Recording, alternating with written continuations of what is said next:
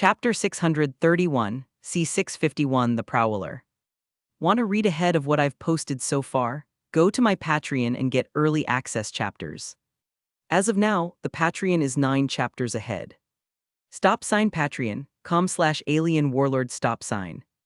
Police car light insert Godzilla kaiju gifs pics here. Most likes wins police car light, /n, only 2 entries per person.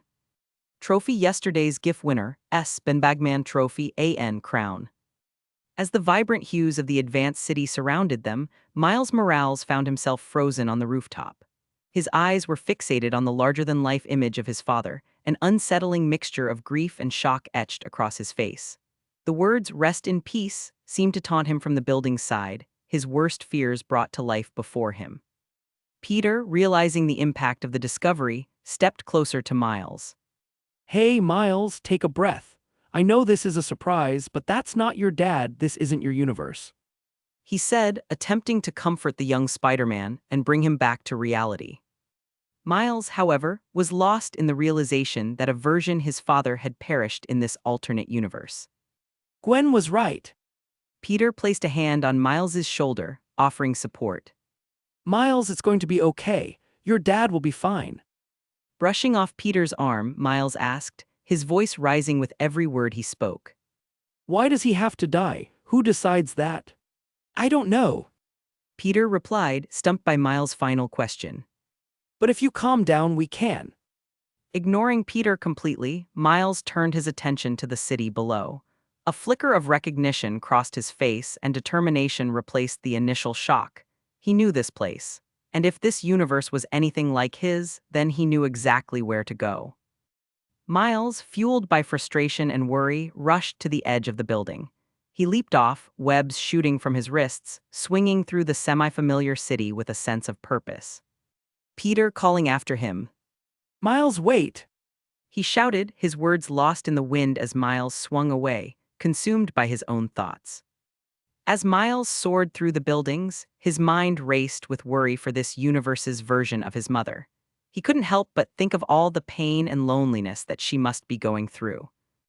After all, her husband was gone, and Miles couldn't shake the feeling of the responsibility he felt to ensure her well-being. She may not be his mother, but she was pretty damn close to it. He couldn't just leave her be or write her off as just a clone or doppelganger. Meanwhile, Peter sighed in resignation, realizing that this unexpected detour would delay his original plans. Still, he couldn't let Miles run off alone, even if it would waste his time. I want to see this universe's Miles anyway, so it's not really a waste of time. Peter thought.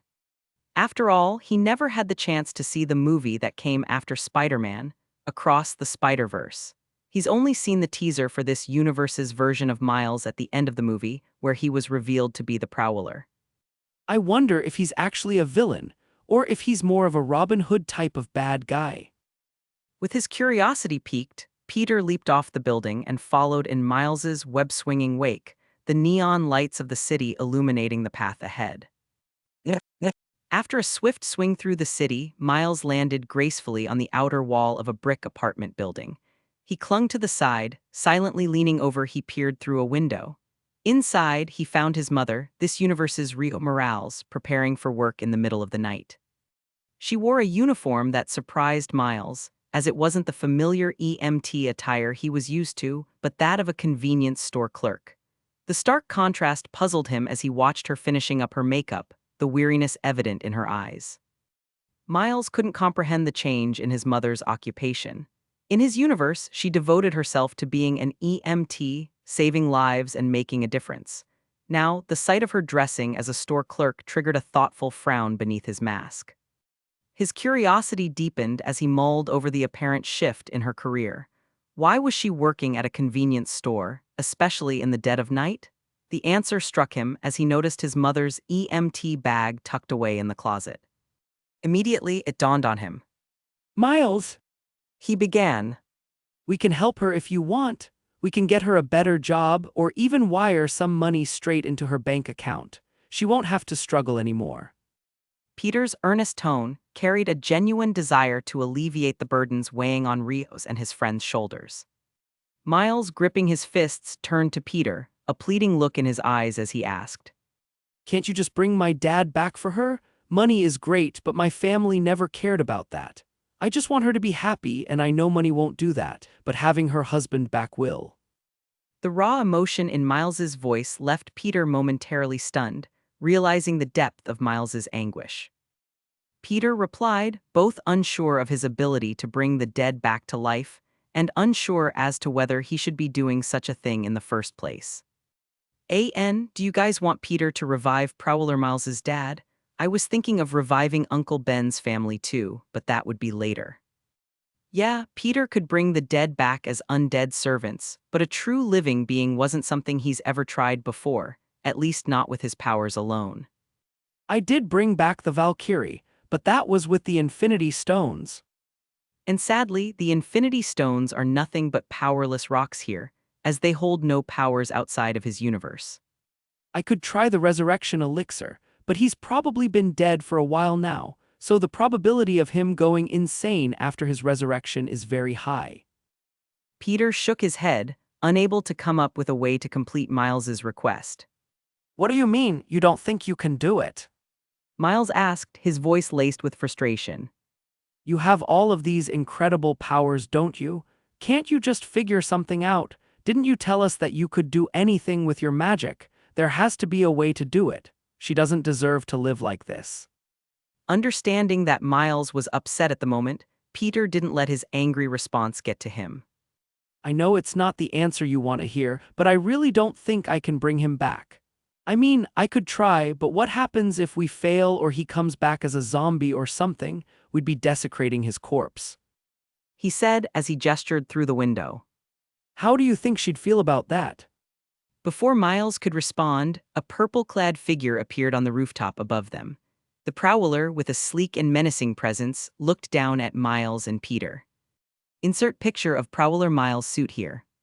Suddenly, he descended, using his clawed metal gloves to dig into the side of the building and slide down, slowing his fall as he attempted to kick Peter and Miles away from the window. In a distorted mechanical voice, the prowler accused them. Sick perverts! He assumed they were spying on Rio, rage bubbling as he attacked. Utilizing their spider senses, Miles and Peter easily dodged the attack. However, the impact of the kick against the wall reached Rio's ears, prompting her to investigate. She turned toward the window, her eyes scanning for any signs of a disturbance, but she saw nothing amiss. Unaware of the unseen observers, she left her room, ready to head and start her night shift. Outside, on the rooftop, Miles, Peter, and their mysterious attacker locked eyes.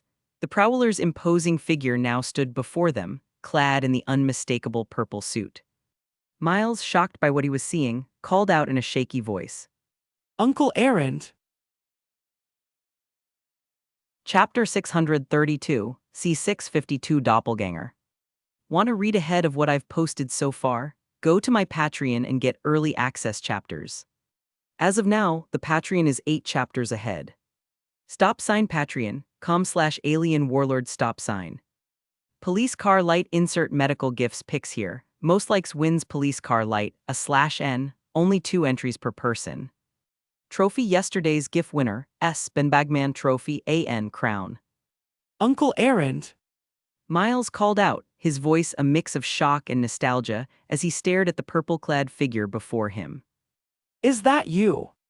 The realization that this version of his universe's Aaron Davis, his Uncle Aaron, had become the Prowler once again hit him like a freight train. Memories flooded back. How do you know that name? He demanded, a hint of anger seeping into his distorted voice. How long have you been spying here? He certainly wasn't Aaron Davis, and Peter knew that, though the fact that these unknown stalkers knew that name alarmed him. After all, who wouldn't be upset by the revelation that someone had been spying on your family? Miles, struggling to process the situation, raised his hands in a placating gesture. No, we're not spying, He explained, desperation in his voice. He hoped to diffuse the tension and talk things out, but it didn't seem to be working as he'd hoped. The prowler's anger deepened as he clenched his clawed hands. Has anyone ever told you that you're bad at lying? He said as his stance grew defensive, ready to take on any perceived threat to his loved ones. Now tell the truth. Miles attempted to calm the situation. Listen, we're not a threat. We're just trying to help. He paused, realizing the complexity of the situation. If we can all just calm down, then I can explain. The prowler, however, wasn't convinced. He shouted and leaped forward, attacking with swift and precise movements, his metallic claws aiming for the kill. Wait, just calm down. Miles dodged, yelling for him to stop and talk, but the prowler was fueled by a mix of protectiveness and rage. As the conflict escalated, the prowler reached into his belt, pulling out a high-tech pistol, pointing it directly at Peter and Miles. Seconds later, purple energy bullets shot through the air, homing in on his enemies. With overwhelming strength, Peter slapped the bullets away, which startled the prowler, who began to look at Peter in a much more serious and fearful light. Meanwhile, Miles weaved around them, his body crackling with energy as he darted straight for the prowler. You asked for this. He said as he went on the offensive, hoping to subdue his opponent without hurting him too much. Peter observed the intense battle between two versions of the same person. Their movements were synchronized, as if they could anticipate each other's every move. Soon enough, it struck him that since they were technically the same individual, they had this weird knack for reading each other's movements, which made this very interesting to watch.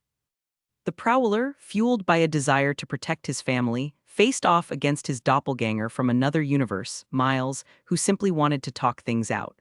Both sides wearing masks, neither realizing the true identity of the other. The fight continued for about a minute, in which Miles quickly took the upper hand, his bodily enhancements tipping the scales. But Peter, growing weary of the fruitless confrontation, decided it was time to intervene. He casually approached the battling duo, surprising them both as he stepped between the combatants without warning, reaching out with both hands and firmly grasping their necks. Holding them still, Peter glanced between them. Let's end it here, shall we? Waiting for a response, Peter raised a brow as both of them started struggling in his grasp, trying to break free. Sighing in annoyance, he lifted them off the ground before swiftly smashing them into the rooftop, causing it to shake and crack slightly upon impact. The prowler coughed up blood from the forceful collision. Unlike Miles, who could endure such a hit with a mere grunt of pain, the prowler's body wasn't enhanced in any way, shape, or form, the impact taking a toll on him.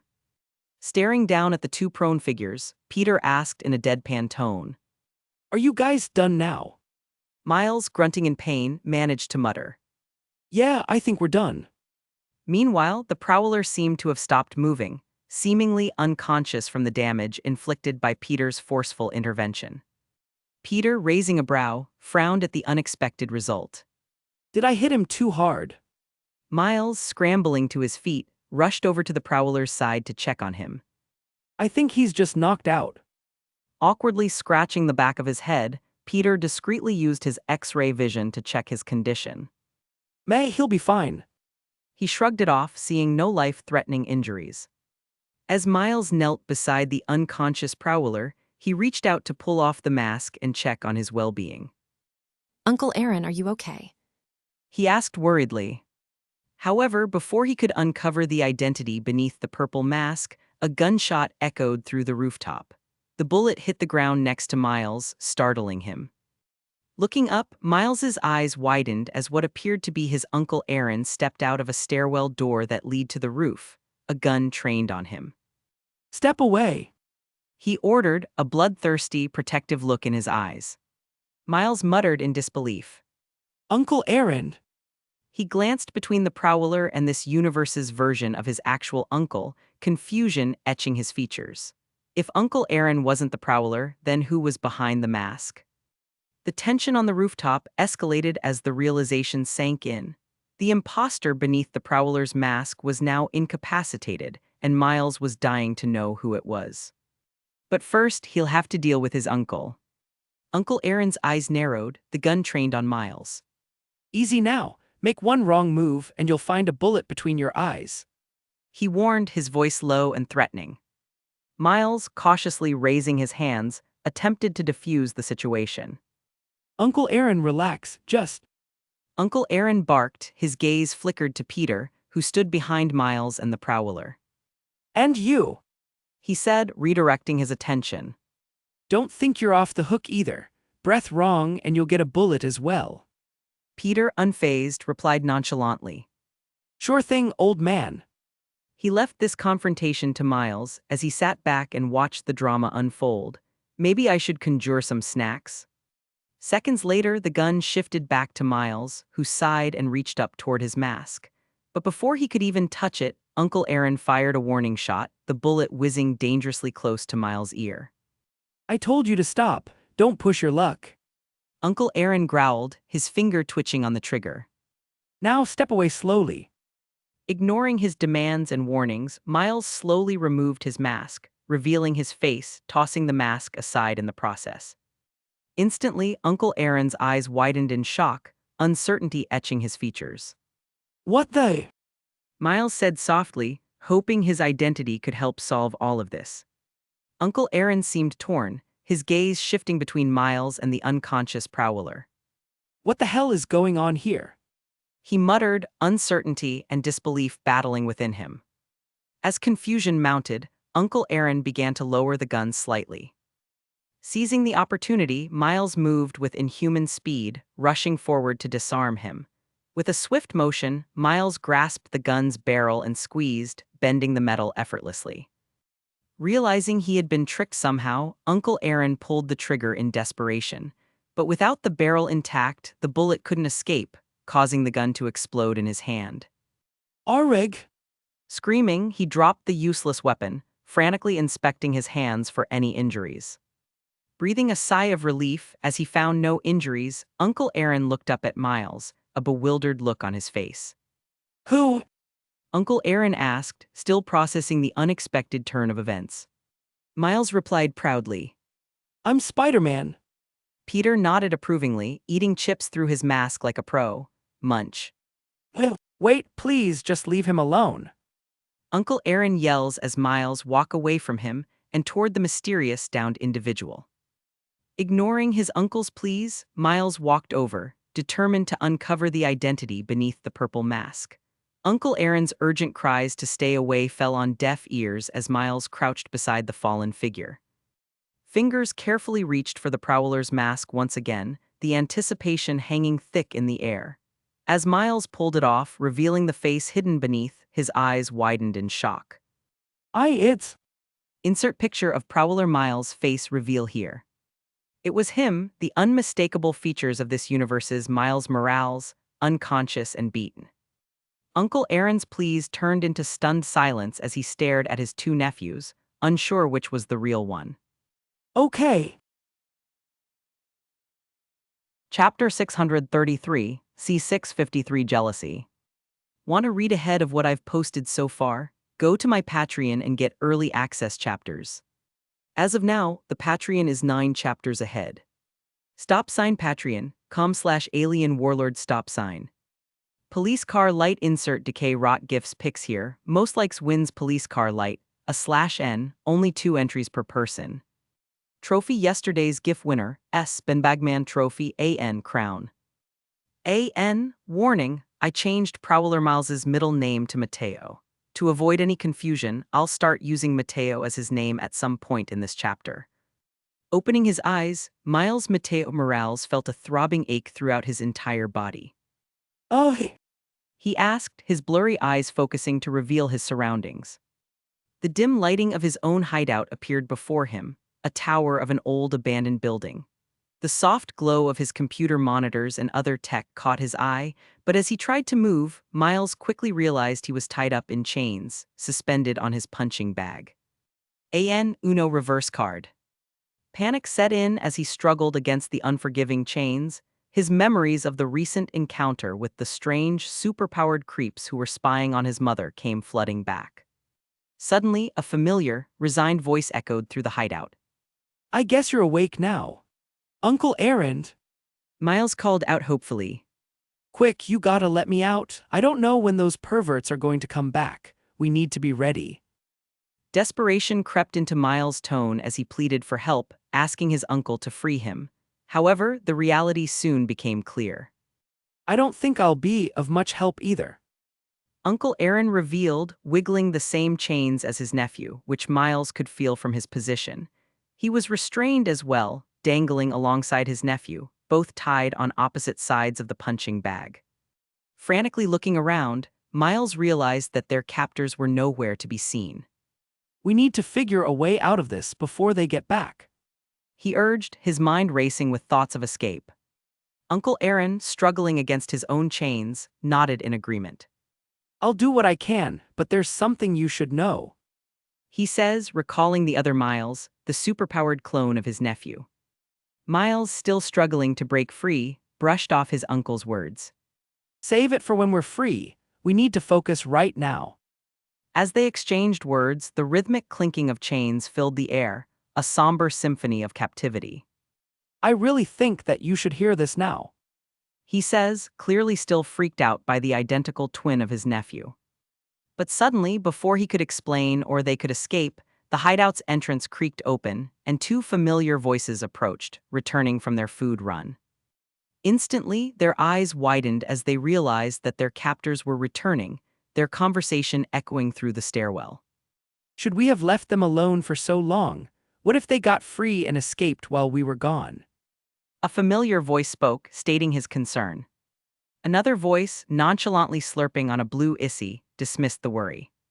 Relax, Miles. You seem to forget, but neither of them have superpowers, and I've got magical failsafes on those chains.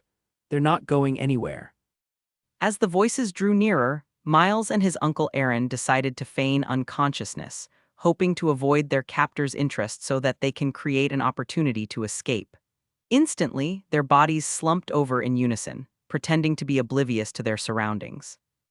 As the two captors walked in, revealed to be Peter and the original Miles, only one of them realized that their captives weren't actually asleep. A knowing smirk on his face, Peter turned Miles and spoke. Looks like they're still knocked out. Maybe we should just off them and be done with it? I heard we can make like 10 grand just from selling a single kidney.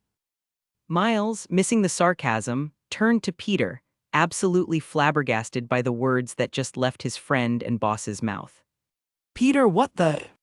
But he was cut off. Suddenly, Prowler Miles and Uncle Aaron, Woke up. their eyes wide open in fright, glaring at their captors in defiance. Peter's smirk persisted as he teased, gesturing towards them. Hey, look, they woke up. That was fast. It's almost like they weren't even asleep.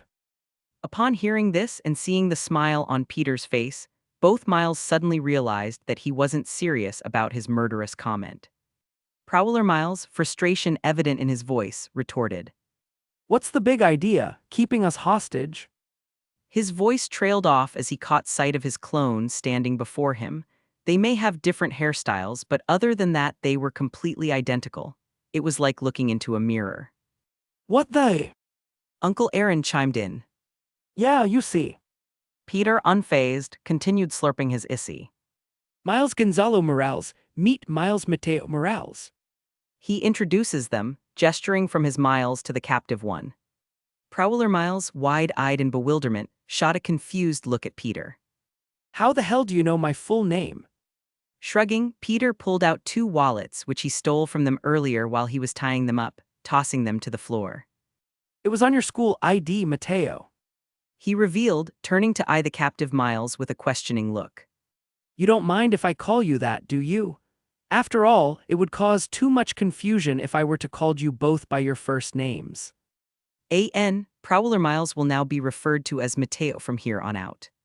Still confused, Mateo couldn't hold back his questions, firing them off one by one.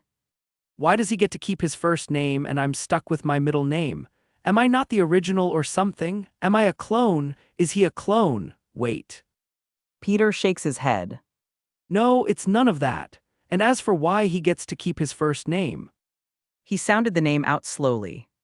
I mean, it's not a bad name, but it's not exactly first name material. Miles shouted. Gonzalo is a good first name. My mom wanted to name me Gonzalo, but my dad likes Miles more. Peter nodded in appreciation. Well, thank God for your dad because he fought to give you a much better name. Miles muttered under his breath. Ignoring his captor's bickering, Mateo stares straight at Miles, intrigue and confusion showing in his face as he asked. Who are you? I'm just Miles. Miles answered simply, shrugging his shoulders. Mateo stared at Miles, an annoyed look on his face.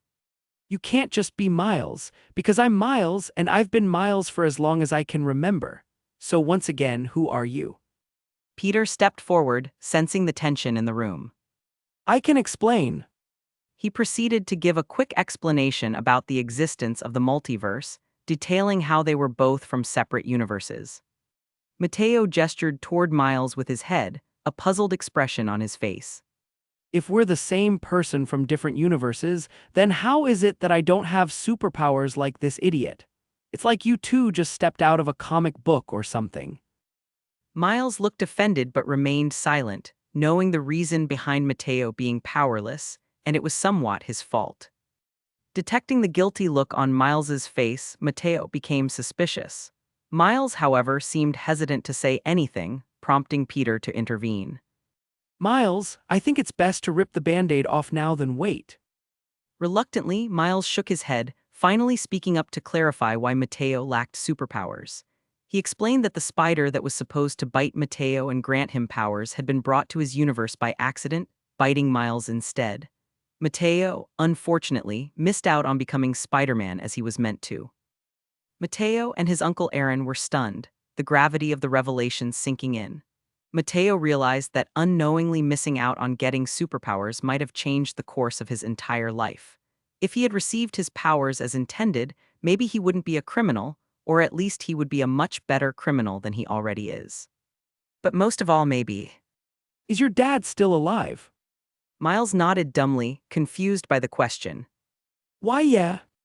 In that moment, Mateo realized something that he already learned a long time ago, but seemed to have forgotten up until now. The world isn't fair. He must have the cloak already. Chapter 634, C654 General Fisk.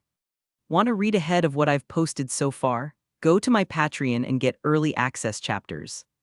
As of now, the Patreon is 8 chapters ahead. Stop sign Patreon.com/alien warlord stop sign.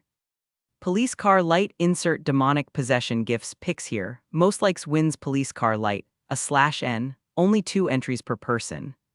Trophy yesterday's GIF winner, Ben Bagman Trophy AN Crown. In the tense aftermath of Peter's revelation, Mateo's glare bore into Miles, a mix of resentment and frustration etched on his face. Peter interjected, frowning at Mateo. The spider just found him and bit him. If you want to blame someone, blame Wilson Fisk for making the machine that messed up the multiverse and caused this mess. He's the real reason you missed out on becoming Spider-Man. Wilson Fisk? Mateo questioned, his frown deepening as he looked up at Peter, still hanging from the chains. Peter could see a look of hatred flicker across both Mateo and his uncle's faces as the name Wilson Fisk was mentioned. Are they criminal rivals or something? Miles nodded, hoping to ease the brewing animosity. Yeah, do you have a kingpin here too? Mateo reluctantly nodded, uncertainty clouding his eyes. His conflicting emotions toward Miles intensified, torn between resentment and a rational understanding that it might not be Miles' fault, his mind heavily focusing on the 2 words. Might not. Even now, as Mateo contemplated his feelings, his mind continued searching for someone to blame, and Miles was an easy target. Meanwhile, Peter continued his explanation. And as for your dad dying, that's certainly not Miles' fault either. Glaring at Peter, Mateo ground his teeth together. He couldn't help but feel like a delinquent schoolboy getting lectured by a teacher, which didn't sit well with him. Peter sighed, shaking his head. For that, you should blame whoever or whatever killed him. But after that, you can blame fate, destiny, or whatever other deity controls the multiverse. Mateo and his uncle Aaron exchanged confused glances, feeling as if Peter was alluding to something beyond their understanding. Wait, do you mean an actual deity? Mateo seemed to puzzle it together after a moment. Nodding, Miles explained. For some reason, our dads are destined to die. Even mine is supposed to die in about a year for some reason or another. As he said this, Mateo turned to him with a hint of pity and understanding, but sadly, his next words threw all of that away. Thankfully, I met Peter here. He placed protection spell on my dad that should keep him safe. Instantly, the room became charged with the resurgence of jealousy and resentment in Mateo. His gaze lingered on Miles, a storm brewing in his eyes as he grappled with the unfairness of their lives. Why was it Miles who got bit by the spider? Why was it Miles whose father was still alive? And why was it Miles who met Peter just in time to save his family? Sighing in acknowledgement of the renewed tension, Peter shook his head, observing the enmity in Mateo's eyes. It was evident that connecting with Miles would be a challenging task. Mateo had faced harsh realities, navigating a universe darker and seemingly more crime-ridden than Miles. In contrast, Miles seemed to have enjoyed a relatively good life, growing up in a much more forgiving universe. He even attended a private boarding school, a luxury Mateo's family could never afford after his father's tragic demise. The stark contrast in their experiences seemed to deepen the divide between them. As the strained silence persisted, Peter sensed that mere words might not bridge the gap between the two versions of Miles Morales. Mateo's bitterness ran deep, rooted in the harsh realities of his own universe. Miles, oblivious to the struggles in Mateo's life, faced the challenge of being seen as living the life Mateo wished he had. Realizing that time was of the essence, Peter decided it was time to bring an end to this tumultuous encounter. The first light of dawn painted the sky outside, a reminder of the urgency that overshadowed their current situation. Talking seemed futile, and Peter knew he had a pressing mission to confront Centurion. He doubted the villain was still in this universe, which is why he was willing to waste his time here, considering the fact that the Kang should know his lackey, Lyla, has been compromised. With an uncaring shrug, Peter took charge of the situation. All right, we've wasted enough time here. He declared, eyes fixed on the pane glass windows. The sun's rising, and I need to find Centurion, or whatever he left behind while he was running away. Mateo and Uncle Aaron exchanged worried glances as Peter spoke. They couldn't shake the feeling that they might be left here, tied in chains and suspended from a punching bag, which would normally be fine, as they'd simply use the opportunity to escape, but they distinctly recall Peter saying something about magical failsafes on the chain. You're not just going to leave us here, are you? Mateo blurted out, anxiety creeping into his voice. I have school, you know. If I don't show up, my mom gets a call. And if she can't find me, she'll call the cops. Rolling his eyes in exasperation, Peter shook his head. No, I'm not leaving you two here. He replied, a hint of irritation in his tone. He strode purposefully toward the restrained uncle and nephew, both suspended on the punching bag. As Peter approached, Mateo and his Uncle Aaron instinctively began to struggle against their chains, fearing the worst. Their eyes widened with apprehension as Peter reached out, but instead of harming them, he merely touched the chains. With a single poke of his finger, the restraints shattered into pieces, clattering to the floor. Eyes wide with surprise, both Mateo and his uncle tumbled to the ground, now free from their confinement. Despite their newfound freedom, they quickly assumed fighting stances, wary of potential tricks from their former captors. Turning away from them, Peter casually called over his shoulder. You're both free to go about your lives. See ya. Bewildered and expecting a catch to appear, Mateo and his uncle exchanged a glance, cautiously heaving a sigh of relief. However, their respite was short-lived as Peter paused in his steps, turning back toward them with a cryptic expression. Oh yeah, one more thing. Peter announced, causing Mateo and his uncle to gulp nervously. Expecting the worst, they braced themselves for another twist in their unpredictable encounter. But to their surprise, Peter pulled out his phone, showing them a picture. Have you seen this man before? Peter inquired, presenting an image of the exiled Kang he fought before. Speaking of the exiled one, I should probably start milking him for information. After all, Peter specifically trapped his soul in a jewel so that he could use him to take down the Kangs. And it seemed the time to prove himself useful has finally arriving. Staring at the picture for a brief moment, Uncle Aaron and Miles seemed to freeze as looks of pure hatred and rage clouded their faces. Even compared to the mere mention of the Kingpin, who evoked a similar response in them, this time it was so much more amplified. Why are you showing us a picture of the president? Uncle Aaron asked through gritted teeth before looking up at Peter with a suspicious and accusing glare. Are you working with him? Shaking his head, Peter stored his phone away. So he made himself president here, huh? His expression turned serious as he explained. I don't know what grudge you have against him, but if I were you, I'd stay far away. This man is very dangerous. If you see him, turn the other way and keep walking, unless, of course, you have a death wish or some sort of mental disability. Mateo and his uncle both wore hardened expressions on their faces, completely disregarding his warning. To which Peter simply shrugged his shoulders. He would be taking care of Centurion either way, so they should be fine. With a nod of acknowledgement, Peter waved goodbye and headed towards the exit.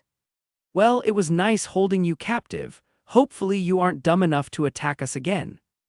Before following Peter down the stairs, Miles hesitated, eyeing Uncle Aaron, who looked at him warily in return. The tension hung in the air as Miles took a deep breath, preparing to say his piece. Uncle Aaron, Miles began, breaking the silence. I know you aren't my Uncle Aaron. My uncle doesn't do crime anymore.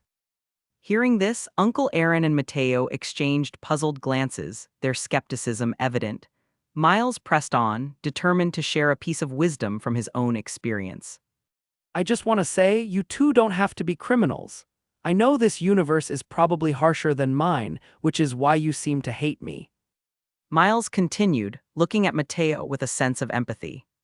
But my Uncle Aaron was a criminal too. He was the prowler, but I got him to retire. You two can do the same thing, you just have to try your best. I know you can do it. As Miles delivered his heartfelt speech, Peter, who had just walked out of the front door of the abandoned building, leaned against the walls, listening intently with his super hearing. As Miles was finishing up, a sudden disturbance interrupted the moment. A long line of military vehicles came driving down the road, stopping in front of the building Peter had just exited. The car doors opened, revealing the imposing figure of a scarred, battle-hardened Wilson Fisk, who wore an oversized military general's uniform, accompanied by a small army of heavily armed soldiers. Huh, does Kingpin work for Centurion in this universe? Peter wondered. Raising a brow, Peter observed from a distance, as the Kingpin pulled out a technologically advanced-looking rocket launcher from one of the cars and aimed it up at the tower where Miles was talking with their former captives. The atmosphere shifted, the tranquility shattered as Fisk pulled the trigger, releasing a rocket. Huh, I guess I was right. They are enemies. Peter muttered, his demeanor nonchalant as he snapped his fingers. Instantly, the rocket struck the tower, creating a large explosion filled with dust and smoke. Fisk chuckled as his men celebrated, confident in their apparent success. The thunderous noise echoed through the air, and the tremors reverberated beneath Peter's feet. But as the dust settled, a collective gasp rose from Fisk's men. A shimmering barrier had materialized, blocking the rocket just before it could reach the tower, protecting the building and everyone inside. Confusion spread among Fisk's ranks as they stared at the unexpected turn of events. Peter, leaning against the wall with a casual demeanor, cleared his throat, drawing Fisk's attention. Ahem. The crime lord's triumphant expression faltered as he locked eye with Peter. Peter waved casually, a smirk playing on his lips. Yo! Chapter 635, C655 Clone Tag Team. Want to read ahead of what I've posted so far? Go to my Patreon and get early access chapters. As of now, the Patreon is 9 chapters ahead. Patreon.com/alien warlord stop sign. Police car light insert satisfying gifts pics here. Most likes wins police car light, /N, only 2 entries per person. Trophy yesterday's GIF winner, Benbagman Trophy AN crown. The air crackled with tension as Wilson Fisk, his oversized military uniform straining against his imposing figure, stared at Peter with suspicion. Who the hell are you? Fisk's gravelly voice demanded, his eyes narrowing as he surveyed the nonchalant figure before him. Oh, just a friendly street magician. Peter replied with a smirk, conjuring a flower in his hand, which then turned into a handkerchief before disappearing in a plume of smoke. Tada, name's Pete. Pete the Amazing. He bowed, enjoying the perplexed expression on Fisk's face. Fisk's frustration was evident as he clenched his jaw, suspecting that Pete had a hand in the sudden protective barrier that blocked his rocket. Don't play games with me. Who are you? Are you working with the Prowler? Are you a terrorist as well? Peter raised a curious brow, his interest piqued. Terrorist? He asked, Is Prowler a terrorist in this world? Is it because he's fighting Centurion? the crime lord general's patience waned. Enough of your nonsense. Men, open fire. Before the soldiers could follow their superior's command, the window from which Fisk had fired the rocket shattered, and a purple-clad figure soared out. The Prowler, grenades aglow in both of his hands, stared down at Fisk with a barely controlled hatred burning in his eyes. As he hurled the glowing grenades, he unleashed a barrage of hate-filled words. Die, you fat F asterisk CK. Panicking, Fisk reacted swiftly, using his immense strength to grab the nearest military vehicle as makeshift cover, pulling it in front of him. Meanwhile, his soldiers, caught off guard, weren't nearly as fortunate. The purple grenades exploded in a dazzling display of plasmic light, vaporizing the unfortunate soldiers caught in the blast radius. Fisk, unscathed behind his makeshift cover, displayed a cold disregard for the lives of his own men. Ignoring the chaos around him, his eyes bore into Matteo, who landed between him and Peter. So the terrorist finally shows himself. Matteo denies vehemently. I'm a freedom fighter. Peter sat back and listened in. Is the Prowler actually good in this world? He wondered, realizing that maybe he should have done some research while Matteo was knocked out. I guess I just assumed. Call yourself whatever you want, but either way, you're a registered terrorist recognized by the federal government. Now, turn yourself in. The president would like to have a word with you before your execution. Standing with dozens of weapons aimed at him, the Prowler glared at Fisk with unbridled animosity. No thanks, I'll have to impolitely decline. He said, holding up his middle finger. I'll make sure to visit the president soon, though. But since you're here, why don't I take your head to give to him as a gift to commemorate our first and last meeting? Grimacing at the clear disrespect he was being shown, Kingpin shouted. Open fire! He commanded his men, who didn't hesitate to squeeze their triggers. Send this SH*T stain straight to the afterlife. Using his boots, which glowed in a purple light, Matteo leaped high into the air, dodging the hail of laser gunfire. Without hesitation, he descended before the formidable Kingpin, his foot poised to stomp, ready to use his powered boots to his advantage. Boom, as he struck out, his boot blocked by Fisk's forearms, the tech in his shoes activated, adding even more power to his kick. Kingpin's eyes widened as he was sent tumbling back into a nearby military vehicle, which was nearly flattened under his weight. Hey, mother of asterisk seeker. The air was thick with tension and the clashing of weapons as Matteo's technological prowess clashed with Fisk's overwhelming strength and the military might at his disposal. Amidst the chaos, a black ski mask concealed the identity of Matteo's uncle Aaron, who perched on the tower above, a weapon in hand. His assault rifle echoed with precision as he picked off soldiers, providing much-needed cover fire for his nephew. The muffled shots rang out as bodies dropped below, casualties of the escalating conflict. Meanwhile, Peter sat back and watched the show, conjuring snacks to eat and a chair to make himself more comfortable. They make a good team. Of course, he was talking about Matteo and his uncle, who seemed to work in perfect unison. One up front, tanking and distracting the enemy, and the other picking them off from the back, thinning their numbers. It's just a matter of time before it's only Fisk left. Peter watched as picked off another 3 soldiers in a row, his aim nothing to scoff at. Seconds later, Peter's leisurely observation was interrupted by the sudden appearance of Miles, who landed beside him, a worried look on his face as he watched Matteo and Fisk go at it. Miles, eager to jump into action, asked, Shouldn't we help them, Peter? Peter nonchalantly shrugged, offering Miles some of his snacks, though he didn't take any.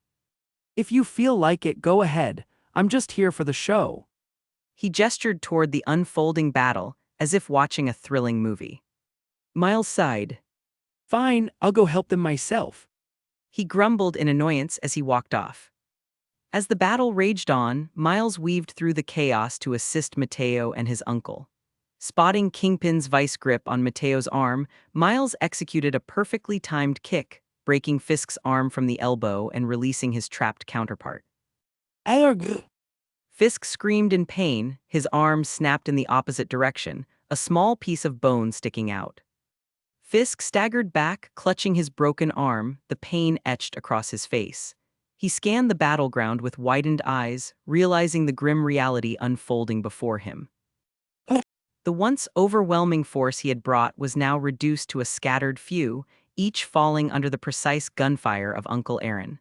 Some didn't even know what hit them, too focused on assisting Kingpin with his fight against the Prowler. Regret gnawed at Fisk as he witnessed the demise of his soldiers. He berated himself for his impulsive decision to confront the Prowler without a proper backup force. But when their analysts gave him the location of a possible terrorist hideout, he was far too eager to wait for more soldiers, intent on capturing the Prowler to suck up to the president. The arrogance that led him here now left him isolated, and the realization crept in that he was outnumbered and outgunned. The remaining soldiers fell before his eyes, one by one, picked off by Uncle Aaron's precise shots. Fisk gritted his teeth, frustration bubbling within as he watched his once formidable soldiers crumble. Of course, Fisk's cold heart cared little for the fallen soldiers, focusing solely on his own predicament. Without his soldiers assisting him, or possibly even dying in his stead, he was left vulnerable. He couldn't shake the impending doom that loomed over him, an unsettling awareness that he might lose. And in his business, losing usually meant death. Mateo and Miles seamlessly worked together, a dynamic duo weaving through the chaos. Miles' agility and power was complemented by Mateo's quick thinking and tech, creating a dance of destruction that left Fisk on the defensive. The crescendo of combat reached its peak as Mateo reached into his belt and tossed a handful of marbles forward. Miles didn't know what his counterpart was up to, but he was there to assist nonetheless. Shooting two webs at Fisk, Miles pulled him toward the marbles, which seemed to activate due to the proximity, releasing an electric charge that spread, connecting every marble to one another. The lightning danced around Fisk, restraining and electrifying him at the same time. Elia. He screamed as the volts of electricity coursed through his body, binding him on his knees. As Fisk was captured, Uncle Aaron took aim at the last soldier standing, squeezing his trigger, sending the poor guy back to his maker. The once formidable force that accompanied Fisk was reduced to nothing more than lifeless bodies on the cold, unforgiving ground. Fisk, now devoid of his protective forces and restrained in a net of electricity, grit his teeth in pain as he stared up at Mateo, who walked up to him, removing his mask in the process. So, Miles, catching his breath, looked at Peter with a proud grin. guess the show's over, huh? Peter nodded with a satisfied smile. Looks like it. Good work, everyone. He said, his snacks and chair disappearing as he walked over. Fisk looked up at Mateo's hate-filled face, a spark of recognition flickering in his eyes. Oh, He sneered, his voice straining from the pain. Mateo, fists clenched, glared down at Fisk. so you remember my father. He questioned sharply, his voice edged with anger and grief. How am I supposed to forget him? Kingpin retorted, sneering under the continued electrocution.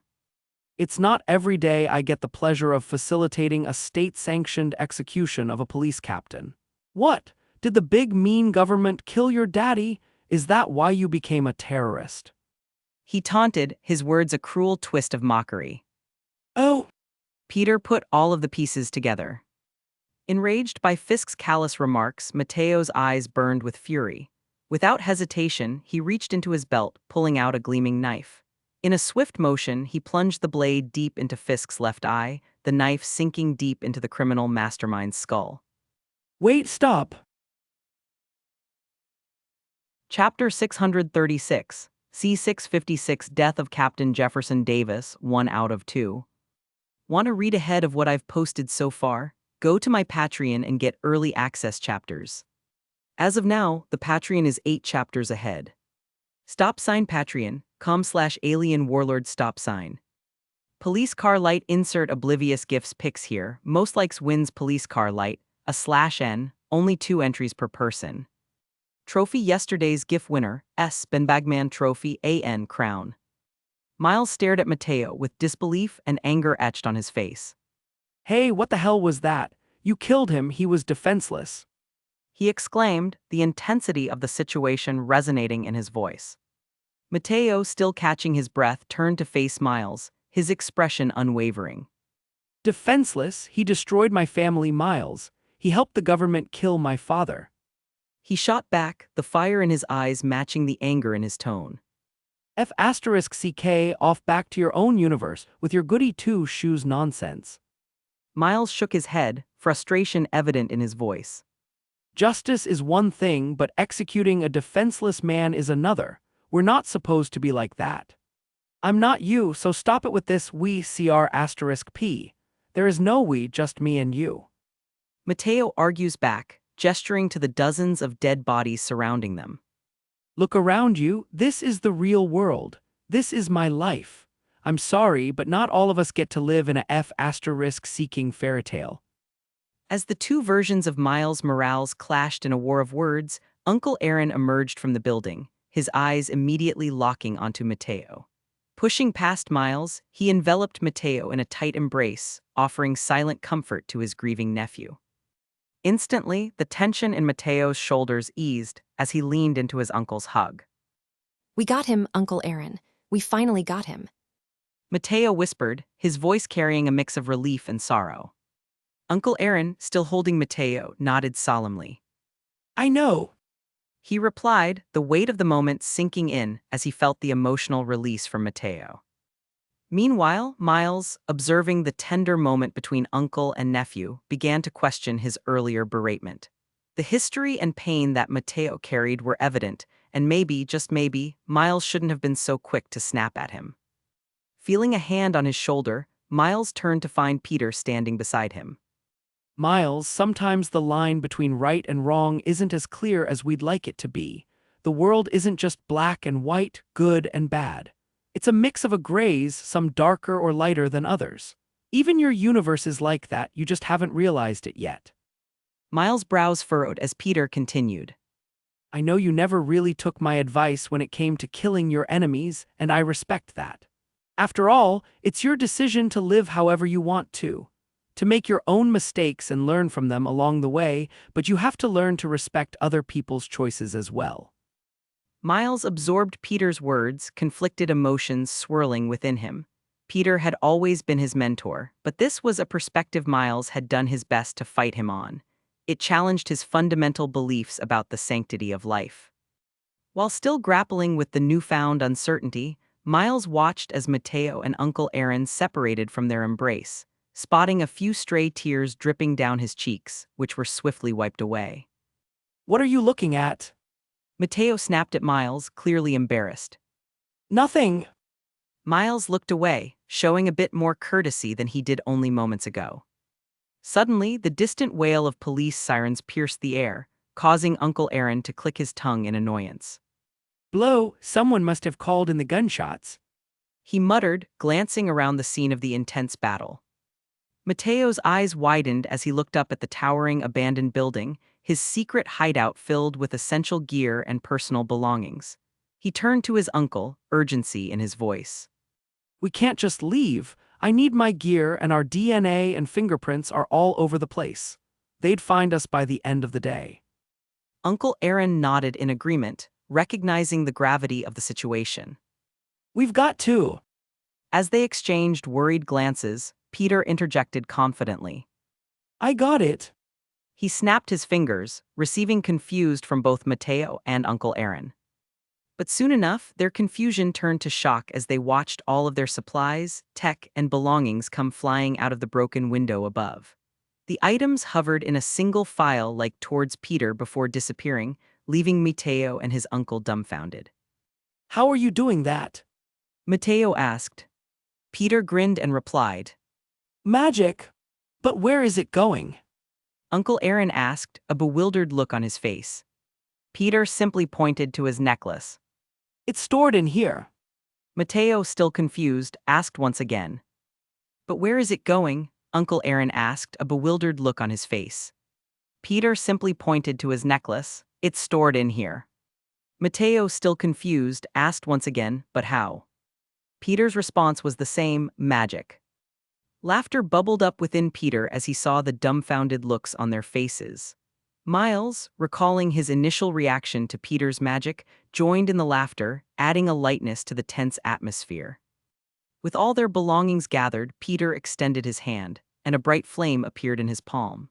Surprising Matteo and Uncle Aaron yet again, Peter tossed the ethereal flame into the abandoned building, and it swiftly caught fire, consuming the structure in a matter of seconds, smoke billowing up into the sky. As the flames danced and flickered, casting an eerie glow on their faces, Peter gestured towards the scattered dead bodies. Do you want to leave them behind like this, or should I dispose of them too? Matteo, staring down at Kingpin's lifeless form for a moment, finally spoke. Just leave them. He wanted to see how the government would react to one of its loyal dogs getting killed like this. Peter, hearing the sound of police sirens getting closer, waved his fingers and opened a shimmering portal. He stepped through before turning and gesturing for the others to follow suit. Miles, familiar with Peter's mystical transportation, moved confidently toward the portal. Matteo and Uncle Aaron, however, exchanged uncertain glances. Matteo voiced his hesitation, hesitantly inching closer to them. Peter chuckled, offering a reassuring smile. Yeah, now come on, we don't have much time. As the nephew and uncle hesitantly stepped into the portal, spurred forward by the sound of enclosing police vehicles, the portal snapped shut behind them.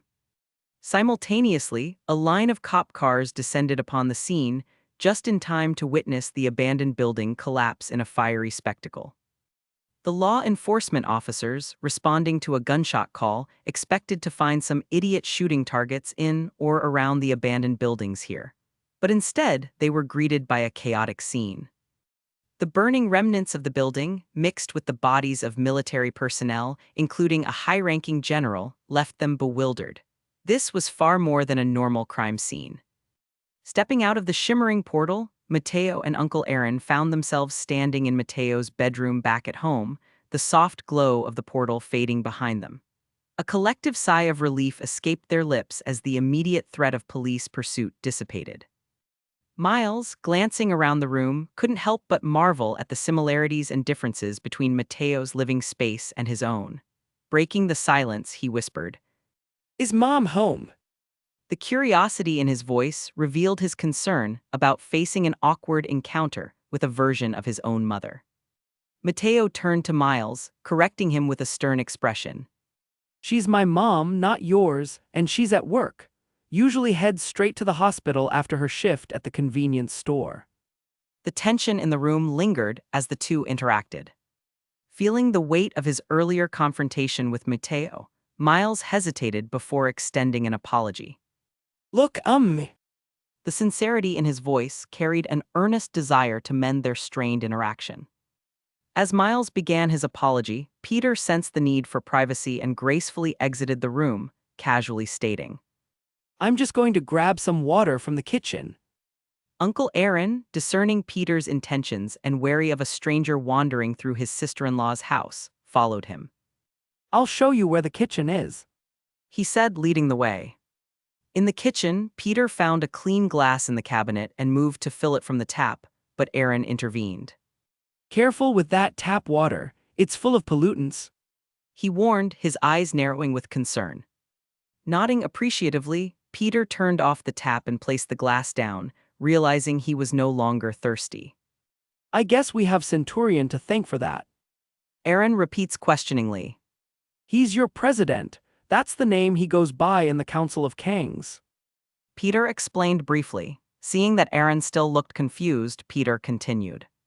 Just think of the government that you're currently dealing with, but infinitely worse. That's the Council of Kangs. I see.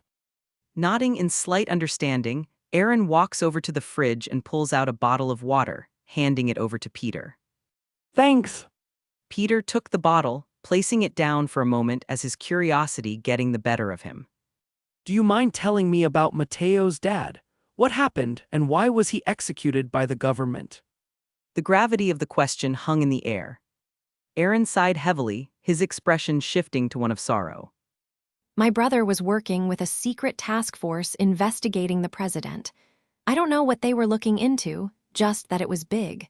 He never disclosed the specifics, always by the book when it came to his cop work.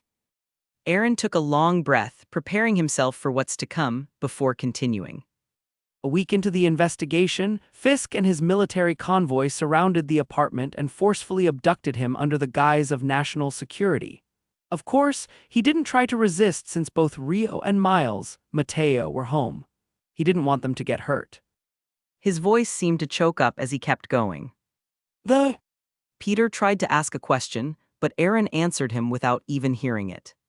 Yeah. Chapter 636, Part 2, C657 Death of Captain Jefferson Davis, 2 out of 2. Want to read ahead of what I've posted so far? Go to my Patreon and get early access chapters. As of now, the Patreon is 9 chapters ahead. Patreon.com/alien warlord stop sign. Police car light insert choking gifs pics here. Most likes wins police car light, /n, only 2 entries per person. Trophy yesterday's GIF winner, a Buad 1 trophy, AN crown. While Peter and Aaron were talking in the kitchen, in Mateo's bedroom, the tension lingered between the two versions of Miles Morales. The air crackled with unspoken resentment, yet Miles pushed through, finishing his apology. Miles seemed truly remorseful, his apology lingering in the air. Mateo, arms crossed, met Miles' gaze with a look of annoyed reluctance.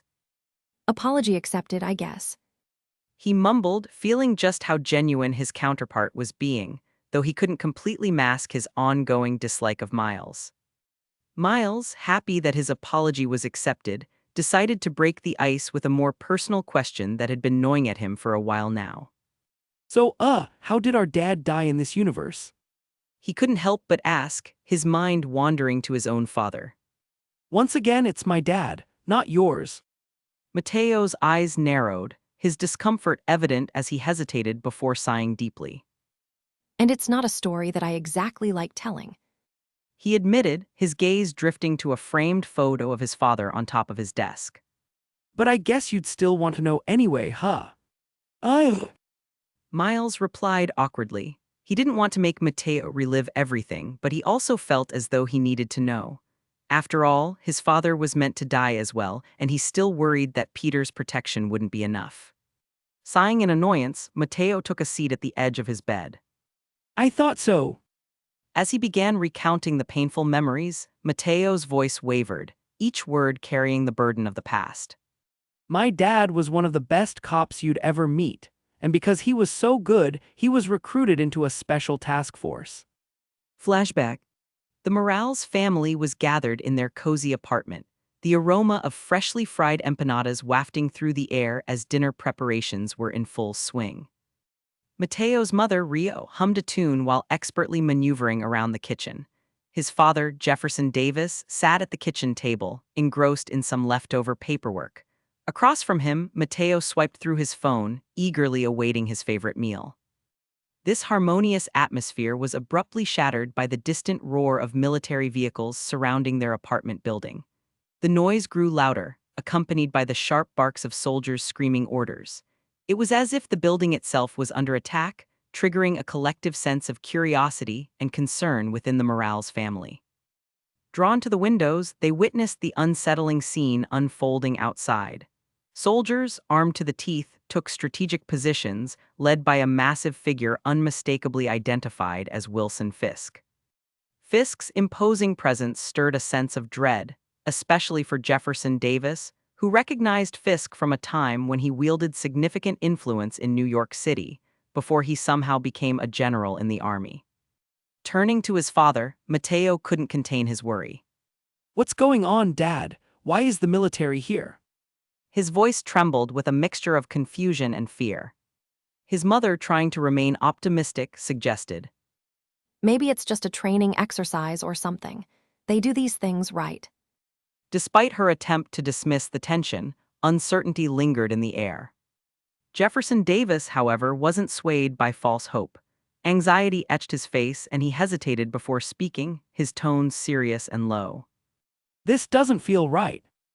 As they watched the military presence intensify outside, General Fisk's voice boomed through a megaphone, sending chills down their spines. Jefferson Davis, come out with your hands up. Give yourself up peacefully and no one has to get hurt. The gravity of the situation sank in, a knot tightening in the pit of Mateo's stomach. The question of why the military was targeting his father lingered, though the look he saw in his father's face, which reflected a mix of realization and fear, told him that his father had at least a clue as to why this was happening. Turning to his father, Mateo wanted to ask what was going on, but his mother beat him to it. Jeff, what's happening? Why are they here for you? Rio's voice held a tremor of fear as she desperately sought answers, confused as to why the military would be arresting a decorated and respected police captain. Jefferson stood there, shock etched across his features. His mind seemed to grapple with the sudden, unforeseen intrusion of military forces into their ordinary lives. He opened his mouth to respond, but the words seemed to escape him, leaving an unsettling silence in the room. Rio's voice grew more desperate as she repeated her questions, her tone rising with each plea for information. Mateo felt a knot tighten in his stomach as he watched his father, hoping for some reassurance or explanation. As Fisk's voice echoed through the megaphone once more, threatening to escalate the situation, Jefferson snapped out of his momentary paralysis. He heard the ultimatum. I'm so sorry. Jefferson whispered, his voice laden with a mix of sorrow and determination. I love you both so much, more than you'll ever know. The sincerity in his eyes conveyed a depth of emotion that resonated within the confined space of their apartment. He gave his bewildered wife a quick kiss before focusing on Mateo. Take care of your mother, okay? I know it's sudden, but I have no doubt that you can do it. After all, you're my son. Tears forming in his eyes, Mateo frantically asked. What's going on? Why is this happening? Why? Rio joined in, holding her husband's arm as she pleaded. Why are they here for you? What did you do? Jefferson simply smiled down at them, a sad, melancholic look on his face. You don't have to worry about that.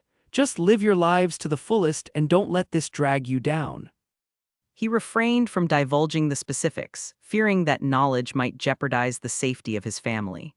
With one last tight hug, Jefferson turning away, marching resolutely toward the door to give himself up. Rio and Mateo tried to stop him, calling out for him to stay, but their pleas fell on deaf ears. The door closed, leaving them alone and helpless, their eyes glued to the window as they watched him step out of the building, hands raised in surrender. After his father was taken away by the military, Mateo and his mother were left alone, but that didn't mean they gave up on him. No, instead, they called everyone they could, from elected officials to the police commissioner himself. They explained everything and asked for help, yet the answers they received weren't fruitful. Over and over, they were told that they'd look into it, but no one ever called back. They spent more than 24 hours without sleep trying to get just a modicum of help, constantly making calls to whoever they could, but no one had an answer to their questions, nor a solution to their problems. And finally, just as they were about to get some sleep, suddenly they got calls and texts from just about every friend and family member telling them to turn on the TV. And so they did, confused as they may be. On the TV, broadcasted on every channel, was the President of the United States, Nathaniel Richards. Instantly, hope filled both Mateo and his mother as they thought that maybe, just maybe, their calls had made an impact and the president was notified. They thought that the president would explain what happened and set things straight, releasing Jefferson back to them. But their hopes were crushed the second the president opened his mouth. My fellow Americans, today, we have uncovered a dangerous cell of traitors, terrorists who sought to undermine the very fabric of our nation. These individuals plotted against not just me, but the safety and security of every citizen in this great country. Mateo and his mother were shocked as they had no idea what was going on. At first, they didn't believe that this had anything to do with their situation, as Police Captain Jefferson Davis was most certainly not a traitor or a terrorist for that matter. But then something truly shocking happened.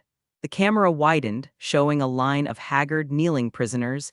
Each of them seemed to have gone through some sort of torturous interrogation before this broadcast. Mateo and his mother's eyes widened as they saw Jefferson among the kneeling traitors, cuts and bruises all over his body. Fear and worry gripped their hearts as they watched. The president continued.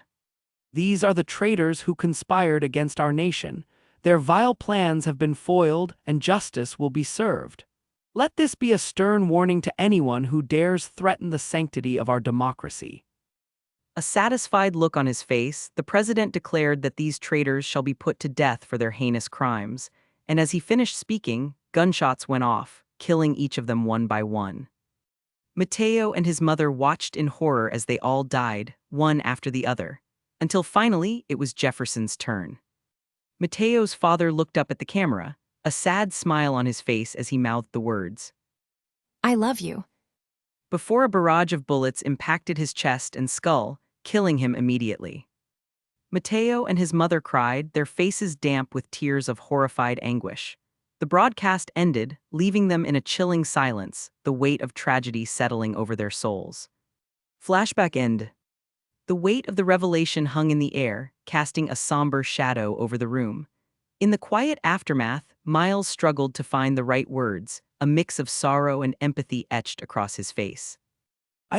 Mateo shook his head, his eyes slightly damp as he looked over at Miles. Cherish the time you have with your father, because you really don't know how good you have it. Miles nods as a thought entered his head. Wait, how do you know about Dad's task force? You said he didn't tell you.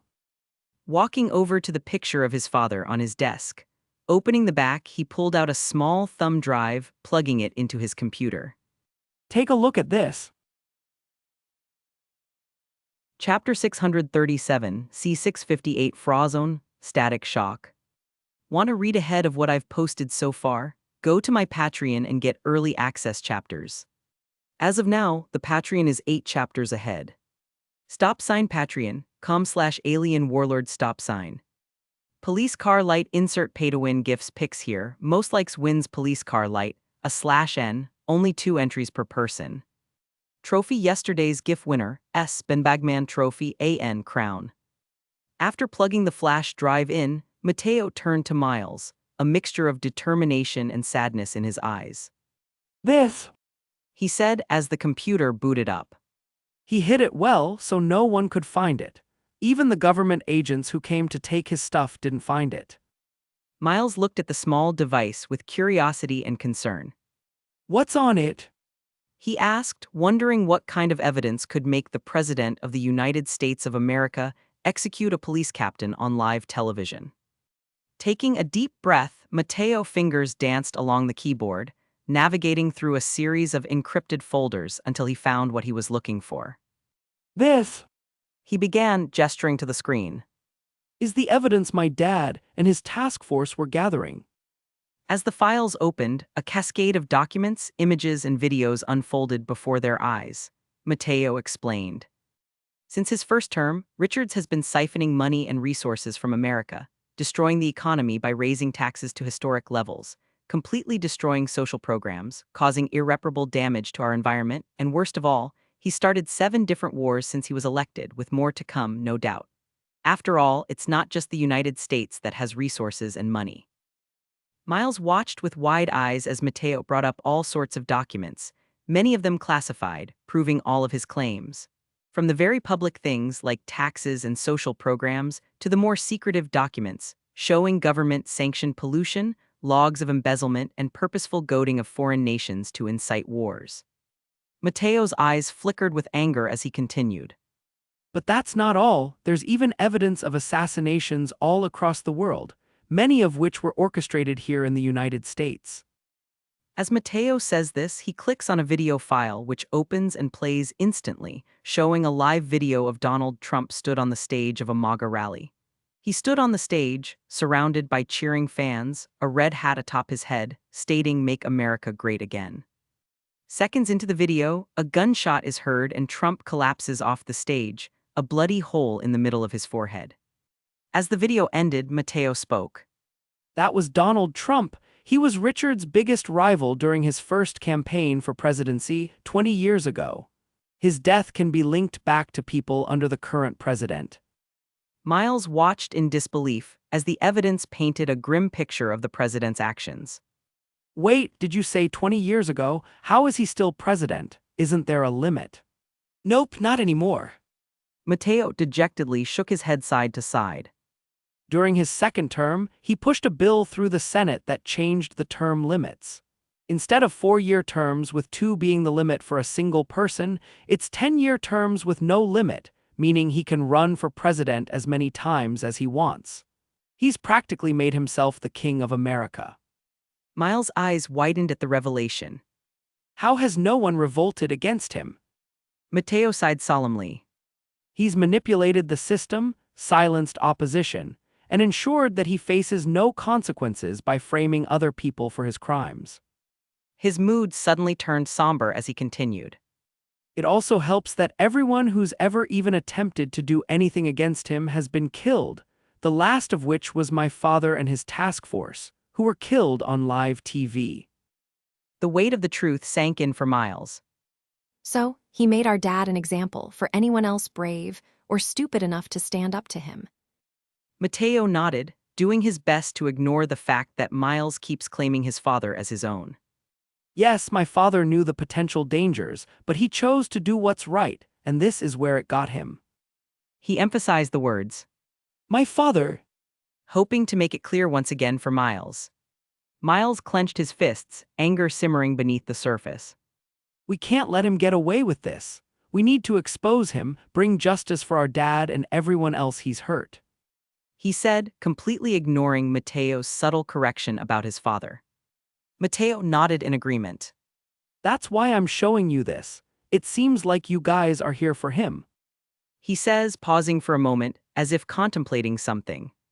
We need to work together. I'm willing to share all of this info with Peter, but I want in on whatever you guys have planned.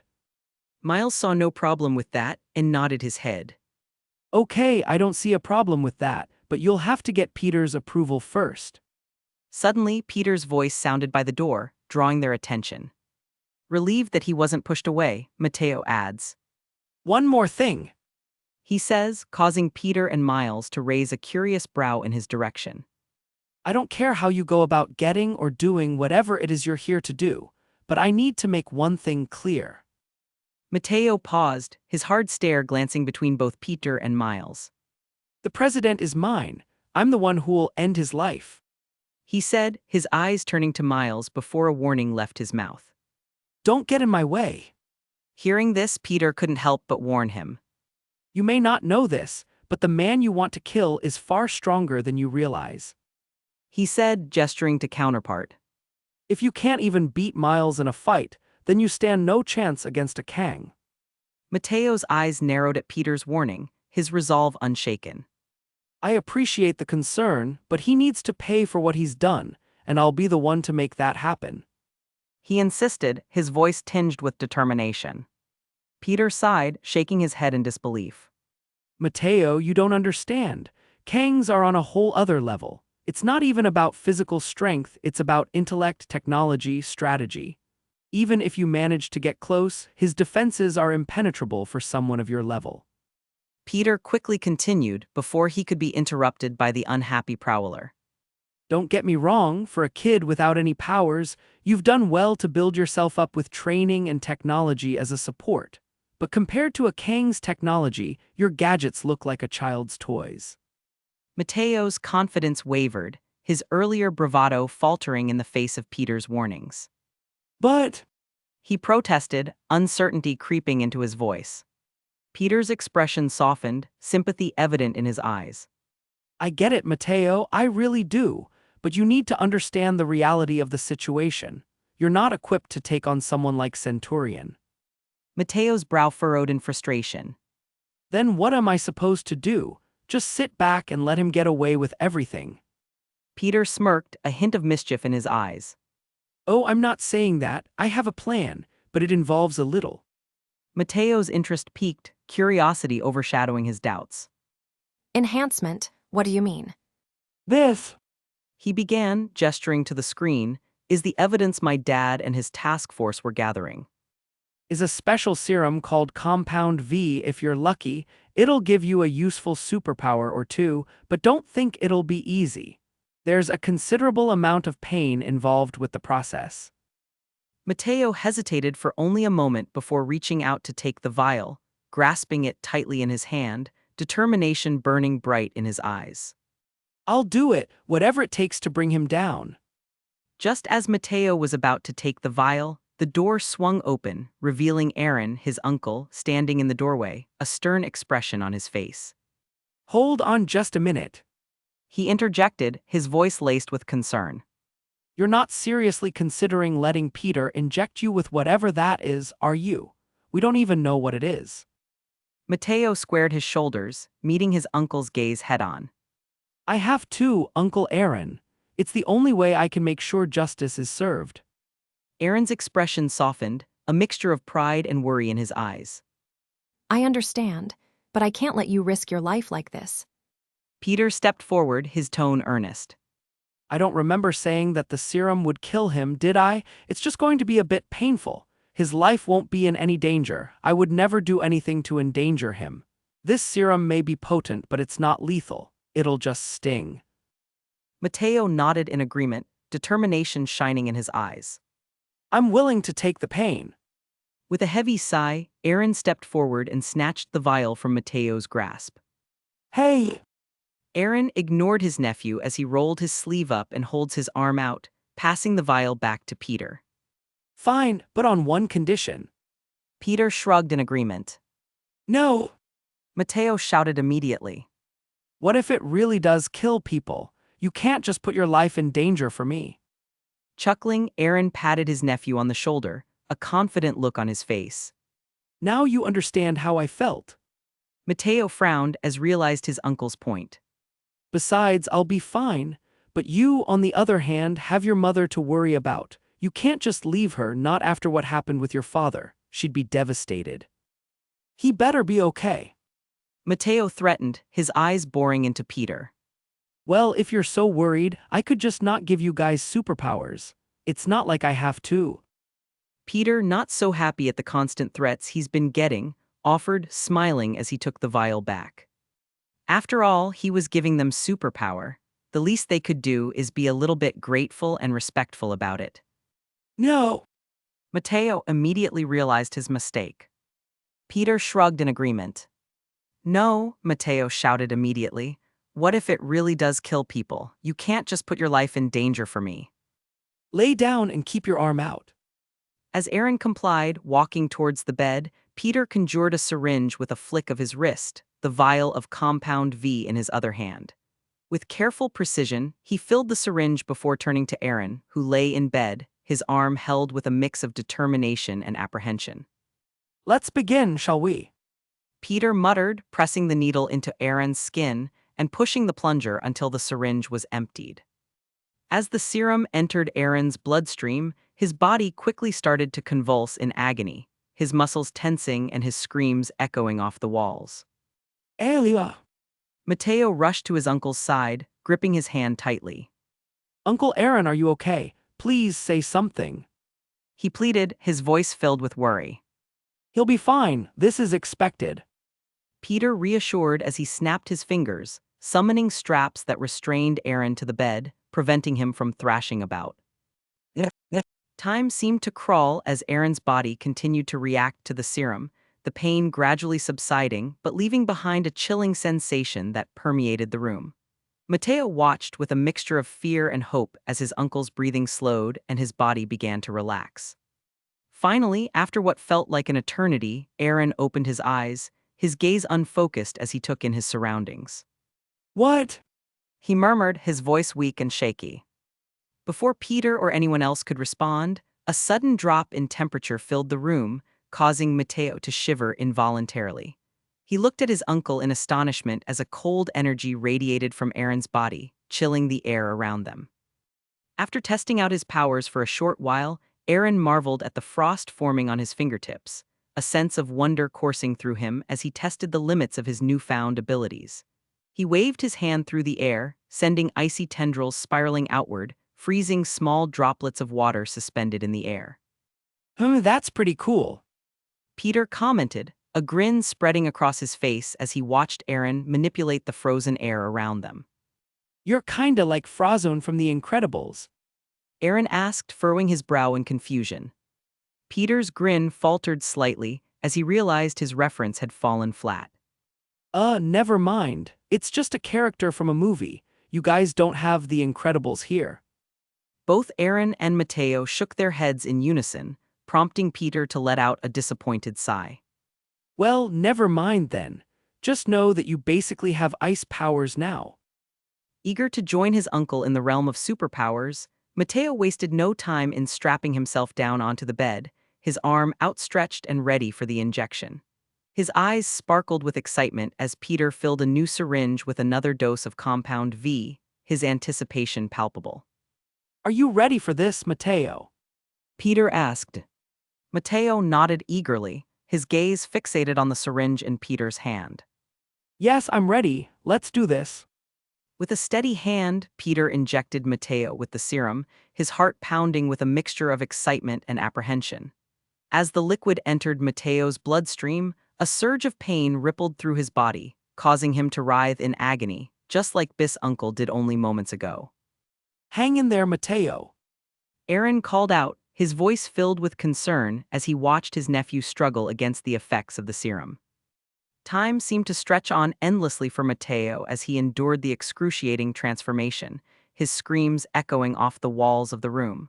But just as suddenly as it had begun, the pain began to fade, leaving behind a sense of euphoria as Mateo slowly regained control of his body. As he opened his eyes, Mateo was greeted by a dazzling display of blue electricity crackling across his entire body, the energy surging with power and intensity. With a burst of electrical discharge, the straps restraining him were incinerated, along with a sizable portion of the bed beneath him. Miles and Aaron watched in astonishment as Mateo stood, his body pulsating with raw energy. Whoa! Chapter 638, C659 Testing Powers Before Setting Off.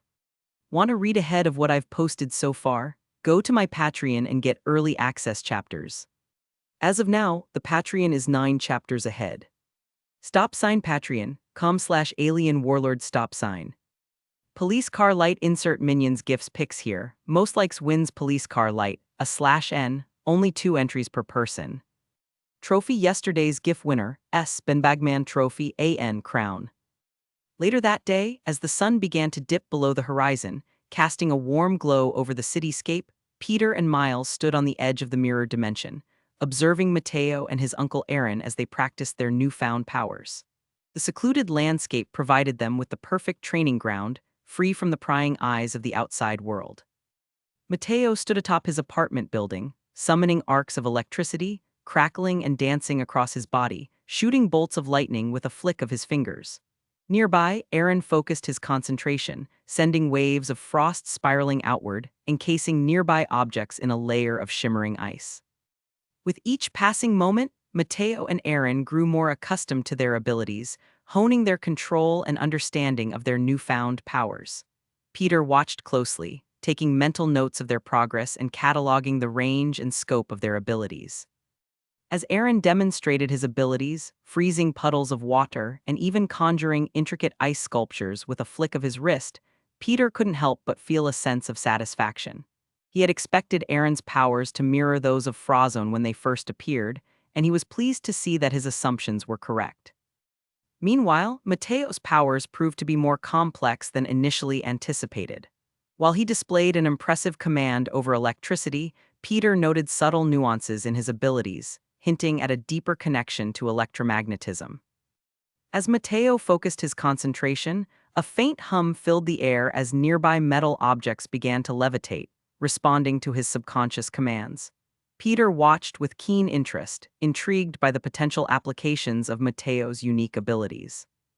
However, despite the progress they had made, Peter knew that mastering their powers would require time and dedication.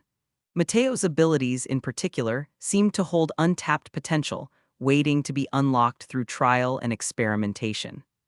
He could do a lot with electromagnetism.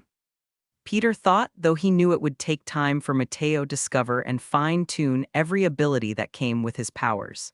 But for now, all he could do was produce and control electricity and levitate metal objects. With a satisfied nod, Peter made a mental note to continue training sessions with Matteo after this, helping him harness his newfound abilities to their fullest potential. Do you really think he can beat Centurion? Miles asked as he watched his counterpart practice.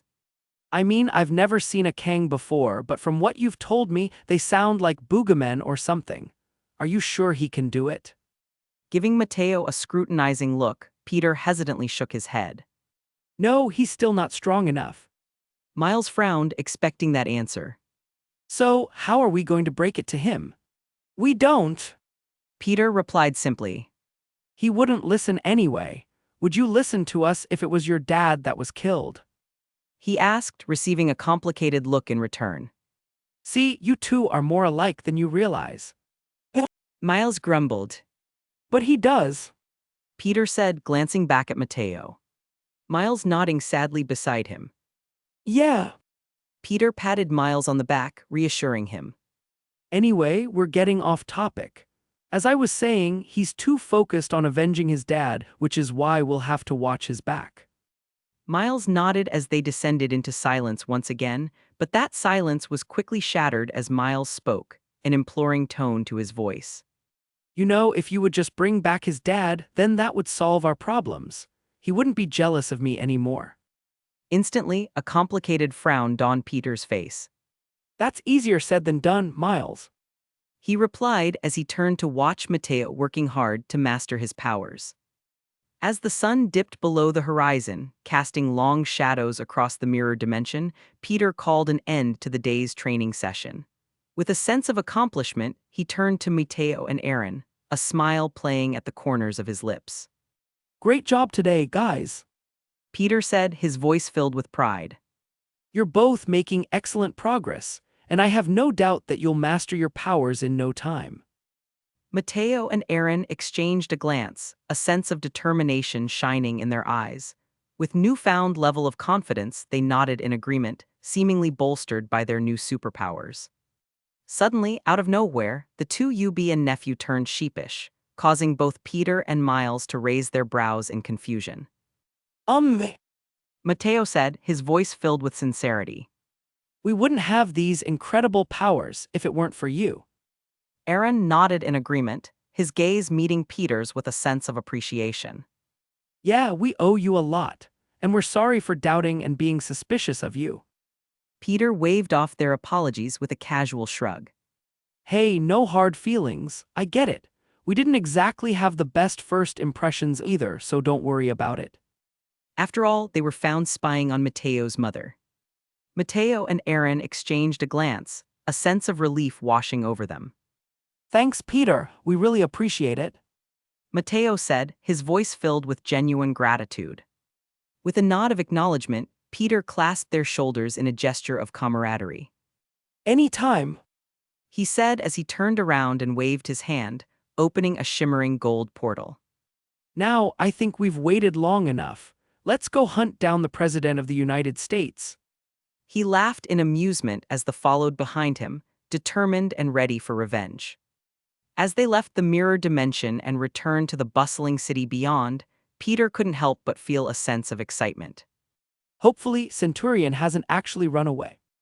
As Peter and the group stepped out of the shimmering gold portal onto the rooftop of Matteo's apartment building, the cool evening breeze greeted them.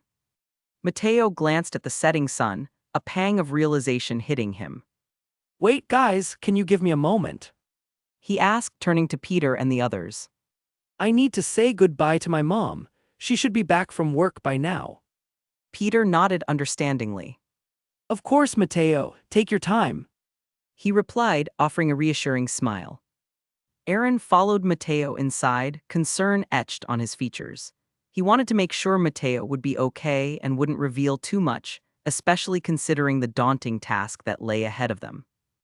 Meanwhile, curious and worried for this universe's version of his mother, Miles stepped off the side of the building, walking down the side towards his counterpart's apartment, intending to peek through the windows for a second time. Sighing, Peter followed after Miles as they reached the right floor. Peering through the window, they saw Rio sitting at the kitchen table, surrounded by a stack of bills labeled overdue. She looked weary and worn out, in dire need of a good night's sleep and a week-long vacation at the least. Moments later, Mateo entered the apartment, followed closely by his uncle Aaron. Mom, are you home? He called out. Instantly, Rio hid the overdue bills as his expression turned stern, her eyes landing on her son. Miles Mateo Morales, is there something you want to tell me? She asked, her tone firm. Confusion flickered across Mateo's face as he shook his head. No, Mom, everything's fine. He replied hesitantly.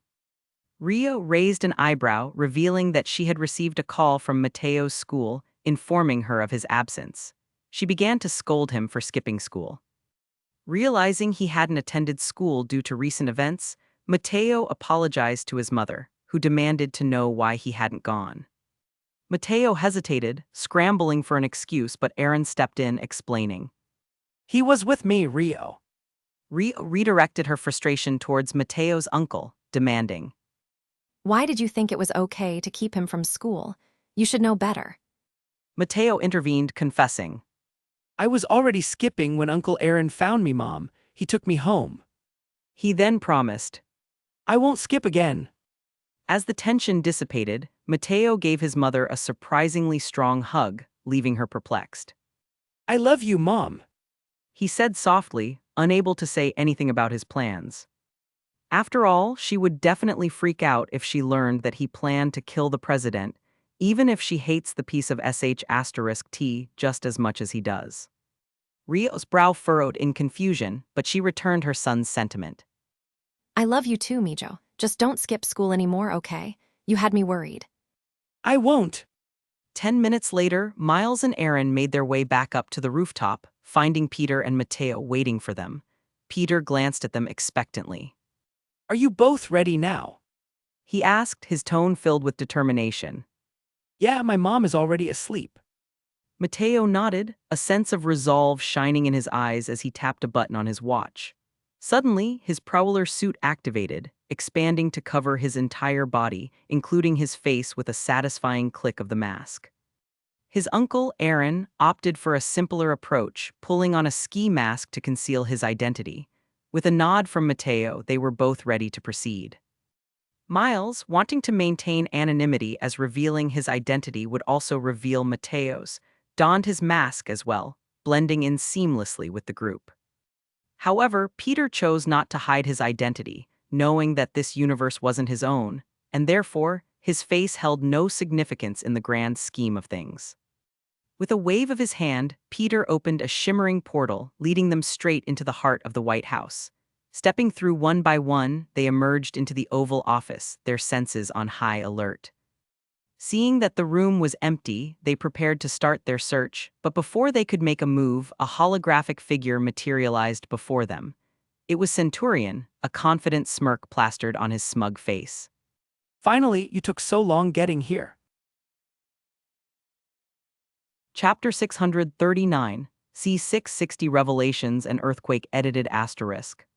Want to read ahead of what I've posted so far? Go to my Patreon and get early access chapters. As of now, the Patreon is 8 chapters ahead. Patreon.com/alien warlord stop. Police car light insert edgy gifs pics here. Most likes wins police car light, a /n, only 2 entries per person. Trophy yesterday's GIF winner, Benbagman Trophy AN Crown. As the holographic image of Centurion flickered before them, Aaron and Mateo exchanged a glance, frustration evident in their clenched fists. The realization that their target was not physically present only fueled their determination to track him down. He's hiding like a coward. Aaron muttered through gritted teeth, his eyes scanning the room for any sign of Centurion's whereabouts. Mateo nodded in agreement, his jaw set in determination. But where? Meanwhile, Peter couldn't resist a taunt as he locked eyes with the holographic projection. Afraid to face me, Centurion? He smirked. Well, I'll give you at least a little credit for leaving a hologram. I thought you'd have run off with your tail between your legs by now. Centurion smirked back, unbothered as he met Peter's gaze. After all, why risk my neck when I can have others do my dirty work for me? He retorted smoothly, his tone dripping with arrogance. Peter chuckled, undeterred by Centurion's cowardice. Too scared to face the music, huh? Typical third-rate villain behavior. While he spoke with Centurion, Peter strode over to the wall where the hologram was being projected from. With a snap of his fingers, he tapped into the holographic projector, scanning for any trace of Centurion's hiding place, a spell circle hovering over the wall. Centurion's smirk widened as he observed Mateo's actions. Impressive, but do you really think you can find me that easily? Peter shrugged nonchalantly, a glint of mischief in his eyes. You never know until you try. After all, you can't hide forever, can you? With a knowing smile, Centurion turned his attention toward Mateo, a sly gleam in his eyes. Why hello there, Mr. Morales. Mateo's heart skipped a beat at the mention of his name, his mind racing with questions. How do you know who I am? He stammered, caught off guard as he's wearing his mask. Centurion's smirk grew more pronounced as he leaned back, reveling in Mateo's reaction. Oh, I've known about you for a while now. He replied cryptically, his tone dripping with malice. Mateo's pulse quickened at the implication that his identity had long been exposed to their enemy. Since when? Peter asked curiously, stealing the words straight out of Mateo's mouth. Centurion's laughter echoed through the room, sending a shiver down Mateo's spine. Oh, much longer than you realize. He taunted, his eyes locking onto Mateo's with an intensity that sent a chill down his spine. Oh, Peter groaned in disgust. don't tell me you were spying on him when he was a kid too.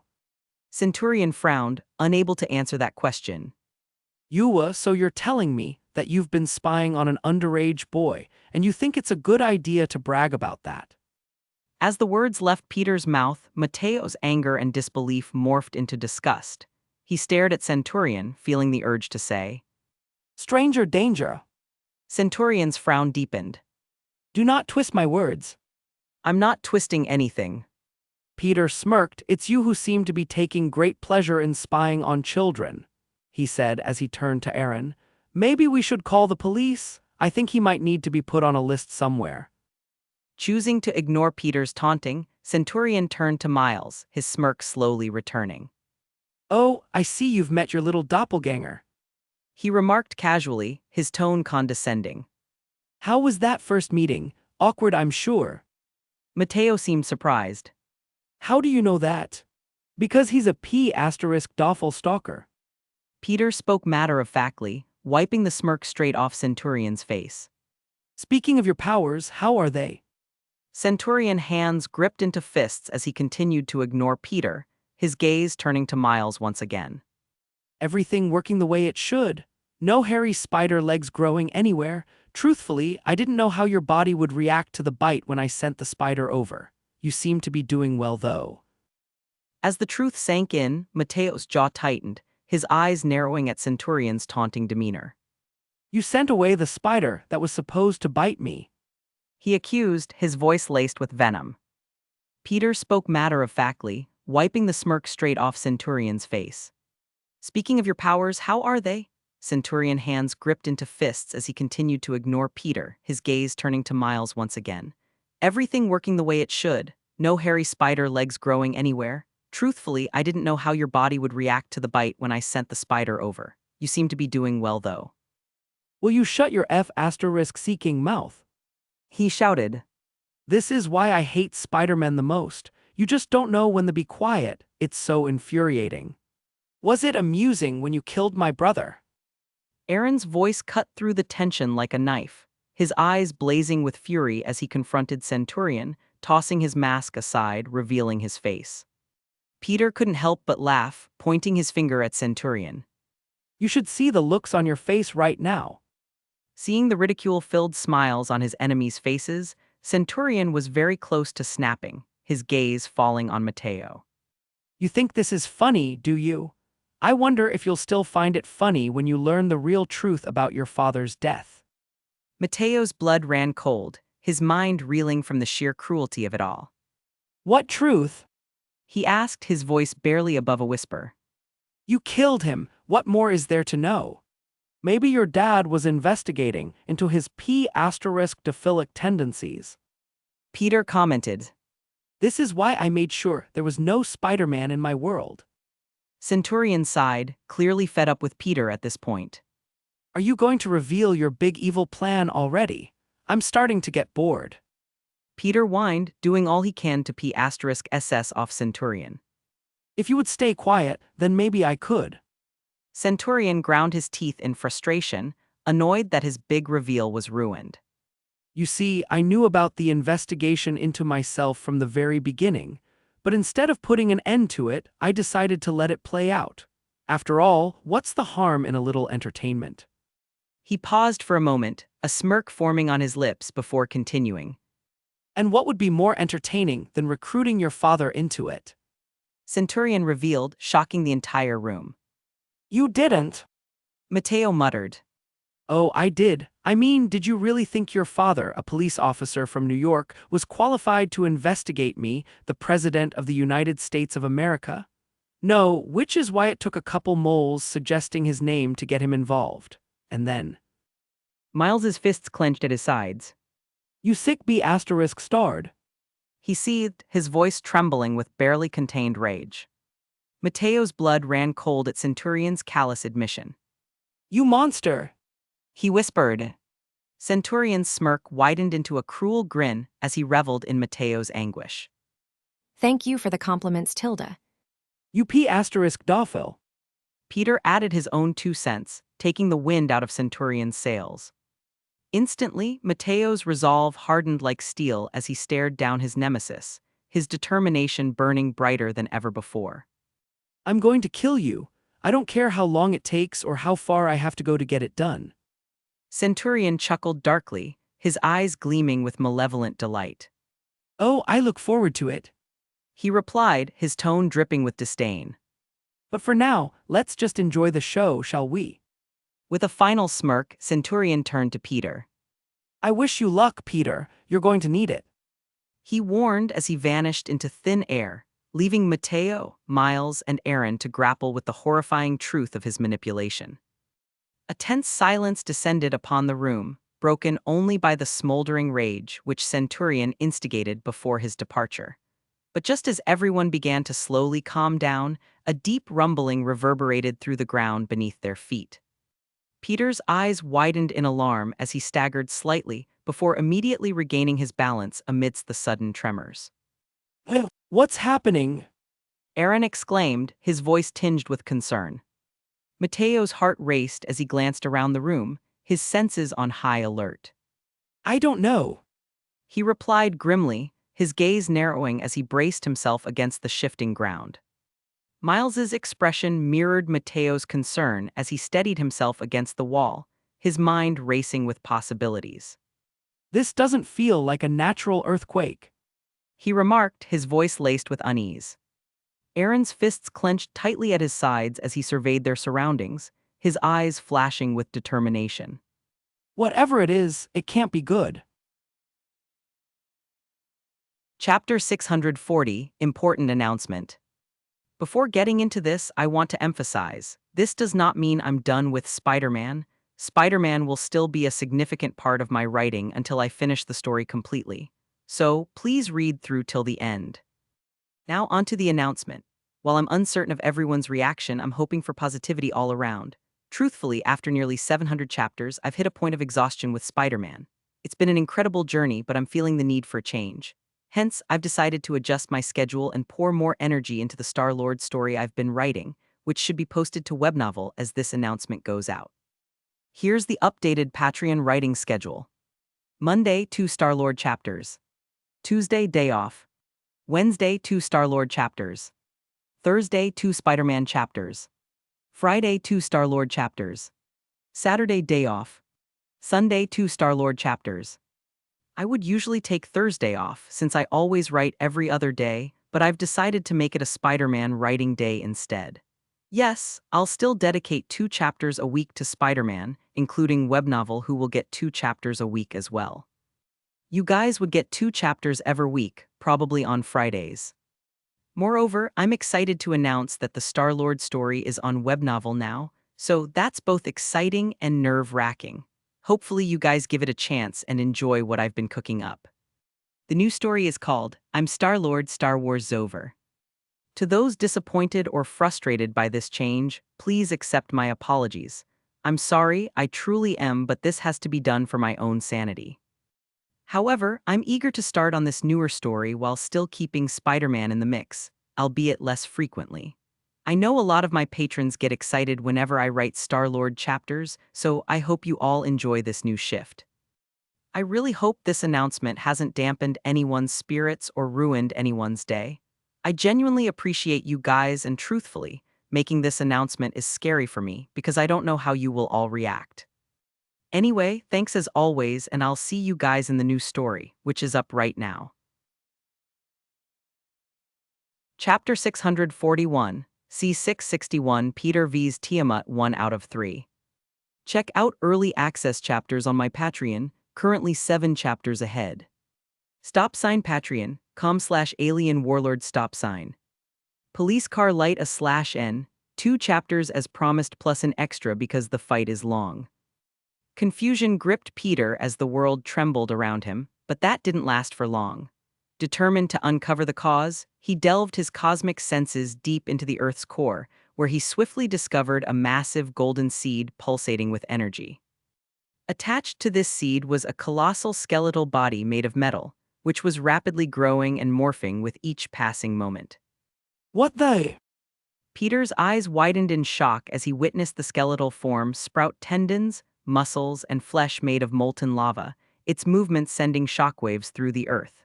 He realized this creature was the source of the seismic disturbances shaking the planet.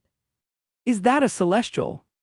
Peter wondered as he felt the energy rolling off of the colossal being, his mind recalling the Eternals movie, which truthfully, he's forgotten about until now. This reminds me, I should check for any celestial seeds back home as well. No longer confused, as he knows what's happening now, Peter turned to his allies, their expressions filled with concern and fear. All right, listen up. He exclaimed, his voice urgent, drawing their attention. What do we do? Mateo asked, his voice tinged with apprehension. Peter's mind raced as he contemplated their next move. You guys are going to stay here and look for Centurion, or at least anything that he's left behind. He declared, his tone resolute. What about you? Miles asks worriedly. Peter smirked confidently at Miles' question as he waved his hand, opening a golden portal leading to the center of the earth, where all of this shaking was originating from. Mateo, Miles, and Aaron peered through the portal, squinting against the intense light to glimpse the colossal figure of the celestial taking shape.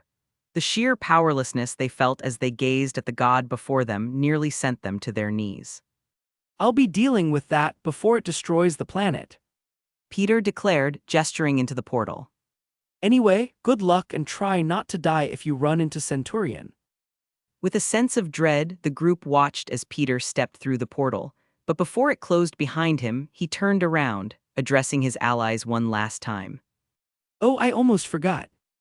Gesturing towards the wall behind them, Peter shot a beam of purple light from his fingertip, which whizzed between Miles and Mateo, nearly missing them as it impacted the wall, exploding on contact.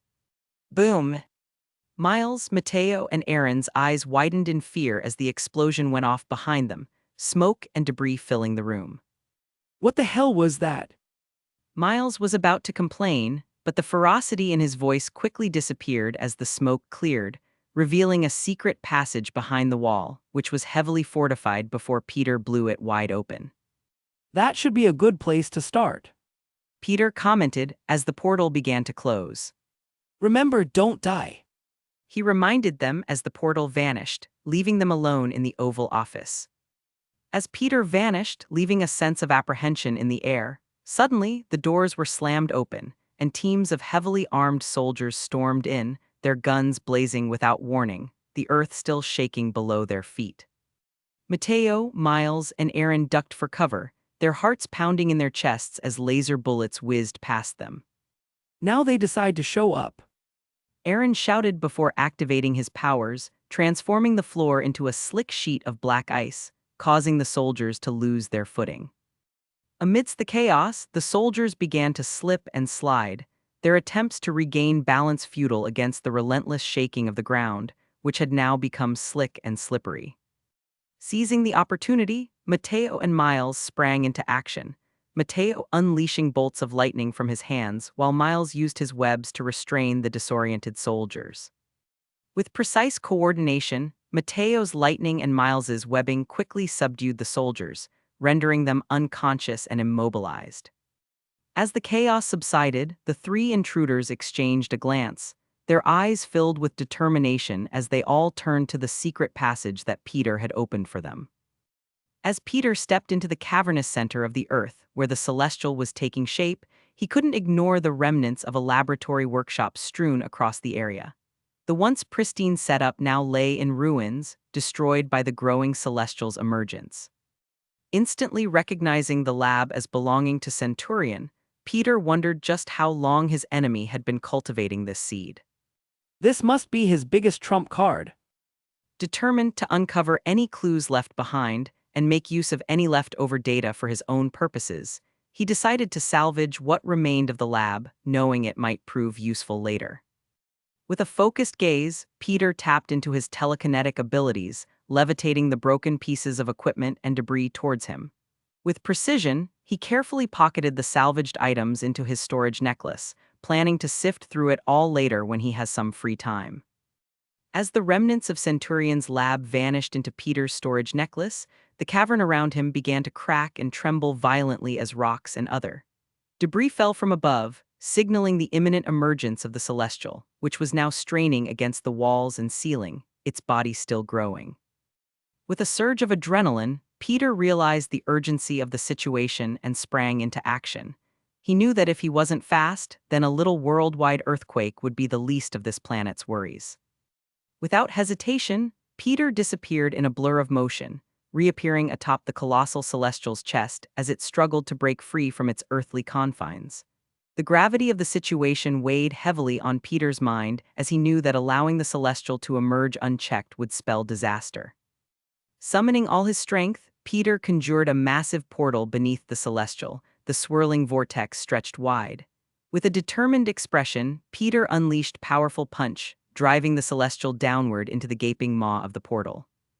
The force of Peter's blow was immense, sending shockwaves rippling through the cavern as the celestial plummeted into the depths below. With a deafening roar, the celestial disappeared into the darkness of the portal, its colossal form impacting a barren, rocky surface on the other side.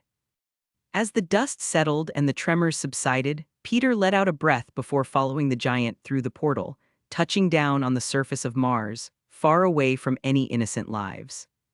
Across the world, as the earthquakes ravaged every nation, buildings collapsed and chaos took hold. For the normal citizens of the world, it felt like the apocalypse had arrived, but suddenly, it all stopped out of nowhere. The earthquake that everyone thought would end the world disappeared just as swiftly as it arrived, calm returning to the planet. In the midst of the eerie silence, people looked around in disbelief, unsure of what had just transpired. Some whispered prayers of gratitude, while others simply stood in stunned silence, grateful for the unexpected reprieve.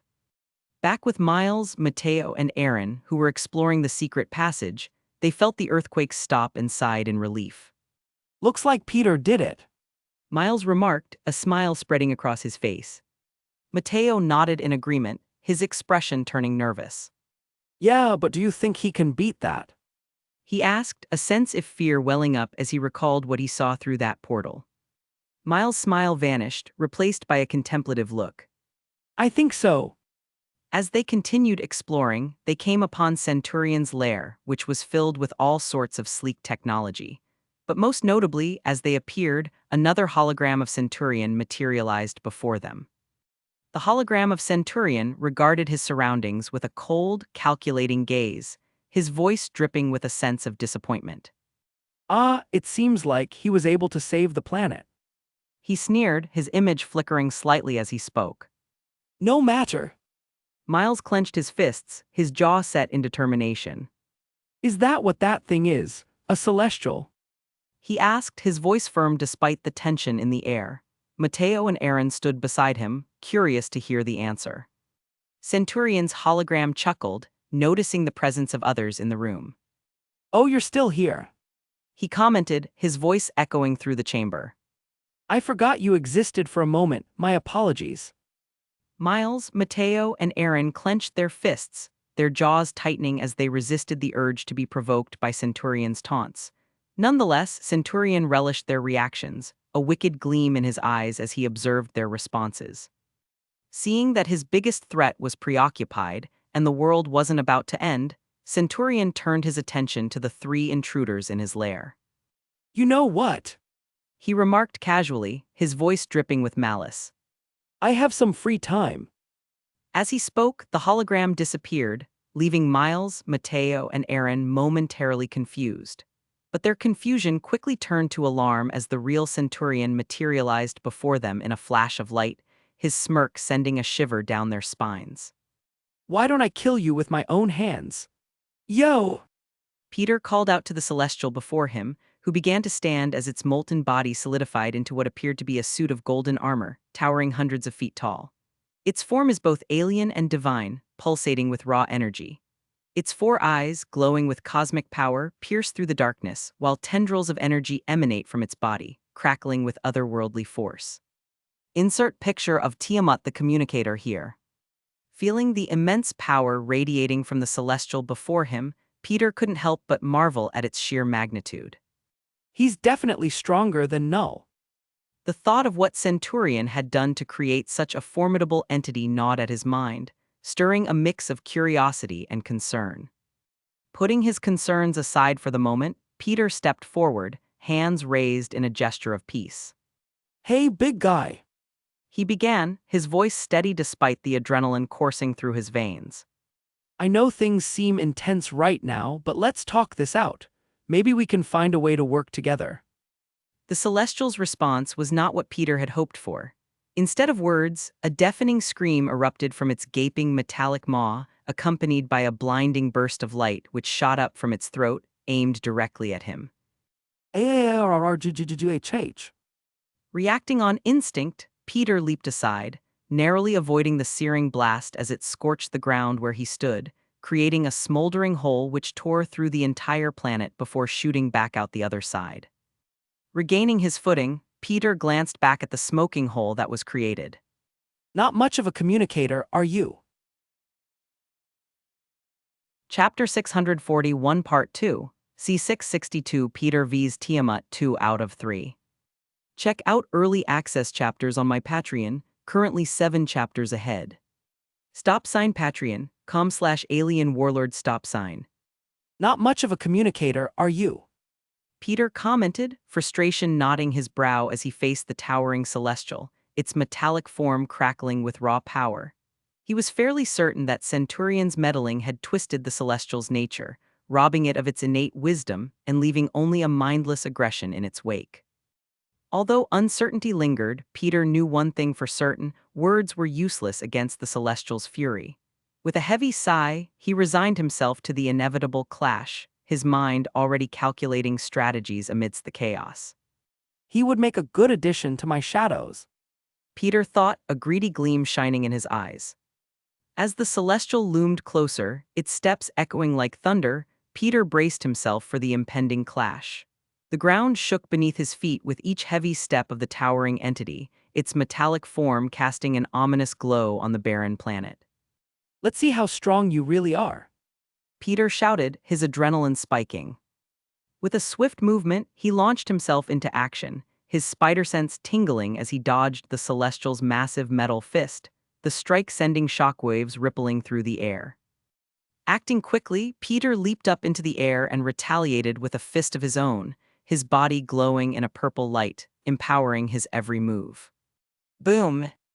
Unlike Peter, the mindless Celestial didn't seem to be fast enough to dodge, or it just didn't have the brain power to understand that it was supposed to avoid attacks, because it didn't even flinch as Peter's fist connected, denting its chest armor and sending Tiamat staggering backwards. Not so tough, are you? Peter taunted, smirking up at the giant. The Celestial roared in fury, its fiery eyes blazing with intensity as it swung its colossal arms frantically, aiming to crush Peter with its berserker mentality. Of course, Peter dodged over and over, returning some attacks here and there, but each dent or scratch that he managed to make in Tiamat's armored form seemed to disappear in a matter of seconds. Even his Phoenix Fire-infused heat vision merely created a hole, which was filled in a minute later. And worst of all, despite his agility and precognition level senses, Peter found himself struggling to keep up with the relentless assault, each blow threatening to overwhelm him. Is it just me, or is this F-Seeker getting faster and faster? He complained as he was chased by the mad berserker, who seemed to only grow stronger and faster as time went by. Mid-leap, Peter was in the middle of dodging when he suddenly sensed another incoming blow, his instincts screaming a warning as he attempted to evade, but it was too late. Tiamat's colossal hand swatted through the air, aiming to squash him like a bug. With no other recourse, Peter activated his phasing ability, intending to slip through the attack unscathed. But to his horror, Tiamat's hand shimmered with a golden energy, disrupting Peter's phasing as it connected with devastating force, sending him hurtling across the planet's surface. The impact sent shockwaves rippling through the air, the force of the blow carving a deep furrow in the terrain as Peter's body crashed into a towering mountain miles away. Pain radiated through every fiber of his being as he struggled to regain his bearings, the taste of blood filling his mouth. As he staggered to his feet, Peter quickly healed as his gaze zoomed forward and locked onto Tiamat, a mix of anger and determination burning in his eyes. Okay, you're definitely my strongest opponent yet. I'll give you that. He growled, watching as the giant began to sprint in his direction. Ignoring the throbbing ache in his body, which slowly lessened by the second, Peter launched himself back into the fray, his resolve unwavering. Gritting his teeth, Peter knew that he had to take it up a notch. With a surge of energy, his body underwent a radical transformation, his muscles bulging as he grew taller and broader, a vibrant red hue engulfing his form. His eyes blazed with an intense orange light, matching the fiery aura pulsating around him, blending with the remnants of his previous purple cosmic energy. Feeling the power coursing through him, Peter let out a primal roar, shaking the ground beneath him as he confronted the rampaging Celestial. Spidey Smash! He bellowed jokingly, his figure shooting forward. With newfound resolve, he met the Celestial head-on, matching Tiamat's berserker ferocity. With each thunderous clash, the barren planet trembled beneath the ferocity of the destructive battle, cracks forming on its surface as the ground split apart. The once desolate landscape now bore scars of their conflict, with fissures snaking across the terrain and plumes of dust rising into the air. Their titanic struggle unleashed devastation on a colossal scale, as shockwaves rippled outward, flattening mountains and tearing through the planet's crust. The sky darkened with swirling clouds of debris and dust, obscuring the sun as their conflict threatened to consume everything in its path. Peter's Red Hulk form clashed with the Celestial's towering figure, each blow sending shockwaves rippling through the air and echoing across the desolate landscape. Despite the immense power at their disposal, neither combatant relented, their battle escalating to cataclysmic proportions. As they traded blows with unrestrained fury, the planet groaned under the strain, its very foundation threatened by the force of their fury. Craters dotted the landscape, scars of their relentless assault as they fought with a primal intensity that bordered on madness. But as the battle raged on, Peter began to feel the tide turning against him once again. Is this mother of asterisk seeker still getting stronger? At this point, Tiamat had to be at least 10 times stronger than Null. Huh, this feels pretty good. He smirked before launching forward, his movements swift and precise as he sought to overpower his formidable opponent.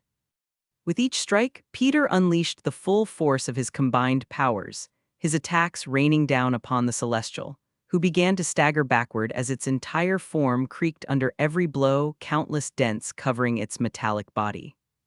The air crackled with energy as their battle reached a fever pitch, the very fabric of reality trembling under the force of their clash. As the white aura pulsed around him, Peter felt a surge of confidence coursing through his veins. He refused to let Tiamat's mindless rage triumph over him, determined to emerge victorious no matter the cost. With a roar that echoed across the desolate landscape, Peter redoubled his efforts, channeling the entirety of his newfound power into a single, decisive blow. The air sizzled with anticipation as he unleashed his attack, the combined might of his many abilities converging into a devastating onslaught. And as his blazing fist connected with the Celestial's metallic form, a blinding explosion of light engulfed them both, illuminating the battlefield in a dazzling display of power. In that moment, Peter knew that victory was within his grasp, and he would stop at nothing to claim it. As the blinding light from his attack subsided, Peter found himself floating in the vast expanse of open space, the once desolate planet below completely obliterated by the final, cataclysmic blow. But as his gaze swept over his surroundings, an aching feeling overcame him. Looking down, Peters immediately realized where that feeling was coming from. His right arm, the same arm he had unleashed his final attack with, was gone, leaving behind nothing but a bloody stump from the shoulder downward. Despite the pain, he let out a resigned sigh, know that it would grow back soon enough.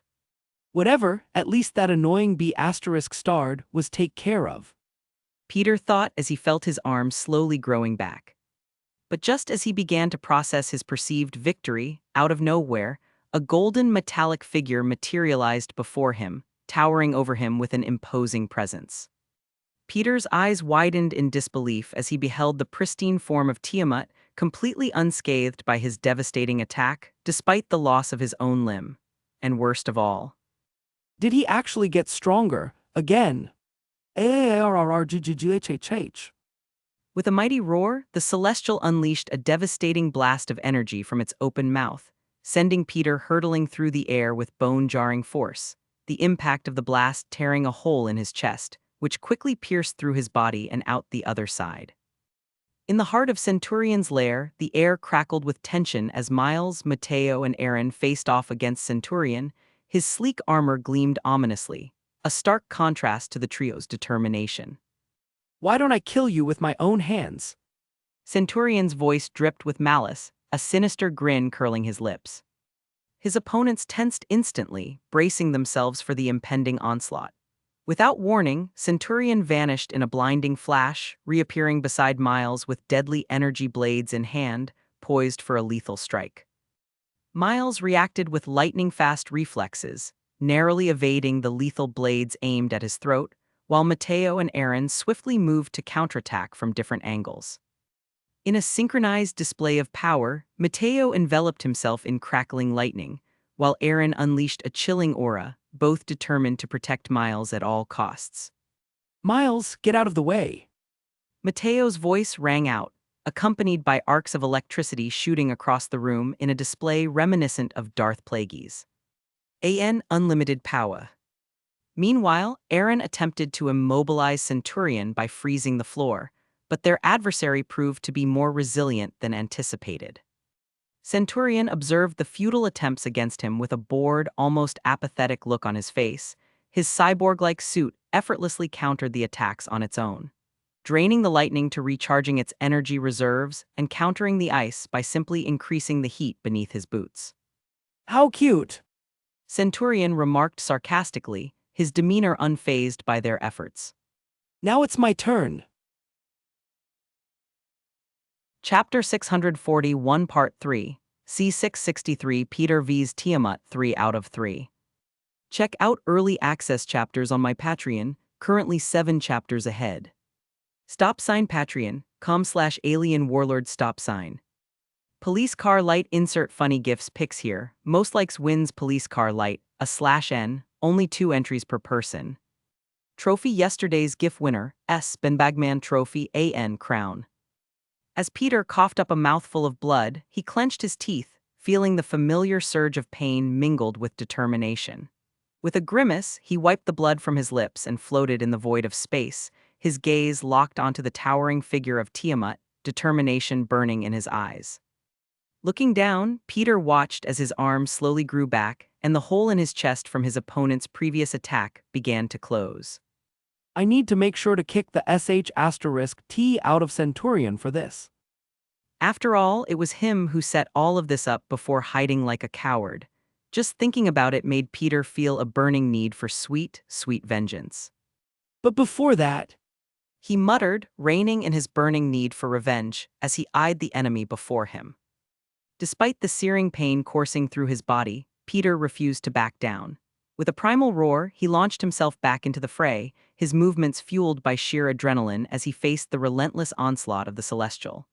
Each blow sent shockwaves rippling through space, the force of their clashes threatening to tear the very fabric of reality asunder. With every ounce of strength he could muster, Peter fought back with a ferocity born of desperation.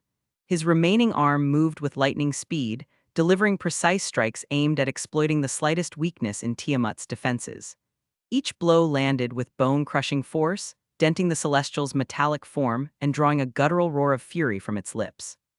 But despite his best efforts, Peter found himself outmatched by the sheer power and relentless onslaught of his opponent. With a sense of growing frustration, he gritted his teeth and pushed himself harder, his mind racing as he searched for a way to turn the tide of battle in his favor. Drenched in sweat and blood, Peter fought with a primal ferocity, his every move fueled by a desperate determination to survive. With every punch, kick, energy blast, etc., he unleashed the full extent of his strength, his blows landing with bone-crushing impact against the Celestial's unyielding form.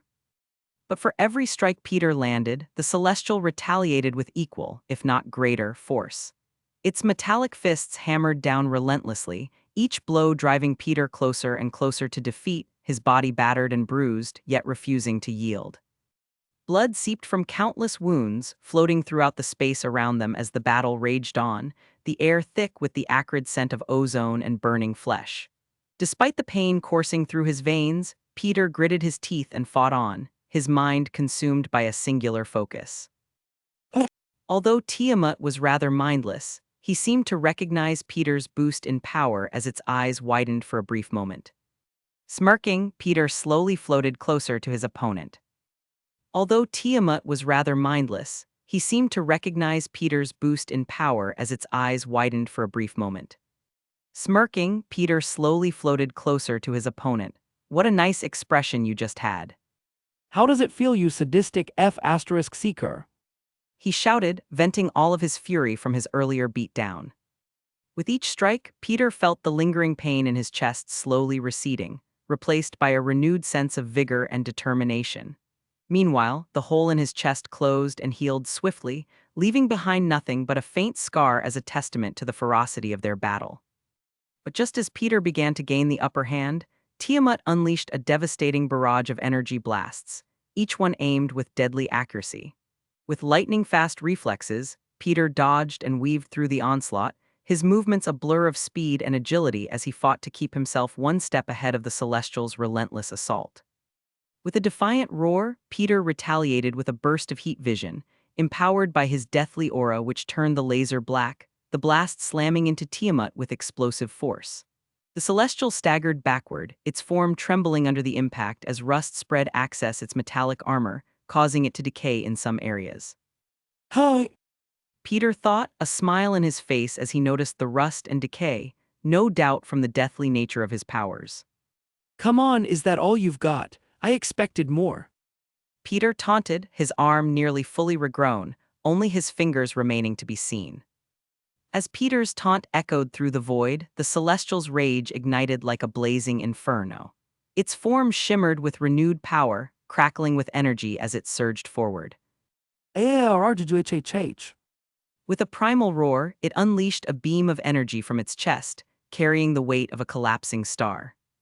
Caught off guard by the sudden surge in the Celestial's power, Peter found himself dodging as fast as he could, the humongous beam of cosmic energy grazing him as it passed by, shooting off toward Mercury.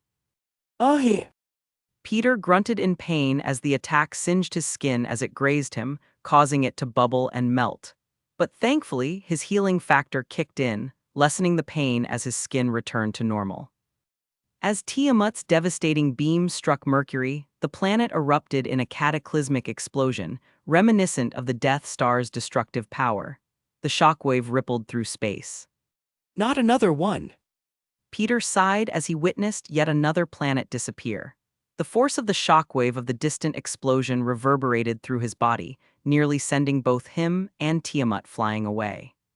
I should probably finish this before he destroys another innocent planet. Especially since the Earth is so close by.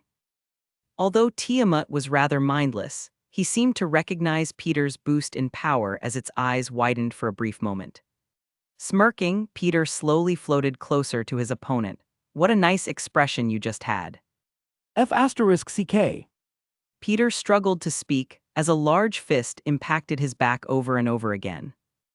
As the ominous aura enveloped both him and Tiamat, the decay accelerated at an alarming rate, the celestial's metallic form beginning to rust and corrode before his eyes. With each passing moment, Tiamat's movements slowed, weighed down by the relentless assault of Peter's deathly powers. Straining against the overwhelming force of the black aura, Tiamat fought desperately to break free, its once mighty form crumbling under the relentless onslaught. But Peter refused to relent, screaming in exertion as he poured every ounce of his strength into his deathly powers while struggling to maintain his grip on the celestial's thrashing form. As the black energy spread from Peter to his metal opponent, the decay intensified, consuming Tiamat's once impervious armor at an extremely high speed. With a final, agonized roar, the celestial fell silent, its body rusted in place as it succumbed to the relentless decay.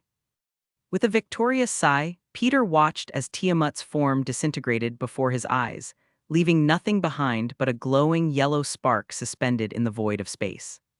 F***CK. Peter complained as he planned to use the body to revive his opponent as a shadowy servant. Maybe it'll still work. Chapter 642, C664 Arise. Check out early access chapters on my Patreon, currently 7 chapters ahead. Patreon.com/alien warlord stop sign. Resisting the urge to utter the word. Arise! Like a certain dripped-out Korean protagonist, Peter cautiously tossed the green flame at the flickering remains of Tiamat, hoping for a successful resurrection despite the celestial's complete decay. Instantly, the green flame collided with the flickering yellow remnants, igniting into a fiery clash as the two hues battled for dominance. Peter watched with interest as Tiamat's residual essence seemed to resist being overtaken so easily, displaying an unexpected tenacity even in its diminished state. As the duel of flames raged on, Peter's eyes widened in surprise as Tiamat's yellow flame began to overpower his own green fire, its flickering light growing stronger with each passing moment. Hi! Undeterred, Peter shrugged and conjured yet another green flame, determined to get what he wanted. I guess I'll just have to keep trying. And like a Pokémon trainer who kept tossing poke balls at a weakened Pokémon, repeatedly, Peter conjured his green flames, never giving up.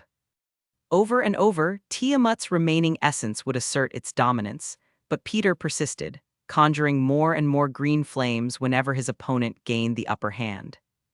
Gradually, Tiamat's resistance weakened, its flickering light dimming with each successive clash until, at last, Peter's final green flame emerged victorious, consuming the celestial's remnants in a triumphant blaze. With a triumphant smirk, Peter watched as his green flame consumed Tiamat's fiery remains, growing in size until it towered above him, pulsating with power. The flame seemed to take on a life of its own, its intensity growing by the second. As the flame reached its peak, it dimmed, and from within emerged a dark shadow figure. It stood tall, its eyes glowing a bright green, matching the accents along its body. It worked! Peter breathed, his voice a mixture of awe and disbelief. He had managed to transform Tiamat into an undead shadow, just like Null.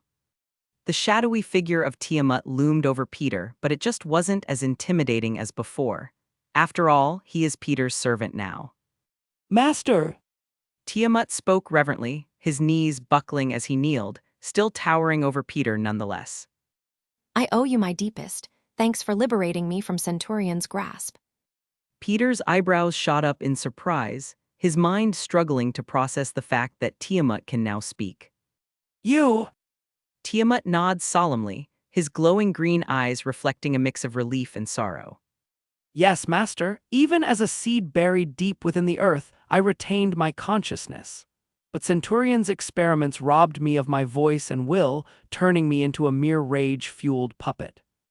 Peter listens intently as Tiamat recounts his plight, his heart heavy with empathy for the Celestial's suffering. I thought so.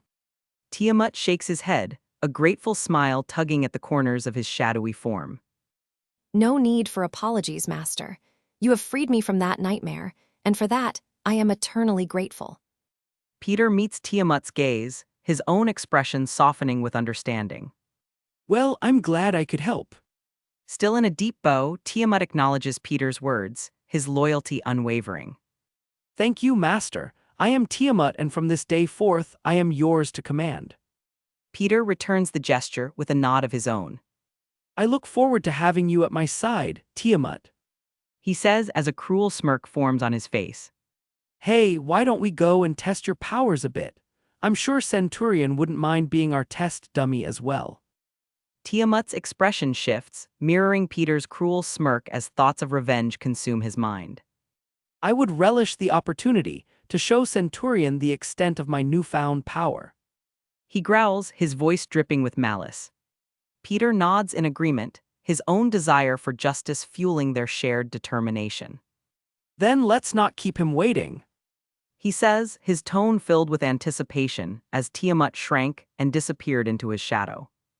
In the heart of the cavernous lair beneath the White House, the clash intensified, the echoes of metal meeting metal reverberating through the chamber as Miles, Matteo, and Aaron battled against the formidable Centurion. Each move was a dance of danger, every strike a testament to their determination to overcome their powerful foe. Miles dodged and weaved, his spider sense tingling with warning as Centurion's deadly energy blades sliced through the air with lethal precision. With a swift twist, Miles unleashed a venom blast, the crackling energy surging forth like a torrential wave, aimed at disabling Centurion's suit. But Centurion was ready, his suit adapting seamlessly to the assault, absorbing the energy and repelling it with a surge of power. Is that it? He taunted, his voice dripping with contempt and disappointment as he lunged forward, relentless in his pursuit. If I'd known you'd be this weak, I would have sent the spider somewhere else. Matteo's fists clenched with determination as he summoned the power of electricity, arcs of lightning crackling around him like a tempest unleashed. With a surge of willpower, he tried to control the metal on Centurion's suit, aiming to squeeze him to death. Yet Centurion was no stranger to such tactics, his suit morphing and shifting in response, repelling the magnetic power with ease. You'll have to do better than that. He sneered, his eyes alight with malice as he pressed the attack. Though it is impressive. Aaron, ever the strategist, watched the battle unfold with a calculating gaze, his mind racing as he sought a way to turn the tide in their favor. With a flick of his wrist, he summoned icy tendrils from the ground, aiming to ensnare Centurion and freeze him in his tracks. But Centurion was too quick, his suit adapting once more, emitting a high-pitched hum, causing the tendrils to shatter within a certain proximity. Nice try. He scoffed, his movements fluid and precise as he closed in on his prey, his intent clear. Is this the best you can do? He jeered, his blows raining down with merciless intent. Pathetic. The cavernous chamber became a battleground of desperation, the air thick with the sound of grunts and the metallic clang of combat. But against Centurion's overwhelming might, their resistance seemed futile, their hopes of victory dwindling with each passing moment. As Centurion pressed his advantage, the trio found themselves pushed to their limits, their bodies bloody, battered, and bruised, their resolve hanging by a thread, unable to keep up with the relentless assault. Here. Miles grunted as he smacked into the wall at full speed, collapsing to the floor, unable to move. Matteo followed soon after, his arm snapped out of place as he was sent hurtling across the floor. Miles. Aaron's voice rang out, filled with concern as he saw his nephew's injuries. Oops. Sebcharian smirked dangerously. Did I do that? Aaron turned back to Centurion, his resolve burning with the fire of vengeance. He couldn't let Centurion get away with what he had done to him, his nephew, his sister-in-law, and most of all his brother. Uncle Aaron, wait. Miles and Matteo screamed after him, unable to stand after the beating they'd been given. But Aaron didn't listen, moving forward one step at a time as his body began to emit an icy chill, which shot out toward Centurion, a manifestation of his determination to take down his brother's killer. But sadly, Centurion's suit countered the attack effortlessly, nullifying the cold with a burst of searing heat. Centurion scoffed, his laughter echoing through the chamber as he delivered a bone-crunching kick that sent Aaron crashing to the ground. The pain was unbearable, but Aaron refused to yield, his eyes blazing with defiance even as he knelt before his adversary. Mateo and Miles, their bodies broken and battered, could only watch in horror as Centurion raised his blades, poised to strike the final blow. Stop! They screamed, their voices filled with desperation, but Centurion paid them no heed. First your father, and now your uncle. Centurion laughed as he stared Mateo in the eyes. They screamed, their voices filled with desperation, but Centurion paid them no heed. First your father and now your uncle, Thank you, Peter, you saved my life. he said, his voice filled with genuine appreciation. Peter offered a reassuring smile. No problem. He replied, his tone comforting. Meanwhile, across the room, Centurion scrambled to his feet, his eyes widening in terror as he saw Peter standing across from him, signifying the failure of his plan. With a panicked expression, Centurion activated the multiverse traveling function of his cyborg suit, desperate to escape the wrath of Spider-Man. But to his horror, a glowing rune appeared on his chest, in the exact spot where Peter slapped him, nullifying his escape attempt and trapping him in the chamber with his nemesis. Peter smirked triumphantly, his gaze locked on Centurion. Where do you think you're going? Chapter 643, C665 Vengeance and Closure. Check out early access chapters on my Patreon, currently 7 chapters ahead. Patreon.com/alien warlord stop sign. Police car light insert poop pile of poo gifs /pick here. Most likes wins police car light a /n, only 2 entries per person. Trophy yesterday's GIF winner, S Darkslayer Trophy AN Crown. Where do you think you're going? Peter asked as Centurion tried and failed to escape, his rune working just as planned.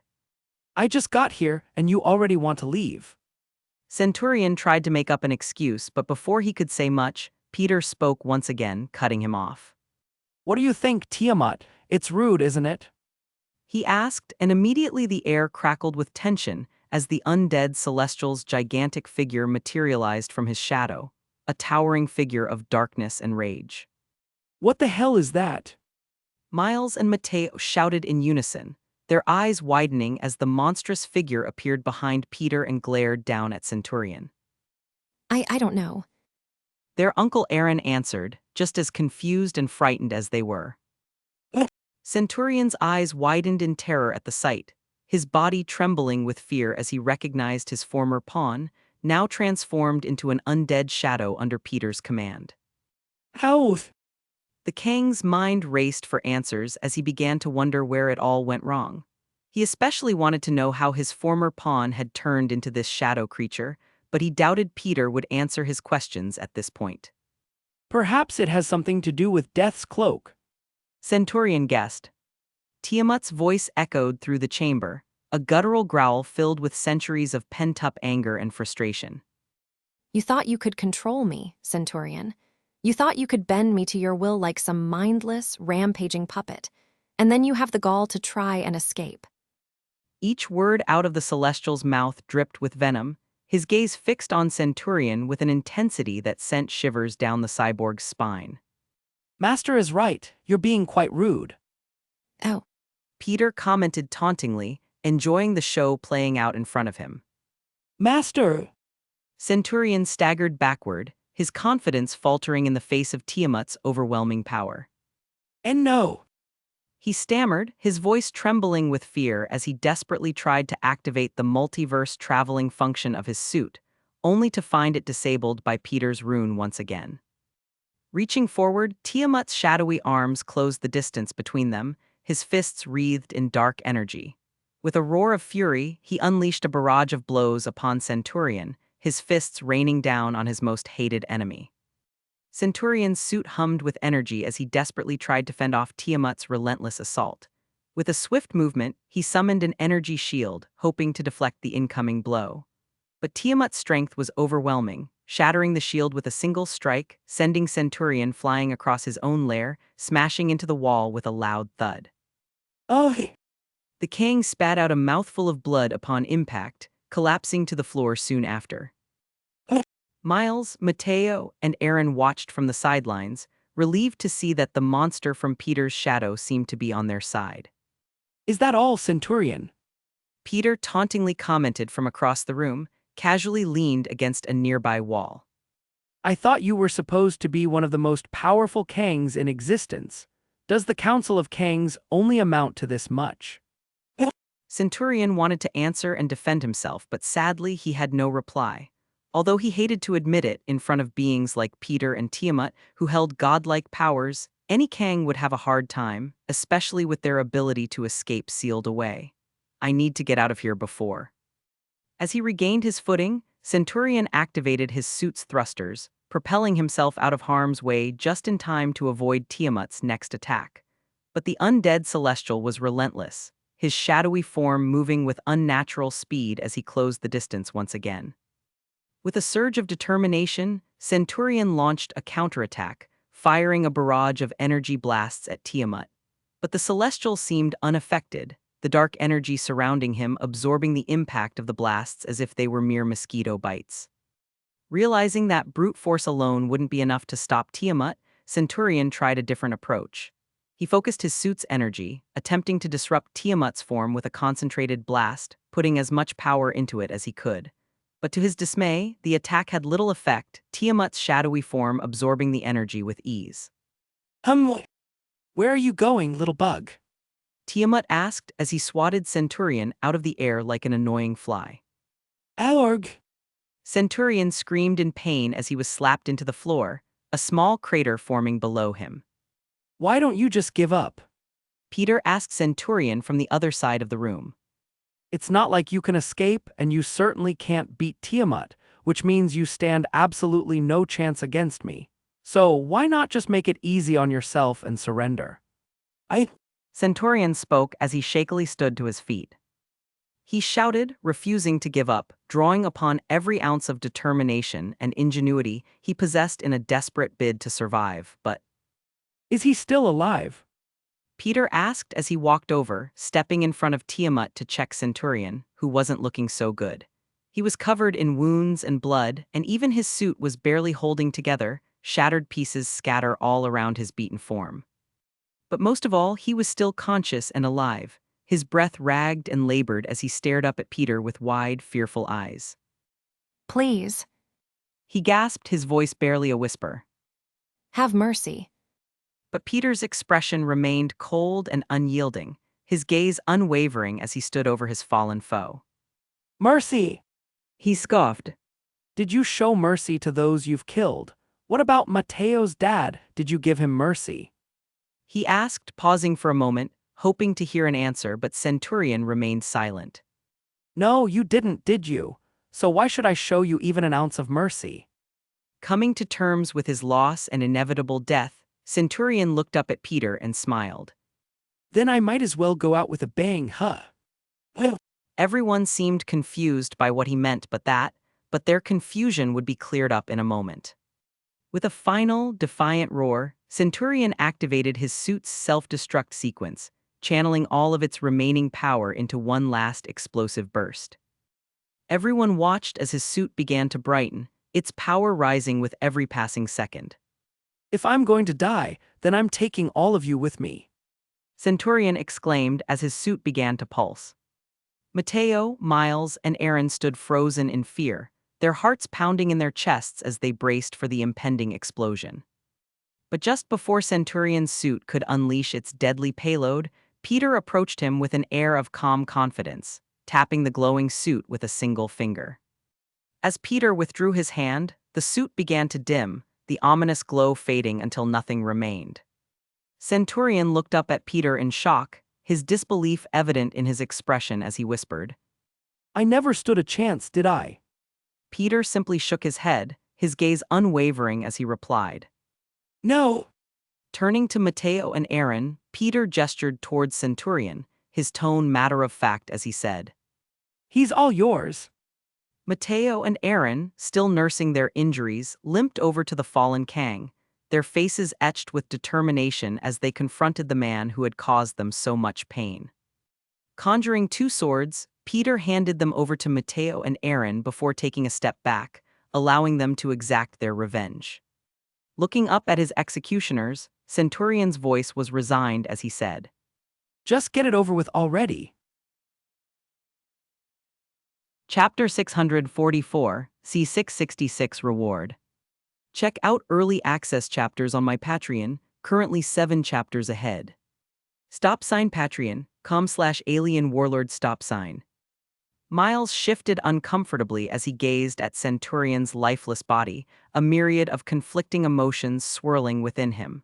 Finally, he turned to Peter, uncertainty evident in his voice. Should we?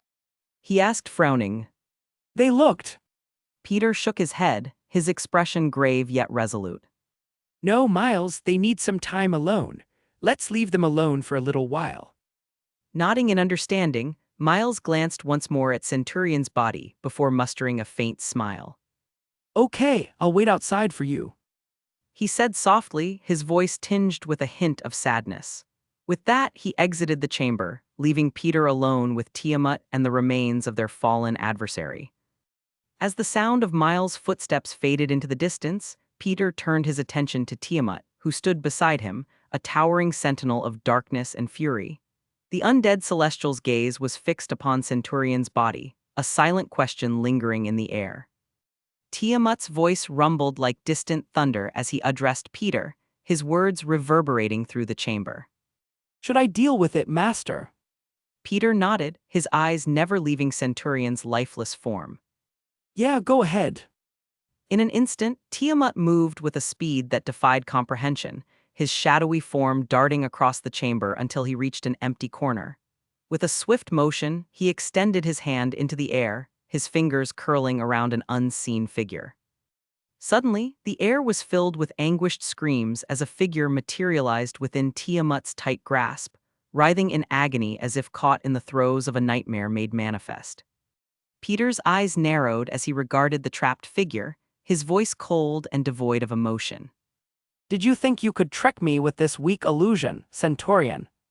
He asked, his words sharp as he kicked the Dead!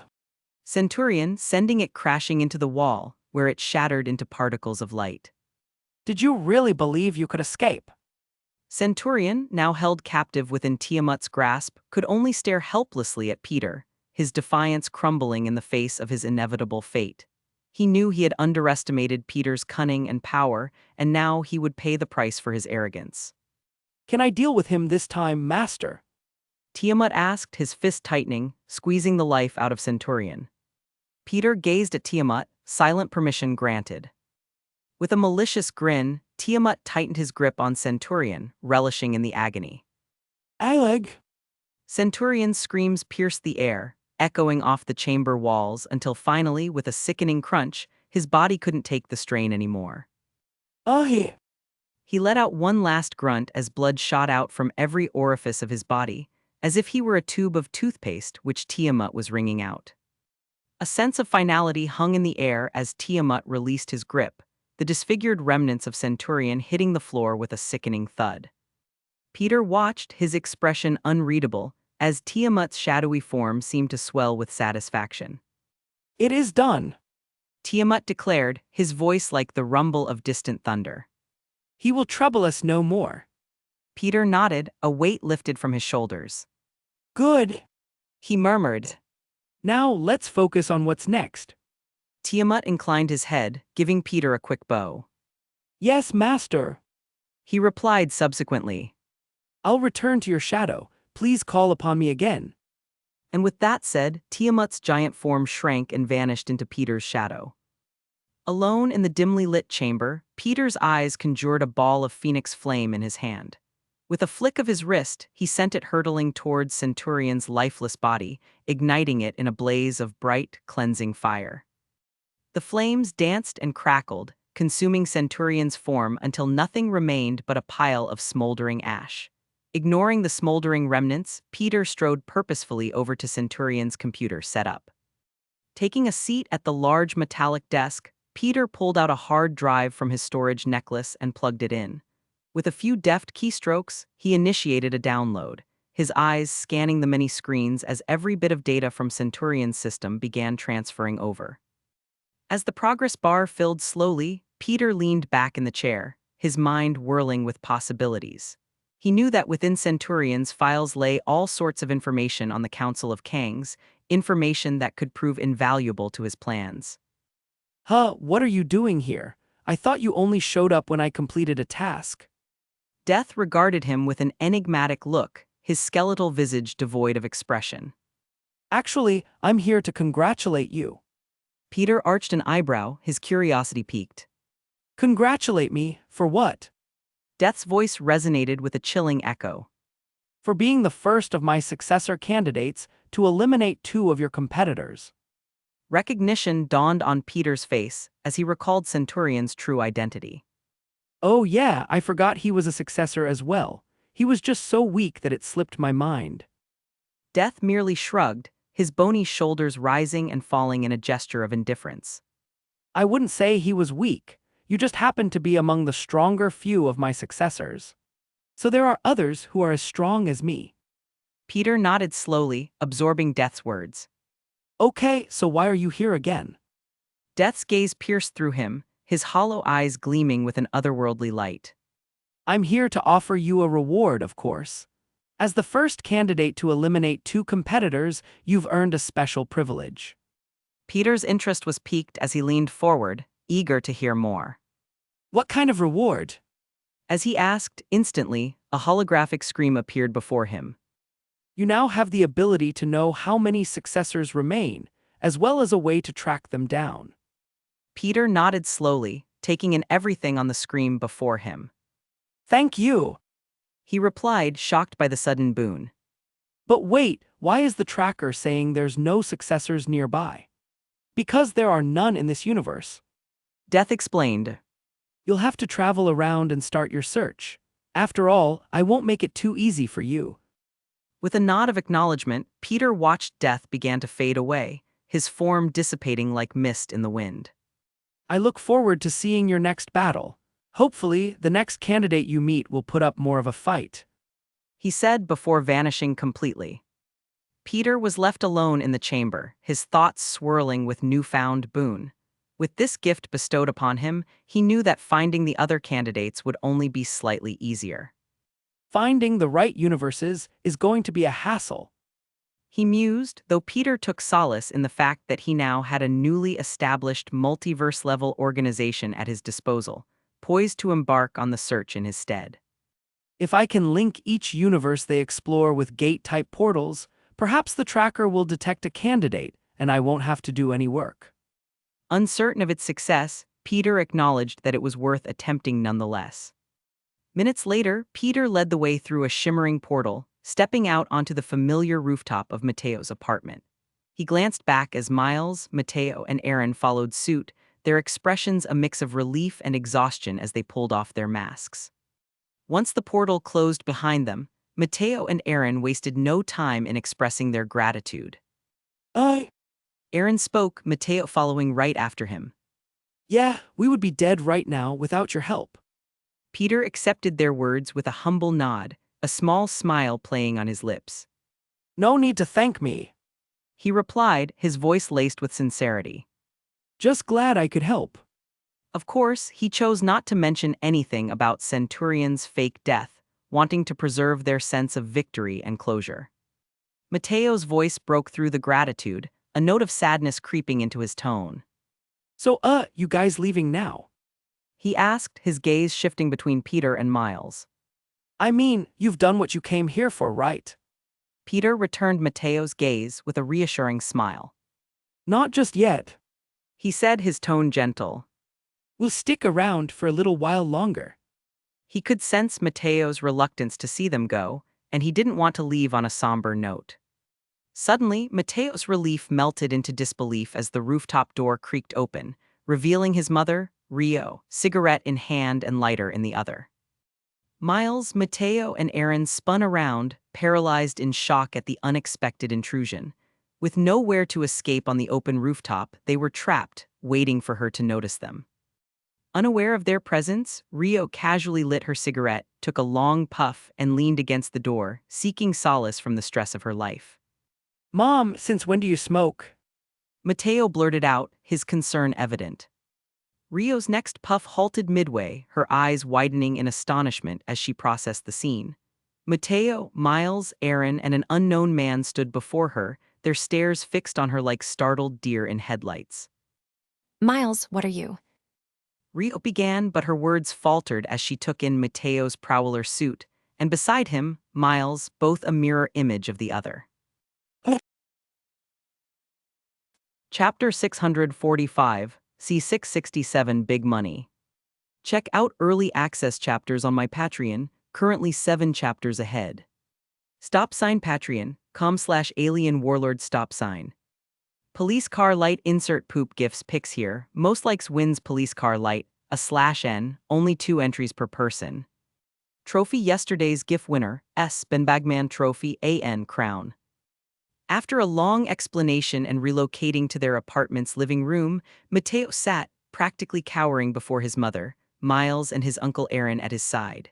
Meanwhile, Peter stood across the room, watching the drama unfold. Mateo couldn't look his mother in the eyes, too afraid to even glance in her direction. He asked, knowing how she would react.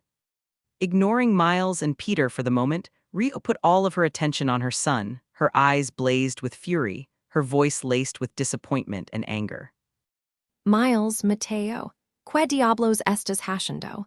What the hell are you doing? You know better than to involve yourself in these dangerous activities. Your father died because of this madness, and I won't let you throw your life away like he did. Mateo winced at the mention of his father, guilt gnawing at his insides as he struggled to find the right words to explain. Mom, I'm. He stammered, his voice tinged with desperation. Rio's expression softened slightly, but her resolve remained unwavering. I don't care what you think you're doing. You're putting yourself in danger, and it ends today. She exclaimed, her eyes brimming with tears as she reached out to grasp her son's shoulders. Mateo took a deep breath, steeling himself for what he knew would be a difficult conversation. Mom, I can't stop. He began, his voice steady despite the turmoil within him. Not when I have these powers, not when I know I can make a difference. Rio's eyes widened in disbelief as Mateo held up his hand, electricity crackling between his fingertips, illuminating the room with a soft, blue glow. She stumbled back, her breath catching in her throat as she struggled to comprehend what she was seeing. What? She gasped, her voice barely above a whisper. Mateo met his mother's gaze, his heart pounding in his chest as he watched the mix of fear and awe flicker across her face. My powers? He admitted, his eyes glued to the electricity. Peter gave them to me. Instantly, Rio turned to Peter, who merely waved hello in response. She didn't know what to say or how to treat him. After all, if her son's story was true, then this man as well as her son's lookalike were from another universe. Choosing to continue to ignore the whole multiverse situation for just a little bit longer, Rio's mind raced as she struggled to process her son's revelation, her thoughts a whirlwind of confusion and fear. But She protested weakly, her voice tinged with desperation. what if something happens to you? What if you get hurt? Mateo's resolve hardened as he reached out to take his mother's hand, his touch gentle yet determined. I won't let that happen, Mom, I promise. He said earnestly, his voice filled with conviction.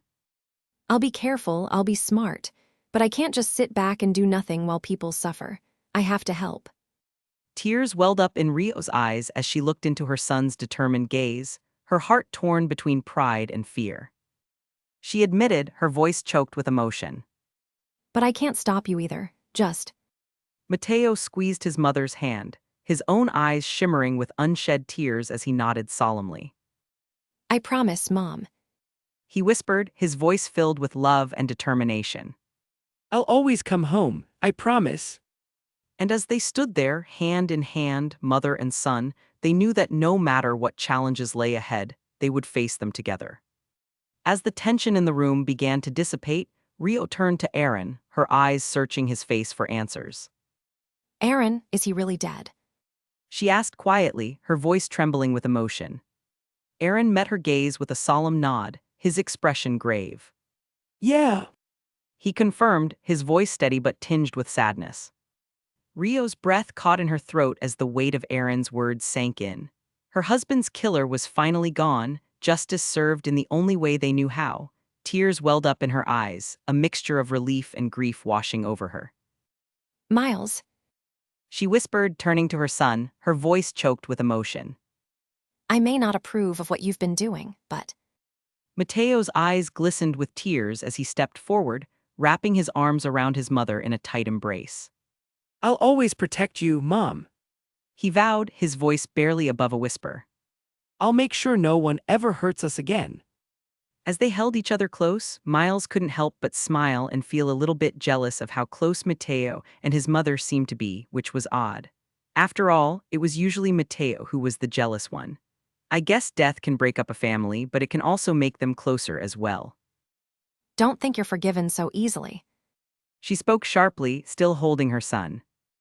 I believe there's some garbage in the kitchen that needs taking out. Rio could and would always forgive her son, because that's just what a mother does, but her brother-in-law was an entirely different story. Aaron is an adult and shouldn't have aided her son in a war against the government. And most of all, he should have told her the second he found out. Sigh, Mom, don't be too hard on Uncle Aaron. he says softly, his voice filled with empathy. When he found out what I was doing, I had to beg him not to tell you. Rio smiled reassuringly as she looked at her son, a mix of pride and affection in her eyes. I know, Mateo, and in time I'll forgive him. She replies, her tone gentle yet firm. But for now, he has some making up to do. Mateo's frown deepened, guilt gnawing at him. He hates seeing his uncle being punished for his own decisions, but at least he thinks he wasn't being punished alongside him.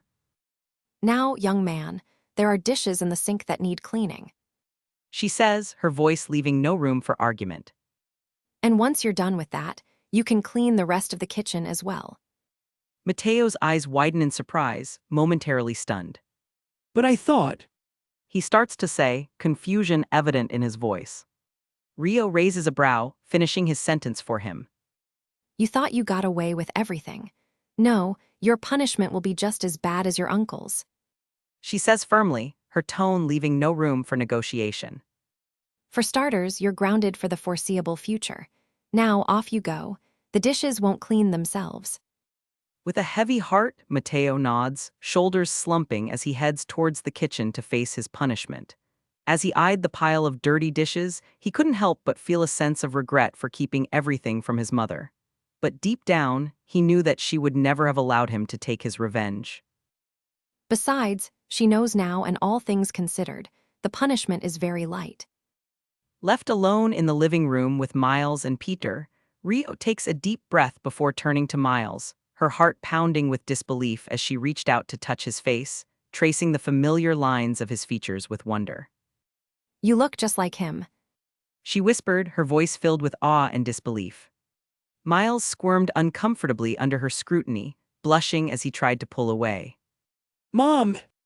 He mumbled, his cheeks flushed with embarrassment at the comparison, but then he realized, in a slip of the tongue, he called her. Mom, Immediately regretting it as he stammered out an apology. Rio couldn't help but smile at his embarrassment, her heart warming at the unintended endearment. it's okay, Miles. She reassured him, her tone gentle. You can call me Mom if you want. I don't mind. Miles looked away bashfully, a small smile tugging at his lips as he muttered, Okay, Mom. feeling a strange sense of comfort in the familial term. Turning her attention to Peter, Rio's expression turned conflicted, a frown marring her features as she struggled to reconcile her gratitude with her concerns. Peter, I appreciate what you've done for my son, but giving him those powers. She began, her voice tinged with worry. Peter nodded understandingly, knowing the weight of her worries. I guess I'll have to make a good first impression in order to win her over. Without a word, he pulled out his phone, tapping away, confusing both Rio and Miles.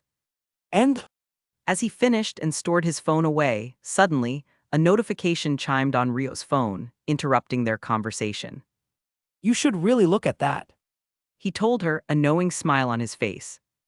Hesitantly, she checked it, her eyes widening in shock as she read the message. Dropping her phone, she stared at it in disbelief, her mind reeling. Miles leaned over to see what had startled his mother, his eyes widening as he read the notification. What is it? He asked, his voice tinged with concern as he saw the amount displayed on the screen. It's Rio murmured, her voice barely above a whisper, as she struggled to comprehend the enormity of the sum. $50 million. Chapter 646, C668 Ratatouille. Check out early access chapters on my Patreon, currently 7 chapters ahead. Patreon.com/alien warlord stop sign. As the world was going crazy over the disappearance of the President of the United States of America, Rio sat in her bedroom, staring at her phone in disbelief. Peter's reassurances echoed in her mind, calming her nerves. When she first began to realize what happened, her bank account loaded with a life-changing amount of money, she immediately tried to give it all back. After all, she never liked getting handouts from others, especially not from people she didn't even know. But thankfully, Peter made that impossible. With a bit of finagling, he made it appear as if the money was never even wired over, but instead came from a long list of investment, which she made throughout her entire adult life, adding up to a crisp $50 million. Despite her initial hesitation, the allure of financial security for her family proved too enticing to resist. With Miles, Mateo, and Aaron by her side, convincing her to just take it, she made the decision to keep the money, albeit with a twinge of hesitancy lingering in her heart. After all, it was a small fraction of Wilson Fisk's ill-gotten gains, which Peter had stolen and repurposed, a form of justice served from beyond the grave. As she tentatively accepted the unexpected windfall, Rio couldn't shake the feeling of unease and uncertainty, wondering what the hell she was supposed to do with all this money. Yet, with Peter's convincing words and the support of her family, Rio pushed aside her doubts and allowed herself to dream of a brighter future. With the weight of financial burden lifted, she could finally breathe a sigh of relief and focus on rebuilding their lives. Together, they discussed plans for the money, mapping out investments and savings to ensure long-term stability. Mateo's eyes sparkled with excitement as he suggested ideas for their future, such as building their own house, which they would actually own instead of throwing their money away on rising rental costs. His enthusiasm infectious as they dared to imagine a life free from the shadows of their past. As they basked in the warmth of newfound hope, Rio couldn't help but feel grateful for Peter's unexpected generosity. Despite his mysterious arrival and his involvement with her son's shocking new abilities, she couldn't deny the impact he had made on their lives, bringing light to their darkest days. With a renewed sense of purpose, Rio embraced the opportunity to carve out a better future for her family, determined to make the most of this unexpected gift. And as they laughed and planned together, a sense of optimism filled the room, washing away the lingering doubts and fears of the past. In the end, Rio realized that sometimes help can come from the most unexpected places. And as she looked at her son, his smiling face finally returning after so long, she knew that no matter what challenges lay ahead, they would face them together as a family. After a long day of ups and downs at the Morales household, Peter and Miles found themselves staying the night, with Rio insisting they stay, even going so far as to set up the entire living room just for them. As everyone drifted off to sleep, Miles snoring on the other side of the room, Peter lay awake, his gaze fixated on a family photo nearby. As I thought. Peter sighed at his expected failure. As he already guessed, his powers could only bring back undead shadows, not real living beings. Disappointment weighed heavy on Peter's shoulders as he gazed at the shadowy rat before him. Despite his best efforts, he couldn't help but feel a twinge of frustration at his limitations. Well, it's not like I didn't expect this already. He muttered to himself, running a hand through his hair. The shadowy rat seemed to sense its master's frustration, its glowing eyes flickering with understanding as it let out a cute squeak, leaping onto Peter's shoulder before rubbing its face against his cheek, trying to comfort him. You're pretty cute, you know that. Peter reached up and scratched the little rat under its chin, a smile forming on his face. With one more theory to test, Peter slipped through a star-shaped portal, returning to his basement in his home universe. He didn't want to disturb his family, who slumbered peacefully upstairs, especially not when he's carting around a bunch of dead rats like some sort of psychopath. With determined focus, he placed a single rat from Mateo's universe on the floor. Retrieving his rings from his storage necklace, each adorned with an infinity stone, Peter donned them on his fingers, feeling the weight of their power. Here goes nothing. Gazing at the lifeless rat, Peter snapped his fingers, channeling the immense power of the infinity stones. He watched with bated breath as the rat's stiff body began to stir, its chest rising and falling with renewed breath. Hope flickered in Peter's heart as the rat remained still, like a dormant vessel. He nudged it gently, but it didn't respond, confirming his earlier suspicions. With a sense of resignation, Peter infused his eyes with a flicker of eldritch energy, peering into the rat's body. There, he found no trace of an astral form, confirming its soulless state. Even the power of the soul stone couldn't bridge the gap between universes, leaving the rat devoid of its essence. Peter guessed, and in a final attempt, he levitated the rat and opened a portal back to Mateo's universe, hoping for a miracle. But as the rat returned to its original realm, it remained lifeless, devoid of soul. As failure settled over him like a heavy cloak, Peter realized a harsh truth. Maybe I can try again when I'm more powerful. As the sun began to rise, Peter stood on the rooftop, gazing down at the soulless rat before him. A sense of pity tugged at his heart as he considered its fate. Should he end its suffering now, or let it linger in this state until it inevitably starves to death? Just as Peter was about to put the little guy out of its misery, suddenly, a peculiar idea sparked in his mind. He rummaged through his storage necklace and retrieved a large gem which emanated a faint glow. However, the gem was not empty, it housed the trapped soul of Kang the Conqueror, a being of immense intellect and fury. As Peter held the gem, a torrent of curses and anger filled his ears.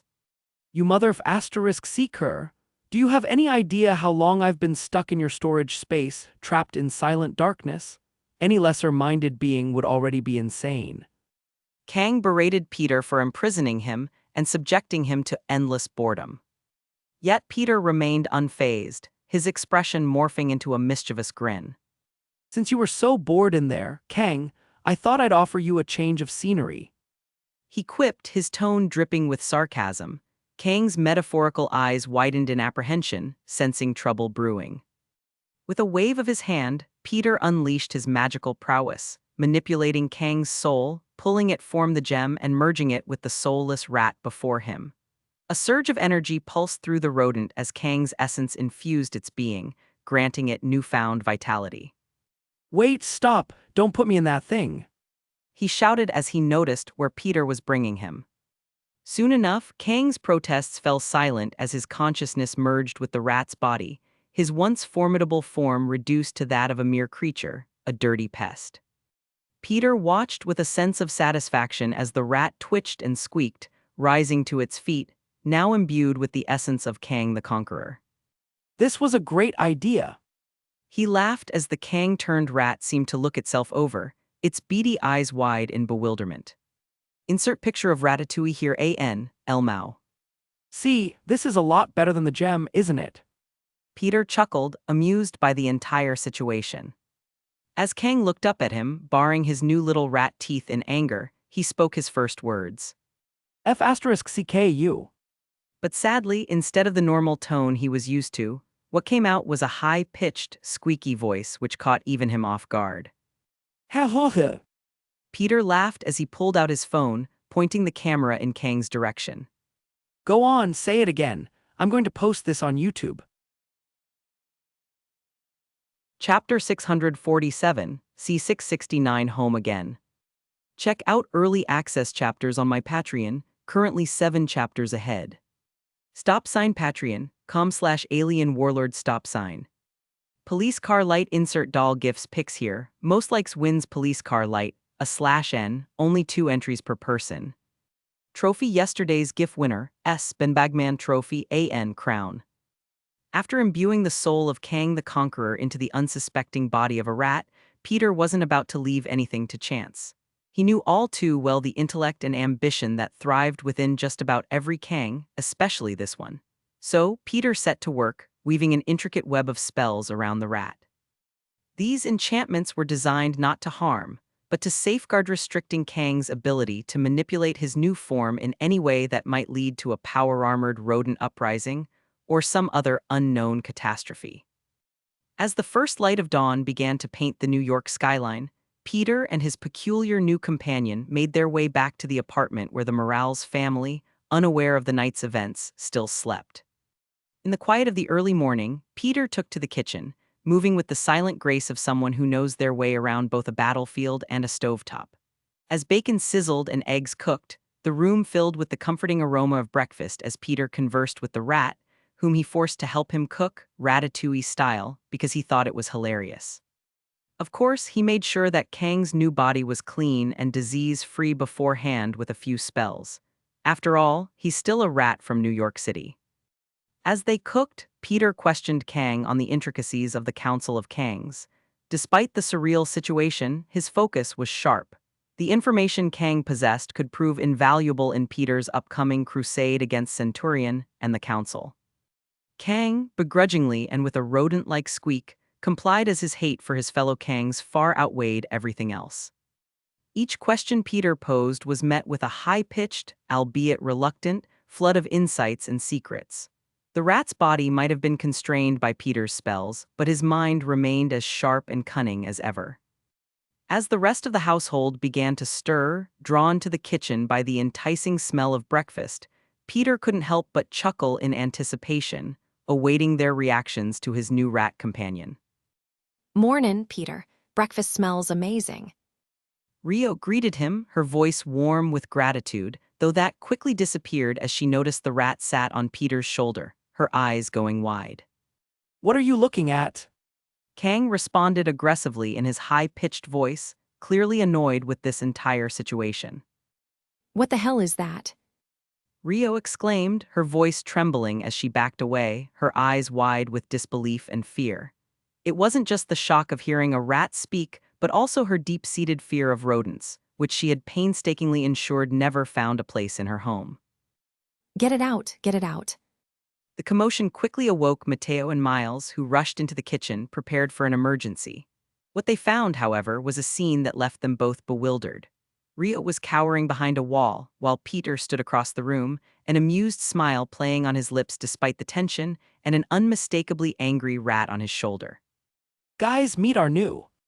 Peter finally broke the silence, struggling to keep a straight face. F***CKU. The rat, meanwhile, glowered at everyone, clearly hating every moment of this. Peter, why is there a talking rat in the kitchen? Miles asked, his tone a mix of confusion and curiosity. Peter cleared his throat, readying himself for the explanation. Well, this isn't just any rat. This is Kang the Conqueror. Peter quickly explained, watching their reactions carefully. And you thought this was funny. Rio managed to find her voice, still incredulous. Yes. Peter chuckled, nodding. I mean, come on, it's kind of hilarious. He said as he gestured towards all of the food. I even had him make all of this with me, like ratatouille. Ugh. Rio very nearly puked, just the thought of food touched by a dirty rat turning her stomach. Kang, seizing the moment, let out a high-pitched tirade. You think this is funny. This is demeaning. You can't just play with people's lives. Did a Kang just lecture me about playing with people's lives?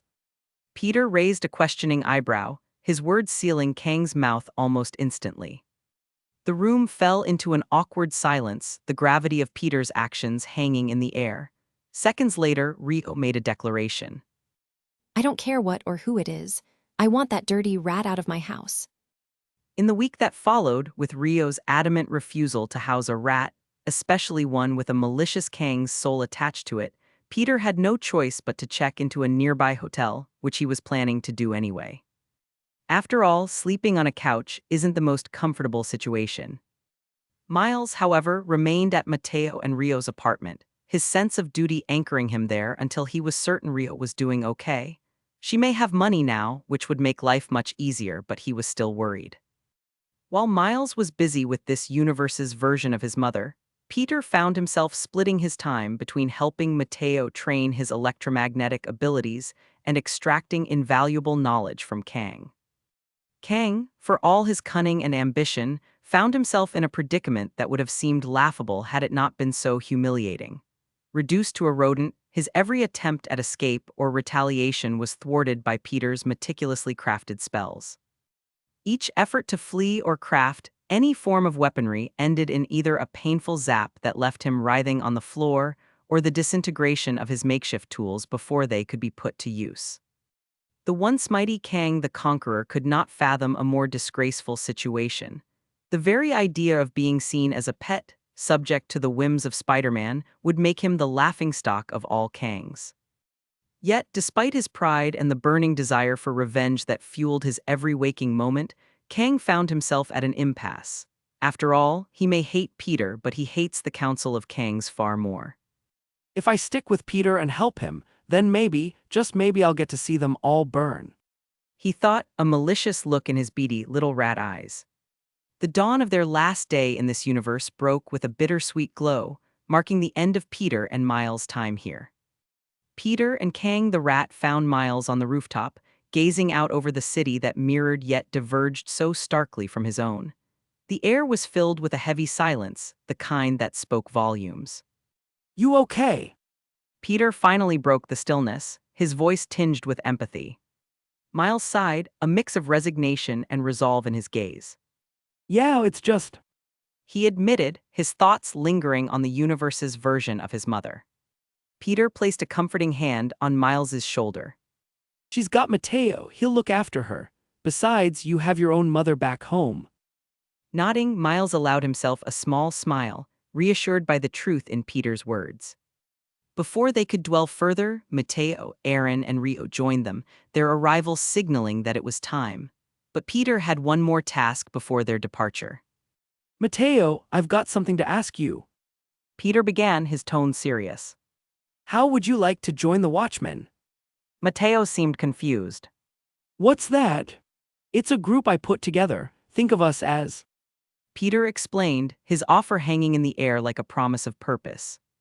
The idea seemed to resonate with Mateo, a spark of excitement lighting up his eyes. I'm in. He said without hesitation, the decision made in the span of a heartbeat. But. He added, glancing over at his mother and uncle. Can it wait for a while? I kind of just want to spend some time with my family for a while. I've been fighting for so long that I haven't had the chance to stop. Peter agreed easily, a smile on his face. Stood beside him, Miles let out a relieved sigh, his worries melting away. Their preparations were swift, the farewell brief yet heartfelt. As Peter and Miles stepped through a star-shaped portal, Peter, Kang the rat on his shoulder, couldn't help but glance back, offering a final nod to Mateo and his family. The portal closed behind them, leaving Mateo and his family standing in silence, a sad feeling in the air. They had just gotten used having Miles and Peter around, so seeing them leave was certainly an emotional experience, especially for Rio, who had grown attached to Miles over the past week, seeing him as her second son.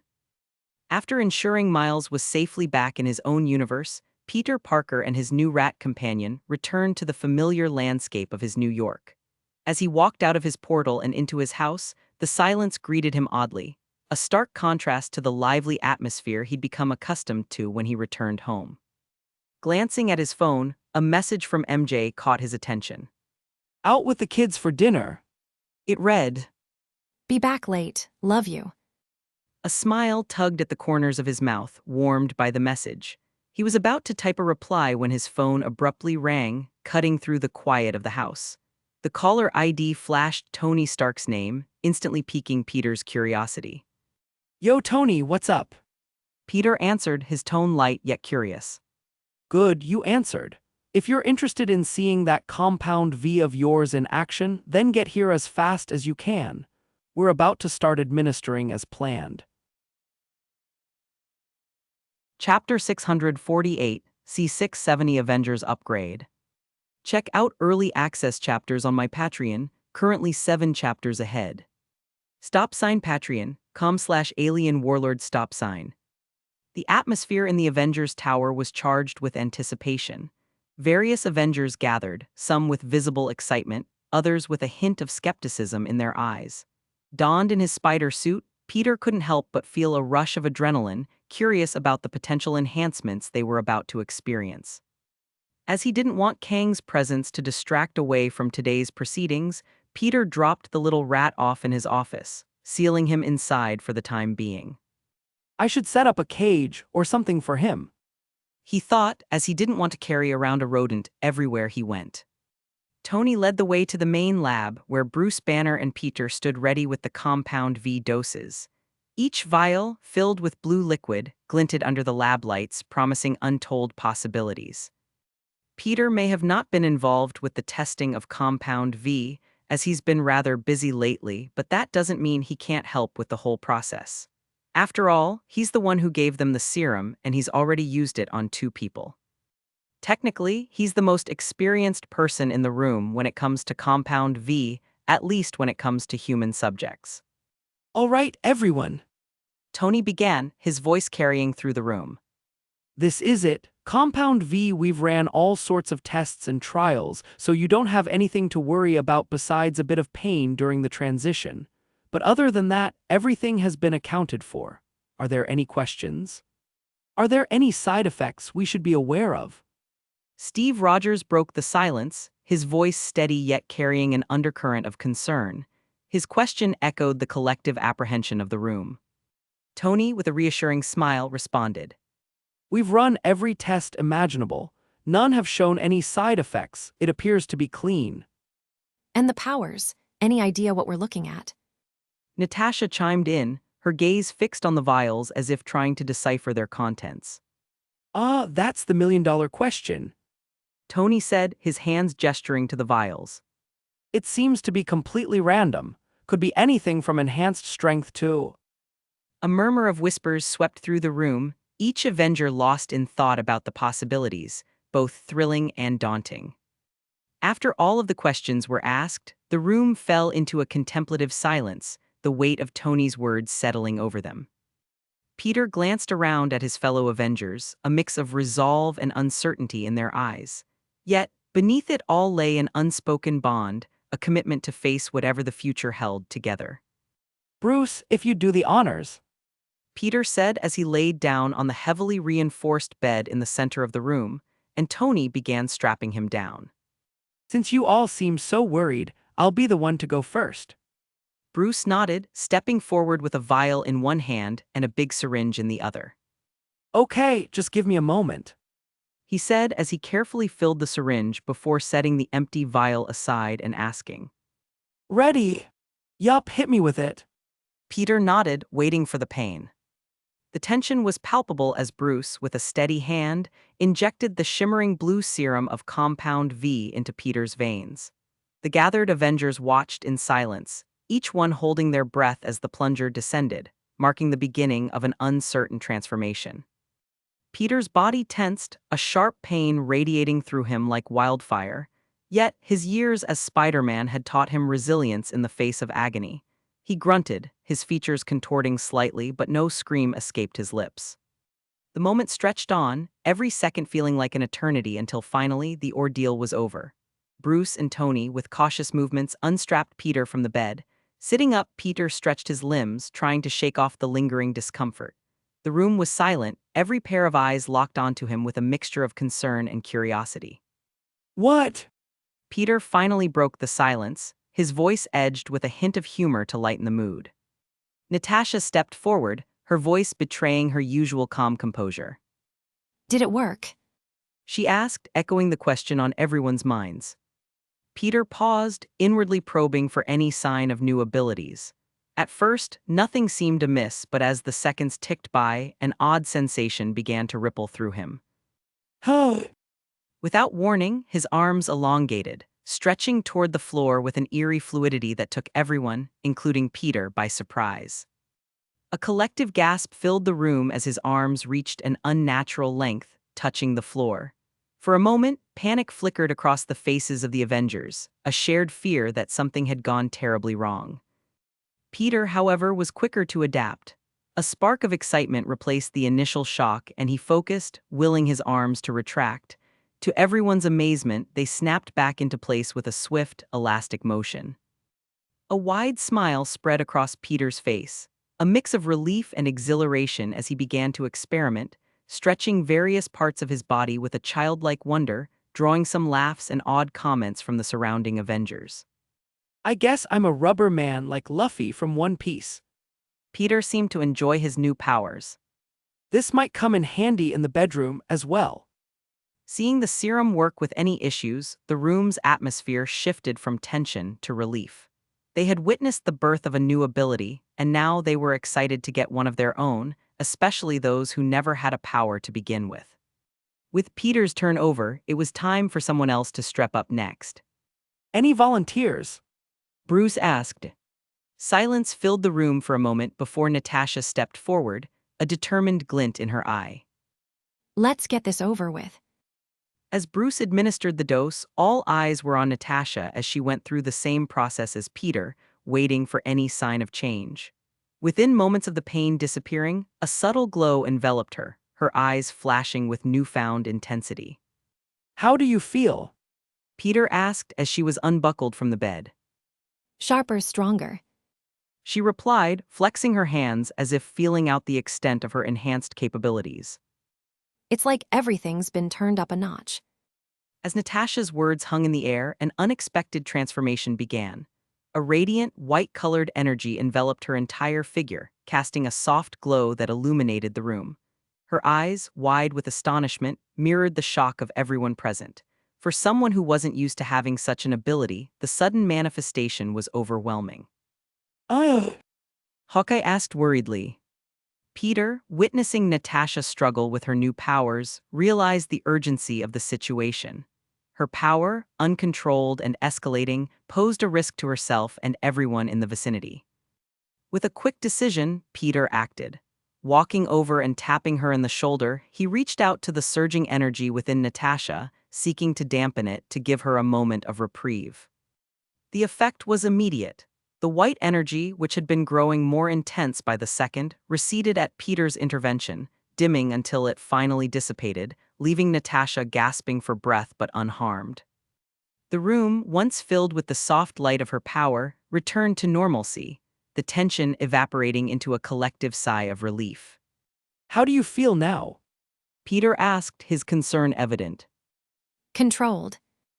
Natasha responded, a slow smile spreading across her face as she came to terms with her abilities. She flexed her hands, the air around her shimmering slightly as she tentatively explored the extent of her powers. It's like I've been given a new set of tools, and now I need to learn how they work. After some tests, they learned that Natasha seemed to have acquired the ability to manipulate energy, which seemed to also enhance her physical power as well, making her much stronger and more resilient than before. One by one, the Avengers stepped up to receive their doses, each reacting differently to the enhancements. Hawkeye was the next to volunteer. As Bruce administered the serum and he went through the same pain as Peter and Natasha, Hawkeye's eyes closed in concentration. When he opened them again, the change was instantaneous.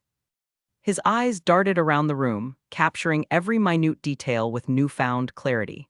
Getting up, he moved with a grace and speed that was astonishing, his reflexes, senses, and speed enhanced. Ant-Man was next. The serum took effect, and to everyone's surprise, he began to levitate off the ground, his feet kicking the air in disbelief. I can fly. He exclaimed, zooming around the room with a childlike glee, navigating the space with an ease that suggested he was meant for the skies. Fury approached the process with a cautious expression. Yet, when his turn came and he got his dose, he vanished from the bed, only to reappear a short distance away. Fury had gained the ability to teleport over short distances, a small, barely noticeable smirk playing on his lips as he tested his new skill, disappearing and reappearing a few times until he got used to it. As the process continued, several refused the serum, each for their own reasons. The Ancient One because she didn't think she needed it, T'Chaka because he was old and retired from the hero game, and lastly, Magneto and Professor X remained spectators as well, choosing to stick to their metahuman abilities instead. Next, Tony, with a mix of enthusiasm and a hint of bravado, took his turn, only to gain the disappointing ability to control his own saliva. The room burst into laughter, with Peter leading the chorus. Dude, that's the most useless power I've ever seen. Peter laughed as he watched a small bit of Tony's saliva float in front of him. Tony was heartbroken, his superpowered dreams crushed. You lucky B-starred.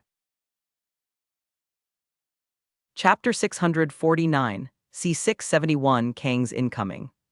Check out early access chapters on my Patreon, currently 7 chapters ahead.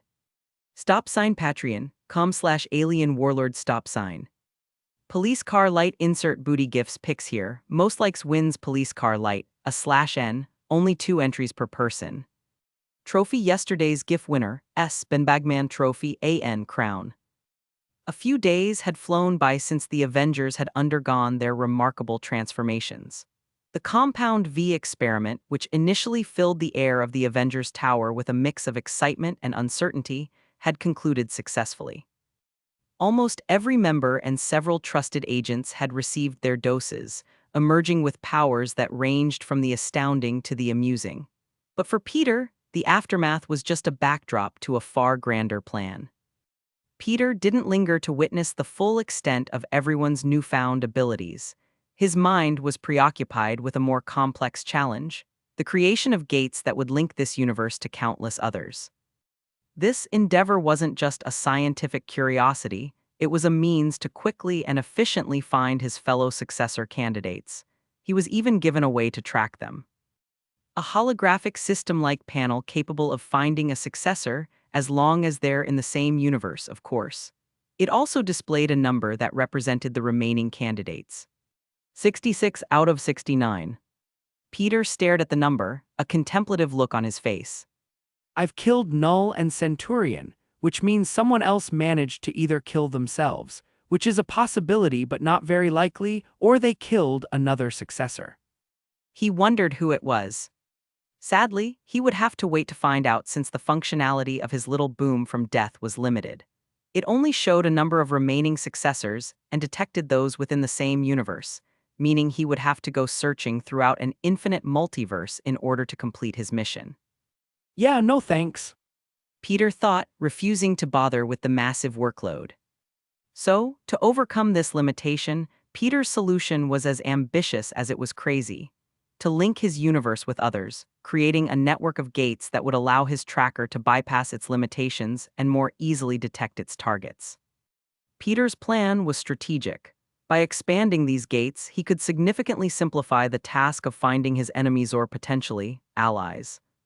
It was an elegant solution that would enable him to monitor the progress from a distance, sparing him from the legwork that came with personally scouting the multiverse. And best of all, Peter didn't plan to lift a single finger in the process.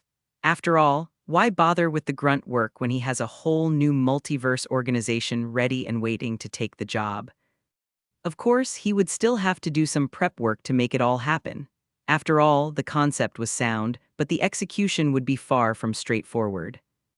Inventing a device capable of such feats required not only a profound understanding of quantum mechanics and interdimensional physics, but also a touch of magic and runes to speed things along elements that were within Peter's reach, thanks to his unique genius intellect and abilities, many of which taken from powerful cosmic entities. As Peter sat in his brand new workshop on the island that housed the Watchman, surrounded by schematics and materials, he could feel the weight of the task ahead. The room was a chaos of creativity and science, with holographic displays showing complex equations and simulations of the gates in operation. Peter, with his trademark blend of humor and determination, sifted through the data, occasionally talking to himself, muttering as his mind raced. Okay, let's see. He mused, his fingers dancing over a holographic interface. As he delved deeper into the intricacies of his project, Peter's mind occasionally drifted to his comrades, wondering how they were adapting to their new powers. He imagined Tony tinkering in his lab, trying to find practical applications for his saliva control, or Steve coming to terms with his extreme increase in power. But for now, those thoughts had to be pushed aside. The task at hand required his full attention. The creation of the gates was not just a step towards fulfilling his mission, it was a leap into the unknown, a challenge that Peter was ready to get started as soon as possible. With a final glance at the schematics, Peter set to work. The hours ahead would be long and demanding, but he was undeterred. This was the beginning of something new, a project which he could dive headfirst into. A week had sped by since Peter set his mind to creating the gates that would link his universe to countless others. The workshop, once a storm of activity and chaos, now held a victorious silence. The first gate stood completed, a testament to Peter's dedication and brilliance. In the heart of his workshop, a metal, octagon-shaped gate stood. Humming with power and the faint glow of runes, Peter prepared for the gate's inaugural test. The device itself was a marvel, a compact structure infused with a blend of magic and advanced technology, embodying Peter's vision. Despite its size, which was about as wide as a small window, it had the capability to bridge universes, a feat that would have been deemed impossible by most.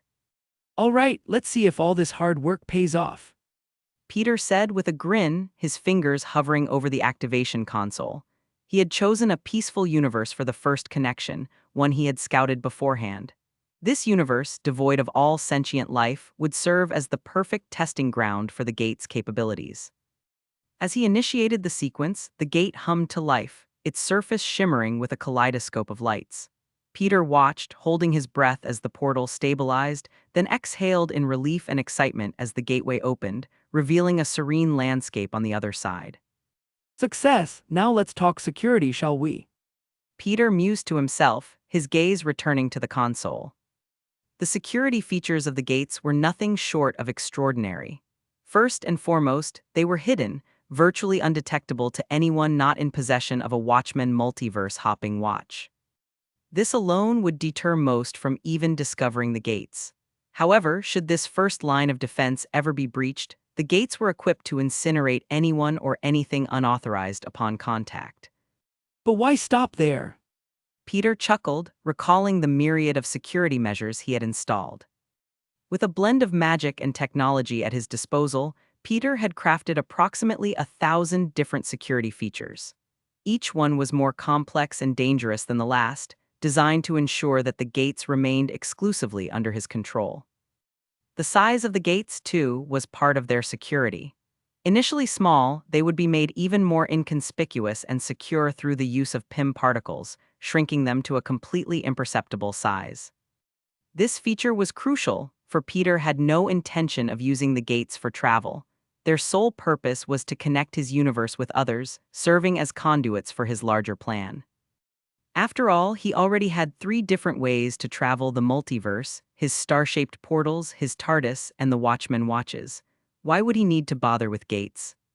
Standing back, Peter admired his work. A gate that served as a bridge to other universes with all of the security needed to help him sleep peacefully at night. It was the first of many, a foundational piece in what would become a vast network, a spider's web stretching across the multiverse. As the test concluded and the gate deactivated, leaving the workshop in tranquility once more, Peter couldn't help but feel a surge of anticipation for what was to come. This project, ambitious and daunting, had begun as a mere concept. Now it was a reality, marking the start of an unparalleled venture into the unknown. The path ahead would be long, filled with challenges and discoveries. Yet, with the first gate a success, Peter felt ready to expand his network to explore and connect with the multiverse. This was just the beginning, and the journey ahead was his to shape.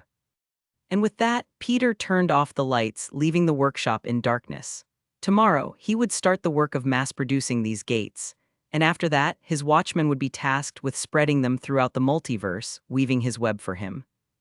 Meanwhile, within the shadowed halls of a realm untouched by time, Immortus and Ramatut, the 2 remaining leaders of the Council of Kangs, convened. Their meeting was one of urgency and concern, a rare occurrence for beings who saw themselves above the temporal affairs of the multiverse. Centurion's fall was unexpected. Ramatut began, his voice echoing off the ancient stones. I must admit, this version of Spider-Man is quite impressive. Immortus reluctantly nodded, a thoughtful frown creasing his brow. Centurion was a fool, always leaping without looking. His death is no loss to our council, however. He paused, weighing his next words. As you said, this Spider-Man poses a potential threat. Ramatut nodded, the lines of time etched into his face deepening with concern. Indeed, if he could eliminate Centaurian, it stands to reason we might be next. Such a fate is. The room was thick with the weight of their deliberations as the two figures considered their options. To them, the multiverse was a chessboard and they were the players who moved the pieces. Peter Parker, however, had become an unforeseen player, one whose next move they could not predict. We must act. Immortus declared, his decision echoing with finality. Strike before he even considers us targets. Our response must be swift and decisive. The entire might of the Council of Kangs shall reign upon his universe.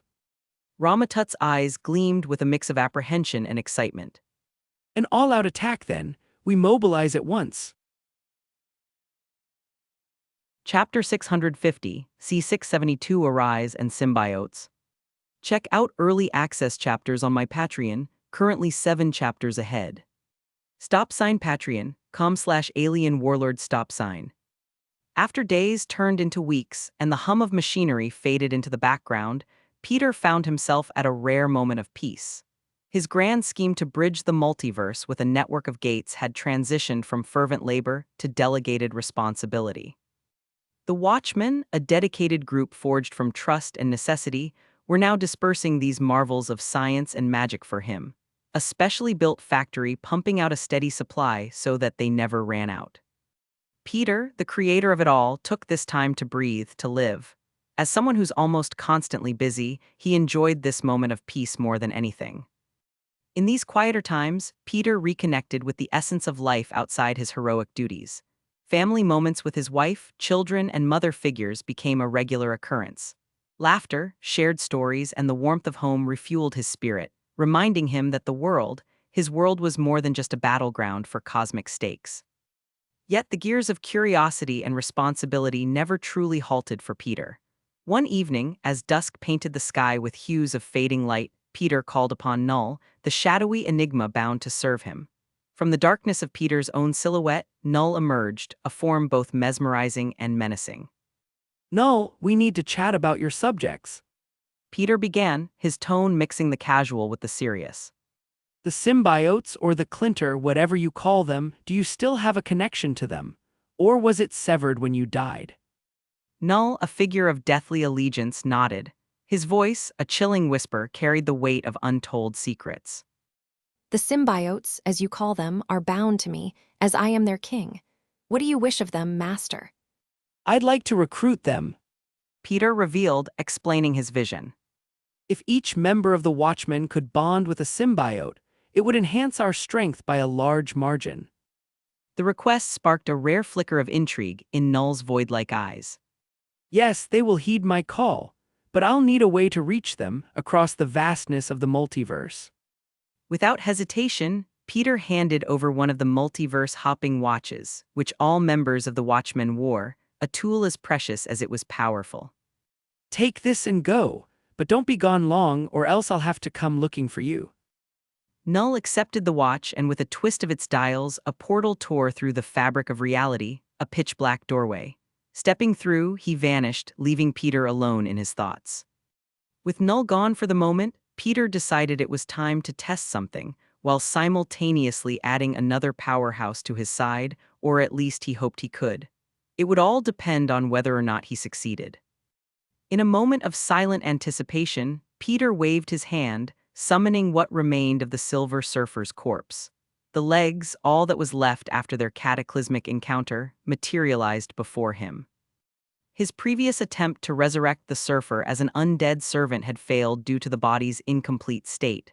However, emboldened by the significant power boost from his new, pitch-black spider suit, Peter felt a surge of confidence. It was time to try again. With a focused gaze, Peter conjured a green flame in the palm of his hand. The flame, vibrant and otherworldly, danced with life. He paused, silently wishing himself luck before, with a flick of his wrist, he tossed the flame toward the Silver Surfer's remains. The moment the green fire made contact, it ignited a spectacle. It consumed the remains completely, devouring them with a hunger that left nothing but ash in its wake. Peter watched, a mix of anticipation and uncertainty in his eyes. Then, from the ashes, a form began to take shape, a shadow that mirrored the Silver Surfer in contour but was entirely different in essence. This new being, pitch black with glowing green accents tracing its form, rose from the ashes. Its eyes shone with an eerie, brilliant light, illuminating the space with their glow. The moment it fully materialized, it knelt before Peter, an unspoken acknowledgement of allegiance and servitude. Peter, standing before this shadowy new servant, felt a mix of triumph and excitement. The surfer, now reborn as a creature of shadow and green fire, recognized Peter as its master without a word being spoken. As Peter gazed at his new shadowy servant, a thought crossed his mind. I truly pity the next unfortunate soul who crosses my path. After all, with a mere thought, he had the power to call forth three beings of immense strength from his shadow: Tiamat the communicator, the Silver Surfer, and Null, the god of the abyss. They don't stand a chance, do they? The next day, No, just how many are there? he asked, unable to hide his astonishment at the sheer volume of symbiotes pouring through. Null paused, his gaze following the stream of symbiotes.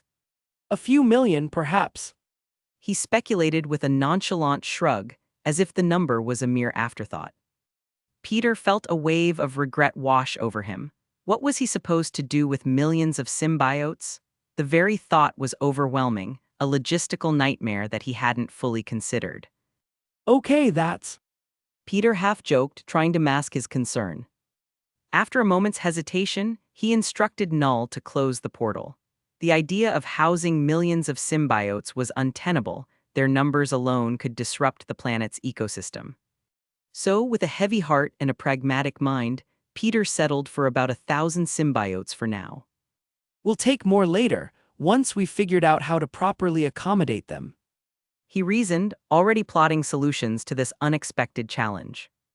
But for now, Peter set his focus on the symbiotes in front of him, knowing that having 1,000 of them at his disposal came with its own set of risks as well. Quickly, he decided to vet each one using his telepathy, hoping to sift through their shared minds. Due to their hive-like connectivity, Peter was able to scan through their consciousness almost simultaneously, a task that was daunting yet fascinating. What he discovered was unsettling. The Clinter were inherently vicious and dangerous, their minds a tangled web of aggression and hunger. But amidst the darkness, a glimmer of hope shone through. Their unwavering devotion to Null was evident. They saw him as a deity, a figure of absolute authority. Peter let out a sigh of relief. Well, that's reassuring. He murmured to himself. At least I know they'll follow orders, with Null leading them. This realization offered a semblance of control over the situation, a way to harness their strength without succumbing to chaos. But maybe I should wipe their minds just to be safe.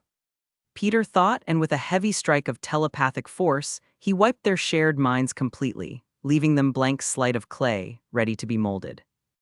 Null seemed to notice Peter's actions, and he didn't seem to care either. As Null and Peter surveyed the sea of black goo now calming before them, a plan began to form. These symbiotes, once malicious and downright evil, could become a powerful ally under the right guidance. Null, I leave their re-education to you. Let's make sure they understand their place here. Peter stated, his voice firm and commanding. Null nodded in agreement, the shadows around him swirling in silent acceptance. The task ahead would not be easy, but with careful management and a clear vision, the symbiotes could indeed become a formidable addition to the Watchmen's ranks. Across the multiverse, Brethren, we stand at the precipice of war. he began, his tone commanding attention. Our council has been challenged, our supremacy questioned by an unforeseen adversary. Peter Parker, known as Spider-Man, has dared to defy us, eliminating not only the exiled one but also our esteemed Centurion. A collective gasp rippled through the crowd. The news of Centurion's death, delivered with such solemnity, was a shock to the gathered Kangs. Each one had faced countless Spider-Man in their time, seeing them as mere nuisances to be quelled. But the idea that one had risen to challenge the Council of Kangs directly and succeeded in killing one of their leaders was both astounding and alarming. Immortus stepped forward, his presence commanding and stern. "This is not merely a loss but a declaration of war," he proclaimed, his voice laced with a mix of fury and resolve. Peter Parker poses a threat not just to our individual dominions but to the fabric of the multiverse itself. His actions cannot go unanswered. The crowd, now murmuring amongst themselves, felt a growing fervor. The notion of war, especially against a foe who had proven capable of such feats, ignited a spark within them. They were Kangs, conquerors of time and space, unaccustomed to bowing before any challenge. We must strike swiftly and decisively. Ramatut continued, his gaze sweeping over the sea of faces before him. Let us bring the full might of the Council of Kangs upon his universe. Let us show this Spider-Man that the consequences of defiance are dire. Chapter 651, C673 Kang Invasion. Check out early access chapters on my Patreon, currently 7 chapters ahead. Patreon.com/alien warlord stop sign. Police car light insert wacky gifts pics here. Most likes wins police car light, /n, only 2 entries per person. Trophy yesterday's GIF winner, Benbagman Trophy AN crown. The sun was high in the sky, casting a warm glow over the vast expanse where the Watchmen and their allies had gathered. This wasn't just any meeting, it was a pivotal moment that could potentially alter the balance of power in their favor. Peter stood at the forefront, his eyes scanning the crowd that included members like the Spider People, Wakandans, Valkyrie, Avengers, Asgardians, and Justice League. The air was thick with anticipation and a hint of skepticism as they awaited the introduction of their potential new allies, which they'd only just heard about. Null, emerging from Peter's shadow, commanded attention without uttering a word. Behind him, 1,000 symbiotes flooded out, pulsing with an eerie life of their own. Their appearance was unsettling, to say the least pitch-black entities that seemed to writhe and twist like sentient tar. Murmurs of concern and curiosity rippled through the crowd. Peter cleared his throat, stepping forward to address the gathering. I know what you're all thinking. He began, his tone light yet filled with an underlying seriousness. They look straight out of a horror movie, right? A few nervous laughs broke the tension. And you'd be right. He continued. These creatures are a species of inorganic, amorphous symbiotes who are probably worse than most horror movie monsters you've seen. But thanks to a bit of magic, they've been re-educated as of yesterday. They're no longer evil or predatory, but ready and willing sidekicks for each of you. Bonding with a symbiote offers a few unique advantages. Peter explained, his voice sincere and encouraging. Symbiotes empower the natural abilities of a host to the point where they far exceed that of normal members of the host species. Your strength, speed, endurance, agility, healing factor, and intelligence could see remarkable improvements. Plus, there's the bonus of getting a pretty impressive suit upgrade. A wave of skepticism washed over the crowd. The idea of merging with these alien entities was daunting, even for the bravest souls among them. Seeing the hesitation, Peter turned to Null. Show them. At his command, Null gestured towards the symbiotes. Slowly, they advanced, their movements cautious, almost respectful. One by one, they approached members of the Watchmen who had already agreed to the bond. The initial reaction was a mix of fear and fascination as the black goo began to envelop their bodies. But as the bonding process took place, expressions of fear gave way to awe and surprise. The first to fully embrace the bond was a young Valkyrie, her armor now enhanced with sleek, black tendrils that gave her an air of menace. She flexed her arms, marveling at the newfound strength coursing through her veins. This. She exclaimed, her voice a mixture of shock and delight. Next, a Wakandan warrior, his armor now a blend of traditional vibranium and symbiote, nodded approvingly as he felt the power of the bond. As the last few early volunteers got their symbiotes, it was finally time to step things up. On Peter's instruction, the crowd had split into 2 distinct groups, those willing to bond with a symbiote on the right and those opting out on the left. The atmosphere was thick with anticipation and a touch of envy from the left as they watched their counterparts on the right prepare for their transformation. Peter, standing between the 2 groups, glanced over to the right. I promise, you won't regret your decision. He said with a grin. As if on cue, a wave of symbiotes advanced towards the volunteers on the right. The crowd watched in awe as the symbiotes selected their hosts, merging with them in a spectacle that was both eerie and mesmerizing. Among the first was Tony Stark. As the symbiote enveloped him, his Iron Man armor transformed before their eyes, the red and gold giving way to a sleek silver and black. The suit seemed to pulsate with newfound energy, its appearance now even more intimidating. Insert picture of Iron Man armor model 50 here. Tony flexed his arms, marveling at the feeling. This could revolutionize the suit's efficiency. He mused aloud, always the engineer at heart. Next, Thor, the god of thunder, accepted his symbiote, which took the form of his royal Asgardian armor. The black tendrils weaved through his outfit, enhancing its regal appearance with a slightly darker twist. When it touched Mjolnir, the hammer pulsed with an even brighter glow, as if approving of its new ally. This! Thor exclaimed, a smile spreading across his face. His symbiote-enhanced armor and empowered Mjolnir were a sight to behold, merging Asgardian majesty with the raw essence of the symbiotes. As more heroes underwent the transformation, the spectacle of power and unity was undeniable. Black Panther's suit gained even more agility and stealth, the symbiote adding to the vibranium's mystique. The Flash's speed seemed to multiply, his lightning trail now mixed with streaks of black. Next came the enthusiastic Spider People, their trademark red and blue suits morphing into a deep, captivating black, a change Peter thought looked incredibly cool. Even the more mystical members, like a few master of the mystic arts, found their magical abilities heightened, the symbiote seamlessly integrating with their arcane energy. The group on the left, initially hesitant or outright refusing the bond, couldn't help but feel a twinge of jealousy. They saw their comrades not only accepting the symbiotes but thriving with them, their powers amplified in ways they hadn't imagined possible. Peter, observing the divided reactions, addressed the group on the left. It's okay to have doubts. He said, his voice full of understanding. This isn't for everyone, but remember, we're all still a team, symbiote or not. What matters is that we stand together, united in our cause. His words seemed to resonate, easing the tension and perhaps even sparking reconsideration among some. And as the newly empowered heroes tested their enhanced abilities, a sense of camaraderie and excitement filled the air. As the newly bonded heroes experimented with their enhanced abilities, Peter retreated to the solitude of his lab.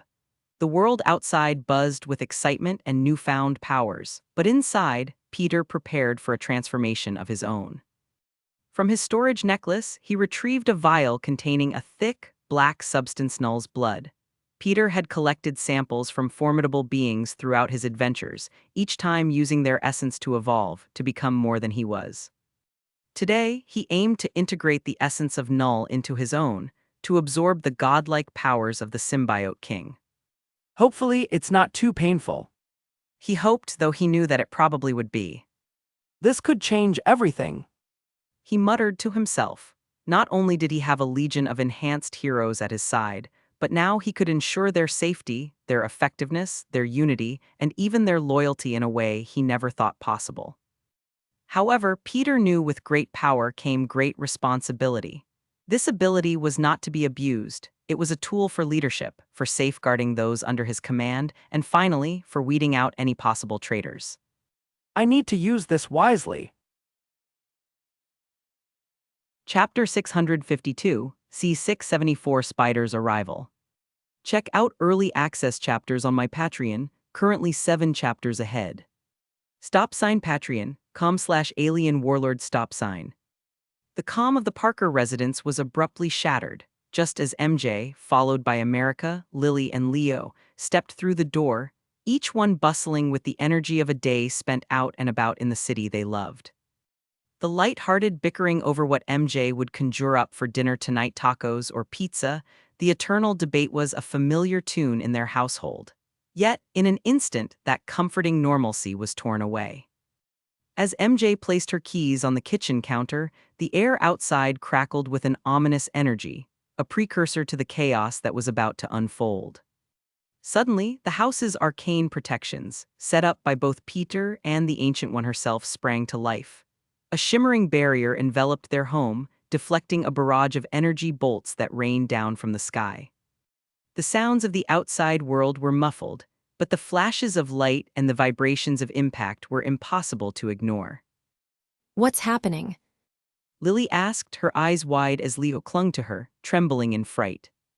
America moved first, guiding her siblings to the window, where they peered out at a city under siege, MJ following closely behind them. The sky was a tapestry of chaos, split open by thousands of portals, each ejecting figures as ominous as they were majestic. Kang variants, their appearances diverse, yet all sharing the same malevolent intent as they unleashed destruction upon New York.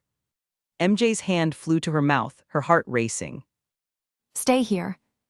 She instructed, her tone brooking no argument as she dashed for her phone to call Peter. But before she could dial, the attack halted as abruptly as it had begun, drawing their attention back to the sky. A silence, eerie and thick with anticipation, fell over the city as a massive portal opened, revealing a floating, regal platform from which two figures sat, Immortus and Ramatut, leaders of the Council of Kangs. Their presence commanded attention, and as they spoke, their voices boomed across New York, impossible to ignore. People of New York, bear witness to your reckoning. Immortus's voice thundered, a sinister calm in his tone. The chaos that rains down upon you, the fear that grips your heart, blame it not on fate, nor the stars, but on your beloved hero, Spider-Man. Ramatut continued, his voice equally chilling. He has defied the inevitable order, the destined rule of the Kangs. In his arrogance, he has drawn our wrath upon you all. Consider this the price of his defiance, the cost of your misplaced faith in a mere mortal draped in the guise of a savior. As their speech echoed through the stunned silence, the implication was clear. This was not just an attack, it was a declaration of war, a direct challenge to Peter, and through him, to every soul brave enough to stand against the tyranny of the Kangs. Back in the Parker residence, the weight of the Kangs' words hung heavy. MJ, phone forgotten in her hand for a split second, turned to her children, ready to shoo them into their rooms. But suddenly, her eyes widening as the front door swung open and all of three of them ran outside, their hero suits which Peter had made for them, appearing in an instant. Get back here now. MJ exclaimed as she chased them, though they didn't seem to be listening. They better stay inside. He muttered, determination replacing the fear that tried to creep in. In seconds, Peter was in his all-black spider suit, enhancing his already formidable presence. He didn't bother with the door. Instead, he opened a portal right there in the lab, not willing to waste a single second. As he stepped through the portal, the scene that greeted him was straight out of a nightmare. He found himself in the midst of a battlefield that had once been his quiet neighborhood. His home stood, surrounded by a shimmering barrier, a beacon of safety amidst the destruction. The sky was ablaze with conflict, countless Kangs fired energy bolts, which rained down as if the heavens themselves were at war.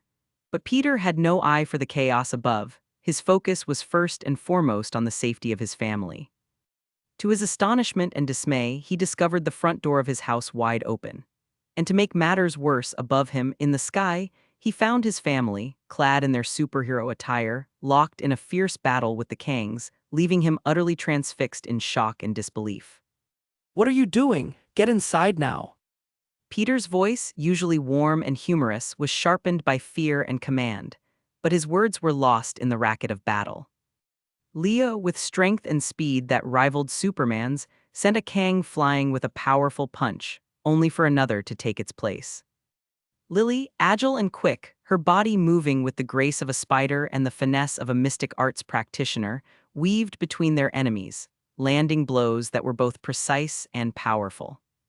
America's star-shaped portals sliced through the air, displacing Kangs with strategic precision, her mastery of the mystic arts evident in her focused gaze. And lastly, MJ, with the agility and speed inherent to those with spider powers, fought with a ferocity that matched her fierce protective instinct, constantly yelling at the children to retreat, but none of them listened.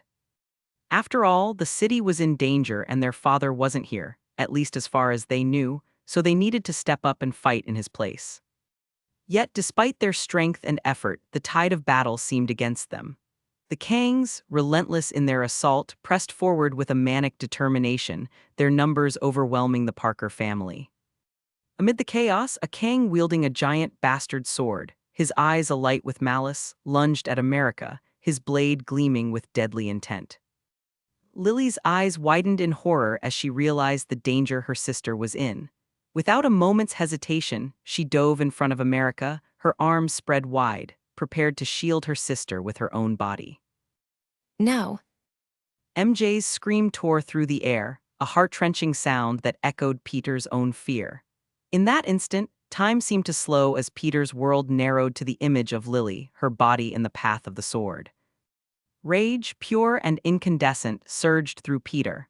With speed that broke the laws of physics, he appeared in front of Lily, his fingers closing around the sword's blade an inch from her. The look in his eyes was one of unbridled fury as he snapped the sword in half with a mere flick of his wrists. The Kang, momentarily stunned, could only watch as Peter, with a movement too quick to follow, hurled the fragment of his broken blade back at him. It found its mark with lethal precision, embedding itself in the Kang's head before continuing its deadly trajectory, piercing through 5 more Kangs with unstoppable force, killing all 6 of them. Silence fell, a heavy, breathless silence, as those who remained standing processed the swift turn of events. The Kangs, momentarily halted by the display of power, eyed Peter with newfound wariness. Watching with keen eyes, Immortus and Ramatut, high above on their floating platform, were about to speak, but suddenly Peter turned his back on them, a clear dismissal of their presence. Inside now. Peter pointed at the house, his voice firm, brooking no argument. Leo opened his mouth to protest, his youthful face set in a stubborn line, but a single, stern glance from Peter was enough to silence him. The young boy closed his mouth, his expression sheepish as he realized how serious his father was. In almost any other circumstance, Peter would have loved the idea of fighting side by side with his family. But this was not just any enemy, this was the Kangs, beings of cunning and merciless intent.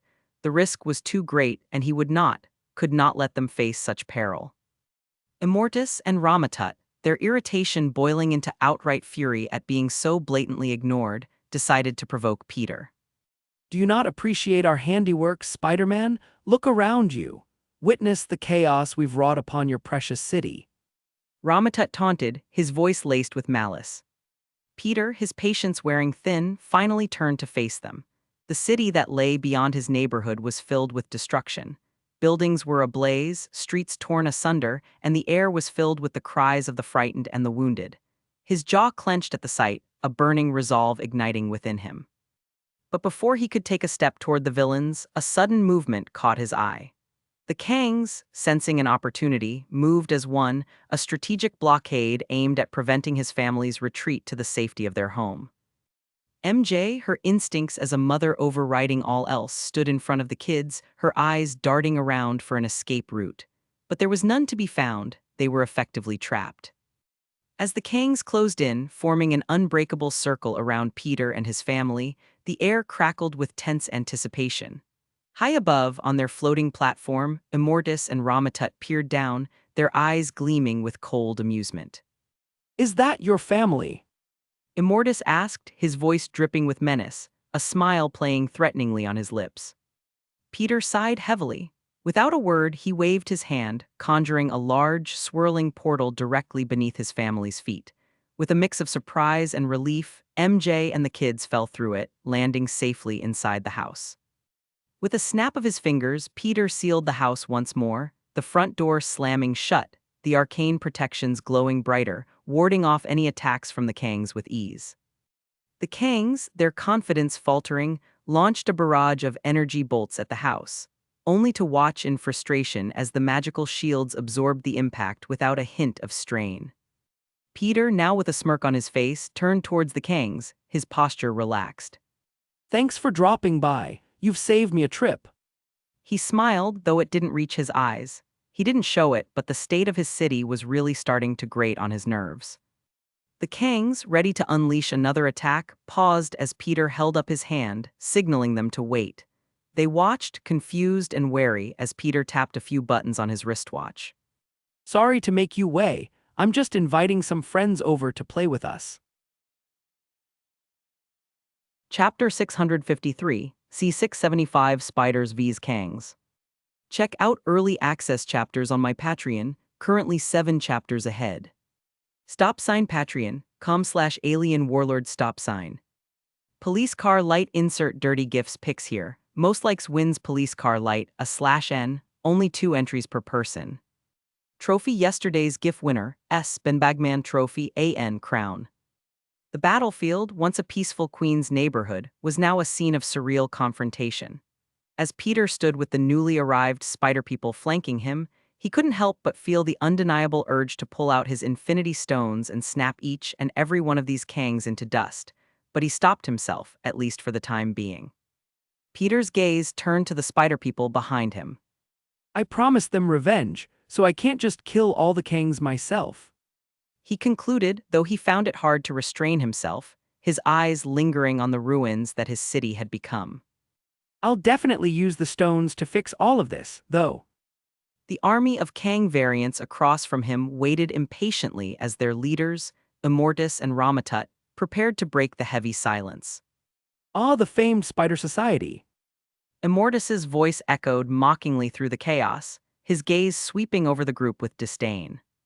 I thought you'd disbanded, but here you are, answering to a new master. Ramatut smirked beside him. What happened to your former leader? He asked, clearly trying to get under their skin. He was such a good pawn of our late comrade, Centurion.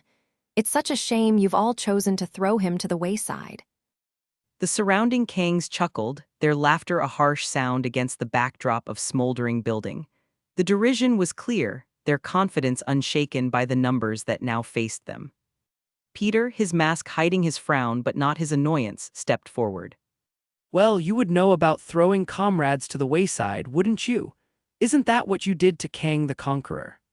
He retorted, his voice calm but edged with a sharp point. Peter's retort about Kang the Conqueror had struck a nerve. Immortus's expression tightened, his eyes narrowing, while Ramatut's smirk wavered, his gaze flickering with a hint of anger. Oh, I'm sorry, did I hit a sore spot with that one? Peter asked, his smirk widening as he waved his hand. With a flick of his wrist, he opened a small, swirling portal right before him and reached inside. The gathered crowd watched in bewildered silence. The Kang's interest peaked as Peter's hand re-emerged holding a small, wriggling rat. Confusion spread like wildfire through both the ranks of the Kangs and the spider people. Immortus and Ramatut exchanged a glance, their earlier confidence giving way to curiosity and a touch of amusement. A rat, is this supposed to be a pet of yours? Ramatut jeered, his voice echoing mockingly around them. Would you like to say goodbye to the little rodent before your inevitable death? But the laughter was short-lived. As Peter held the rat up for all to see and it suddenly spoke, its voice strong and unmistakable, even in its new, tiny form. I wish that I could say it's good to see you again, Ramatut, Immortus, but just the sight of you traitors makes my skin crawl. It declared, its small eyes gleaming with intelligence and rage. A collective gasp rose from the ranks of the Kang variants, their faces a mixture of shock and disbelief. Immortus stepped back, his composure slipping. Impossible! He stammered, pointing accusingly at Peter. He killed you! Peter smiled, a hint of satisfaction in his gaze as he watched the leaders of the Kangs falter. Oh, he was dead, all right. But as you may or may not know, death is hardly the end in my line of work. I kept his soul and transferred it into this little fella here. He explained, his tone casual as if discussing the weather. Many Kangs erupted into laughter, taking perverse delight in seeing their once great leader reduced to such a pitiful state. However, those who weren't laughing appeared uneasy and almost afraid. These Kangs had first-hand knowledge of their former leader's cunning and power. Thus, even with him reduced to a rat's form, they feared his potential for retribution for their betrayal. Staring at the rat in the palm of his hand, Peter's voice softened slightly. So, The rat, understanding the gravity of the moment, nodded solemnly. I would very much like that. It replied, its voice tinged with a thirst for vengeance. Peter placed the rat on his shoulder, ensuring it had a clear view of the battlefield. then let's give you a front row seat. He said, his gaze sweeping across the wary faces of the Kang variants. As Peter stepped forward, the spider people rallied around him, ready to get their vengeance. The air crackled with energy, the impending battle charged with the promise of retribution. Today, we end this. Peter declared, his voice carrying across the battlefield. The spider people echoed his sentiment, their cries of assent rising into the sky. As Peter's words reverberated, the Kangs tightened their ranks, their faces hardening into masks of resolve. They readied their weapons, energy crackling around them, a clear sign they were preparing for the fierce confrontation ahead. Glancing over his shoulder, Peter took a step back, the ground beneath his feet crackling with arcane energy. What are you waiting for? He called over to the spider people, his tone now charged with command. They're right there, go get 'em. With Peter's words as their signal, the spider people surged forward, a tide of red, blue, and black against the stark backdrop of the devastated neighborhood. Their movements were synchronized and precise, a dance of vengeance and justice intertwined. Without another word, Peter's posture shifted, his shadow stretching ominously in the dim light. From the darkness of his shadow emerged his undead servants, Null's ominous silhouette, the gleaming figure of the Silver Surfer, and Tiamat the Communicator, their presence exuding an overpowered, menacing aura. Instantly, the Kang's confidence wavered as the air thickened with the weight of real fear. Help them. Peter commanded, nodding towards the spider people. Yes, master. His shadowy allies moved with a fluid grace, their forms blurring into action. As the shadows darted forward, weaving through the spider people, Peter turned his attention back to Immortus and Ramatut. His eyes narrowed beneath his mask, a vicious smirk playing at the edge of his lips. Now, as for you two. He began, his voice low and threatening. As the clash erupted across the devastated streets of Queens, New York, the spider people leapt into action, propelled by the urgency of their vengeance. They were outnumbered but not outclassed, their agile prowess and combat skills a blur of motion against the backdrop of the damaged surroundings. The Kang army, equipped with advanced technology, unleashed a barrage of energy blasts. The air crackled with electricity, the blue and green pulses illuminating the grim battlefield. Spider people ducked and weaved, their spidey sense tingling incessantly, guiding them away from lethal hits. In the midst of chaos, their spectral allies, Null, Silver Surfer, and Tiamat, emerged from the shadows. Null, embodying darkness itself, enveloped a squad of Kangs, his form expanding and contracting like a living nightmare. The screams of Kangs were muffled by the dark mass, only to silence abruptly as they were consumed, vanishing from existence.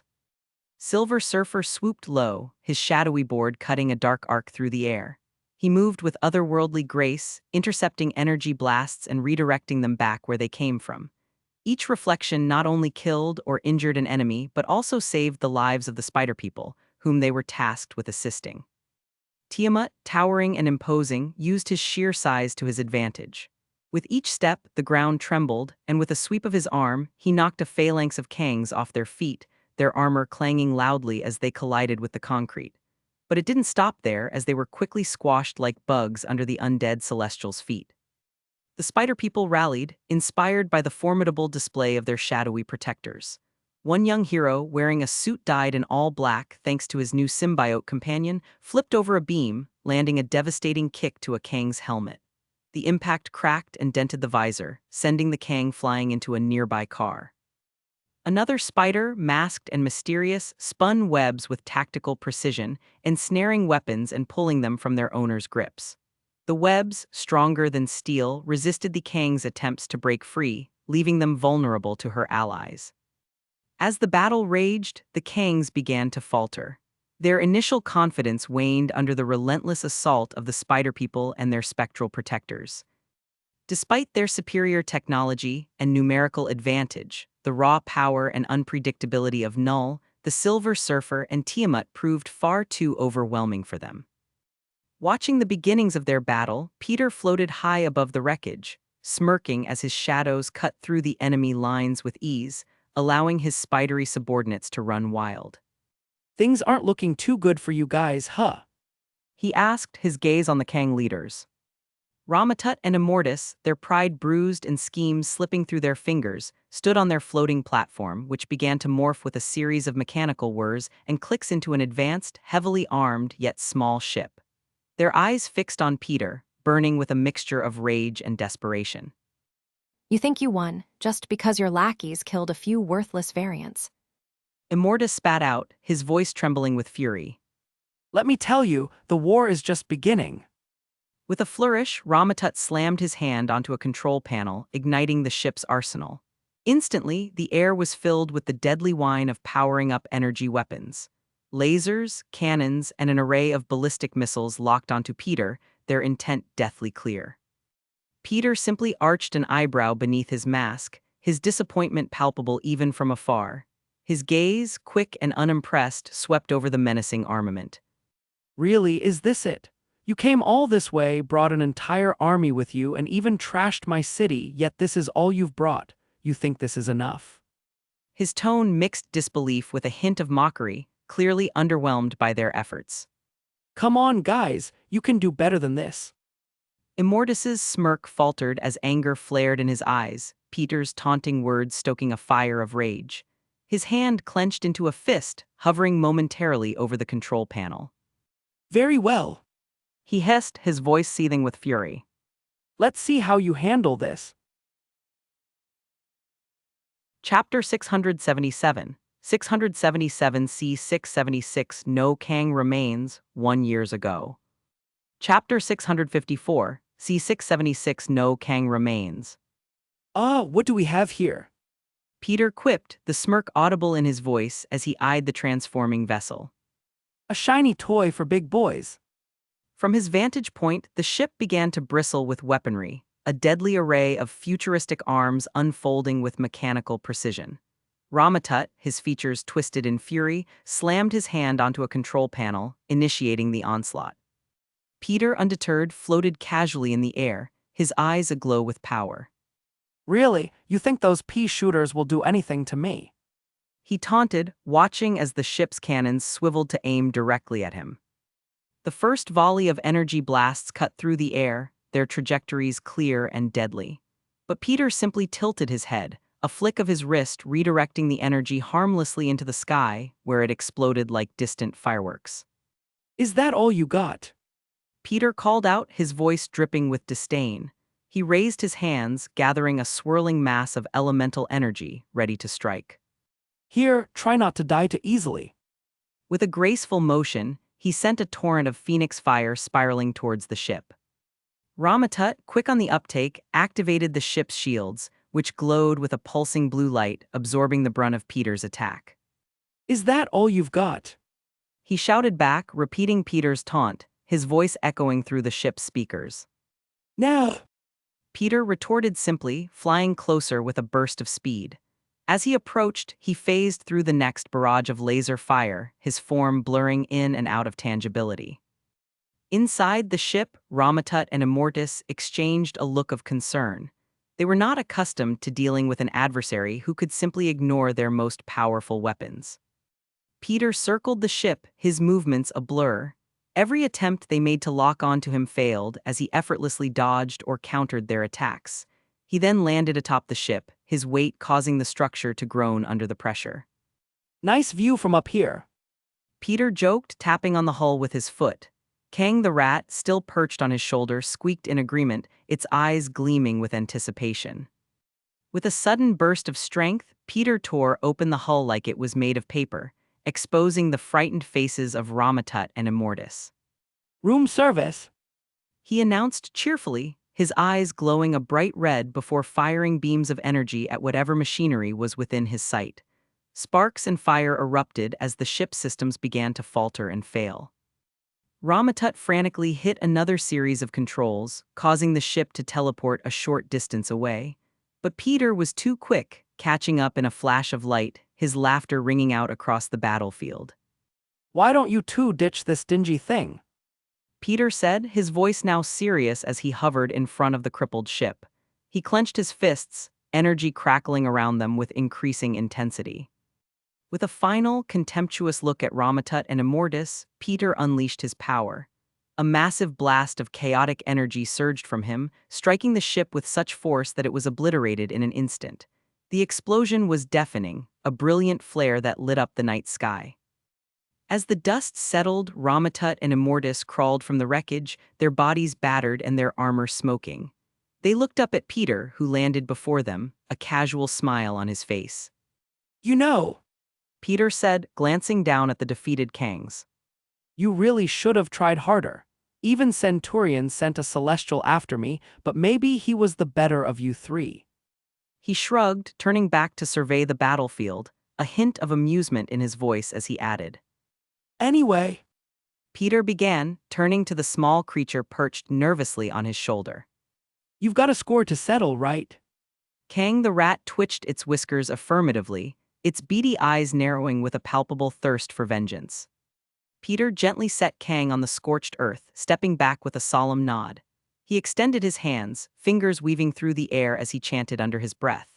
The fabric of reality shimmered, twisting around the rat, which grew and morphed until Kang the Conqueror stood where the rodent had been, regal and imposing in his restored human form. This. Kang exclaimed, lost for words as he stared down at his human hands once again. Smirking, Peter conjured a sleek blaster pistol, the weapon materializing from thin air, and tossed it to Kang. They're all yours. He said, nodding toward the dazed and defeated figures of Ramatut and Immortus. Kang caught the blaster, grasping it tightly, his face hardening as he approached his former allies, a vicious smile blooming on his face. You know, it's funny how the tables turn. Here you are at my mercy, just where I always imagined you'd end up. Ramatut, struggling to rise, his voice strained with desperation and defiance, retorted. Kang, you fool. He collapsed mid-sentence, his broken body unable to hold much weight. Kang chuckled darkly, leveling the blaster at them with unwavering hands. The only fools I see are lying defeated at my feet. And with a cold, unrelenting fury, he opened fire. The blasts were relentless and deafening, each one a release of pent-up rage, echoing across the silent battlefield long after his enemies had fallen. As the blaster's energy finally sputtered and died, Kang stood breathing heavily, a sinister satisfaction in his eyes. He let out a contented sigh, a triumphant smile spreading across his face. Thank you, Peter. Suddenly, before Kang could finish expressing his gratitude, a gleaming black blade pierced through his back and poked out of his chest, blood caking its blade. Kang gasped, blood dripping from his lips, his eyes wide with shock and betrayal as he looked down at the dark blade piercing him. WI. He managed to choke out as he glanced over his shoulder, where he found Peter staring back at him, a sword in his hand. Peter's voice was steady, devoid of emotion. I told you before, didn't I? No Kang remains, especially not the most dangerous of them all. His eyes didn't waver as he pulled the sword free, watching Kang collapse beside his foes, blood pooling below his body. Shortly after Kang the Conqueror's death, Peter surveyed the aftermath of the battle from atop a crumbling building. Below him, the spider people scattered, efficiently rounding up the remaining Kangs who were trying to escape their inevitable defeat. Peter's gaze lingered on the scene, a thoughtful frown creasing his brow under the mask. With a swift movement, he reached into his pocket, pulling out his rings, each inset with an infinity stone, gleaming ominously even in the dim light of the destroyed city. One by one, he slid them onto his fingers, feeling the surge of cosmic power thrum through his veins, a sensation that was always exhilarating each time he experienced it. As the spider people finished their tasks, they gathered below, their eyes wide with a mix of curiosity and confusion. They stared at Peter, sensing the unimaginable power radiating off of him, their spider senses tingling. None spoke, the gravity of the moment hung heavily in the air. Peter raised his hand, the stones glowing brightly. Let's clean up first. He announced, his voice carrying a casual tone, as if he were simply tidying up his room. With a decisive snap of his fingers, a blinding light erupted from his hand, enveloping every Kang present. In moments, they turned to dust, drifting away as if they had never existed. Silence followed the light show. The spider people stared in disbelief, the reality of the situation slowly dawning on them. Peter, feeling the power coursing through him, prepared for the final act. He snapped his fingers again, this time with a different intent. Light enveloped the city once more, but this time it was gentle, almost soothing. Buildings reconstructed themselves, streets mended, and cars untwisted from their mangled forms. The chaos wrought by the battle reversed as if time itself were rolling backward. As the light faded, the spider people observed their surroundings in awe. Their own injuries healed before their eyes, cuts sealing and bruises vanishing. Gasps and murmurs of disbelief filled the air as those who had fallen in battle stood once again among them, blinking in astonishment, including any civilians who were simply caught in the crossfire. Peter watched their reactions, a small smile playing on his lips. His gaze softened as he looked at his spidery subordinates, who were beginning to realize just how powerful their boss truly was. Yet, amid the awe and the restoration, a simple human sensation brought him back to reality, a rumbling in his stomach. Hey, you guys want to celebrate with some pizza? He called out, his tone light, undercutting the tension and awe of the moment. Although he anticipated laughter and agreement from the spider people gathered around him, he was instead met with an unsettling silence as if the world had paused, time stopping for everyone but him. Turning his head, Peter spotted the unmistakable figure of the Grim Reaper, appearing seemingly from nowhere. Did I complete the mission? He asked, becoming accustomed to the Reaper's sudden and dramatic appearances. Why else would I be here? Chapter 655, C677 is this. Peter, I really must be quick about this. My wives are expecting me for a date. He said, a bizarre semblance of domesticity cloaking his skeletal grin. Before Peter could respond, John produced a gnarly black scythe, its blade shimmering with an eerie light in one hand and a translucent, ethereal shell resembling a ghostly idol in the other. With a casual flick, he tossed both towards Peter. Reflexively, Peter reached out, his spider agility allowing him to snatch the scythe just shy of its sharp end. Mission complete, destroy the Council of Kangs. The Council of Kang's unwillingness to regulate themselves is leading the multiverse towards an inevitable death. Eradicate them to restore order. Reward Death's Harvester. A legendary scythe imbued with the very essence of death. This formidable weapon, owned by Death himself, boasts a blade forged from the darkest matter found in the universe. Its handle is crafted from ancient, gnarled bone, wrapped in the tattered remnants of souls it has reaped since the beginning of time. Submission complete, Kang Genocide. Kill all Kangs to eliminate future threats. Reward Kang Soul Husk. A husk which holds the souls of every Kang in the multiverse. Do with it as you wish. As his fingers touched the cold metal, the scythe began to glow intensely, disintegrating into countless motes of light that spiraled towards him, sinking into his skin and vanishing. Peter's eyes widened in shock, his heart racing as he felt a surge of deathly energy pulse through him. Wow, what was that? Peter stammered, turning back to where John had been, only to find the Reaper already fading into the ether. Sorry, kid, no time to explain. John's voice echoed back as his form dissipated completely, leaving behind a faint trace of brimstone. Wait, I need. Peter yelled, his voice echoing off the silent buildings. But it was too late. John was gone, and time resumed its march, the sounds of the city flooding back as if someone had pressed play on the world. Left alone with his thoughts, Peter felt the weight of the soul husk in his hand, struck by the revelation that it apparently contained all the Kangs in the multiverse. Not a single one remained. What the hell am I supposed to do with this thing? His gaze drifted over the city, the repairs he had made with the Infinity Stones holding steady. The civilians, oblivious to the deeper machinations of heroes and reapers, continued their lives. And above them all, Peter stood, a lone figure grappling with the enormity of his powers and the new, unknown paths they would lead him down. Well, I guess I'll have to figure it out on my own. He murmured to himself. Taking a deep breath, he turned to find the spider people still gazing up at him, their expressions a mix of awe and wonder at how effortlessly he had restored the city and revived the fallen. Yo. He waved awkwardly. After the cataclysmic showdown that rocked New York and reshaped the multiverse, life for Peter had taken a rather mundane turn. The last few months had been a surreal blend of light superhero work and domestic bliss. He'd spent most of his days alongside MJ, his kids, and the rest of his family and friends, savoring the rare normalcy of his life. Naturally, Peter wasn't too idle. The late Kang the Conqueror had given him a wealth of secrets, including locations of hidden bases and critical information about the now-destroyed Council of Kangs. Peter, taking no chances of them falling into the wrong hands, embarked on a systematic destruction of each site. He looted what he could use and obliterated the rest, leaving only ashes where threats might have risen.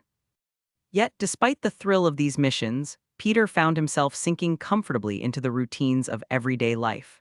He had mastered the art of wielding his new Scytha relic so powerful, so steeped in the essence of death itself, that it had fundamentally altered his connection to his powers. The scythe was more than a weapon, it was an extension of his will adapting to his needs.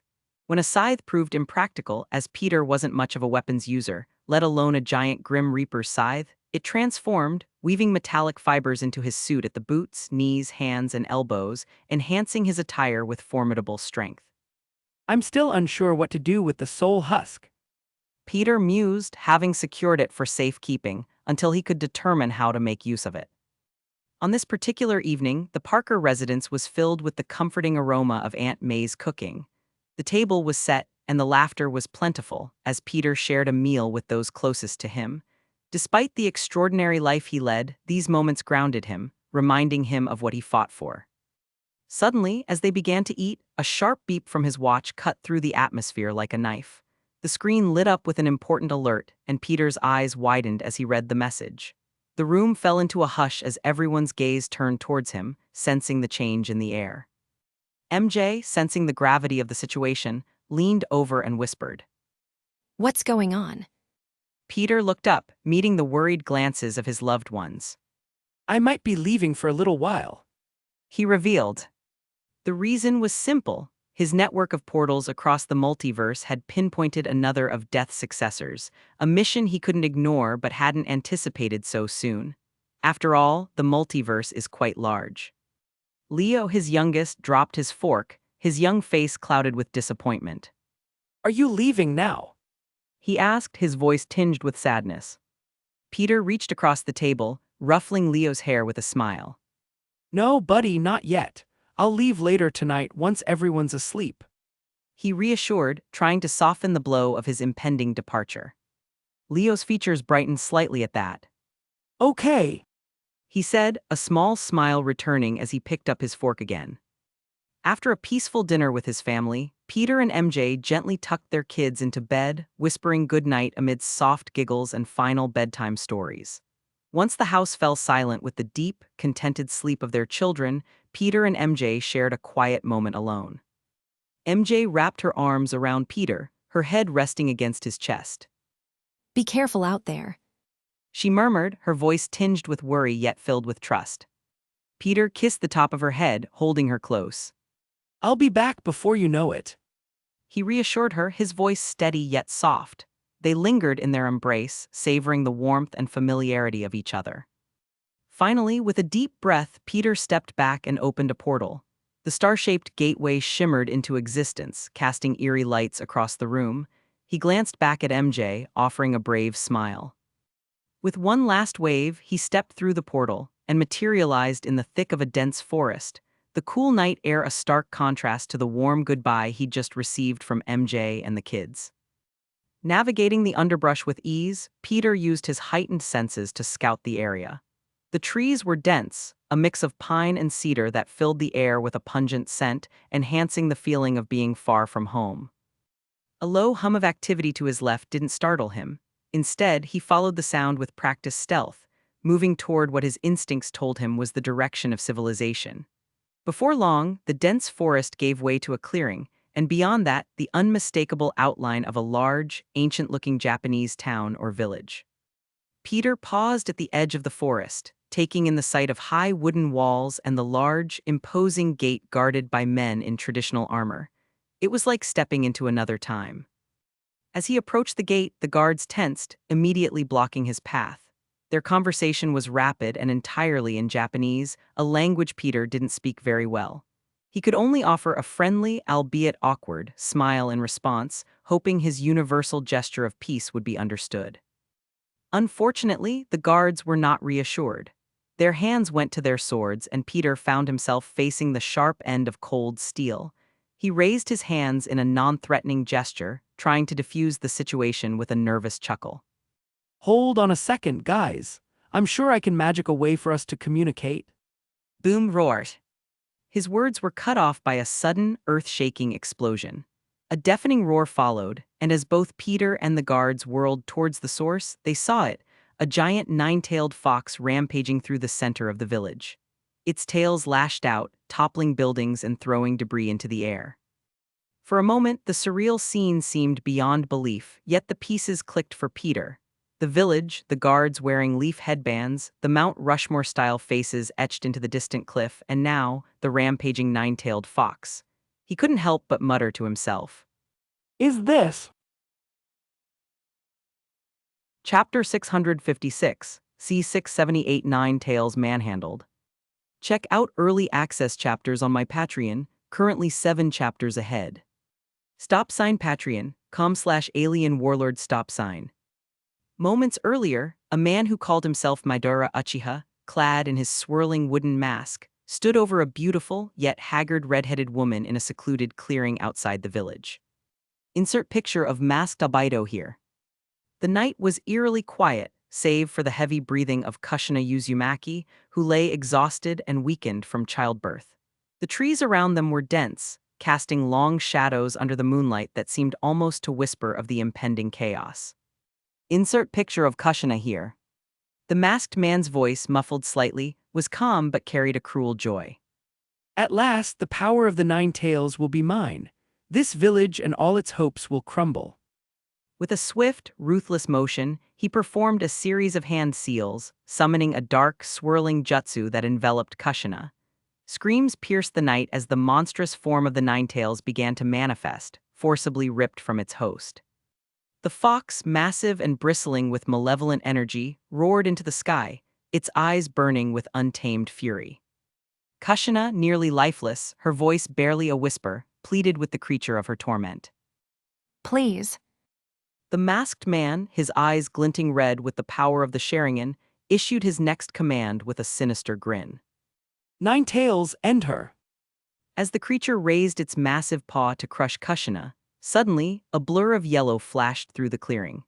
Minato Namikaze, the fourth Hokage, appeared beside his wife in a flash, scooping her into his arms just as the paw slammed into the earth where she had been.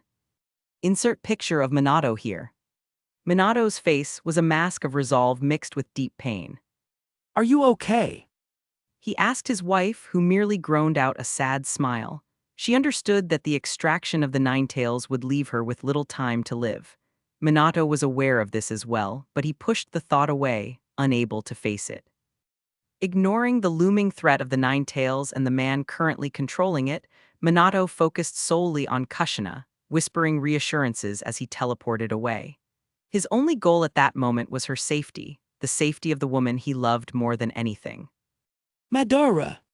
Watch them disappear with a scoff. I never knew my sensei was such a coward. Turning to the Nine Tails, his voice rose with command. Attack the village, let them feel despair. With a mighty leap, the Nine Tails mindlessly charged. As it approached the village, the mind-controlled creature's enormous body crashed into the village's center, creating a crater on impact. Buildings crumbled under its power, and screams of terror replaced the silence of the night. Brave ninjas who just happened to be nearby leapt from the shadows, their chakra flaring as they attacked the monstrous fox that threatened to obliterate their home.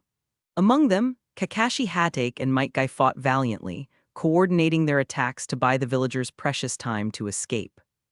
Kakashi, his one-eyed Sharingan active, darted around the massive beast, launching precise, chakra-infused kunai. Insert picture of Kakashi here. Guy, with his usual fiery enthusiasm, charged forward, his fists glowing with the energy of the 8 gates. Yet, despite their efforts and the valiant attempts of many others, they were barely slowing the beast down. Insert picture of Guy here. As another ninja was swatted away by the massive tail of the beast, killed in an instant, a sudden and bizarre change rippled through the air. A figure, dressed not in the traditional garb of their village but in casual jeans and shirt, appeared seemingly out of nowhere in front of the Nine Tails' snarling face. Yo! The figure waved with a casual bravado that seemed ludicrously out of place. Without waiting for a response, he swung his leg in a high arc, punting the colossal fox across the village with an improbable strength. The creature tumbled, crashing through buildings and trees, finally coming to a halt at the edge of the forest outside the village. There was a moment of stunned silence as every ninja in the vicinity tried to process what they had just witnessed. Peter floated a few meters above the ground with his hands casually in his pockets, looking remarkably unbothered by the chaos around him. Kakashi was the first to approach, his eyes wide not just with the Sharingan but also with sheer incredulity. Who are you? He demanded. Peter craned his head downward, flashing a grin. Oh, I still have no idea what you're saying. Give me a second. Muttering an incantation under his breath, he wove his fingers through a series of intricate gestures. The air around him shimmered with a faint, mystic glow. The gathered ninjas watched in stunned silence, their expressions a mix of confusion and curiosity. Whispers spread among them, questioning the nature and intent of this foreigner's mysterious powers. Let's see, this should work. Peter murmured to himself, half distracted by the enormous fox monster gathering itself for another charge. As the creature lunged at him with ferocious speed, Peter, still mid-spell, glanced over nonchalantly and delivered a backhanded swat that sent the Ninetales tumbling back through a row of damaged buildings. Hey, manners please, I'm working here. He chided the beast, his tone light but firm. Finally, with a decisive flick of his wrist, the spell locked into place. Peter felt a surge of energy course through him, priming his ears and mouth to instantly translate any spoken or heard words. Just as the last syllable left his lips, Kakashi approached him cautiously, his Sharingan eye flickering intensely. Who are you? How did you do that? He asked, his voice a mix of awe and suspicion. Peter landed softly on the ground, brushing dust from his jeans. Oh, now I can understand you. I'm Peter Parker. He smiled and extended his hand, but before the astonished Kakashi could reply, the fox abruptly appeared behind Peter, its massive teeth bared menacingly. Sensing the attack, Peter sighed, a look of mild annoyance crossing his face. Really? We're doing this again. His voice was laced with humor, but his eyes glinted with annoyance. As the beast charged, Peter spun around, his stance steady and focused. He started with a swift uppercut as the Ninetales neared, his fist connecting with a resounding thud beneath its jaw. The impact sent the beast's head snapping back, a visible shockwave rippling through its fur. Without missing a beat, Peter spun on his heel, delivering a powerful roundhouse kick to the side of the Ninetales' head. The force of the kick whirled the creature sideways, further disorienting it. Seizing the moment, Peter darted forward, his movements a blend of precision and grace. He landed a series of rapid punches across the beast's torso, each hit landing with a sickening thud, methodically weakening its resolve and strength. Every strike Peter delivered was calculated, his form perfect, embodying both the power of a fighter and the finesse of an acrobat. Each connection between fist and fur echoed through the clearing, a testament to his control and strength. The onlookers, including Kakashi and other seasoned ninjas, watched in stunned silence.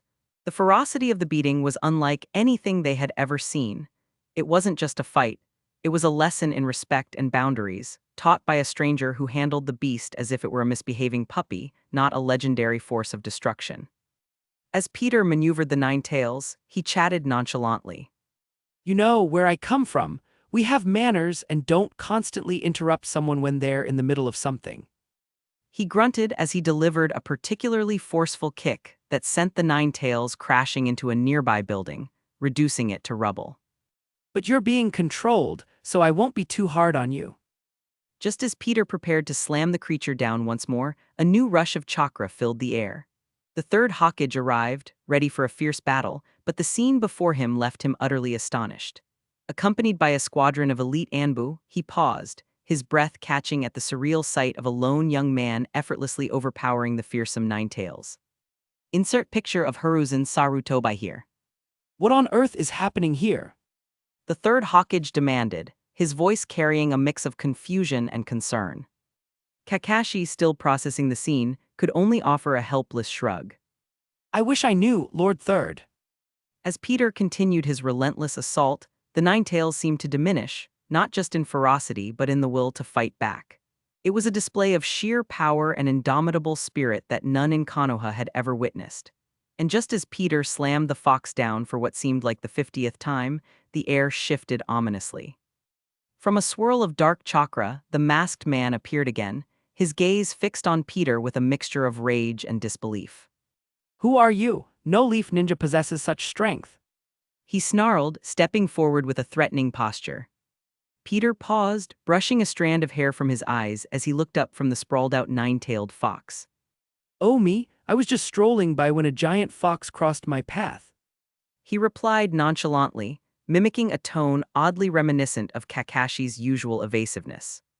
Small laughs rippled through the crowd of ninjas, many exchanging glances with Kakashi, who offered a rare, sheepish grin in response.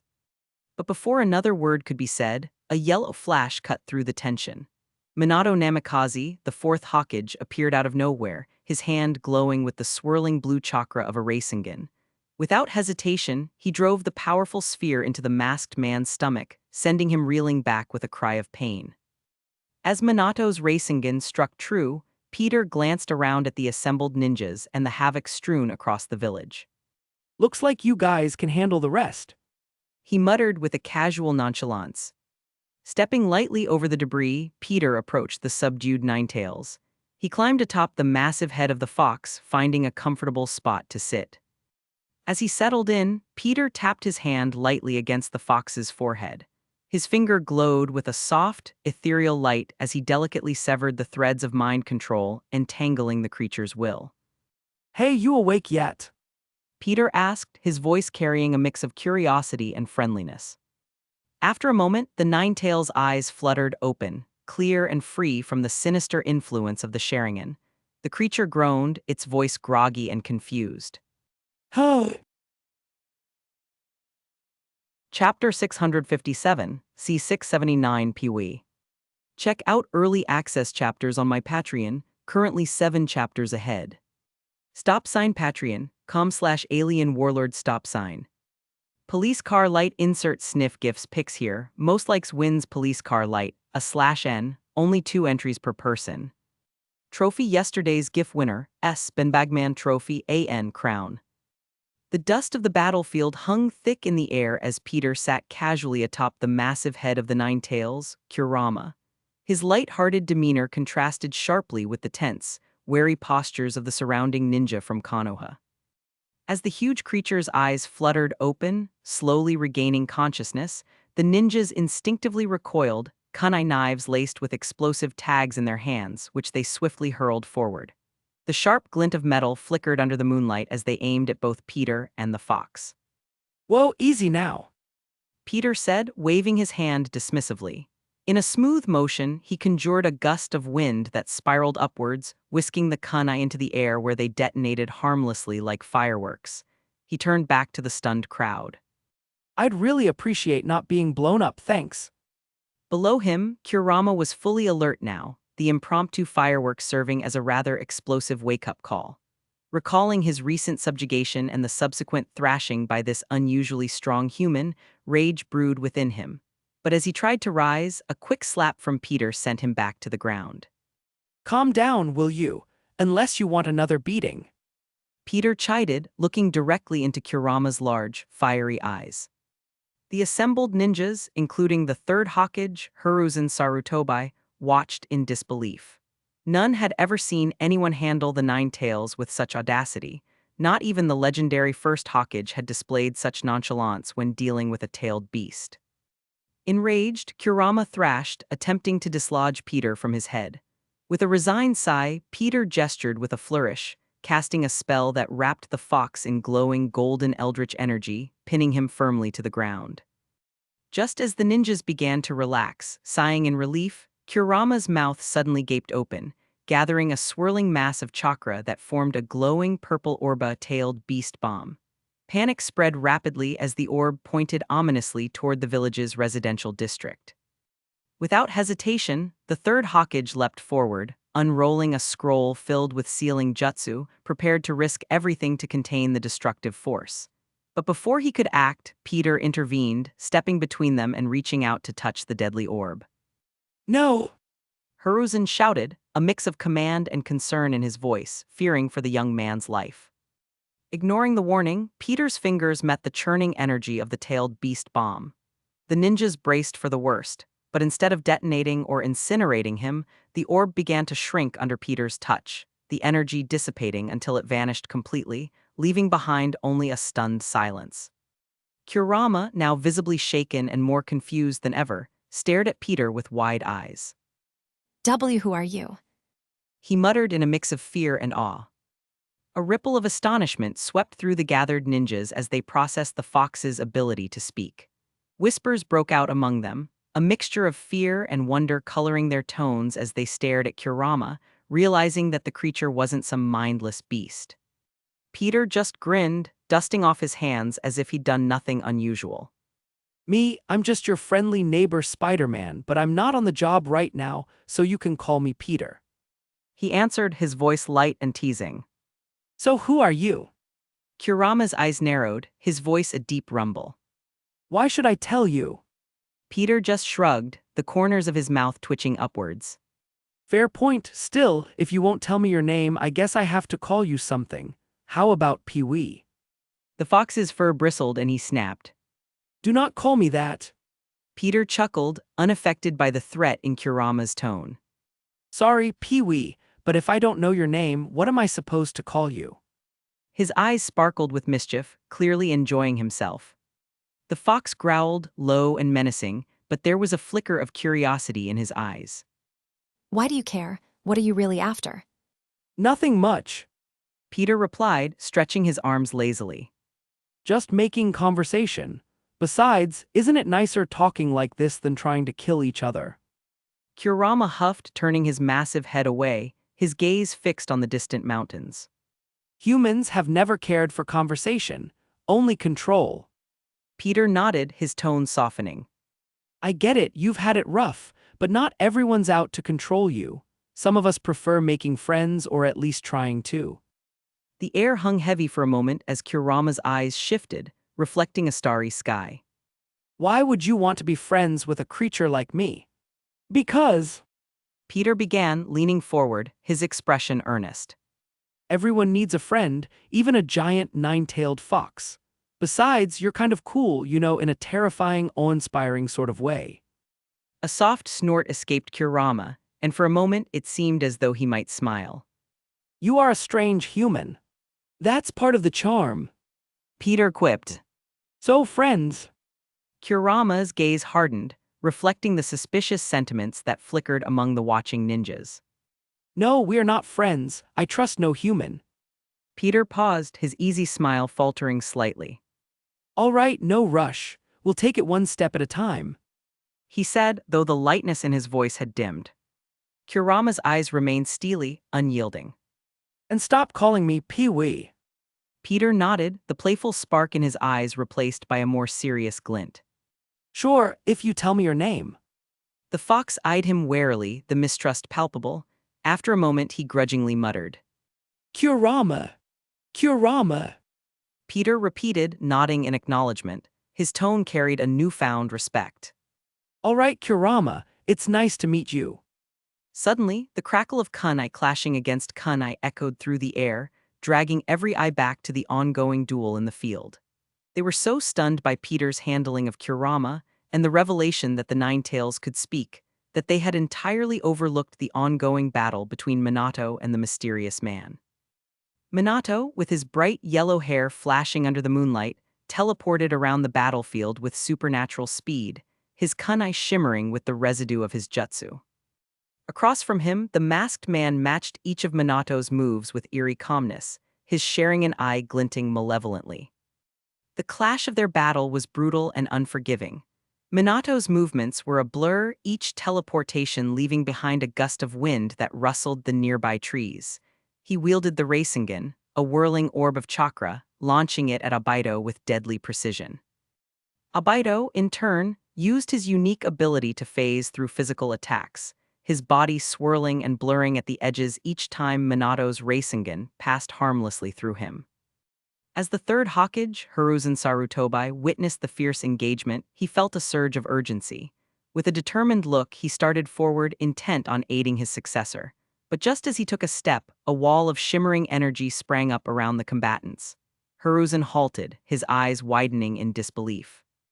All around, the gathered ninjas murmured in confusion, their attention snapping towards Peter, who had conjured the barrier. What are you doing? Hiruzen demanded, his usual warm tone taking a dangerous edge. Even Kurama, secured beside Peter, raised a brow, puzzled by Peter's intentions. Peter just smiled, his demeanor calm and collected. Trust me, Minato can handle this. He needs to see the truth for himself. He explained, his voice carrying a hinting tone.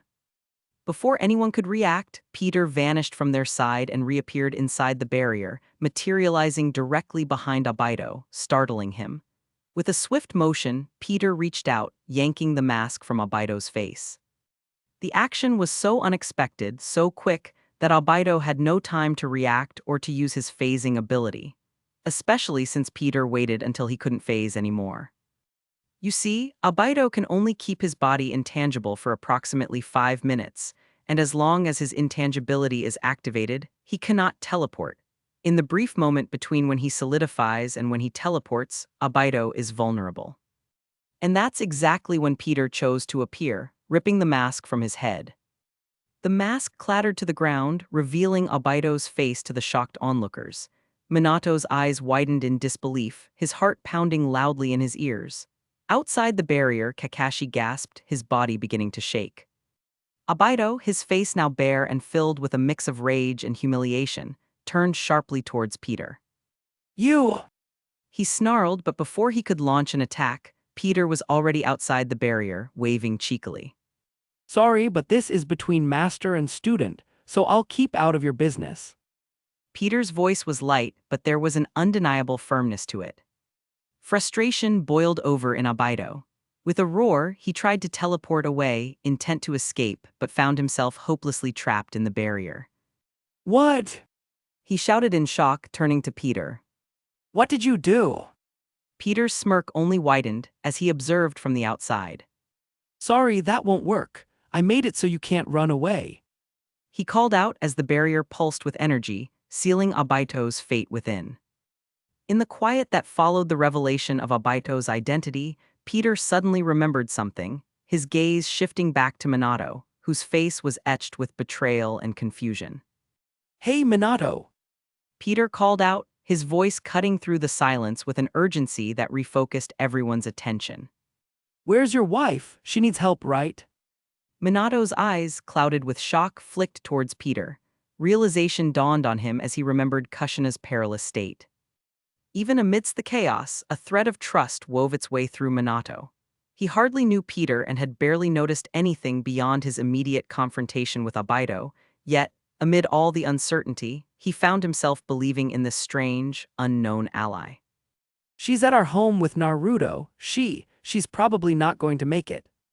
Minato said, his voice cracking slightly as he turned to Abaito, the man responsible for her condition. Abaito's eyes flickered under Minato's intense gaze, and he looked away, unable to meet his teacher's gaze. Peter nodded solemnly, the playful demeanor momentarily slipping away to reveal a genuine concern. I'll take care of her, just tell me where to go. Kakashi stepped forward, his usual composure replaced by a palpable sense of urgency. I'll show you, he said, determination stealing his voice. Peter glanced at the minuscule form of Kurama, now no larger than a small dog but still as formidable in spirit. Want to tag along? He asked, half-joking yet sincere. Kurama, his dignity bruised but curiosity piqued, gave a reluctant nod. Sure, why not? He responded, hoping to use this opportunity to escape. Ignoring the murmurs of dissent from the surrounding ninjas, Peter drew a spell circle in the air with a swift motion of his hand. The runes glowed briefly before firing towards Kurama, not only releasing him but shrinking his body to the size of a small puppy. What did you do to me? Kurama's roar, unexpectedly high-pitched, drew astonished and amused glances from around them. With a smirk, Peter nodded to Kakashi. Lead the way. Kurama, scrambling after Peter and Kakashi, yelped. Hey, change me back right now. Chapter 658, C680 Teacher vs Student. Check out early access chapters on my Patreon, currently 7 chapters ahead. Stop sign Patreon.com/alien warlord stop sign. The night air was crisp as Peter, followed by a miniature Kurama, hurriedly followed Kakashi across the rooftops of Konoha. Peter matched Kakashi's swift pace effortlessly, his godlike agility allowing him to keep up with the Jonin's impressive speed. Behind them, the shrunken Kurama scampered along, his tiny form barely visible among the shadows of the village. Change me back this instant. He demanded, his voice high-pitched but fierce. Peter rolled his eyes, not breaking stride as he replied. Sorry, Kurama, no can do. The village is already a mess because of you, and you just cause more damage at full size and scare the hell out of everyone while you're at it. Kurama's tiny face twisted in annoyance. Hey, it's not my fault. I did not choose to attack the village even if I wanted to. His voice was laced with disgust and hatred at the mention of the Uchiha. Kakashi, overhearing the conversation, frowned deeply. This was news to him. He had thought the Nine Tails attacked purely out of malice. Controlled. He asked, his tone thoughtful, even as he leaped from one building to another. Yes. Peter confirmed. That's why I didn't kill him during our fight. If Kurama had been acting on his own accord, I probably would have skinned him and made myself a nice fur coat. Kurama snorted dismissively. No one can kill a tailed beast. He boasted. I just come back to life once my chakra reformed. It might take some time, but I would return. Peter glanced back at the small creature with a dangerous smirk. Are you sure about that? He teased. A shiver of fear ran through Kurama at the implication, and he shook his head, suddenly uncertain. Peter laughed, the sound light and mocking in the quiet night. They continued their high-speed journey until Kakashi suddenly halted, causing Peter to stop abruptly beside him. We're here. Kakashi announced, nodding toward a house just a short distance away. But before they could advance, a barrage of kunai rained down where Kakashi had been about to step. Peter waved his hand, deflecting another set of kunai aimed at him. Even tiny Kurama managed to smack a kunai away with his tails, looking absurdly fierce for his size. Kakashi's gaze sharpened as he surveyed the area, his eyes settling on a sizable group of Root Anbu stationed atop Minato and Kushina's house. A few of the Root members were equipped with ink, brushes, and scrolls, evidently trying to break the powerful seals protecting the house. But thankfully, despite their concentrated efforts, they were unable to bypass the intricate and robust seals. Peter's expression turned serious. Looks like we've got some idiots trying to take advantage of your village's situation. Danzo! Kakashi muttered before taking a deep breath, his hand resting on the hilt of his kunai. Let's handle this quickly. Kushina and Naruto need us. Sure, but something tells me they won't listen to reason. Peter shrugged. The mini Kurama smirked evil. I hope they don't. It's been a while since I got to kill a human. He said, his sharp teeth showing. Kakashi stepped toward the Anbu, his posture relaxed but his gaze hard.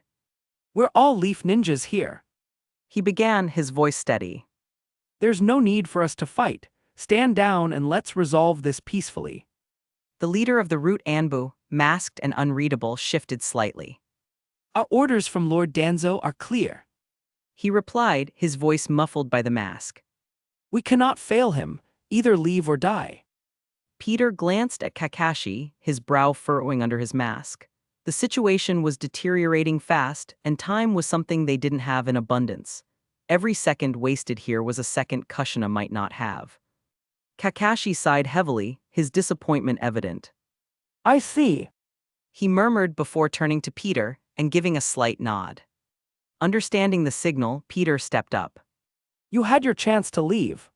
He declared, his voice hard. As the words left his mouth, he launched forward. In an instant, the quiet night erupted into chaos. Peter moved with a speed that none could follow, appearing before the Anbu in a blur. The first of them barely had time to react before Peter was upon him, a powerful kick sending the ninja sprawling to the ground, his bones snapping upon impact, a crater forming underneath his unmoving body. Kakashi joined in, his movements a blur of precision and lethal intent. He moved through the Ambu ranks like a shadow, his kunai finding gaps in armor and striking with deadly efficiency. Each slash or stab was precise, leaving bloody bodies in his wake.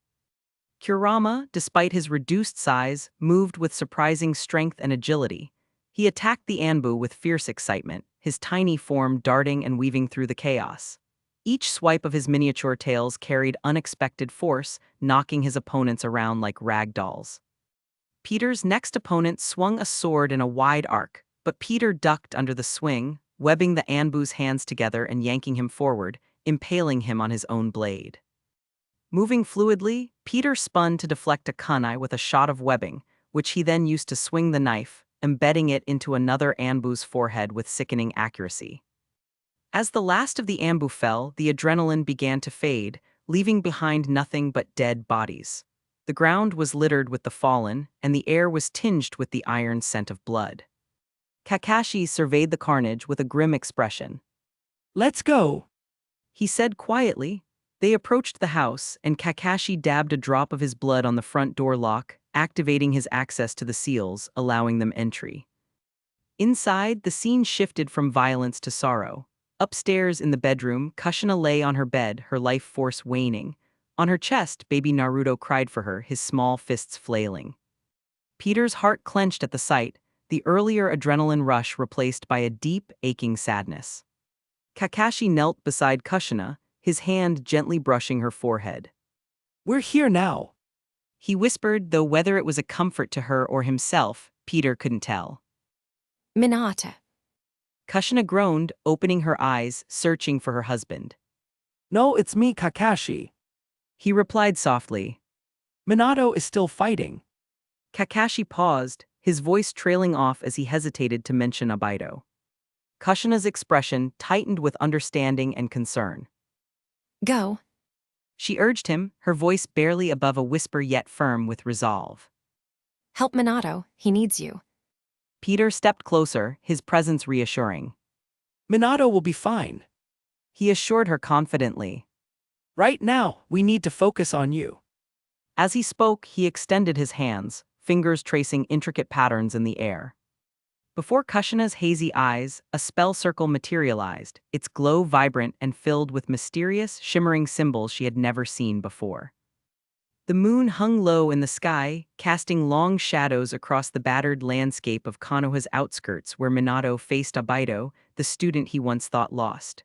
The silence was palpable, charged with tension and disbelief. Minato's voice broke the silence, his tone a mixture of pain and incredulity. Bye. Abido, clad in his tattered cloak, his Sharingan eye pulsating with malevolent energy, stood stoically. His voice, when he finally spoke, was cold and devoid of the warmth Minato remembered. They deserve it, all of them, this world. The words stung, more painful than any kunai could ever be.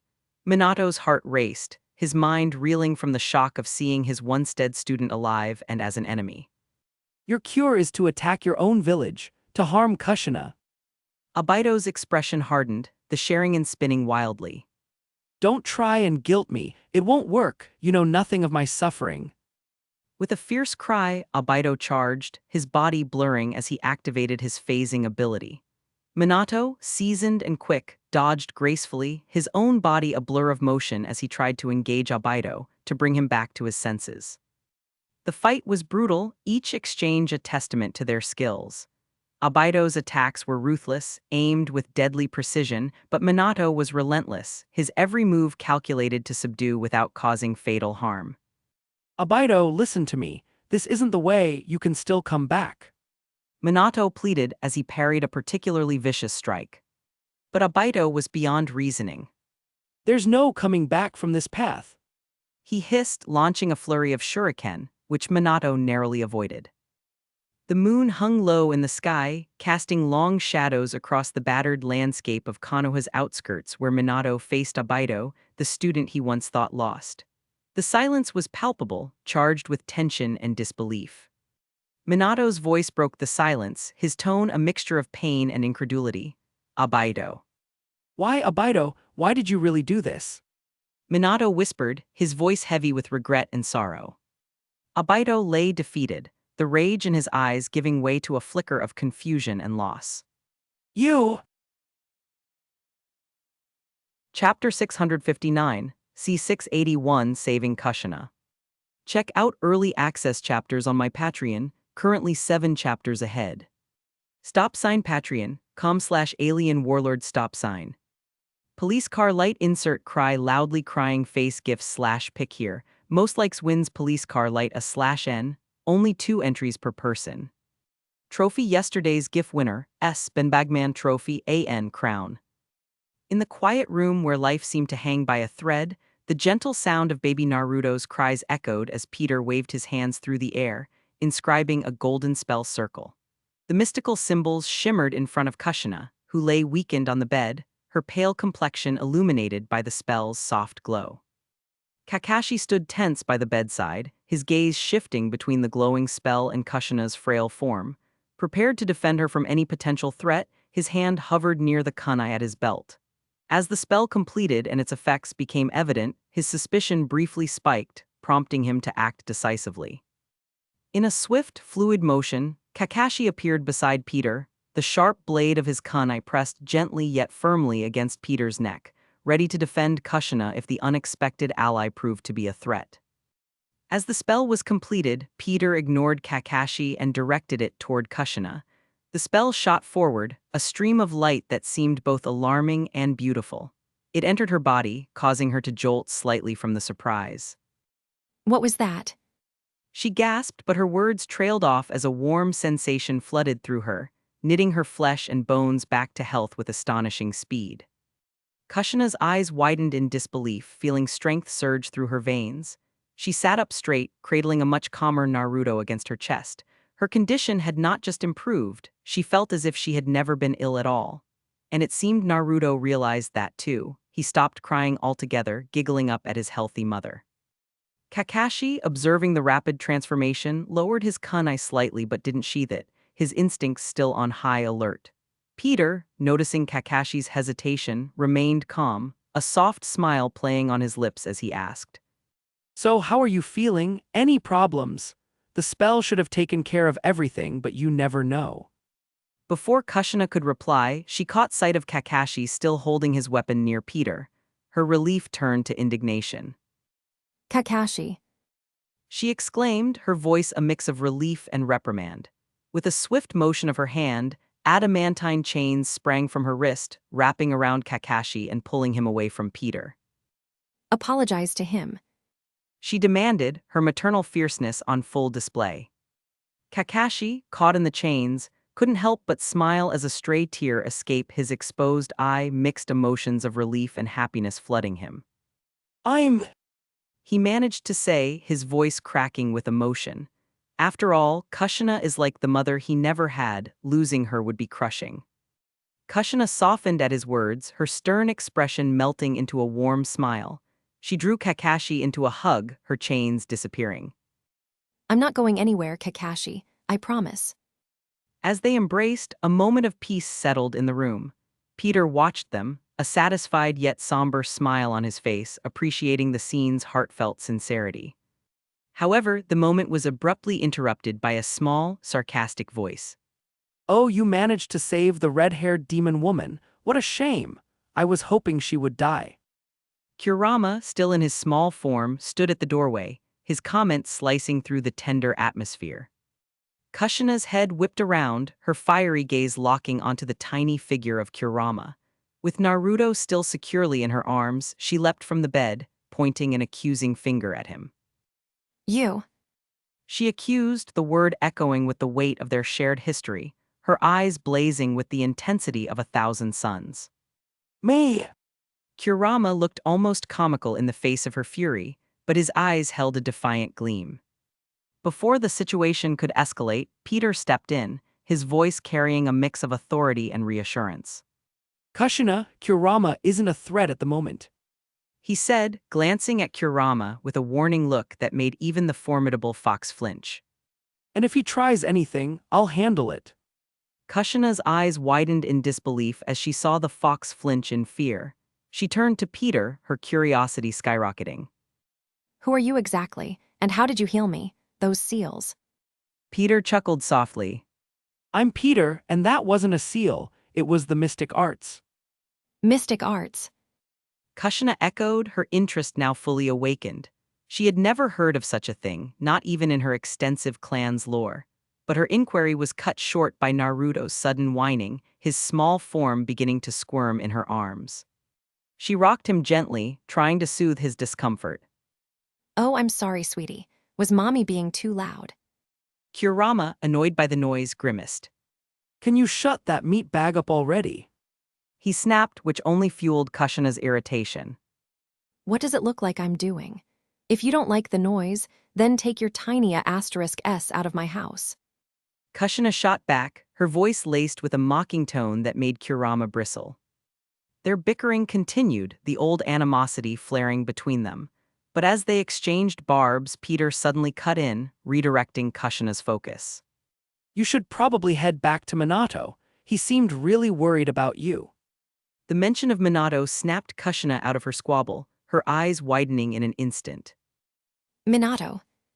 She exclaimed, recalling the danger her husband was in, and without a second thought, she dashed out of the house at a breakneck pace, Naruto clinging to her. Without a second thought, Kakashi followed closely behind, vanishing with a swift motion into the shadows they left behind. Left alone in the room, Kurama turned to Peter. Are we not going with them? He asked. Peter shook his head. Nah, they'll be fine without us. He said, a sly grin spreading across his face. How about we go and deal with some human garbage I know about? Kurama, despite everything, matched Peter's smirk. I don't really have a choice, do I? He replied. No, you don't. With a nod, Peter walked out of the room, pausing in the hallway for a moment. But first, let's see if this place has a library. Kurama, eyeing Peter with a mix of suspicion and curiosity, followed him down the hall. Planning on a bit of light reading. Not exactly. Peter replied, pushing open the door to a room filled with scrolls and ancient books. The air was heavy with the scent of parchment and ink. He walked in, his eyes scanning the vast collection of jutsu and seal information stored within. More like light copying. Using his mystic arts, Peter began to replicate the scrolls, particularly interested in the Uzumaki sealing techniques and Minato's flying thunder god technique. Each document shimmered briefly as he conjured an exact copy, storing the duplicates in the small necklace he wore around his neck. Kurama watched from the doorway, his voice dripping with sarcasm. So you're a thief now. Peter didn't look up from his work. It's not theft, it's compensation. I saved their village and their lives. Think of this as a consultant's fee. Convenient justification. Kurama scoffed, his tail flicking in amusement. Peter continued his work, the intricate symbols on each scroll glowing under his touch. He was methodical, ensuring that nothing was out of place and that it would appear untouched. When in another world, one must adapt. Another world. Kurama muttered, confusion written all over his furry face. Once the last scroll was copied, Peter stood, stretching slightly. All right, that's done. Ready to head out. Kurama's ears perked up. And where are we headed at this hour? Peter smirked, a glint of mischief in his eyes. Let's start with the Uchiha clan district. Kurama's interest peaked, and his smirk widened. Lead the way. He said, thinking they were off to slaughter some Uchihas, which he was more than willing to participate in. They left the house quietly, blending into the shadows of the night. The village was still, the only sounds being the soft rustling of leaves in the breeze. The scene outside the village was one of tense anticipation, the stillness broken only by the occasional crackle of energy emanating from the powerful barrier that Peter set up. Inside, Minato faced Obito, their battle reaching its climactic end. Outside, Kushina landed gracefully, Naruto cradled securely in her arms, her eyes immediately catching the final moments of the confrontation. As Minato delivered what looked to be a decisive blow on their unmasked attacker, Kushina's heart raced. The realization that the masked man was none other than Obito struck her hard, sending a chill down her spine. Beside her, Kakashi touched down, his expression grim. I didn't know how to tell you. He admitted, his voice heavy with regret. I'm sorry, Lady Kushina. Before she could respond, the rustle of approaching footsteps drew their attention. Guy, ever the bundle of energy, rushed towards them, his face lighting up as he spotted Naruto. Lady Kushina, you're all right. He exclaimed, his relief palpable. Is this the fourth son? How youthful. The third Hokage, Hiruzen, followed at a more measured pace, his expression one of shock and relief. Kushina, you're well. He asked, his eyes darting between her and the baby. We thought you were at death's door. Peter healed me. Kushina replied, her voice filled with a mixture of gratitude and awe. He used something called the mystic arts. Hiruzen's brow furrowed in thought. And where are Peter and the fox now? He inquired, scanning the area. Kushina and Kakashi turned, looking back the way they had come, but there was no sign of Peter or Kurama. We thought they were right behind us. Kakashi said, shrugging slightly. With a nod, Hiruzen turned to his Anbu. Find them. He commanded, and with a swirl of cloaks, the Anbu vanished into the shadows, tasked with locating the mysterious ally and the notorious fox. Meanwhile, Minato's focus shifted from the unconscious Obito to his wife and son. His relief at seeing them safe was immense as he rushed over but was stopped by the barrier, still trapped inside, at least until Peter returns to let him out. He moved as close as he could, his hands touching the invisible wall that separated them. Kushina, Naruto. He called out, his voice filled with emotion. Why, you're all right. Kushina moved forward, her hand reaching out to touch the barrier. Minato. She whispered, her eyes welling up with tears. We're safe, thanks to Peter. High above the assembled shinobi, concealed among the dense foliage, Zetsu watched the scene unfold with an intensity that belied his usually detached demeanor. His unique black and white visage was split down the middle, each half observing carefully, the black focused on Obito's prone form inside the barrier and the white scanning the area. Insert picture of Zetsu here. From his vantage point, Zetsu remained motionless, his eyes glued to the barrier that even he, with all his unique abilities, could not penetrate. If he could have, he would have already extracted Obito from the disastrous situation. The presence of such a powerful barrier was a complication he hadn't anticipated, and it irked him deeply. After a moment of silent contemplation, the black half of Zetsu murmured. We can't retrieve him now. This barrier is too strong. The white half, usually more impulsive, nodded slowly, a rare sign of agreement. We need to report this to Madara. It hissed softly. He will want to know about the barrier. Chapter 660, C682 Slaughtered. Check out early access chapters on my Patreon, currently 7 chapters ahead. Patreon.com/alien warlord stop sign. Earlier in the night, the tranquility of the Uchiha clan district was shattered by the ferocious roars of the Nine Tails rampaging in the distance.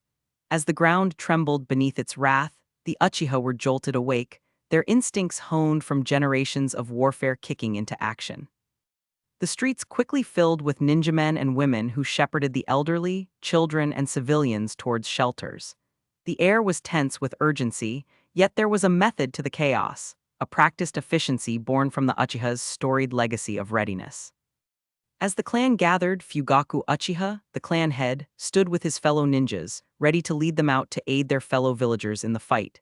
His eyes, usually calm and commanding, flickered with concern for his family and comrades. It was then that an unexpected interruption occurred. Surrounding the district, countless root ninja materialized, their presence a sudden and silent threat. They stood impassive, their weapons drawn, forming an impenetrable wall of steel and killing intent. Fugaku stepped forward, his voice steady but laced with confusion. Why are we being obstructed? He demanded, his gaze piercing through the night to the figures that stood on the walls surrounding them. Danzo Shimura, his figure obscured by bandages and the night, landed gracefully atop the wall. His presence commanded a mixture of respect and distrust. The order comes directly from the fourth Hokage. Danzo declared, his voice echoing ominously. No Uchiha is to leave the district tonight. Any who try will be immediately put to death. Murmurs erupted among the Uchiha. Disbelief and anger mingled in the whispers that swept through the crowd. Proof! Someone shouted. We demand proof. Fugaku, his expression unreadable, held up a hand for silence. He knew the Hokage Minato, his academy companion, the man whose wife was a close friend of his own. This order was out of character, almost unthinkable. Still, he addressed Danzo with the respect that an elder of the village deserved. Show us this order. You speak of grave matters, let us see the proof. With a smirk that didn't quite reach his eyes, Danzo produced a scroll, tossing it deftly to Fugaku. Catching it, the Uchiha leader unfurled the document. The script was indeed an order, complete with the Hokage Sela directive confining the Uchiha under threat of death.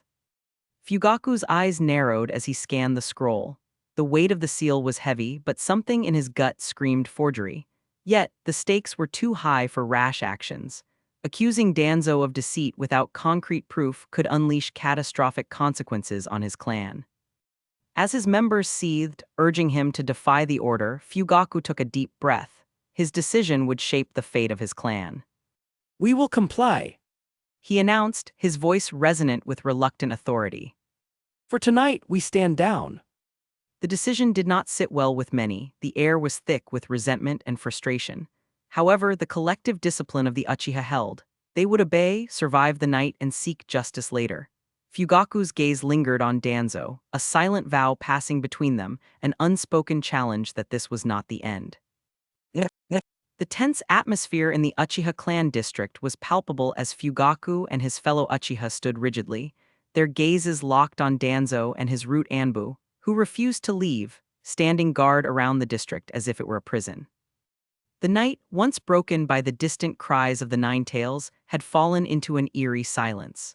The monstrous roars that had earlier filled the air were now conspicuously absent, a sudden quiet that drew everyone's attention. The Nine-Tails seemed to have disappeared. Daisuk! Danzo called out, recognizing the silhouette of his trusted Anbu.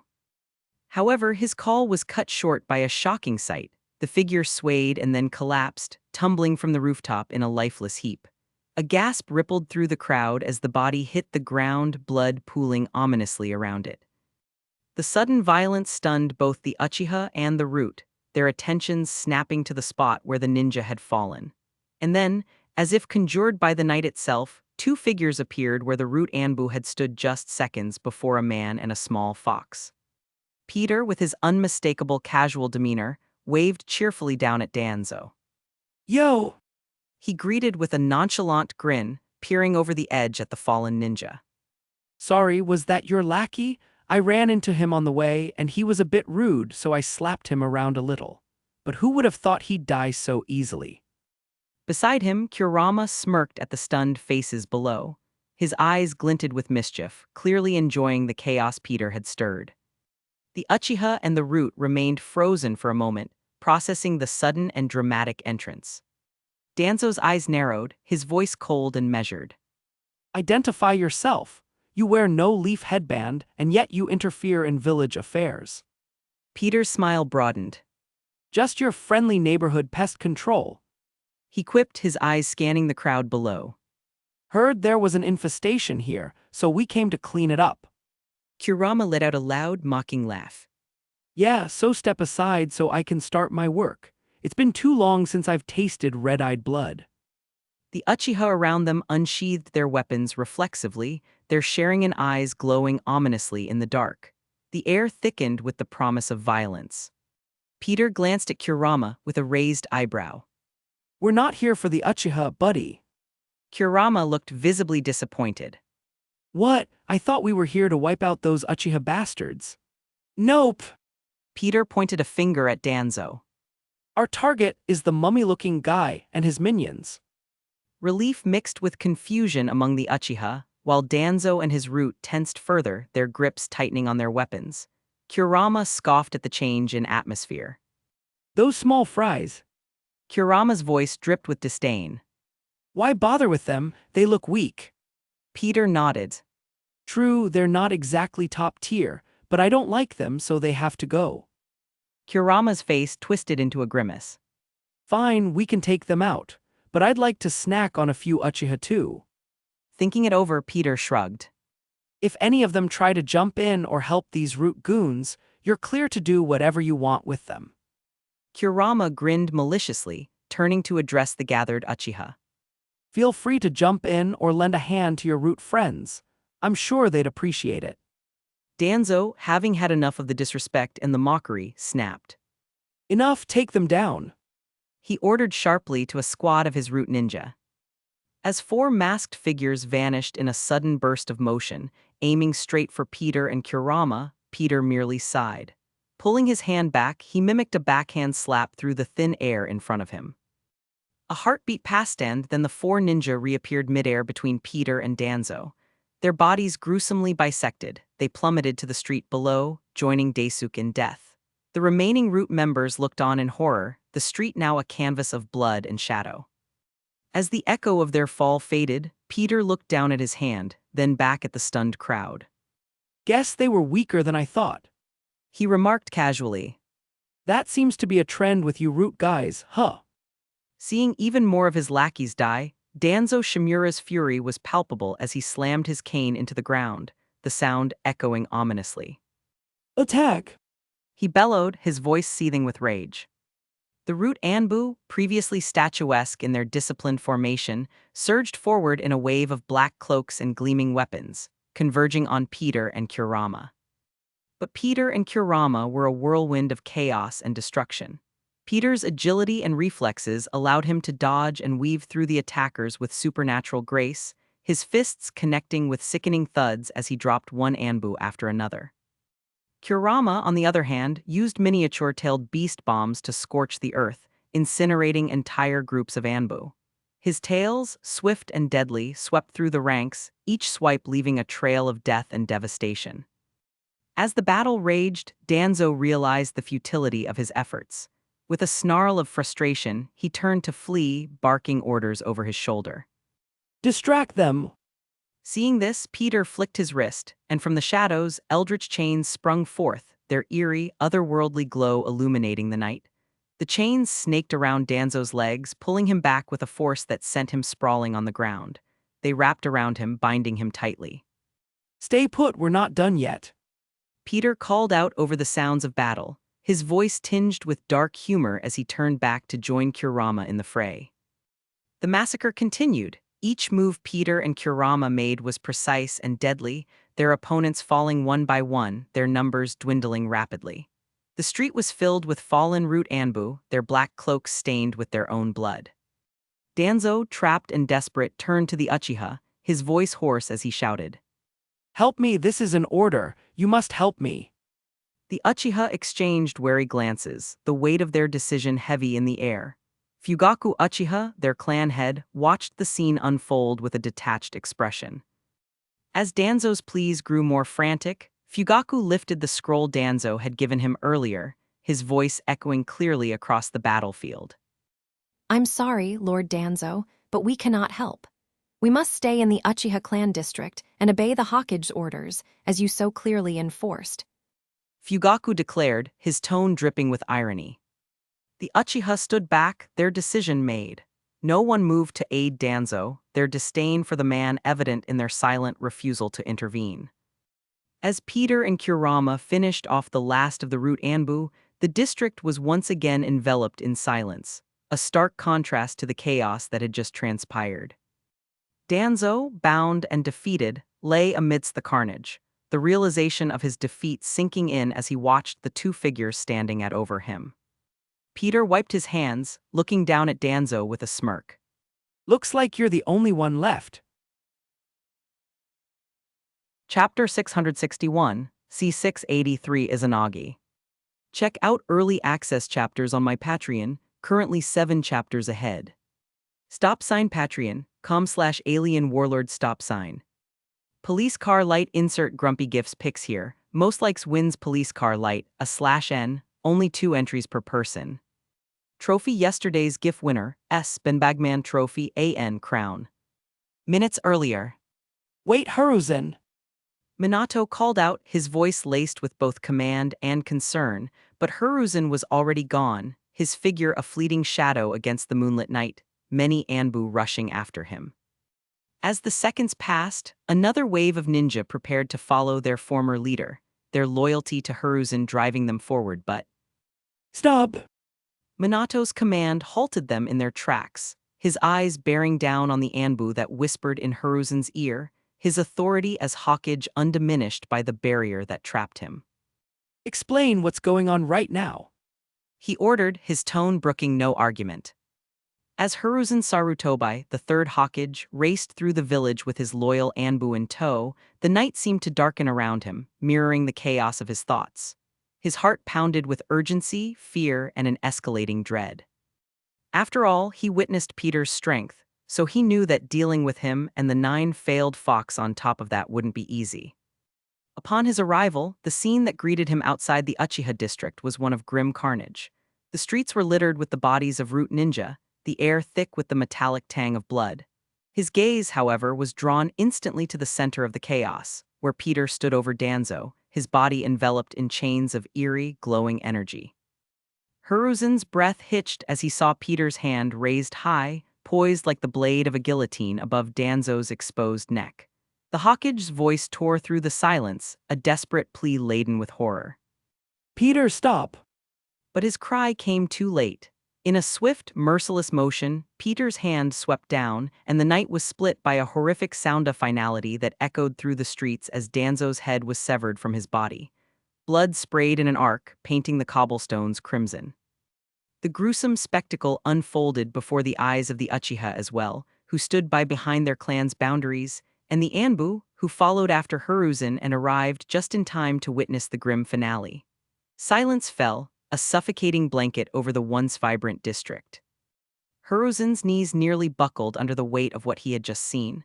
His former teammate, his friend, was dead, murdered not in battle but executed without trial or mercy. The shock of the act was hard to fathom, resonating through the very air, stirring the leaves on the nearby trees. As the echo of Danzo's body hitting the ground faded, Hiruzen's initial shock morphed into a hard, cold fury. His eyes, once warm and inviting, now blazed with a furious vengeance. The Anbu, sensing the shift in their former leader's mood, stiffened, ready to spring into action at his command. Standing amidst the grim aftermath, Peter's eyes met Hiruzen's across the battlefield strewn with bodies. The killing intent rolling off the third Hawkage was easy to see, a tangible force that threatened to ignite at any moment. Take a breath, Hiruzen. Peter said evenly, his voice cutting through the tense air. Calm down before you start something you know you can't finish. Hiruzen paused, the raw energy of his emotions checked for a moment as he knew Peter's strength. His eyes flicked to the Uchiha, who had watched the scene unfold from the safety of their district, their actions, or lack thereof speaking volumes. Turning to face them, Hiruzen's voice was a mix of disbelief and accusation. Why did you do nothing? The Uchiha, under the weight of such scrutiny, seemed to falter a little. The air around them thickened with tension, the stirrings of guilt and the undercurrents of unresolved grievances. Stepping forward, Fugaku Uchiha held up the scroll that had dictated their inaction. Lord Danzo ordered us to remain here, or face death. He explained, his voice steady. We were following orders, as we were commanded. From his distance, Hiruzen scrutinized the scroll, his experienced gaze immediately catching the forgery of Minato's seal. His frown deepened, the pieces of a sinister puzzle falling into place. Saving your fellow ninja should always come before following orders. We are a village, first and foremost.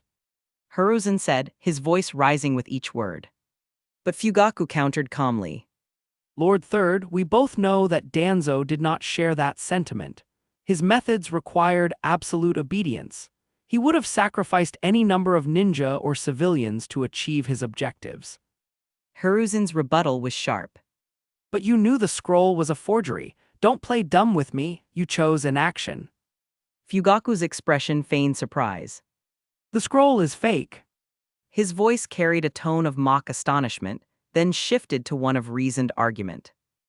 If that's true, then Danzo was guilty of forging the Hawkage seal, a grave crime in itself. Around Fugaku, the murmurs among the Uchiha grew louder, many nodding in agreement, emboldened by their leader's words. They voiced their belief that Danzo, known for his ruthlessness, would have met his end eventually due to his many transgressions. Hiruzen clenched his fists, his teeth gritted as he struggled to find a response. Fugaku left him cornered in a moral and political maze. I don't know why you're all getting so worked up. It's not like Danzo is dead. Peter said casually, glancing towards a nearby building. Right. Confusion swept through everyone, their expressions a mix of disbelief and suspicion. Even Kurama, who had been relishing the unfolding drama, tilted his head, puzzled. He's not dead. He echoed, looking towards the same building. The silence that followed was fraught with tension, every eye trained on the seemingly empty space where Peter had directed their attention. Nothing happened, and the stillness only deepened the growing uncertainty. With a sigh of impatience, Peter snapped his fingers. If you won't come out, I'll have to take away your hiding spot. Magic surged through the air, a visible wave that washed over the building, causing it to vanish as if it were a mirage. In its place stood a lone figure Danzo Shimura, seemingly unharmed except for his bandaged eye from which blood seeped, staining the wrappings. The third Hokage's jaw dropped as his friend reappeared before him, alive and well. He's alive, how? Danzo, visibly rattled yet defiant, scanned the crowd for Hiruzen, desperation edging his voice. Hiruzen, if we want to protect the village from that monster, we need to work together. Before he could continue, a wave of whispers cut through his words, rising from the Uchiha ninja. He was dead, I saw it myself. One exclaimed, disbelief lacing his voice. Impossible! Another muttered. Our Sharingan doesn't miss such tricks. He was dead for sure. The confusion and accusation swelled as more voices joined in, their sharp eyes all having witnessed the same undeniable event, Danzo's death. Their murmurs echoed through the air, a chorus of skepticism and confusion. Fugaku Uchiha, with a sharp intake of breath, began piecing together the impossible. His eyes locked onto Danzo, and then to the spot where Danzo had Died! As the realization dawned, the corpse they had all seen was now conspicuously absent, vanishing without a trace. Anger flashed across Fugaku's face, his Sharingan spinning wildly as he confronted the truth. How dare you! He shouted, stepping forward, his voice echoing through the now silent street. Danzo had employed Izanagi, an ancient and forbidden Uchiha technique that traded the light of a Sharingan eye for a moment of resurrection. It was a technique that should have been beyond the reach of anyone outside the Uchiha, a secret guarded fiercely by his clan. The implications were staggering, and as the accusation hung in the air, every pair of eyes turned back to Danzo. The use of Izanagi was a significant taboo, its cost profound, and here it had been used by a man known for his hatred of their clan. But the question that burned in Fugaku's mind was even more troubling. Where did Danzo get a Sharingan? Chapter 662, C684 Severing the Root. Check out early access chapters on my Patreon, currently 7 chapters ahead. Patreon.com/alien warlord stop sign. The air was charged with a heavy, suffocating tension as Fugaku Uchiha's face twisted with rage, his Sharingan spinning wildly with killing intent. Danzo! He bellowed, his voice echoing off the stone walls surrounding them. Where did you get a Sharingan eye? The gathered crowd was a mixture of confusion and anger. All that is, except for Peter, who seemed unsurprised by the revelation, and a few high-ranking Uchiha who already understood the implications of Izanagi. They, too, had pieced together the unsettling truth about Danzo's miraculous survival. As Fugaku's accusation hung in the air, the elite Uchiha by his side drew their weapons in solidarity, their Sharingan eyes activated, glaring fiercely toward Danzo. This bold move spurred the rest of the clan into action, and soon every Uchiha present had their weapons drawn, even though many were still in the dark as to how Danzo surviving meant that he had a Sharingan eye. Hiruzen, caught between his duty as Hokage and his loyalty to an old friend, turned towards Danzo with a look of desperate hope for an explanation, an excuse, anything that could defuse the situation. However, Danzo remained silent, his gaze steely and unreadable beneath the blood-stained bandages that covered half of his face. Seeing that no explanation was coming from Danzo, Peter stepped forward, his voice clear and authoritative. Shall I explain what Danzo won't? He began, capturing the attention of everyone around him. Danzo has a Sharingan implanted under those bloody bandages. He pointed to Danzo's face. which he used to employ a secret Uchiha technique called Izanagi, rewriting the reality of his death to leave behind a very real-looking illusion. He paused to let the gravity of his words sink in before continuing. And if I had to guess, he might have a few more Sharingan hidden away under the bandages on his arm as well. The accusation struck like a bolt of lightning, igniting the simmering fury within every Uchiha present. With a shared sense of betrayal and outrage, they surged forward from their district, encircling Danzo in a tight ring of shadowy warriors, their red eyes piercing through the night. Fugaku stood at the forefront, his expression carved from stone and his Sharingan blazing, pointing his weapon at Danzo. Remove your bandages, Danzo, now! He demanded, his voice a deadly calm that promised retribution. Before Danzo could muster a response to the growing tension around him, Hiruzen commanded in a firm, authoritative voice. Stand down, Fugaku! His intention was clear. He wanted to approach Danzo, perhaps to salvage the situation or seek clarification. But as he stepped forward, Peter materialized in his path, blocking him. Hiruzen paused, his gaze fixed on Peter. Step aside! He implored, his voice strained. I do not wish to fight you, but I will if I must, for the sake of the village. Peter shook his head, resolute.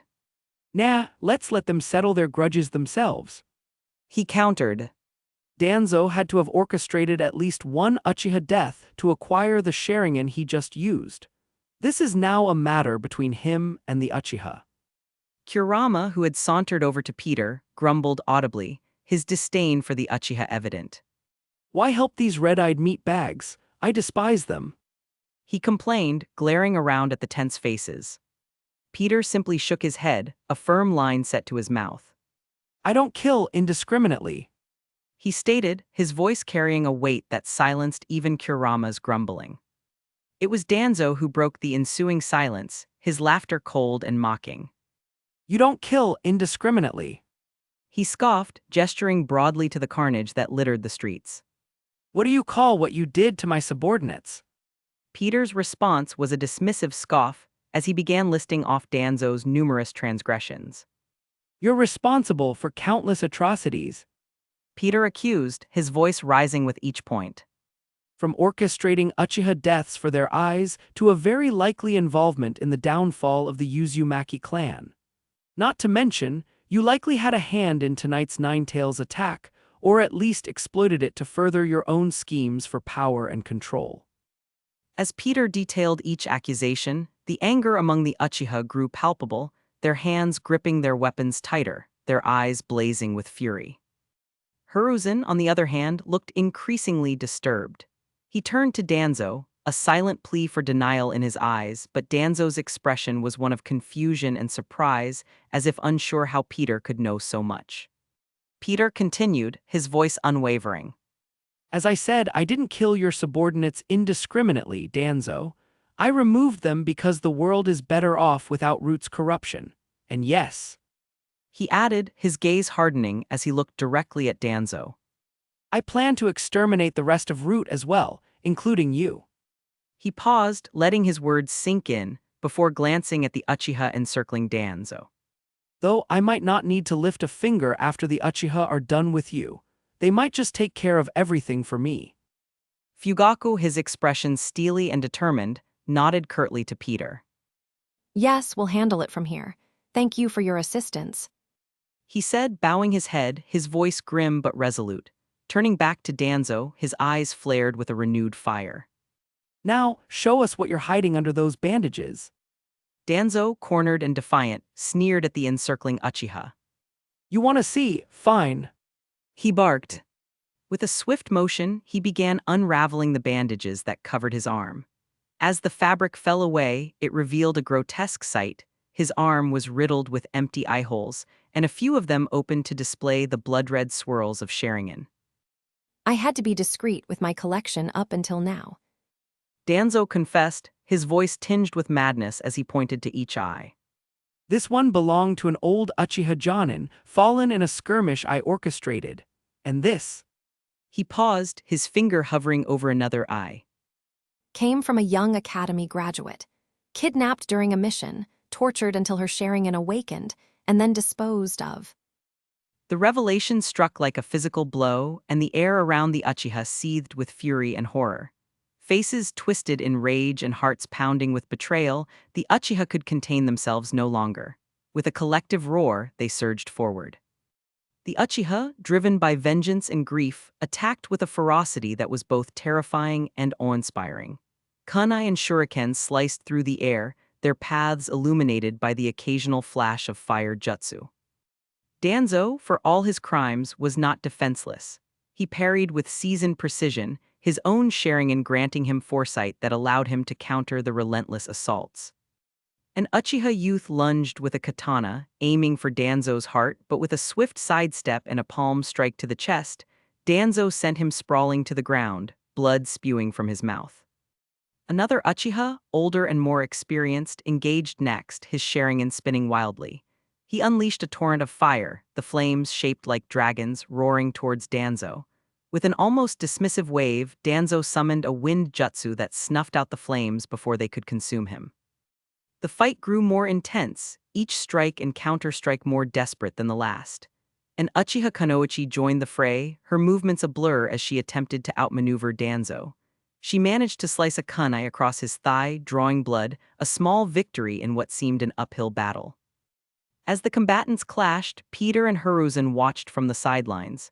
Peter's expression was one of grim satisfaction. Justice, in his view, was being served. Hiruzen, however, was tormented by indecision. His heart ached as he watched his old friend, a man he had known for decades, now a pariah facing the wrath of those he had wronged. On one hand, Hiruzen wanted to intervene, to stop the bloodshed and perhaps find another way. But on the other, he recognized the deep-seated justice in the Uchiha's retribution. As the third Hokage remained indecisive, the confrontation between Danzo and the Uchiha escalated swiftly, each moment pulsing with the tension of years of betrayal and subterfuge. Danzo, though outnumbered, was no ordinary foe. His combat style was ruthless, every move calculated to maim and kill. His opponents, driven by revenge and justice, matched his intensity, their attacks relentless. As the battle unfolded, Fugaku Uchiha emerged as the pivotal force. With a steely glint in his eyes, his Mangekyo Sharingan activated, casting his body in a spectral gold glow. A small ethereal skeleton materialized around him. Susanoo! He exclaimed, causing Danzo's eyes to widen in fear. Fugaku's first decisive act was a rapid succession of strikes with Susanoo's ethereal, bony arms. Each hit landed with devastating force, pummeling Danzo with such intensity that it fractured his defenses. The impacts left him reeling, bloody, and gasping for breath, his stolen Sharingan eyes flickering weakly as their mystical powers waned under the relentless assault. Each blow was precise and forceful, quickly overwhelming Danzo and sending him crashing to the ground, defenseless. Seizing the moment, Fugaku rushed toward Danzo's prone form and swiftly plucked each Sharingan from his arm, ensuring he could no longer revive himself. Fugaku's didn't stop there either. With the Sharingan removed, he commandeered a sword from a nearby clansman's scabbard. Raising the blade, he prepared to deliver justice long denied to his people. Danzo, realizing his end was near, turned to his old ally Hiruzen in a desperate plea for salvation. Save me! He cried out, panic stripping him of his usual composure. Peter, observing the scene, recognized the critical moment unfolding. He turned to Hiruzen with a grave expression. Don't intervene, he'll die tonight no matter what. You won't be able to change that. He cautioned firmly, but the bonds of a lifetime proved too strong for Hiruzen, who, driven by a mixture of loyalty and guilt, surged forward to intervene, his Anbu following his lead. With a sigh of resignation, Peter snapped his fingers, casting a spell that dramatically increased the gravity localized over the Anbu. They were slammed into the ground, immobilized by the overwhelming force, unable to proceed further. Hiruzen, undeterred and nearly reaching Danzo, was only a breath away from saving his friend's life. But at that critical moment, Peter waved his hand, conjuring a portal that intercepted Hiruzen's path. Before he knew what was happening, the third Hokage was abruptly redirected, emerging next to Peter, just in time to witness the final act of the drama. Fugaku, his expression resolute and devoid of hesitation, brought down the sword in a swift, clean arc. The blade bisected Danzo cleanly in half, the body falling in two, his schemes and manipulations ending with him. And as he fell, the lack of any remaining Sharingan ensured there would be no miraculous escape from death this time. The silence that followed was heavy, filled with the weight and finality of justice served. Hiruzen stood beside Peter, shock and sorrow etched into his features. Chapter 663, C685 Madara. Check out early access chapters on my Patreon, currently 7 chapters ahead. Stop sign Patreon.com/alien warlord stop sign. Police car light insert plastic surgery gifts pics here. Most likes wins police car light, /n, only 2 entries per person. Trophy yesterday's GIF winner, Benbagman Trophy AN crown. Peter stood at the edge of the carnage, the night air thick with the acrid scent of burnt flesh and the eerie silence of a battle concluded. Danzo's lifeless body lay in 2 halves, a grotesque reminder of the dark deeds that had finally caught up with him. Hiruzen Sarutobi, the third Hokage, stood beside Peter, his face a mask of sorrow and disbelief. The old man's shoulders sagged under the weight of his grief, his eyes locked on the fallen body of his friend. He was torn between the duty to his village and the personal loss of a lifelong companion. Peter noticed Hiruzen's clenched fists and the barely restrained fury in his eyes. He could almost hear the internal struggle within the Hokage, the urge to attack, to seek vengeance for Danzo's death. But just as Hiruzen seemed on the verge of acting, a small, fiery presence appeared at Peter's side. Kurama, the tiny 9-tailed fox, smirked up at Hiruzen with a look that was both challenging and mocking. Go ahead, old man. The spirit seemed to say. Try it. Hiruzen took a deep breath, his body trembling with the effort to control his emotions. He knew that confronting Peter would be futile. The young man standing beside him was far more powerful than anyone in the village, perhaps more powerful than any shinobi alive.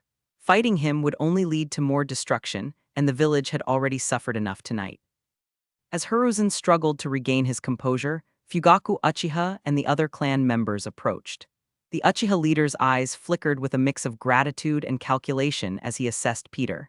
He had seen the third Hokage's fear and hesitation, and it only reinforced the importance of keeping Peter as an ally. Fugaku bowed deeply before Peter, and his family members followed suit, their respect palpable. Thank you for your assistance. You've allowed us to avenge our fallen family members, and for that, we are deeply grateful. We would be honored if you would spend the night as our guest in the Uchiha clan district. Hiruzen raised an eyebrow at this, recognizing the Uchiha's strategic move. They were attempting to secure a powerful ally, someone who could deter any future threats against their clan, both physical and political. He opened his mouth to extend a counteroffer, hoping to keep Peter in a more neutral position, but Peter spoke first. Sure, I could use a bed for the night. Peter said, nodding to Fugaku. But give me a second to do something first. Ignoring the curious stares from the Uchiha and the wary gaze of Hiruzen, Peter walked over to the remains of the battle.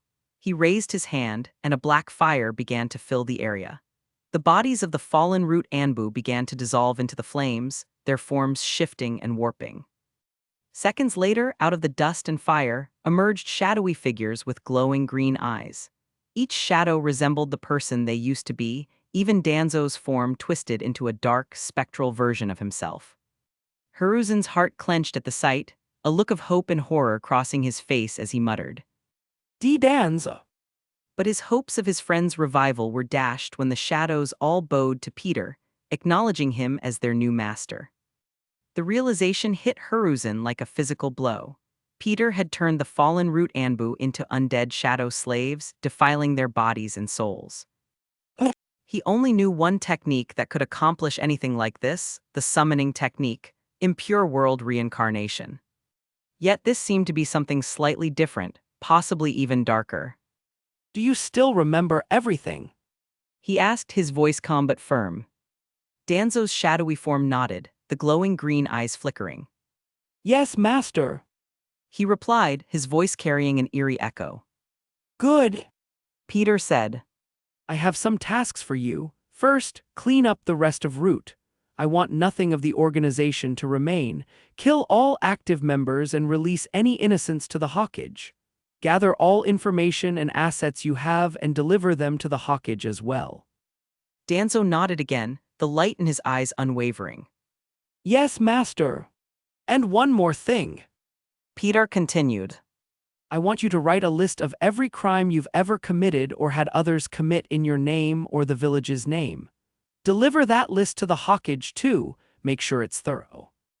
Hiruzen, listening to this exchange, began to sweat. His mind raced with memories of the times he had been complicit in Danzo's schemes, all for the greater good of the village.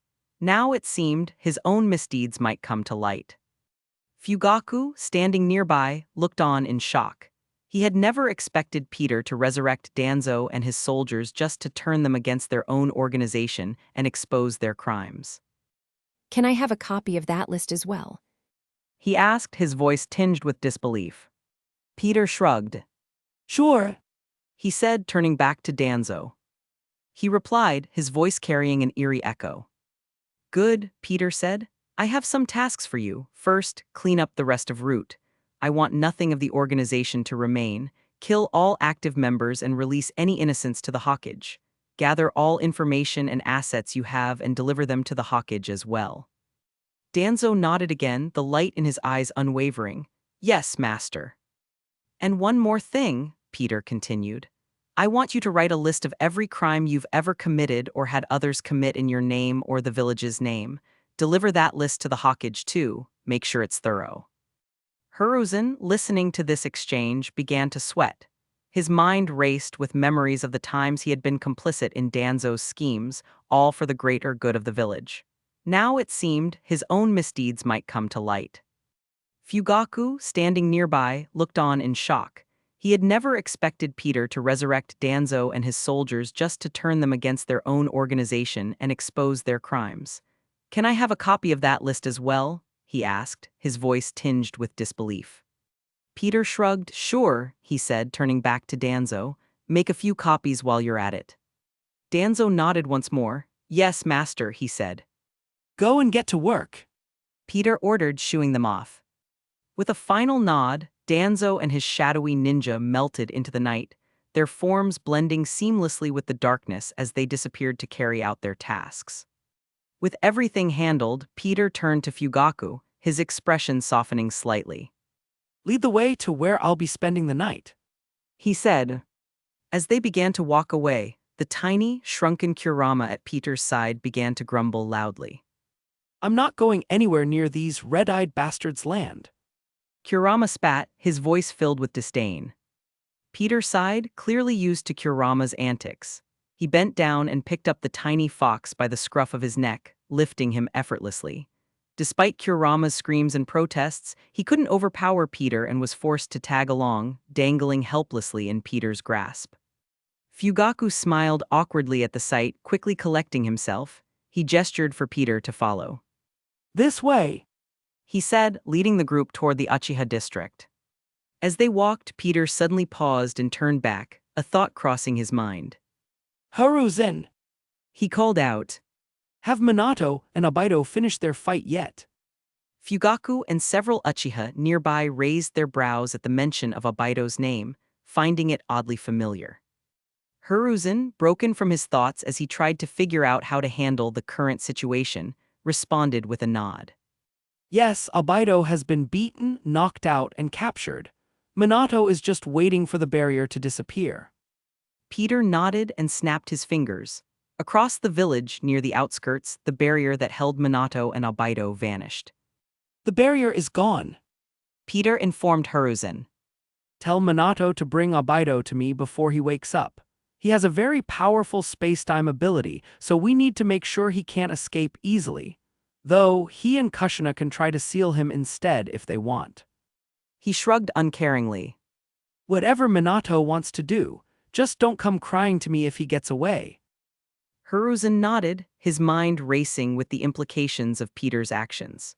He opened his mouth to say something, possibly to ask about his shadow undead, or perhaps to complain about what happened to Danzo, but Peter cut him off with a yawn. Fugaku, lead the way to the guest house. I need a nap. Peter said, his tone indicating the conversation was over. All this action and drama really takes it out of you, you know. As Hiruzen stood there dumbly, watching Peter leave, he could still hear Kurama yelling his complaints and cursing every Uchiha that caught his eye. Zetsu slithered through the rocky crevices of the hidden cave, merging seamlessly with the shadows. His mission was urgent, and the news he carried was dire. The elderly Madara, sustained by the Jido Mazo, awaited him in the deepest chamber. As Zetsu entered the chamber, Madara's eyes, dulled by age but still burning with fierce determination, looked up. What news do you bring, Zetsu? He asked, his voice a low, gravelly whisper. The elderly Madara Uchiha sat on a throne-like seat within the dimly lit chamber, his presence commanding despite his advanced age. Portions of his long, once jet-black hair had turned a stark white, cascading down his back in wild, untamed waves. His face was lined with deep wrinkles, evidence of the many years and countless battles he had endured. His eyes, though dulled by age, still held a fierce intensity, the Sharingan gleaming with a red, malevolent glow. Madara's body, frail and thin, was draped in a tattered, dark cloak that hung loosely around his gaunt frame. The cloak, frayed at the edges, seemed to absorb the shadows of the cave, adding to his ominous aura. His hands, skeletal and veined, clutched the armrests of his throne, the knuckles white with strain. Insert picture of Madara here. Despite his weakened state, there was an undeniable aura of power and authority about him. His connection to the Jido Mazo, the giant, demonic statue, provided him with a semblance of vitality, its chakra sustaining him just enough to keep him alive. Tubes and wires connected his body to the statue, snaking from his back and shoulders, pulsing with a dark, eerie energy. Insert picture of Jido Mazo here. The black half of Zetsu spoke first, his tone ominous. Madara-sama, the plan to release the Nine Tails into the Leaf Village has failed. The white half continued, his voice lighter but filled with concern. An unknown variable appeared, someone we did not foresee. Madara's eyes narrowed. Explain. He demanded. The black half took over.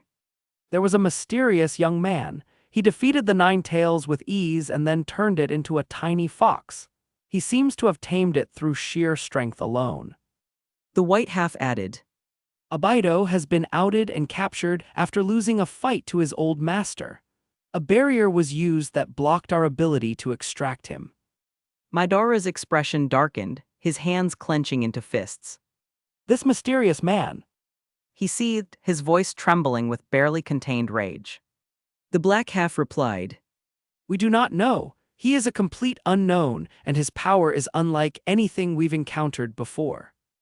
Madara's fury grew, his aging body trembling with the intensity of his anger. Years of planning, all for nothing. He spat. Abido was crucial to my plans. I went through all the trouble to break him, to mold him into the perfect tool, and now he's been captured like a fool. He slammed his fist onto the armrest of his throne, the sound echoing through the cave. We cannot afford setbacks like this. He growled. Abido must be retrieved, and this Peter must be dealt with. I will not let my plans be derailed by an unknown variable. The white half of Zetsu nodded, his expression unreadable. What are your orders, Lord Madara? Madara took a deep breath, calming himself. First, we need more information about this Peter.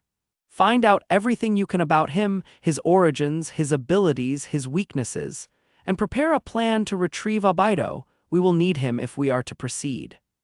The black half added. Yes, Lord Madara, we will begin immediately. As Zetsu departed, Madara leaned back in his throne, his mind racing. The unexpected appearance of Peter was a significant setback, but he was not a man easily defeated. He had faced greater challenges before and had always found a way to overcome them. I will not be stopped. He muttered to himself, his eyes burning with renewed determination. Not now, not ever.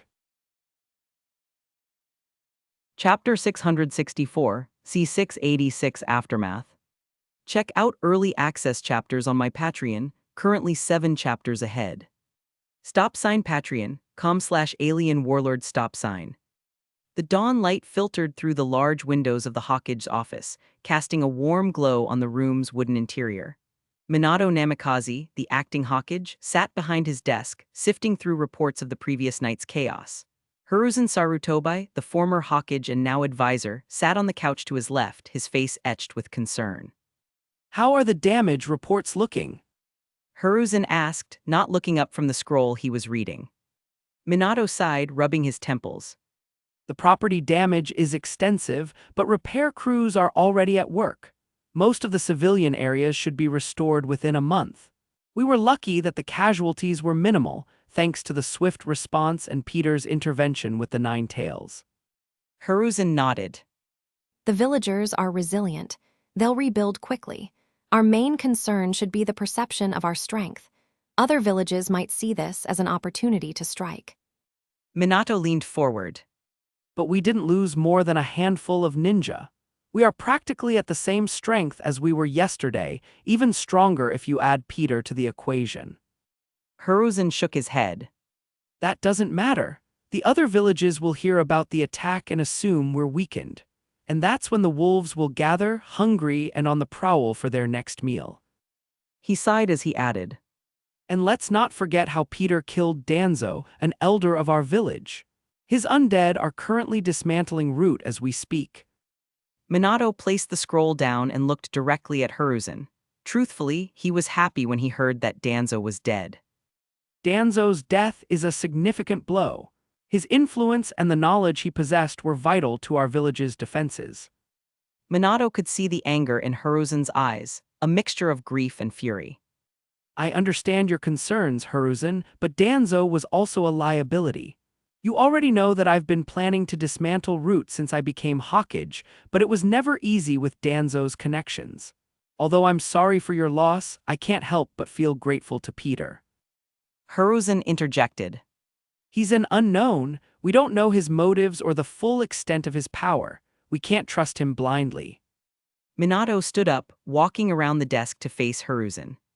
Peter saved us last night. He protected the village and our people. We cannot afford to make an enemy of someone so powerful, especially not now. Hiruzen's fists clenched, his knuckles turning white.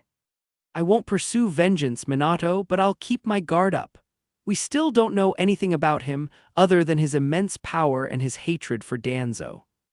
Minato nodded, placing a hand on Hiruzen's shoulder.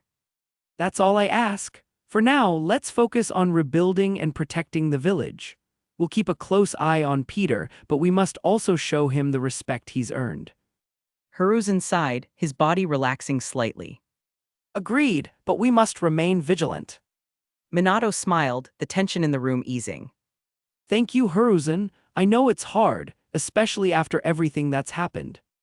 He said, leaning back in his chair, his thoughts drifting to the events of the previous night. The former Hokage had not only lost his friend and advisor in Danzo, but also his beloved wife, the mother of his children. She had been there when Kushina was giving birth, acting as the midwife for Naruto's birth. When Obito launched his attack, she bravely tried to protect Naruto, stepping in before anyone else even noticed the intruder. Her sacrifice was swift and tragic, leaving no time for anyone to come to her aid. Minato stood up and bowed deeply to Hiruzen. I'm so sorry for the loss of your wife. She died protecting my son, and I couldn't be more grateful to her. I know this must be incredibly hard for you. You've lost so much in such a short time. Hiruzen smiled weakly, motioning for Minato to stand. It's not your fault, Minato. My wife was a kind woman, and she died protecting an innocent child. Such a death is better than wasting away in old age. Besides, she lived a long life, and so have I. Minato almost broke down at Hiruzen's words. He could see the profound sadness in the older man's eyes, but Hiruzen had endured much loss in his long life.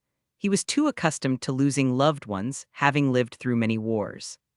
Trying to shift the somber mood, Hiruzen asked quietly. What do you plan to do with Obito?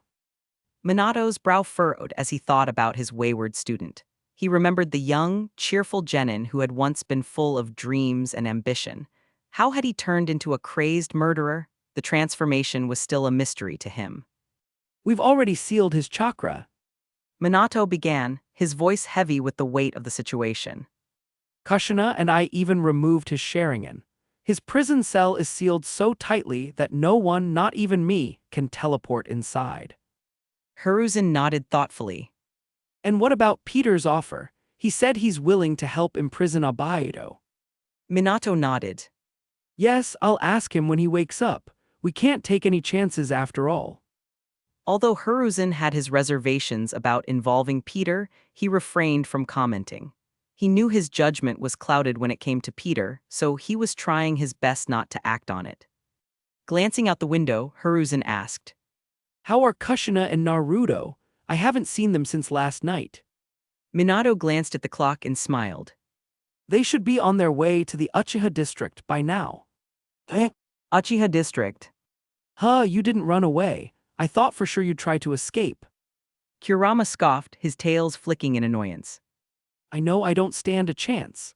If I ran, you'd just use some crazy power or ability of yours to bring me back. So instead, I just lounged around and glared at the red-eyed Uchiha bastards running around outside. Peter smirked, swinging his legs over the side of the bed.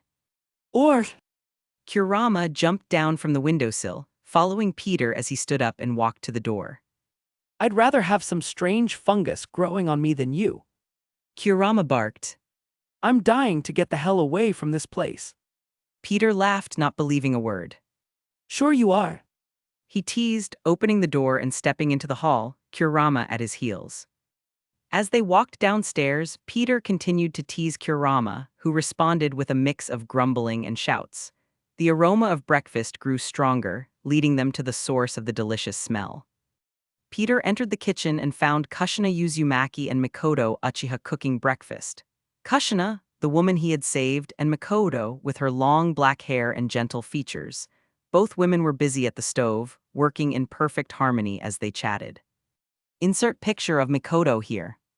At the dining table, 2 babies and 1 child were seated.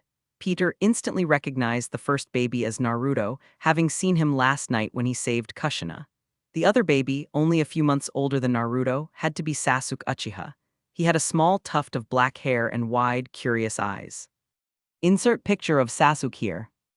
The child sitting next to them, watching Peter with vigilant eyes, was undoubtedly Itachi Uchiha. Even at 5 years old, Itachi had an air of maturity and seriousness about him. His dark, intelligent eyes followed Peter's movements, and his expression was calm yet cautious. Peter smiled, taking in the domestic scene. Morning. He greeted, walking towards the table. I didn't expect you to make me breakfast. Kushina turned, her face lighting up with a smile. Good morning, Peter. She exclaimed.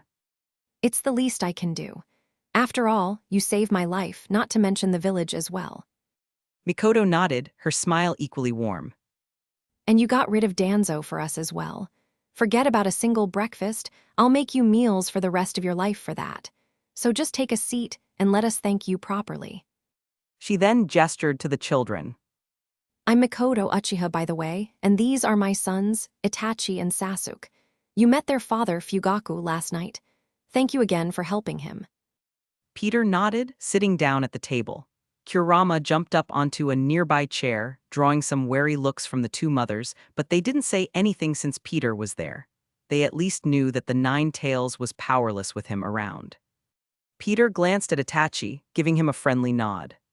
You must be Itachi. He said. It's nice to meet you. Itachi's eyes narrowed slightly, but he nodded in return.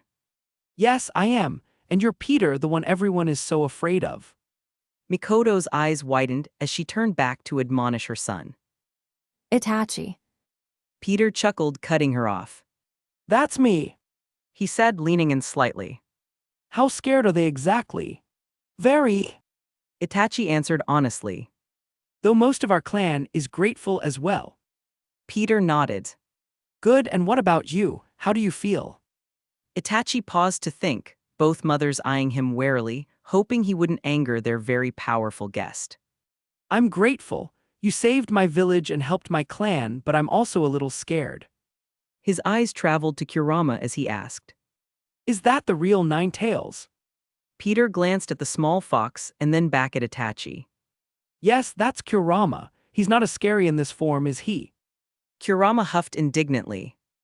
I can't believe you have me fraternizing with Uchihas. Just being in the same room as these savages makes me want to puke. Peter sighed at Kurama's words and turned to Itachi. Don't take it to heart, Itachi. Kurama has had some bad experiences with your clan. After all, one of them just mind-controlled him last night. Itachi seemed to take this information in stride, his mature demeanor surprising Peter.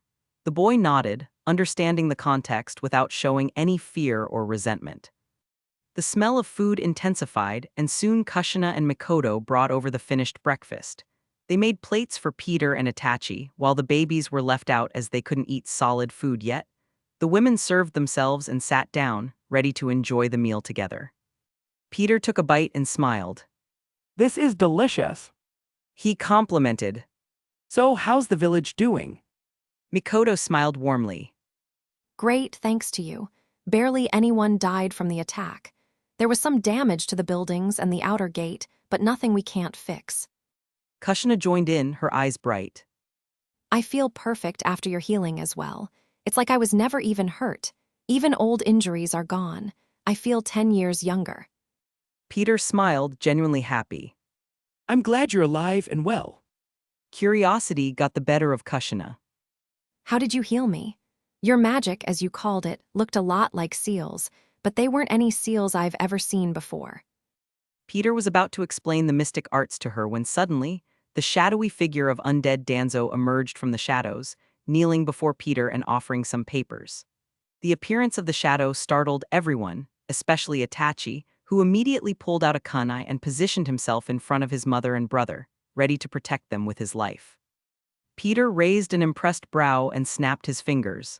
Instantly, Itachi found himself teleported back to his seat, his kunai now twirling between Peter's fingers. Your drive to protect your family is admirable, Itachi, but I have no intention of hurting them. Relax and enjoy your food. Kushina and Mikoto were shocked at how effortlessly Peter had teleported Itachi, but none were more surprised than Itachi himself, who had no idea what had just happened. Peter then looked over one of the papers he was given, raising an eyebrow. Danzo, is this true? Danzo nodded, his voice echoing eerily. Yes, master. Peter handed the paper to Kushina. You may want to see this. As Kushina read the document, her eyes widened, and a chilling, rage-fueled aura escaped her. How dare they? Chapter 665, C687 Kushina's Wrath. Check out early access chapters on my Patreon, currently 7 chapters ahead. Patreon.com/alien warlord stop sign. Police car light insert stank gifts pics here. Most likes wins police car light, /n, only 2 entries per person. Trophy yesterday's GIF winner, Benbagman Trophy AN Crown. The Hawkage office was typically a place of order and calm, but today, a commotion shattered the serene atmosphere. The heavy door was thrown open, and Minato Namikaze looked up from his desk, his blue eyes widening in surprise. Beside him, Hiruzen Sarutobi also turned his head, eyebrows furrowing in concern. What's going on? Hiruzen murmured, rising from the sofa just as several ANBU came crashing through the door, followed by an enraged Kushina Uzumaki. Kushina! Minato exclaimed, stepping forward. But before he could reach her, the ANBU who had been used to break down the door sprang to their feet, ready to subdue Kushina. Stop! Minato's voice was firm and commanding, halting the ANBU mid-action. Instantly, new ANBU appeared, the Hawkage's personal guards, intervened to block the initial ANBU from getting close to Kushina. The tension in the room was palpable as Minato's gaze shifted to the offending ANBU. Return to base and await disciplinary action. He ordered, his voice like steel. The ANBU hesitated briefly before disappearing in a blur, leaving the room in stunned silence. Minato nodded at the remaining ANBU, silently thanking them before they too vanished into their hidden positions. He then turned to his wife, his expression softening. Kushina, what's wrong? Kushina's face was flushed with anger, her red hair flowing wildly as she glared at Hiruzen. Why don't you ask that old bastard what he did? Minato looked at Hiruzen, his expression a mixture of confusion and curiosity. Hiruzen! Hiruzen sighed deeply, looking every bit his age as he met Minato's gaze. He knew this confrontation was inevitable ever since Peter had ordered undead Danzo to compile a list of all his wrongdoings. Hiruzen's own complicity in some of Danzo's actions was bound to come to light. Kushina stepped forward, her voice shaking with rage. Why don't you tell him, Hiruzen? Tell him how you knew my home was going to be attacked weeks before it happened and did nothing. Tell him how it was your friend Danzo who gave the idea to Iwagakure, Kumagakure, and Kirigakure, and made a deal with them that Konoha wouldn't stop them or aid Yuzushiagakure in any way. Tell him how you left your allies, my family, to die. Minato's eyes widened in shock as he turned back to Hiruzen. Is this true? He demanded, his voice low and dangerous. Hiruzen looked away, unable to meet Minato's eyes. It's true. He admitted quietly. Danzo, Kushina's fists clenched at her sides. you condemned my family to death. She cried, tears of anger and grief spilling down her cheeks. You destroyed my home, my people. Minato stepped forward, placing a comforting hand on Kushina's shoulder. I'm so sorry, Kushina. He whispered, his heart breaking at her pain. He turned to Hiruzen, his expression hardening. How could you betray our allies, Hiruzen? Wasn't it you who told me to never abandon a comrade, to always live by the will of fire? Hiruzen nodded slowly, the weight of his actions heavy on his shoulders. I know, He said softly.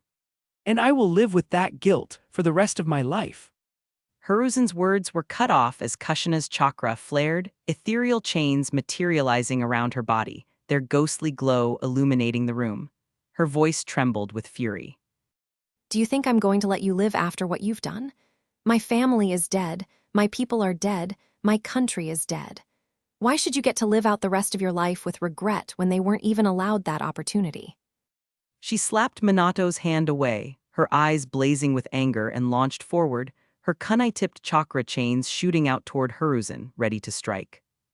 Hiruzen, accepting the justice in her words, sat still, bracing for the impact. He wouldn't dodge the attack, nor would he block either. His wife is dead, his friend was turned into an undead servant, and he even agrees with her logic. Why should he get to live when so many others didn't get the chance?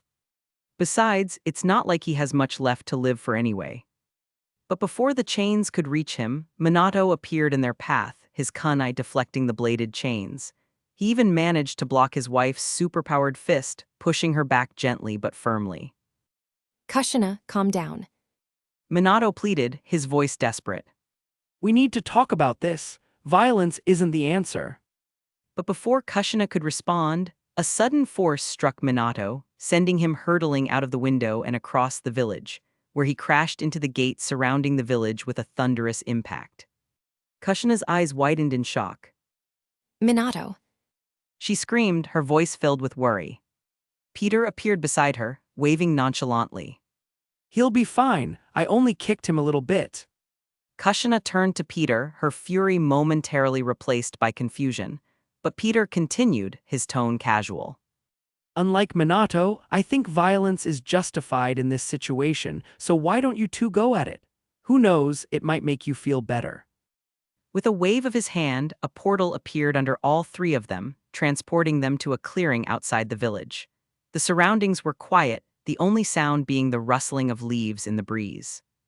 Peter erected a large barrier around them, ensuring the fight wouldn't be interrupted. Fight! He said simply, his voice carrying an air of finality. Settle this the way you need to. Stepping outside the barrier, Peter watched as Kushina and Hiruzen faced each other, the tension between them palpable. The clearing was still, the air heavy with anticipation as the fight began.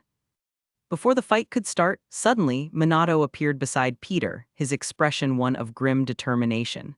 He launched an attack, his movements swift and precise, but Peter dodged effortlessly, sidestepping and bending away from every strike with an almost casual grace.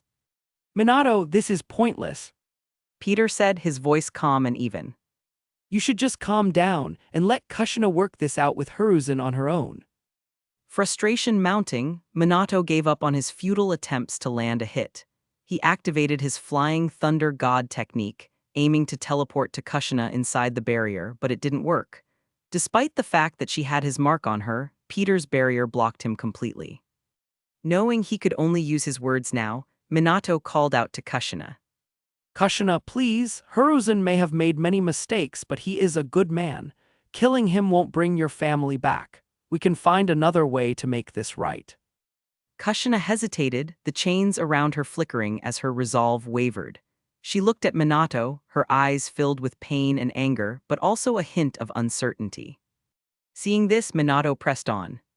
We can honor your family and the people of Uzu by building a better future together. One where we don't repeat the mistakes of the past. Please, Kushina, don't let anger consume you. For a moment, it seemed like Minato's words were getting through.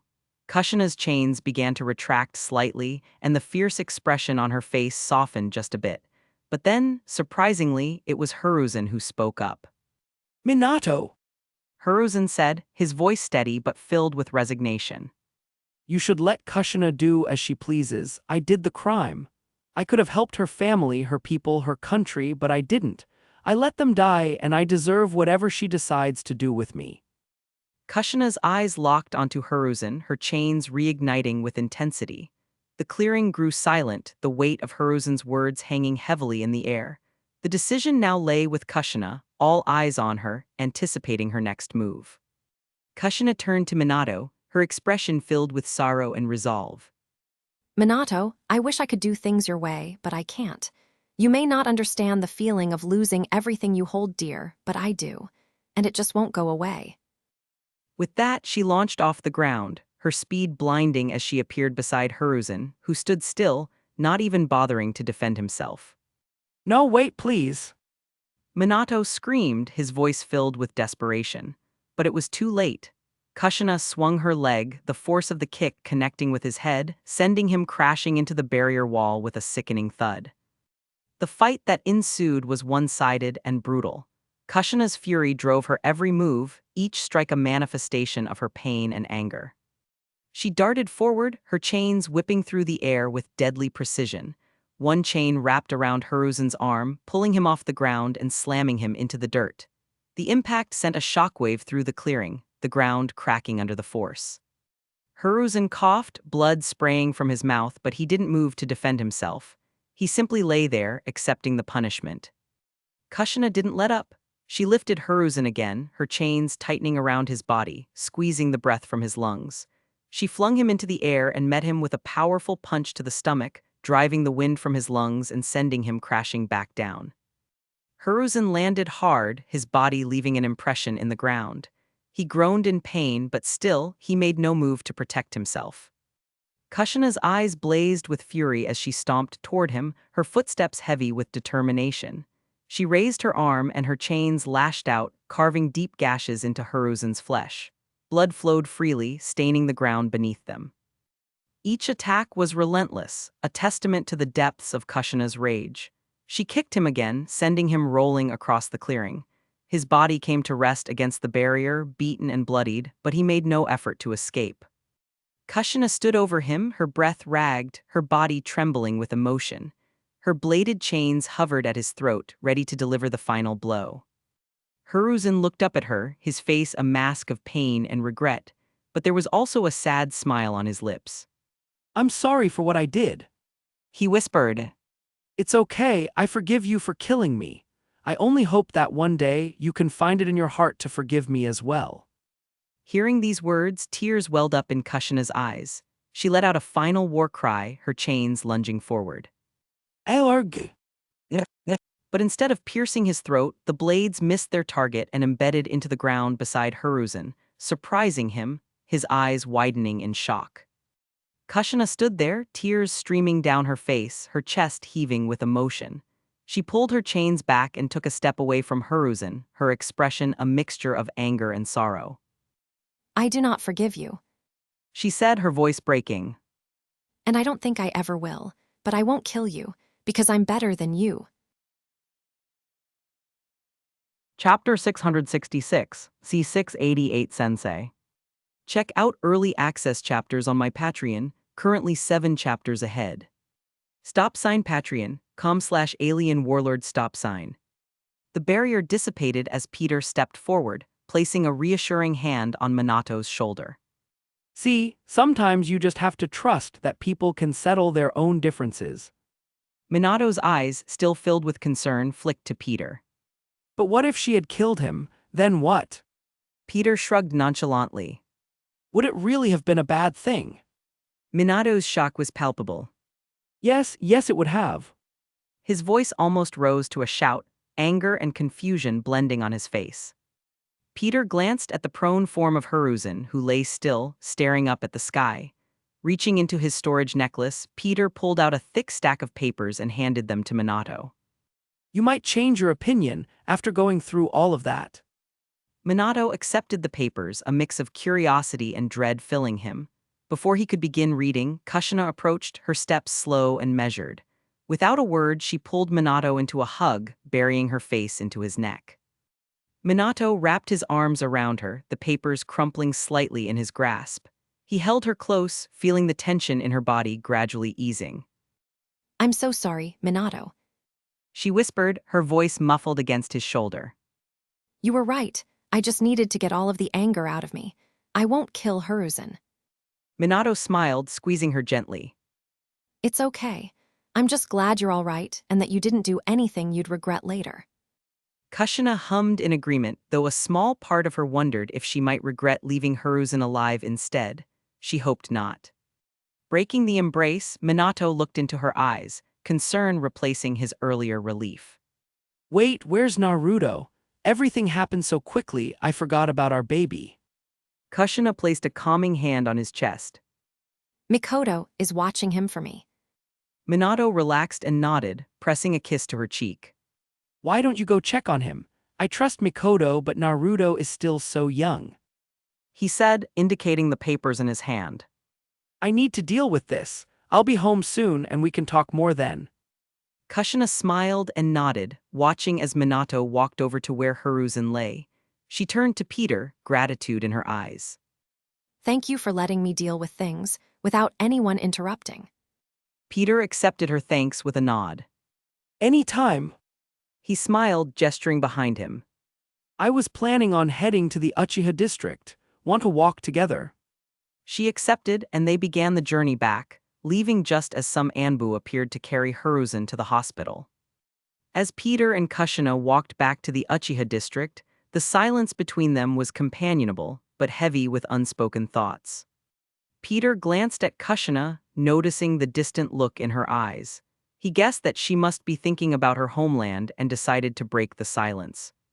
You know, I've just realized that I'll never get to see Uzushiagakure. What was it like?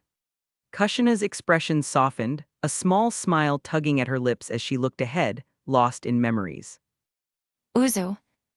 Peter listened intently, picturing the scenes she described. It sounds like a paradise. It was. Kushina agreed, her voice tinged with nostalgia. The village was mainly surrounded by water, but we also had a dense forest, filled with tall, ancient trees. And in the spring, the cherry blossoms would bloom, their petals drifting through the air like pink snow. Peter could see that his questions were brightening Kushina's mood, so he kept asking more and more. What about the people?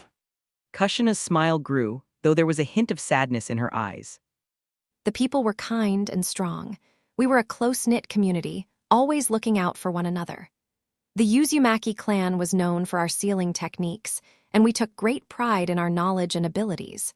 We lived in harmony, focused on improving our skills and helping others. She paused, taking a deep breath. My family. Peter nodded solemnly. It must have been devastating to lose it all. It was. Kushina agreed, her voice tinged with nostalgia. The village was mainly surrounded by water, but we also had a dense forest, filled with tall, ancient trees, and in the spring, the cherry blossoms would bloom, their petals drifting through the air like pink snow. Peter could see that his questions were brightening Kushina's mood, so he kept asking more and more. What about the people? Kushina's smile grew, though there was a hint of sadness in her eyes. The people were kind and strong. We were a close-knit community, always looking out for one another. The Uzumaki clan was known for our sealing techniques, and we took great pride in our knowledge and abilities. We lived in harmony, focused on improving our skills and helping others. She paused, taking a deep breath. My family. But even though Uzu is gone, the memories of my homeland and my people live on in me. I carry their spirit with me every day. Peter placed a comforting hand on her shoulder. You honor them by keeping their memory alive, Kushina, and by being the incredible person you are. Kushina looked at him, gratitude shining in her eyes. Thank you, Peter. It means a lot to hear that.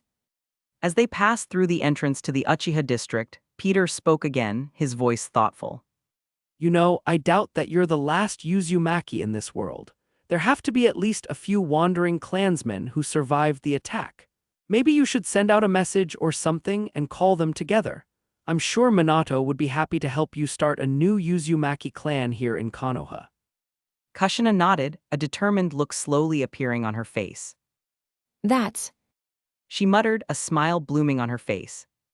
I could even commission a mission to bring back Uzumaki clan members. Peter smiled, feeling her entire being begin to radiate a renewed sense of purpose.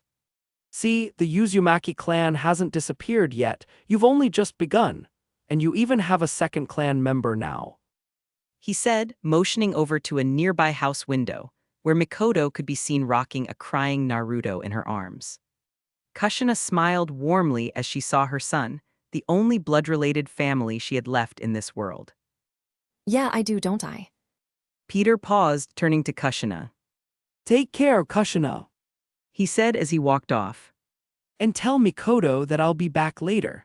I just want to stroll around for a bit. She smiled, genuine and warm. Sure, and thank you again. Peter watched her walk inside, then turned away, his thoughts already shifting as he walked off. Peter wandered through the quiet streets of the Uchiha clan district, his thoughts adrift. The purpose that had brought him to this universe still loomed large in his mind. Should he seek out Death's successor now? He had been putting it off, focusing on the immediate chaos, but the nagging feeling that he needed to move forward with his mission persisted. As he pondered, a familiar, small figure appeared beside him. The miniature, puppy-sized Kurama trotted up, breaking Peter from his reverie. I hear you went off and caused some trouble without me. Kurama's voice, though small, carried a teasing tone. Peter smiled, his worries momentarily forgotten. My bad, I'll make sure to bring you along next time. Kurama snorted. As long as you don't forget. They walked in silence for a while, the air cool and soothing. Peter glanced at Kurama, a thought crossing his mind. Kurama, do you want to leave? Kurama raised an eyebrow, his interest piqued. Can I leave? Peter nodded. Sure, I was only keeping you captive for the time being, but now that everything is over, you can go if you want, but I wouldn't if I were you. Kurama's other eyebrow joined the first in a skeptical arch. Why? Peter explained, his tone serious. Pretty soon, you and your fellow tailed beasts will be hunted down. It's probably best that you stay in a place where you can be protected. Kurama rolled his eyes, clearly unimpressed. We've been hunted down for ages. Why should I be so careful now? This will be different. Peter said cryptically. You should take my advice and come to some sort of deal with Konoha. Become their guardian beast or something, for a price of course. Kurama looked at Peter, as if he were impossibly dumb for even suggesting such a thing. Peter didn't give up. Wouldn't you like a place you can call home without having to look over your shoulder every 5 seconds, wondering when the next power-hungry human is going to try and seal you away or control you like last night? He said, his words carrying some weight to them. You could speak with the Hawkage and work out an equal deal with the village. You'd be willing to live here and be given certain freedoms and luxuries, but in return, you have to help protect the village if it's ever in danger. I could see Minato agreeing to that pretty easily. Kurama stared at Peter, the wheels turning in his mind. The idea of a home of stability was tempting, but he was a proud and stubborn beast, and the notion of striking a deal with humans was something he had never considered. Still, the thought lingered, and Peter's words echoed in his mind as they continued their walk, the future uncertain but filled with possibilities. Before Kurama could fully process Peter's words and come to a decision, out of nowhere, A wooden kunai flew towards Peter's head. But just before it could hit its mark, he raised his hand and caught it effortlessly between his fingers. A split second later, two little kids with black hair and black eyes rushed out from the nearby tree line, launching a coordinated attack. Peter sidestepped their every move with ease, bending down and flicking each of them on the forehead. The two kids, now identifiable as Itachi and Shisui Uchiha, who was only a few years older than Itachi, flew back a few yards upon the impact. But luckily, they managed to land on their feet like cats, grunting as they rubbed their stinging, bruised foreheads. Insert picture of Shisui here. Itachi turned to Shisui, complaining. See, I told you we should have waited until he got closer. Peter raised an eyebrow, amusement flickering in his eyes. What are you brats up to? Shisui was the first to respond, bowing deeply. Please, we want you to be our sensei. Itachi joined him in bowing seconds later, his face earnest. Chapter 667, C689 The Bell Test. Check out early access chapters on my Patreon, currently 7 chapters ahead. Patreon.com/alien warlord stop sign. Police car light insert karma gifts pics here. Most likes wins police car light, /n, only 2 entries per person. Trophy yesterday's GIF winner, Benbagman Trophy AN Crown. What are you brats up to?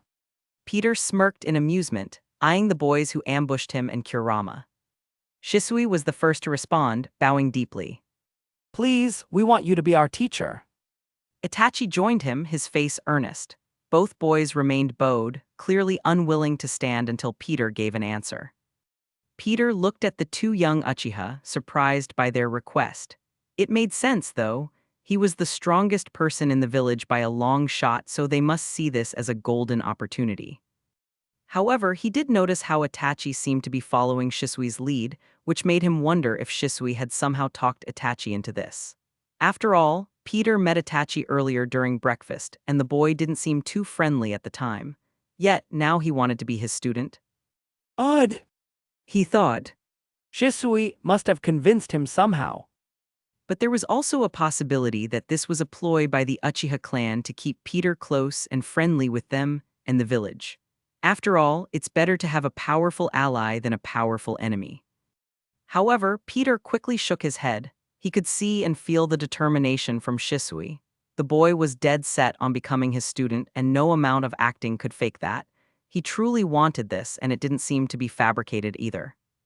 On the other hand, Itachi seemed noticeably less determined, which solidified Peter's earlier guess that Shisui dragged him into this. Silence descended as Peter thought about his answer. Finally, he asked, Why do you want me to be your teacher? His eyes bore into Shisui. If your answers are good enough, I might give you a chance. Shisui finally looked up at Peter, tears welling in his eyes as he began to speak. I have no one left in this world anymore. My parents died in war shortly after I was born, leaving me with my grandma. She raised me like I was her own son, but even she left me. As he spoke, Shisui's eyes turned to the tiny Kurama beside Peter, anger and hate beginning to show. My grandma was old, bedridden, and had heart problems. When the 9 tails attacked last night, she had a heart attack. I found her on the floor shortly after, dead. Instead of evacuating like everyone else, I just spent the night there with her head in my lap. Shisui turned back to Peter, his voice trembling. I want to be strong like you, strong enough to protect the village so that nobody I love has to die ever again.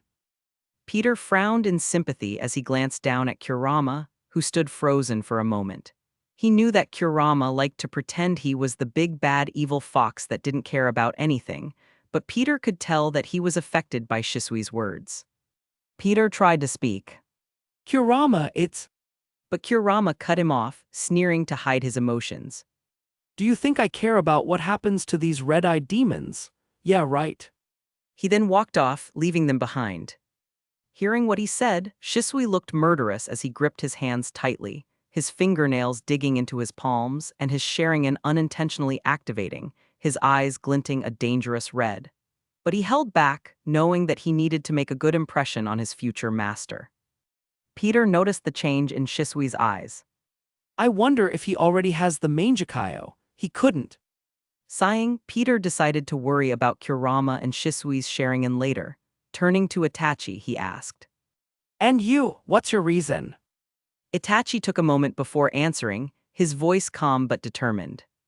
I want to protect the village and my family. I don't want my little brother to grow up in a world where he has to see the things I've seen. Peter recalled from the Naruto show that Itachi's father took him to see a battlefield during the last ninja war, and what he saw that day has scarred him ever since. Itachi's words made sense. He just wanted his brother to live in peace and safety. Falling into a thoughtful silence, Peter looked at the two boys, their faces filled with hope and determination.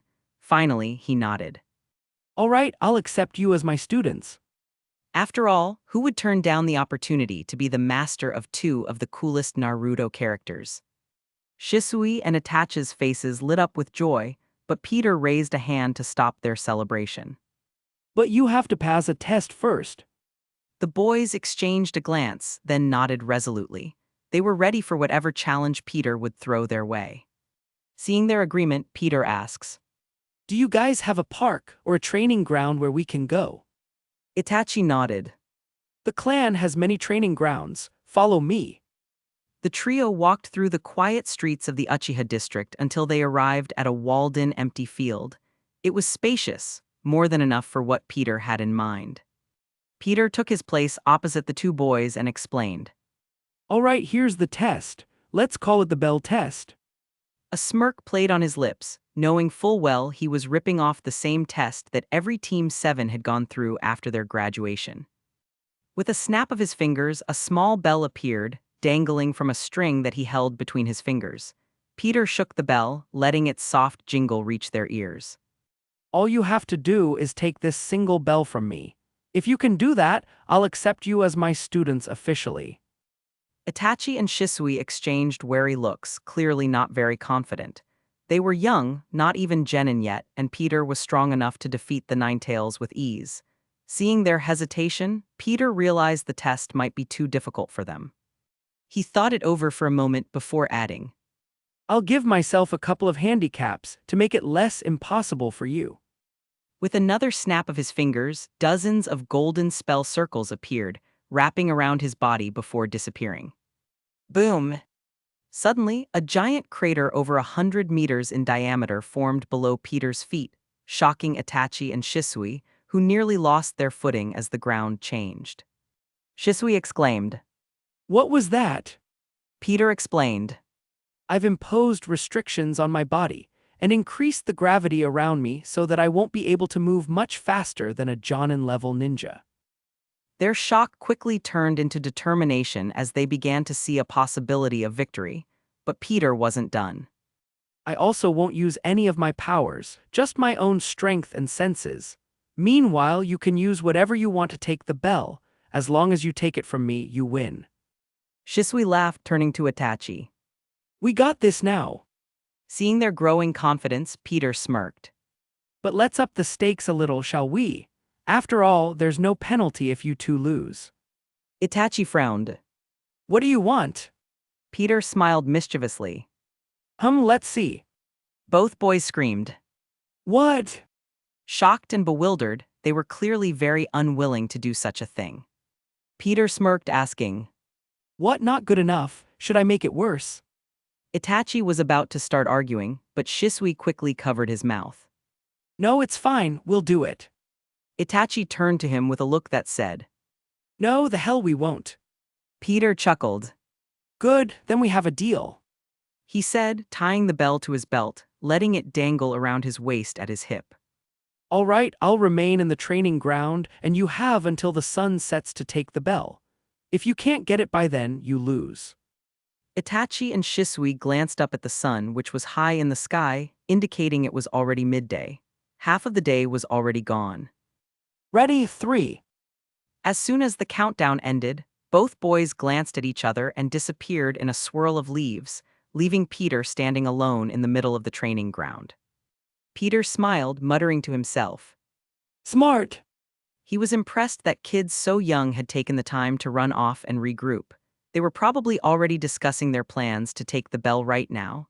He stood there, waiting patiently, curious to see what the two of them would come up with.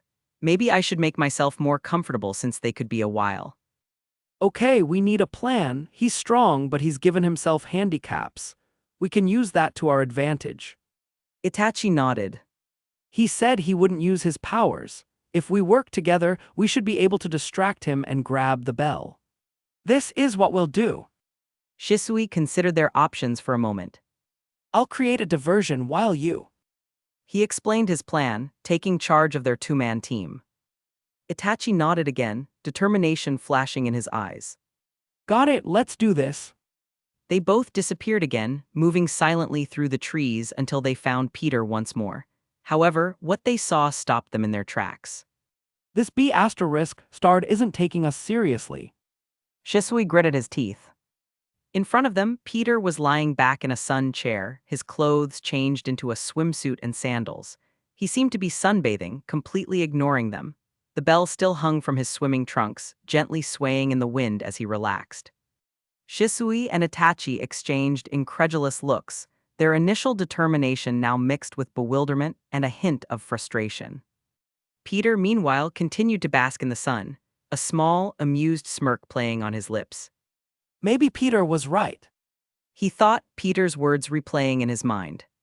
Would it really have been such a bad thing if Hiruzen died? He rubbed his temples, feeling a headache coming on. The last 24 hours were shaping up to be one of the worst days he could remember. He let out a deep sigh, pushing the papers aside for a moment to gather his thoughts. But just as he was about to sink deeper into his growing despair, the window to his office swung open. Minato's eyes snapped to the intruder, ready to defend himself if necessary. To his immense relief, he recognized the man climbing through his window, a tall, muscular man with long, spiky white hair and a distinct red line running vertically down each cheek. It was his sensei, Jiraiya, the pervy-toed sage. Insert picture of Jiraiya here. Minato! Jiraiya's voice boomed with a mix of concern and relief. I heard about the attack and came back as quickly as I could. Are you all right? Where's Kushina? Is the baby okay? Minato stood up, a faint smile breaking through his troubled expression. Jiraiya-sensei, it's good to see you. He walked over and clasped Jiraiya's shoulder. I'm all right, Kushina is all right, and the baby is doing great too, though I haven't had much time to spend with him. It's been... Jiraiya looked him over, his eyes sharp with worry. I'm just glad you're safe. He sighed in relief. The attack has every other village scrambling to figure out if they should attack us or not. But with you alive and well, that's not very likely to happen. Minato nodded, his smile fading as the weight of his responsibilities pressed down on him again. It's not just that, Sensei. There are other issues, bigger ones in some ways. Jiraiya raised an eyebrow, sensing the gravity of the situation. What happened? Minato gestured to the stack of papers on his desk. Well... He was about to explain, but before he could, a masked ninja suddenly appeared before them, kneeling in a formal stance. Lord Hawkage, there's a matter in the Uchiha clan district. Minato raised an eyebrow, almost dismissing it. I'm sure the Uchiha can handle it themselves. But it involves our guest. The ninja interjected quickly. That caught Minato's attention. Peter, what about him? Before the ninja could respond, Jiraiya turned to Minato, curiosity piqued. Peter, who's Peter? Minato sighed, glancing at Jiraiya. It's a long story, but let's go see what this is about. Chapter 668, C690 Orochimaru. Check out early access chapters on my Patreon, currently 7 chapters ahead. Patreon.com/alien warlord stop sign. Minato and Jiraiya ran through the village, following the ninja who had informed them of the situation. As they made their way to the Uchiha district, Minato explained. Peter is a recent arrival here. He's the one who defeated the Nine Tails for us. Jiraiya's eyes widened in surprise. Defeated the Nine Tails? You didn't seal it. Minato shook his head. No, we didn't have to. He's incredibly powerful. I was going to. Before he could finish, they arrived at their destination, a training ground in the Uchiha district. They weren't the first or only ones to arrive either. Along the training ground walls, various ninja were perched, watching the spectacle inside. Most of them were Uchiha, but there were others as well. Inside the training ground, Minato and Jiraiya saw Peter, dressed as if he was going to the beach, gracefully sidestepping and leaning to dodge the combined assault of two young Uchiha children. Minato recognized one of them as Fugaku and Mikoto's eldest son, Itachi. But what confused Minato and Jiraiya the most, besides the question of why they were fighting in the first place, was the giant crater that nearly took up the entirety of the training field. Jiraiya frowned and asked. What do you think caused that? Minato replied. Probably Peter. Jiraiya raised an eyebrow. Are you sure? Because I don't even think Tsunade could make a crater that big. Minato nodded, his expression serious. I'm sure. Seconds later, Fugaku Uchiha, Itachi's father, arrived at the training ground, immediately greeting Minato and Jiraiya with respect, giving them a brief nod. Lord Hokage Jiraiya. Fugaku. Minato returned the greeting. I'm guessing you heard about this as well. Any ideas as to what's going on? No. Fugaku replied, glancing over at the training field just in time to see his son, Itachi, take a sandaled foot to the face from Peter, sending him tumbling across the training ground. But thankfully, to Fugaku's relief, Itachi managed to land on his feet and rushed back to back up Shisui, who was just backhanded across the face so hard that his whole body flipped sideways. Fugaku, despite his usual stern demeanor, cringed in horror as he watched his son get kicked in the face. However, he managed to relax slightly as Itachi landed safely and continued the fight. Thank God his mother isn't here, he thought before muttering. You'd think he'd go easy on them, since they're so young, but… As he spoke, Itachi was sent flying for a second time. Minato nodded in agreement, then asked. Would you like me to try to stop this? Fugaku seemed tempted, but ultimately shook his head. No, my son doesn't go around picking fights. Although I don't know what's happening exactly, there seems to be a purpose for this.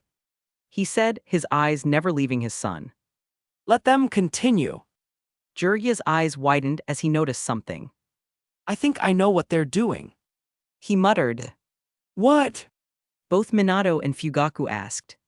It's the bell test. Jiraiya revealed, motioning to the bell dangling from Peter's hip. How? Minato's eyes widened. But why would they do that? And how do they even know what the bell test is? What's the bell test? Fugaku asked, curious and confused.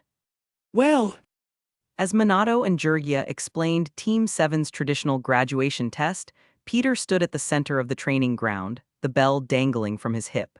His stance was relaxed, almost casual, as he watched Itachi and Shisui regroup and prepare for their next move. Itachi and Shisui exchanged a quick glance, their resolve evident. They knew that they didn't have much time as the sun was beginning to set.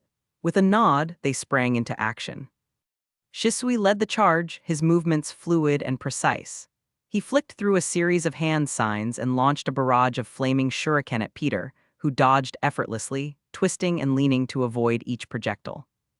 Itachi followed up with a fireball jutsu, a massive orb of flame roaring toward Peter. With a quick leap, Peter avoided the fireball, landing lightly on his feet. He barely had time to register the attack before Shisui was upon him again, engaging him in close combat. Shisui's fists flew at Peter with impressive speed, but Peter blocked and countered each strike with ease. Is this all you've got? I mean, for someone who wants to be my student, you're pretty weak, huh? Peter taunted, an infuriating smirk on his face. With every word, Shisui's frustration became more and more evident. Shut up! He exclaimed. I'm not weak, you're just a monster. Then, with a determined and slightly frustrated look, Shisui activated his Sharingan, revealing a fully developed 3-Tamo Sharingan. The crowd gasped in shock and admiration, as unlocking their clan's fabled eyes at such a young age was behind impressive. Even Fugaku, who was watching intently, couldn't hide his surprise, as Shisui hadn't reported the awakening of his Sharingan to him or anyone else in the clan. With his Sharingan activated, Shisui's movements became even more precise. He weaved through Peter's defenses, aiming for the bell. Peter smirked, impressed by the young Uchiha's skill, but still, he evaded every attempt.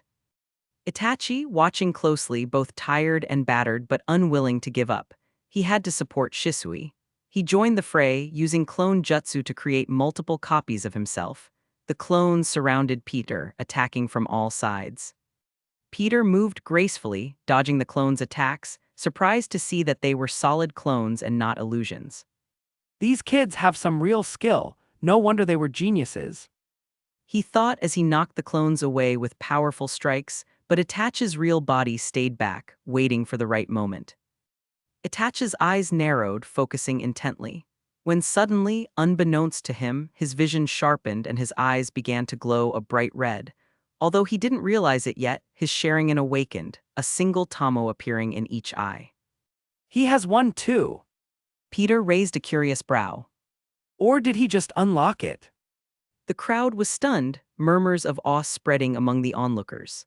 Fugaku's eyes widened with pride and astonishment as he saw his young son, who hadn't even entered the academy yet, unlock the Sharingan. Genius! He muttered in shock. My son is a genius. With renewed vigor, Itachi and Shisui coordinated their attacks. Shisui used his superior speed and Sharingan to predict Peter's movements, while Itachi provided support with jutsu and clones.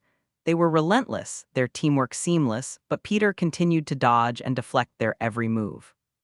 As the sun began to disappear over the horizon, casting long shadows across the training ground, the urgency of the situation spurred the boys on. They doubled their efforts, launching a final, desperate assault. Peter smirked, the bell jingling at his hip. Looks like you two are running out of time. He taunted again, a mocking, contemplative look on his face. Maybe I'll ask Mikoto and Kushina to help pick out the dresses you'll wear when this is over. Ignoring Peter's obvious attempt at flustering them, Shisui used a clone jutsu to create multiple copies of himself, each one attacking Peter from different angles. At the same time, Itachi prepared a fireball jutsu, intending to use it as a distraction while Shisui's clones closed in, forcing Peter to engage them. At the perfect moment, Itachi unleashed his fireball, the massive orb of flame hurtling toward Peter. Seeing it coming a mile away, Peter dodged, but as he did, Shisui executed a replacement jutsu, switching places with the fireball itself. And in the split second that he appeared, Shisui disappeared in a swirl of leaves, before reappearing beside Peter, reaching out for the bell. Peter's hand reflexively shot out to block him, but suddenly, Itachi, appearing from behind, grabbed Peter's arm and pulled with all his might. Seizing the opportunity, Shisui's fingers closed around the bell just as the sun dipped below the horizon, its string snapping as he ripped it free. Shisui collapsed onto the ground, exhausted but victorious, his hand held high, the bell displayed between his fingers. We win! He exclaimed. Itachi, equally drained, dropped beside him, breathing heavily. The surrounding ninja erupted in cheers and applause, impressed by the boys' tenacity and teamwork. Even Peter couldn't help but smile, a hint of pride in his eyes. I guess they didn't call him Shisui of the body flicker for nothing. Did we? Peter nodded, his smile widening. Yes, you did. Congratulations, you two, you've earned it. Chapter 669, C691 Itachi's Sickness. Check out early access chapters on my Patreon, currently 7 chapters ahead. Patreon.com/alien warlord stopsign. Police car light insert bad tattoo gifts pics here, most likes wins police car light, a /n, only 2 entries per person. Trophy yesterday's GIF winner, S. Benbagman Trophy AN Crown. Peter stood in the center of the training ground, watching as Itachi and Shisui fell unconscious after their hard-won victory. He released the enchantments he had placed on himself, rolling his shoulders in relief. Golden spell lines and runes appeared on his body, deactivating and fading away. Just as the last of the enchantments vanished, Minato appeared beside him, accompanied by Jiraiya and Fugaku. Fugaku immediately knelt beside his son and Shisui, checking their injuries. He sighed in relief, realizing they were just exhausted and a bit beaten up. Peter's eyes widened for a fraction of a second as he noticed Jiraiya. The pervy sage was one of his favorite characters in the Naruto anime, and seeing him in person was a bit awe-inspiring. Jirya noticed Peter's look and raised a brow, a knowing smile gracing his lips. He misinterpreted Peter's reaction, thinking perhaps this was one of his fans. Maybe I should sign a copy of my work for him. He mused, chuckling to himself. Minato, still processing the scene, turned to Peter. What was this all about? Fugaku turned to Peter, asking the same thing. Yes, I'd like to know as well. Peter smirked and gestured at the children. You're looking at my newest students. The statement shocked everyone around them. Minato's eyes widened, Jirya's smile turned into a look of surprise, and Fugaku's stern glare softened into one of stunned realization. Whispers of disbelief and awe spread through the crowd as they absorbed Peter's announcement, realizing that these two young Uchiha had just earned the right to be trained by someone powerful enough to defeat the Ninetales with a single slap. Fugaku stood stunned and tongue-tied as the realization of why they were doing the bell test sank in. He slowly rose to his feet, bowing deeply toward Peter. Thank you for being willing to accept Shisui and my son as your students. This is a great honor for the Uchiha clan. The depth of his gratitude was evident in his voice. With Peter as Itachi's master, the discrimination they faced in the village would all but vanish. In the ninja world, strength was everything, and Peter had enough strength to destroy the entire village if he wanted to. Fugaku couldn't be more proud of his son. Without his or the elders' involvement, Itachi had managed to pull off something incredible for their family and for himself. With Peter as his master, Itachi's future as a ninja was almost certain. He could possibly even become the Hokage one day.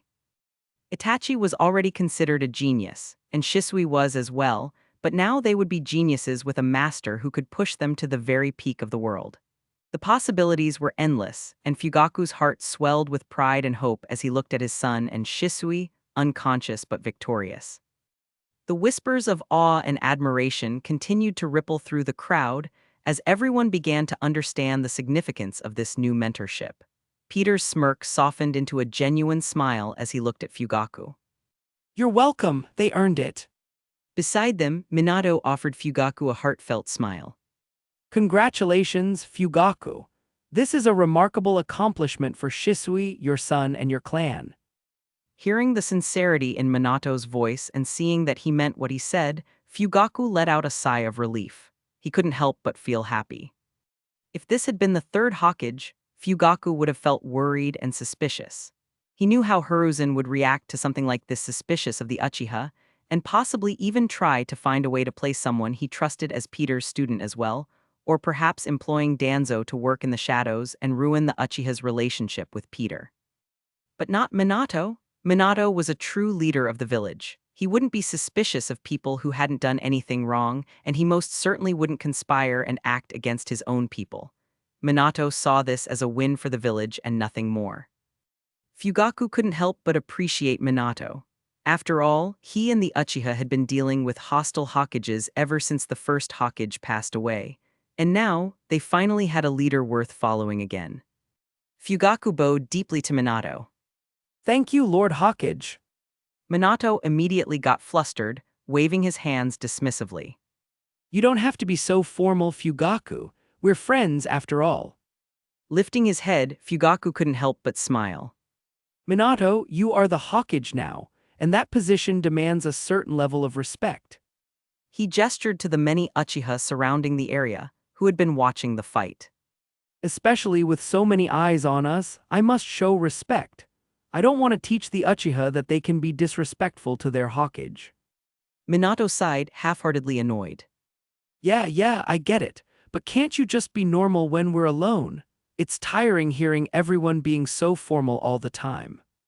Fugaku smiled wider. As you order, Lord Hokage. He bowed again, but this time Minato could tell he was only doing it to mess with him. Minato shook his head, a smile tugging at his lips despite himself. You're impossible. Smirking, Fugaku turned back to the sleeping kids and flared his chakra, calling some Uchiha ninja over. They arrived swiftly, kneeling respectfully. Fugaku ordered. Take Itachi and Shisui to the hospital for treatment. I'll be there to check on them in a moment. As the ninjas moved to take the boys, Peter called out. Wait, I'll heal them. There's no need for the hospital. The ninjas stopped, glancing at Fugaku for further orders. Fugaku raised an eyebrow, surprised that Peter was a healer as well. Minato and Jiraiya exchanged looks of surprise. Peter glanced at Fugaku. I mean, if that's all right with you. After a moment of thought, Fugaku nodded to the ninjas. Step back and make space. He orders, gesturing for Peter to do his thing. The ninjas obeyed and Peter stepped toward Itachi and Shisui. He waved his hand, conjuring multiple golden spell circles that began healing the boys. Their bodies returned to pristine condition before everyone's eyes, with cuts and bruises disappearing in seconds. But knowing Itachi from the Naruto anime, Peter didn't just heal them, he scanned their bodies with a specific spell circle. He remembered that in the anime, Itachi had a life-threatening disease. Thank you, Peter, for.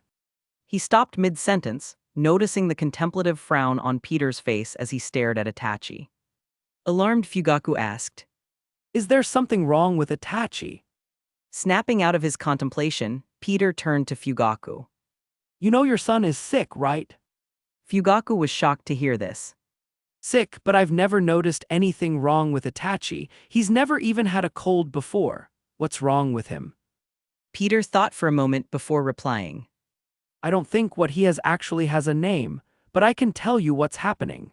His chakra is leaking ever so slightly into his body, specifically into his lungs, and it appears to be slowly damaging them.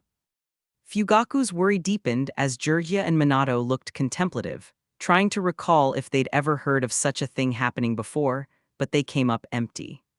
Peter continued. It's not severe now, which is why you probably haven't noticed anything. But give it 7 or 8 years of this, and he'll start having serious respiratory problems. And if it continues to remain untreated, he'll either need a lung transplant or he'll die from respiratory failure in about 15 to 20 years, give or take. The gravity of Peter's words hung in the air, leaving everyone in stunned silence as they processed the news. Fugaku, shocked and fearful of his son dying, even if it was years away, immediately fell to his knees. Please, Peter, save my son. He begged, his voice trembling with desperation. He groveled before everyone, including his entire clan. He didn't know for sure, but after seeing Peter's abilities, something told him that Peter could heal Itachi. He only needed to convince him. Peter, not expecting this, tried to tell him to stand up. Fugaku, please stand up. There's no need to. But before he could finish, every Uchiha in the surrounding area copied their clan leader, groveling on the floor around them.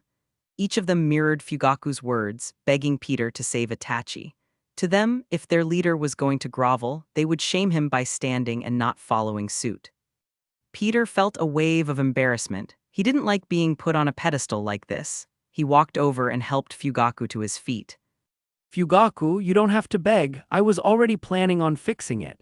Itachi is my student after all. I can't just let him live with a sickness that's so easily fixed. Fugaku, overwhelmed with gratitude, thanked Peter profusely. Thank you, Peter. Thank you so much. Minato and Jiraiya stood beside them, smiling. They were happy to see such a heartwarming moment, the bonds of trust and respect strengthening within the village. No problem. Peter said as he glanced at Itachi. I might as well fix him up now, since I have something else to deal with afterward. Minato raised a curious brow, wondering what Peter planned after this. Is he leaving? He exchanged a worried glance with Jiraiya. Without another word, Peter waved his hand again and conjured new spell circles, their characters intricate and glowing with a soft golden light. Jiraiya watched intently, recognizing the complexity and uniqueness of the symbols. As a seal master himself, he couldn't help but wonder if Peter was using some sort of advanced sealing technique. He made a mental note to ask Peter later if he would be willing to teach him. Fugaku watched Peter work with concern etched on his face, hoping that his son would be okay. Peter's spell circles sealed the chakra leak in Itachi's body, the golden symbols wrapping around him gently before fading away. Then, Peter conjured another set of spell circles to heal the small amount of damage that Itachi's lungs had taken over the years, making them perfectly healthy again. As the healing process completed, Itachi coughed in his sleep, expelling a small bit of black blood. The sight shocked everyone present. Fugaku rushed to his son's side, cradling him as he turned to Peter, his voice frantic. What happened? Is he okay? Peter smiled reassuringly. He's fine, that was just from years of small damage to his lungs. The leak is fixed, and his lungs are perfectly healthy now. Fugaku, overwhelmed with relief, held his son close, gratitude evident in his eyes. The surrounding Uchiha and other onlookers were equally awed and relieved by Peter's abilities. Minato and Jiraiya exchanged pleased smiles, happy to witness such a heartwarming and miraculous moment. With Itachi's treatment complete, Peter spoke. Let the boys rest for the night, but inform them that they are to meet me here tomorrow morning after breakfast for training. I expect them here by 7 a.m. sharp. If they're late, I'll have to punish them. As he said the word, Punish! a sadistic smile appeared on his face, sending chills down the spines of every ninja in the area. Even Minato seemed a little scared as he glanced down at the kids, hoping they wouldn't be late. Fugaku nodded seriously. I'll inform them as soon as they wake up and make sure they're here half an hour early. He gestured to the children, instructing the ninja to take them to his house for rest. Peter then turned to Minato. Do you need anything more from me before I leave? Minato asked worriedly. You're leaving? Peter nodded. I have something to take care of, but it shouldn't take long. I'll be back tomorrow at the latest. I need to be here to start Shisui and Itachi's. He paused, clearing his throat before correcting himself. I mean training. Chapter 670, C692 Tsunade. Check out early access chapters on my Patreon, currently 7 chapters ahead. Patreon.com/alien warlord stop sign. Before Peter could leave, Minato had one thing he needed him to do. Of course, Peter agreed and followed Minato and Jiraiya back to the Hawkage Tower. As they walked, Minato introduced Peter to Jiraiya. Peter, this is Jiraiya, my sensei, one of the legendary Sannin. Peter nodded in greeting. Nice to meet you, Jiraiya. Jiraiya gave Peter a friendly smile. Nice to meet you too. Minato's told me a little bit about you. After some brief greetings, Jiraiya asked. So, where do you plan to go after this? Peter responded. I actually only came here to deal with someone. I never planned to stop in this village for long, but things went slightly off the rails, and now I'm here and have 2 new students to look after. Jiraiya smiled and said, I've found that life gets much more interesting when you step off the beaten path. Peter couldn't help but nodded in agreement as they entered the Hawkage building. Minato asked, Who do you have to deal with? To him, it seemed fairly certain that Peter planned to kill someone, which wasn't very surprising in their line of work, though he wondered who exactly his target was. Peter shrugged and said truthfully, I don't know yet, we'll see when I find them, I guess. This answer caused both Minato and Jiraiya to look at him in confusion. Jiraiya asked, You don't know who you're after? Peter shook his head. Nope. Jiraiya raised a brow and offered, Well, if you need help tracking them down, you can always ask me. I don't want to toot my own horn, but I have quite the information network. I could tag along and help you find them, whoever they are. Peter replied, No, I can find them myself, though you're welcome to accompany me if you want. I don't mind having a companion for the trip. It should be short anyway. As they talked, they made their way through the Hawkage building, descending into subterranean floors locked by seals that Minato had to open, guarded by silent Anbu guards. Jiraiya was about to reply, but Minato spoke first. I'm afraid Jiraiya is needed in the village. It's still very likely that other villages will try to start something upon hearing about what happened last night. We need all the military power we can get, at least until the situation cools down. Peter raised a brow. If you need help, then here. From his shadow, a stream of silhouettes rushed out, shooting across to Minato and melding into his shadow, disappearing from view. Minato and Jiraiya were shocked upon seeing the shadows. Jiraiya was especially taken aback as he recognized one specific shadow that looked a lot like Danzo. However, before he could question it, Minato spoke. What? He asked. Peter explained. I just gave you all of the resurrected root members, including Danzo. They'll follow your orders for the time being, as long as they aren't told to do anything against me or my morals. Jirgia looked between Minato and Peter, his expression one of confusion and curiosity. Wait, what's this about Root and Danzo? Minato gestured toward Peter. Peter killed Danzo and every Root member alongside the Uchiha clan.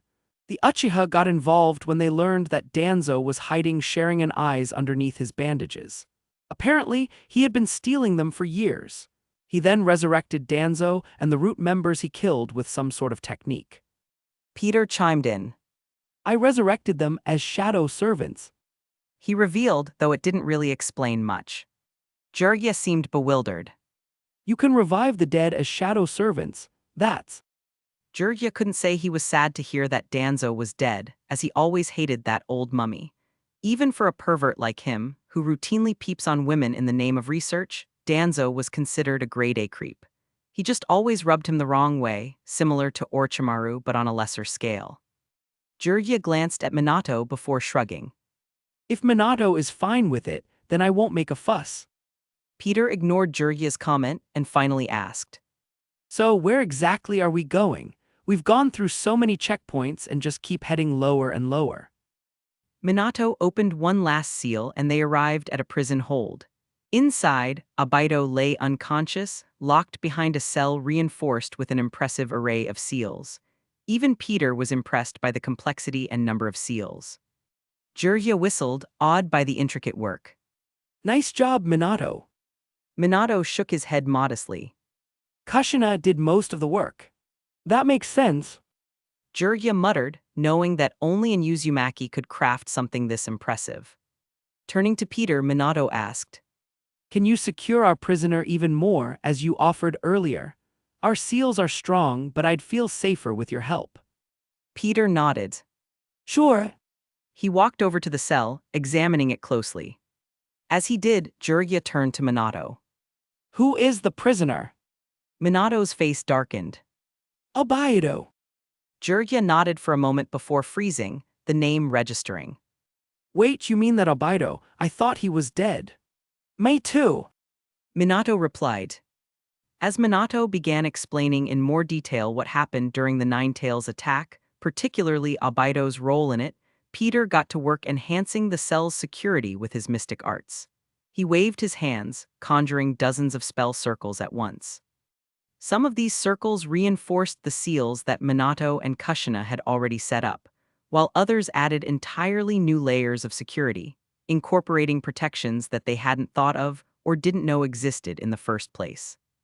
Peter paid special attention to creating barriers that would block out Zetsu, knowing that he would be Abido's only chance at escaping without a full-scale assault on the village. The intricate spellwork glowed as it settled into place, weaving a nearly impenetrable net of mystical protections around the cell. Once the cell was secure, Peter didn't stop there. He directed several spell circles toward Abido's body, sealing his chakra and Sharingan eyes. While Minato and Kushina had already implemented such measures, Peter's seal was a second, even stronger layer. But most of all, it was impossible for anyone in this world to break without knowledge of the mystic arts, effectively rendering Abido helpless.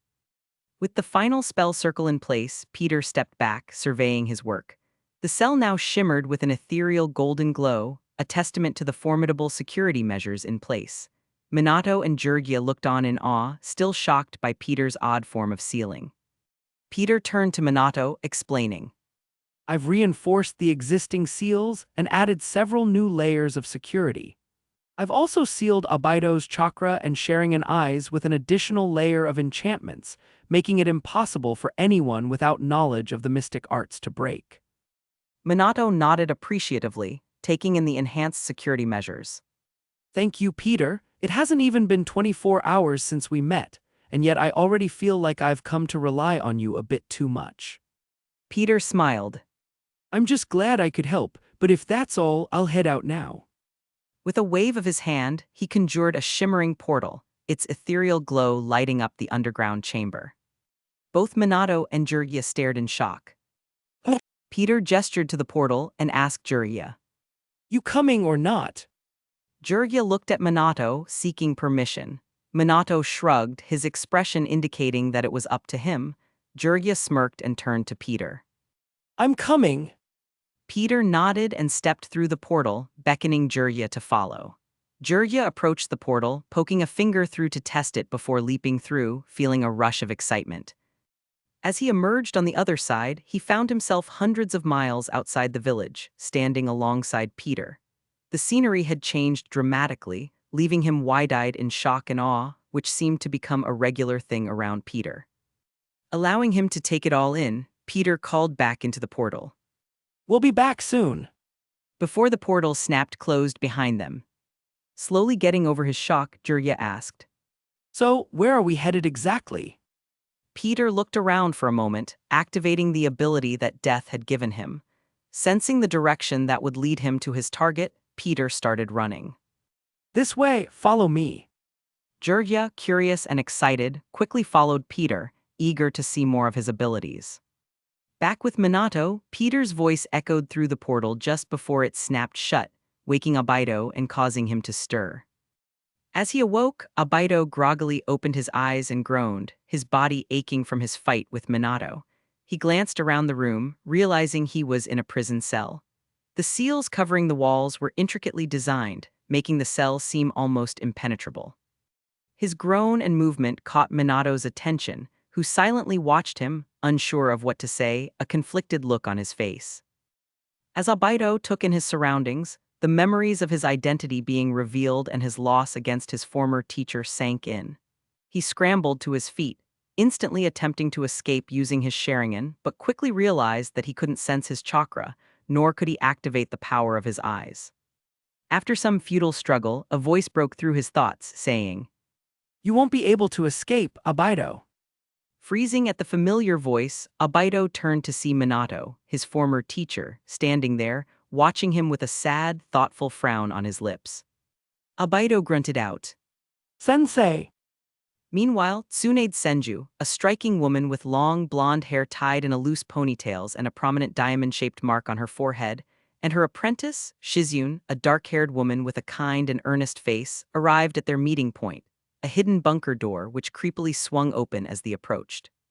Insert picture of Tsunade here. Insert picture of Shizune here. Lady Tsunade. Shizune muttered, fearfully grasping her master's sleeve. Maybe we should just leave. You said it yourself, Orochimaru is nothing but bad news. For all we know, this could be a trap. She countered, not nearly as frightened as her apprentice. Earlier that morning, as she was having her breakfast's sake, Tsunade received an unexpected message from her former teammate, Orochimaru, who had surprisingly asked for her help. He even offered to pay off her gambling debts if she would assist him. Curious and a bit suspicious, as this was Orochimaru she was dealing with, Tsunade ultimately decided to meet with him. After all, her debts were monumental and she doubted Orochimaru held any bad intentions towards her, or at least she hoped he didn't.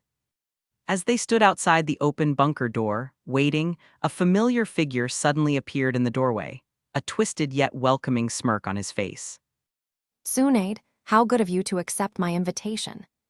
Tsunade crossed her arms and eyed Orochimaru warily. All right, Orochimaru, I'm here. What's this all about? She demanded. You need me to heal you or something. Don't tell me, did Sensei beat the sh*T out of you again? Orochimaru's eye twitched ever so slightly, though he managed to keep himself under control as he replied. Always so venomous, huh, princess? And here I thought I was supposed to be the snake in our group. Enough with the nonsense. What do you want?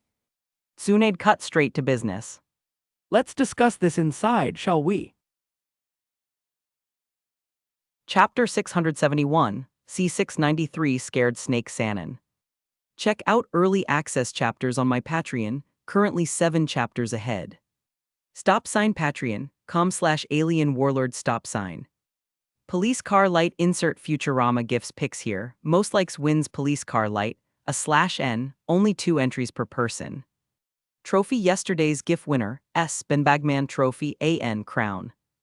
Peter and Jurgia traveled together, running at incredible speeds as they jumped from tree to tree, barely visible to the normal human eye. They passed a couple of travelers along the way, but the travelers didn't even notice them. Of course, Peter could open a portal to anywhere, but the tracker that death gave him only worked as a pointer, not providing the exact location. Besides, today was a nice day, and he hadn't explored much of this world beyond the Leaf Village, so he didn't mind running. However, Jurgia began to have trouble keeping up. His breath grew ragged and he called out. Hey, Peter, slow down a bit, will you? Peter slowed his pace, allowing Jurgia to catch up. They ran side by side as Jurgia caught his breath. Once he did, Jurgia asked. Hey, how about we stop off at a nearby village? I need to do some research for my book. He pulled out a book and a pen, his face breaking out into a pervy smile. Peter scoffed, shaking his head. Sorry, but I'd rather not take any detours. I have to get back in time for Itachi and Shisui's training. Maybe we can stop on the way back if we have time. Jurgia looked disappointed as he put his book and pen away. Fine, but can't you tell me what or who it is you're looking for? Peter was about to reply when he sensed something ahead. He paused, stopping on a tree branch, his eyes turning to the horizon. Seeing him stop, Jurgia landed on a branch in front of him, his expression turning serious. What's wrong? Peter said, Follow me. and disappeared in a burst of speed. Jurgia followed quickly, and less than a minute later they both landed in a tree at the edge of the forest. Jurgia's eyes widened at the sight of thousands upon thousands of Iwagakure ninja marching toward the direction of the Leaf Village. Without hesitation, Jurgia immediately summoned a small messenger toad who appeared in a small puff of smoke, and before it could say a word, he instructed it to go to Konoha and warn the Hawkage. But as the toad was about to rush off, Peter said, Wait a moment. Jurgia looked over at Peter, who had his eyes closed, standing there unmoving for a moment, like a sensor ninja scanning the area. What's the matter? Jurgia asked. Peter replied, It's not just them. There are 3 other armies moving toward the Konoha as well. One from a desert, one from the ocean, and another from the mountains.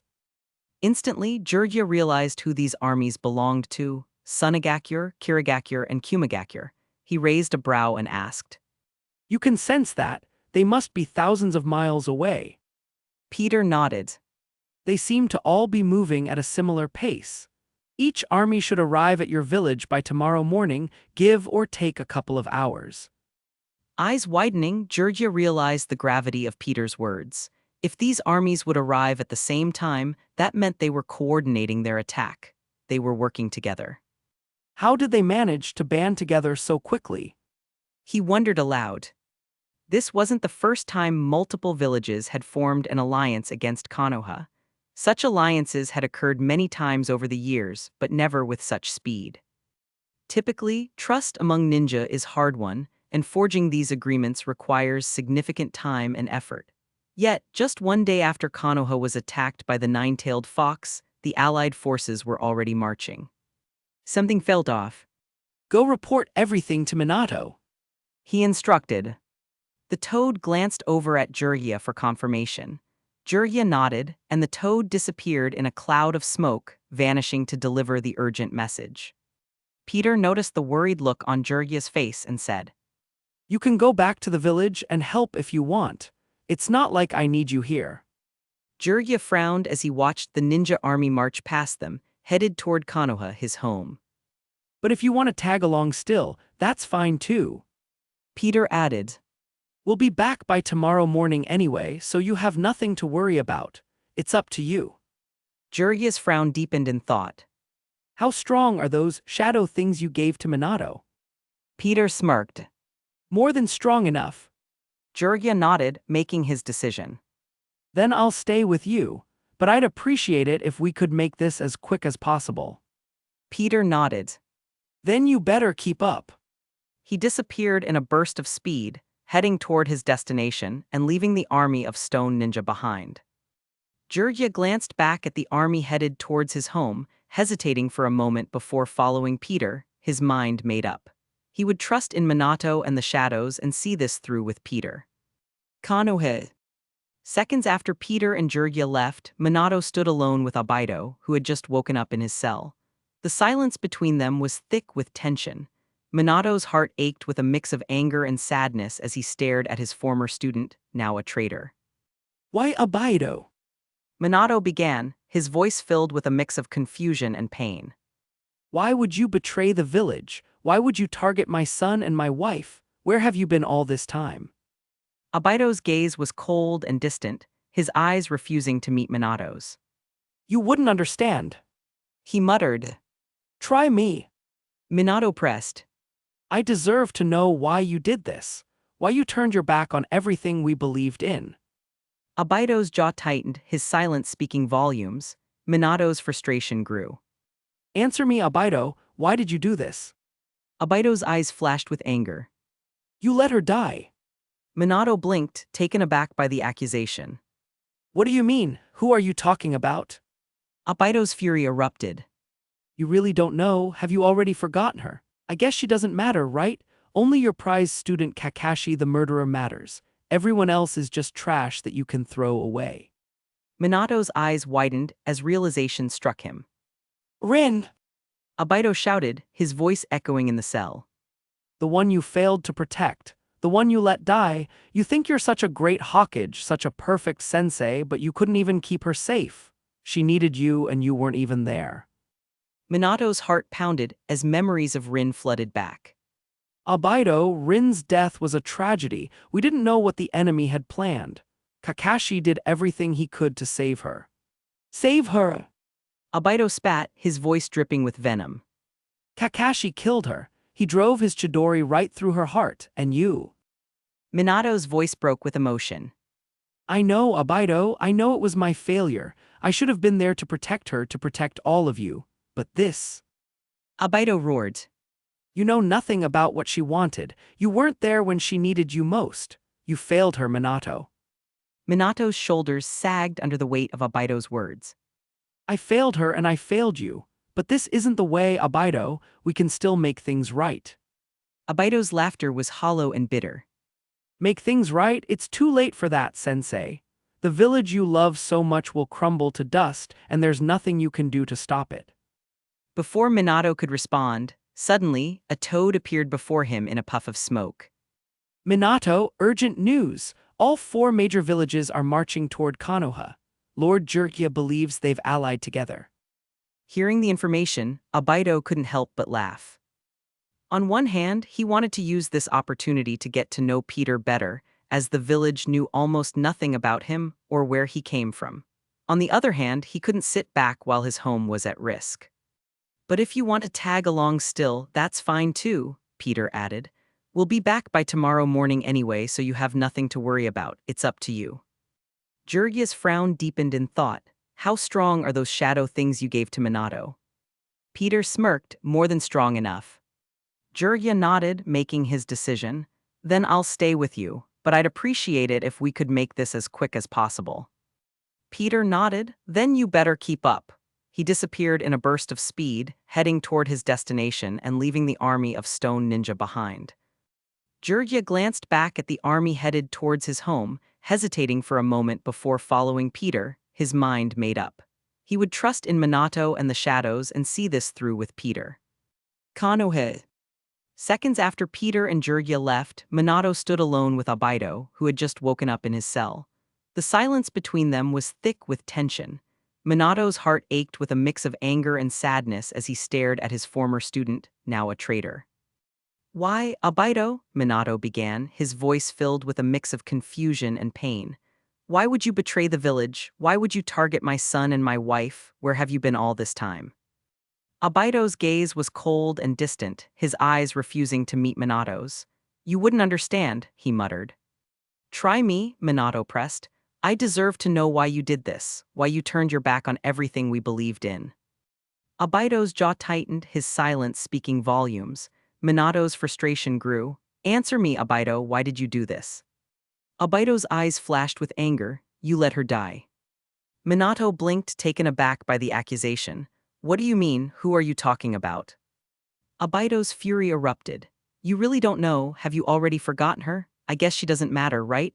Only your prize student Kakashi the murderer matters. Everyone else is just trash that you can throw away. Well, what are you waiting for? Run along, Tilda, your precious village needs you. He said, laughing as Minato turned around and left. Meanwhile, Peter and Georgia, running much faster than before, arrived at their destination in about an hour. Before them stood a large underground bunker door which was sealed tightly. Upon arrival, Georgia immediately collapsed onto the ground, exhausted from the speed they had traveled. He had done all he could to keep up with Peter, and now he was completely worn out.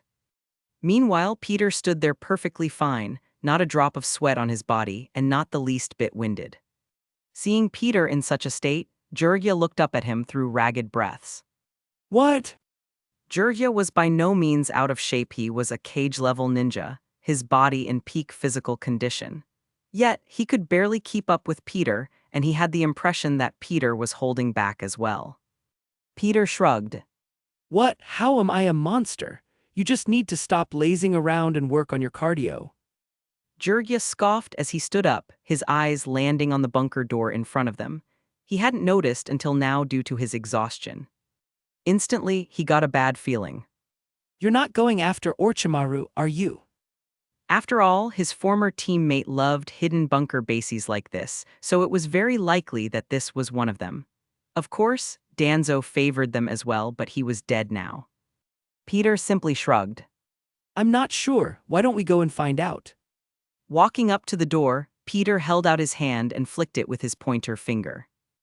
Jirya's eyes widened at the sight of thousands upon thousands of Iwagakure ninja marching toward the direction of the Leaf Village.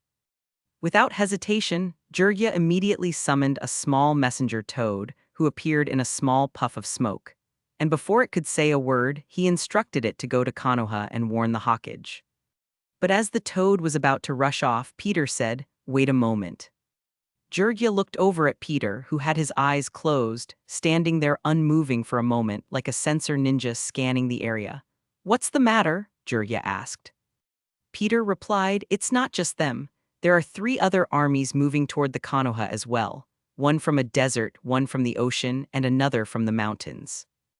Instantly, Jirya realized who these armies belonged to: Sunagakure, Kirigakure, and Kumagakure. He raised a brow and asked, "You can sense that? They must be thousands of miles away." Come on, let's go. Jirya snapped out of his daze and followed, hoping that Peter wasn't going after Orochimaru. Despite his complex love-hate relationship with his traitorous teammate, he knew he couldn't shield Orochimaru from Peter even if he wanted to. No one could. What the hell are you talking about? Did all those experiments finally cause your brain to malfunction? Orochimaru frowned in annoyance. It's true, I don't know what or who has entered our universe, but it's a grave threat. We need to contact Jirya. Boom, as he said the name Jirya, an explosion-like force rocked the bunker, causing alarms to blare. Orochimaru rushed to check the cameras and saw Jirya entering the bunker where the door once stood. Tsunade stepped up beside him, seeing Jirya as well. Oh great, the pervert's here too. Now you can explain to him how your brain is rotting into mush. Ignoring her, Orochimaru's eyes narrowed and his pulse quickened as he spotted Peter on a hallway camera, with Jirya trailing behind him. Did he bring someone here with him? He wondered, his eyes never leaving Peter's figure. Orochimaru didn't know if Peter was the one he was warned about, but if he was, then he needed to prepare. Turning to Tsunade, he said, Go and bring Jirya and his guest here. I need to take care of something first. He then disappeared in a swirl of wind, leaving her there. Tsunade grumbled in annoyance as Shizune asked. What should we do? Tsunade shrugged. Let's go get the perv. The faster we can finish this, the better. Meanwhile, in a nearby room, Anko Mitarashi awakened to the sound of the alarms. Ahi.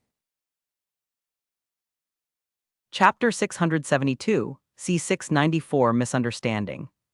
Check out early access chapters on my Patreon, currently 7 chapters ahead. Patreon.com/alien warlord stop sign. Peter and Jirya walked down a dark, narrow hall. It had been a minute since they entered the bunker. The dim lighting cast long shadows on the walls, and the silence was only broken by their footsteps echoing softly.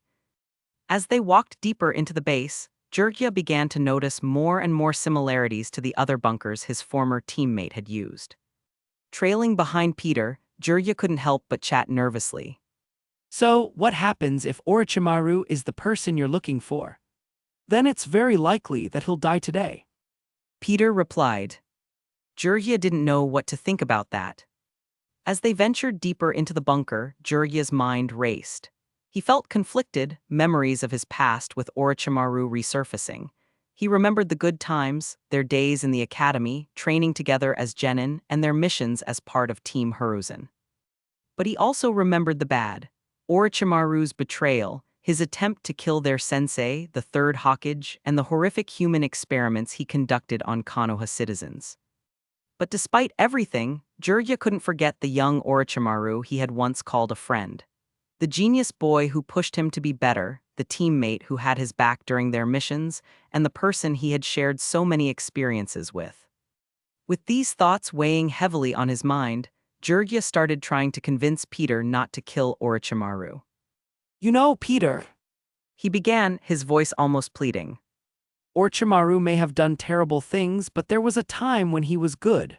He was a great shinobi, someone who cared about the village. Maybe. Peter listened silently, his expression unreadable.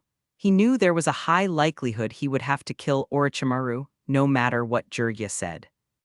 Of course, this depended on whether Orochimaru was truly the person he was searching for. Regardless, Peter allowed Jurgia to continue, fully aware of the conflicting emotions his companion was grappling with. Jurgia continued, his words becoming more earnest. I know it sounds naive, but if there's a chance, even a small one, that we can save him, shouldn't we try? Killing him would only end any possibility of redemption. And if you saw the Orochimaru I knew, the one who was once a friend, you'd understand why. As Jurgia was talking, Peter suddenly stopped walking, staring into the darkness ahead. Jurgia, not expecting him to stop, bumped into Peter before taking a step to the side and glancing at him. What's going on? What are you looking at? He followed Peter's gaze into the dark hall ahead. Seconds later, the sound of heels clicking along the hard floor echoed through the corridor, growing closer and closer. Two figures emerged from the shadows. At first, Jurgia tensed, preparing to fight. But then his eyes widened in shock as he recognized Tsunade, another one of his wayward teammates, with her faithful student, Shizune, trailing behind her. T.S. Tsunade, Jurgia stammered, bewildered. what are you doing here? Though he was surprised, he couldn't deny the relief and happiness he felt at seeing her. Tsunade frowned, her eyes narrowing. I could ask you the same thing, Jurgia. Why are you here? As she spoke, realization dawned on Jurgia.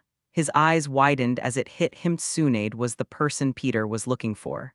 Without thinking, he jumped in front of her, screaming. Run, Tsunade! Acting on instinct, Jurgia unleashed a powerful fire jutsu, spitting flames from his mouth like a dragon. The hall filled with a roaring fire, consuming Peter, who stood unbothered, his figure engulfed in the inferno. Tsunade's eyes widened in shock and confusion as she was caught off guard by Jurgia's sudden attack. Shizune stepped back, ready to defend her mentor if necessary. Seeing that Tsunade wasn't trying to run away, Jurgia yelled. Tsunade, go! Your life is in danger. Tsunade frowned, her confusion deepening. What are you talking about, Jurgia? Why would my life be in danger? As they spoke, the flames began to die down, revealing Peter, untouched and unbothered by the heat. The flames seemed to have bent away from him, as if unwilling to make contact. Jurgia, what are you doing? Tsunade shouted, trying to make sense of the situation. Didn't you come here with him? She gestures to Peter, not seeing him as a threat. Princess, you need to listen to me. I'm a married man. Jurgia pointed to Peter, who was still staring at Tsunade's chest. If you don't run, you're going to get killed. I can't protect you. You need to leave now. I'll buy you some time while I can. Tsunade scoffed. How the hell is that guy supposed to kill me? Jurgia's expression remained deadly serious. I'm not joking, Tsunade. Go now before it's too late. His seriousness confused Tsunade, making her begin to take the situation more seriously. She glanced back at Peter, who seemed to snap out of his thoughts. Scratching the back of his head, Peter said, I think there may be a. But as he spoke, Jurgia disappeared from where he stood and appeared in front of Peter, his fist wound back as he lunged forward, swinging at Peter's face. Misunderstanding. Peter finished as he casually swatted Jurgia's fist away before using his other hand to slap him across the face. The force sent Jurgia crashing into the wall, breaking through it and several other obstacles before finally coming to a stop, his body buried under a pile of rubble. Tsunede's eyes widened in horror as she screamed. Jurya. She turned to Peter, her stance shifting into a fighting position, her expression now much more serious than before. Tsunade and Shizune stared in shock, their eyes wide with disbelief. Tsunade's initial confidence wavered as she realized that Peter might actually be a threat. Peter turned back to Tsunade, his expression calm. As I was saying, I think there may be a misunderstanding. Without taking her eyes off Peter, Tsunade ordered. Shizune, check on Jurya, now. Yes, Lady Tsunade. Shizune nodded and rushed off to do as she was told, her worry evident in her eyes. Peter watched her go, then said, He'll be fine, I only slapped him a little bit. He shrugged, adding, Besides, this is all a big misunderstanding. Tsunade raised an eyebrow. So you aren't here to kill me. Peter shook his head. No, Jurya's just an idiot. Seeing Tsunade calm down ever so slightly, he pointed behind her. I'm here to kill the snake, hiding in the shadows behind you. Instantly, Tsunade turned around as a dark, sinister laughter filled the air. Orochimaru stepped out of the shadows, holding an ominous-looking demon mask in his hands. Ah, Tsunade. Orochimaru greeted, his voice dripping with malice. It seems Jurya brought along quite the dangerous guest. As Orochimaru appeared, Peter noticed that the arrow he was following locked right on him before blinking, as if confirming that this was indeed who he was looking for. Next, Peter's eyes were drawn to the mask in Orochimaru's hands. It was a white mask of a smiling demon with razor-sharp teeth and 2 long horns on its head. Insert picture of Shinigami mask here. Peter recalled that it was the Shinigami mask from the show, which allowed the wearer to summon and control the Shinigami of this world. Instantly, Peter realized that the mask was most likely what made Orochimaru a successor of Death. Death must have left the mask here for a potential successor to find. Orochimaru's eyes gleamed with dark satisfaction as he held the mask up, his sinister smile widening. Ah, so you've come for this, haven't you? He said, his voice a menacing purr. Peter shook his head. No, I'm only here to kill you. However, I might be willing to spare your life if you renounce your position as Death's successor. Orochimaru's eyes widened as the realization hit him. His gaze shifted to Peter's hand, where a laughing skull tattoo was visible, the same tattoo that Orochimaru had on his chest. The earlier message wasn't just a warning of someone invading his universe. It was alerting him to the arrival of a competitor. Peter continued. Jurya didn't know what to think about that. As they ventured deeper into the bunker, Jurya's mind raced. He felt conflicted, memories of his past with Orochimaru resurfacing. He remembered the good times, their days in the academy, training together as genin, and their missions as part of Team Hiruzen. But he also remembered the bad. Orochimaru's betrayal, his attempt to kill their sensei, the third Hokage, and the horrific human experiments he conducted on Konoha citizens. But despite everything, Jurya couldn't forget the young Orochimaru he had once called a friend. The genius boy who pushed him to be better, the teammate who had his back during their missions, and the person he had shared so many experiences with. With these thoughts weighing heavily on his mind, Jurya started trying to convince Peter not to kill Orochimaru. You know, Peter, he began, his voice almost pleading, Orochimaru may have done terrible things, but there was a time when he was good. He was a great shinobi, someone who cared about the village. Maybe. What's happening? What the hell is a Death successor? Orochimaru smirked and pointed at Peter, expertly changing the subject. He's the one I warned you about. He's not from our universe. Tsunade turned to Peter, silently asking if it was true. Peter nodded, shrugging. He's right, I'm not from around here. Then he looked at Orochimaru. But how did you know I was here in the first place? Did he warn you? Did who warn him? Jurya's voice cut through the tension, and everyone turned to see him standing beside Shizyun, his face swollen from Peter's powerful slap. Orochimaru's eyes narrowed. That's not important. What's important is that we need to work together to kill him. He pointed at Peter. Jurya frowned. Why? Just do what he said and he won't kill you. Orochimaru's smirk grew. Because Jurya, he's a threat to us all. You heard him. He's here to kill me, but who's to say he won't come after you next? Or Tsunade. Tsunade crossed her arms, skeptical. And why should we believe anything you say, Orochimaru? You've lied to us countless times before. Orochimaru's expression turned serious. This isn't just about me. This is about protecting our world. He's an outsider with unknown intentions and abilities. Do you really trust him more than you trust me? Peter sighed, shaking his head. You're really laying it on thick, aren't you? Ignoring Peter, Orochimaru continued, his voice urgent. Think about it, Tsunade, Jurya. We need to put our differences aside and fight together, for the sake of our world. Hurry up and make your decisions. I need to be back in Konoha by the morning. If you're going to help Orochimaru, decide now, but it doesn't matter. With or without your help, Orochimaru will die.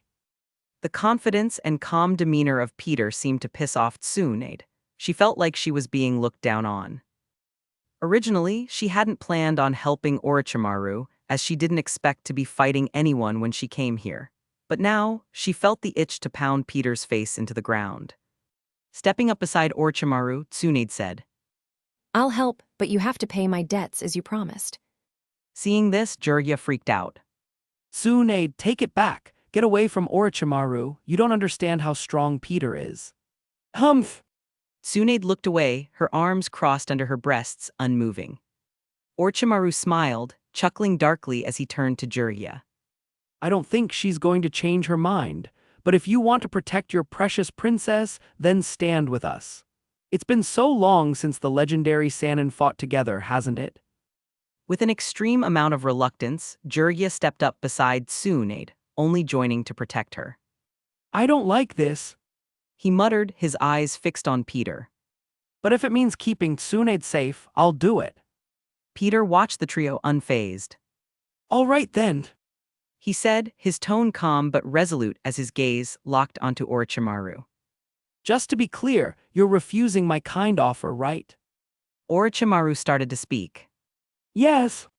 Before the snake Sannin could say anything else, Peter appeared in front of him in an instant, moving far faster than Orochimaru could see or react to. Peter raised his leg and delivered a powerful Spartan kick square to Orochimaru's face, launching him backward as a small shockwave from the impact filled the hall. Chapter 673, C695 Orochimaru's End. Check out early access chapters on my Patreon, currently 7 chapters ahead. Patreon.com/alien warlord stop sign. Police car light insert greedy gifts pics here. Most likes wins police car light, a /n, only 2 entries per person. Trophy yesterday's GIF winner, S. Benbagman Trophy AN Crown.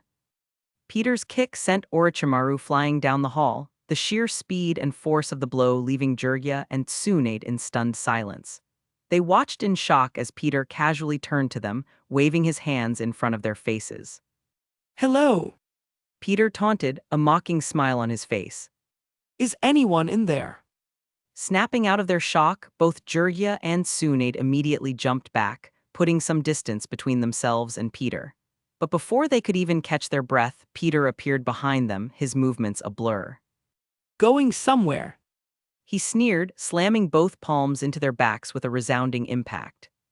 Here. Grunting in pain, Jurya and Tsunade were sent flying in the opposite direction, crashing into the walls of the hallway.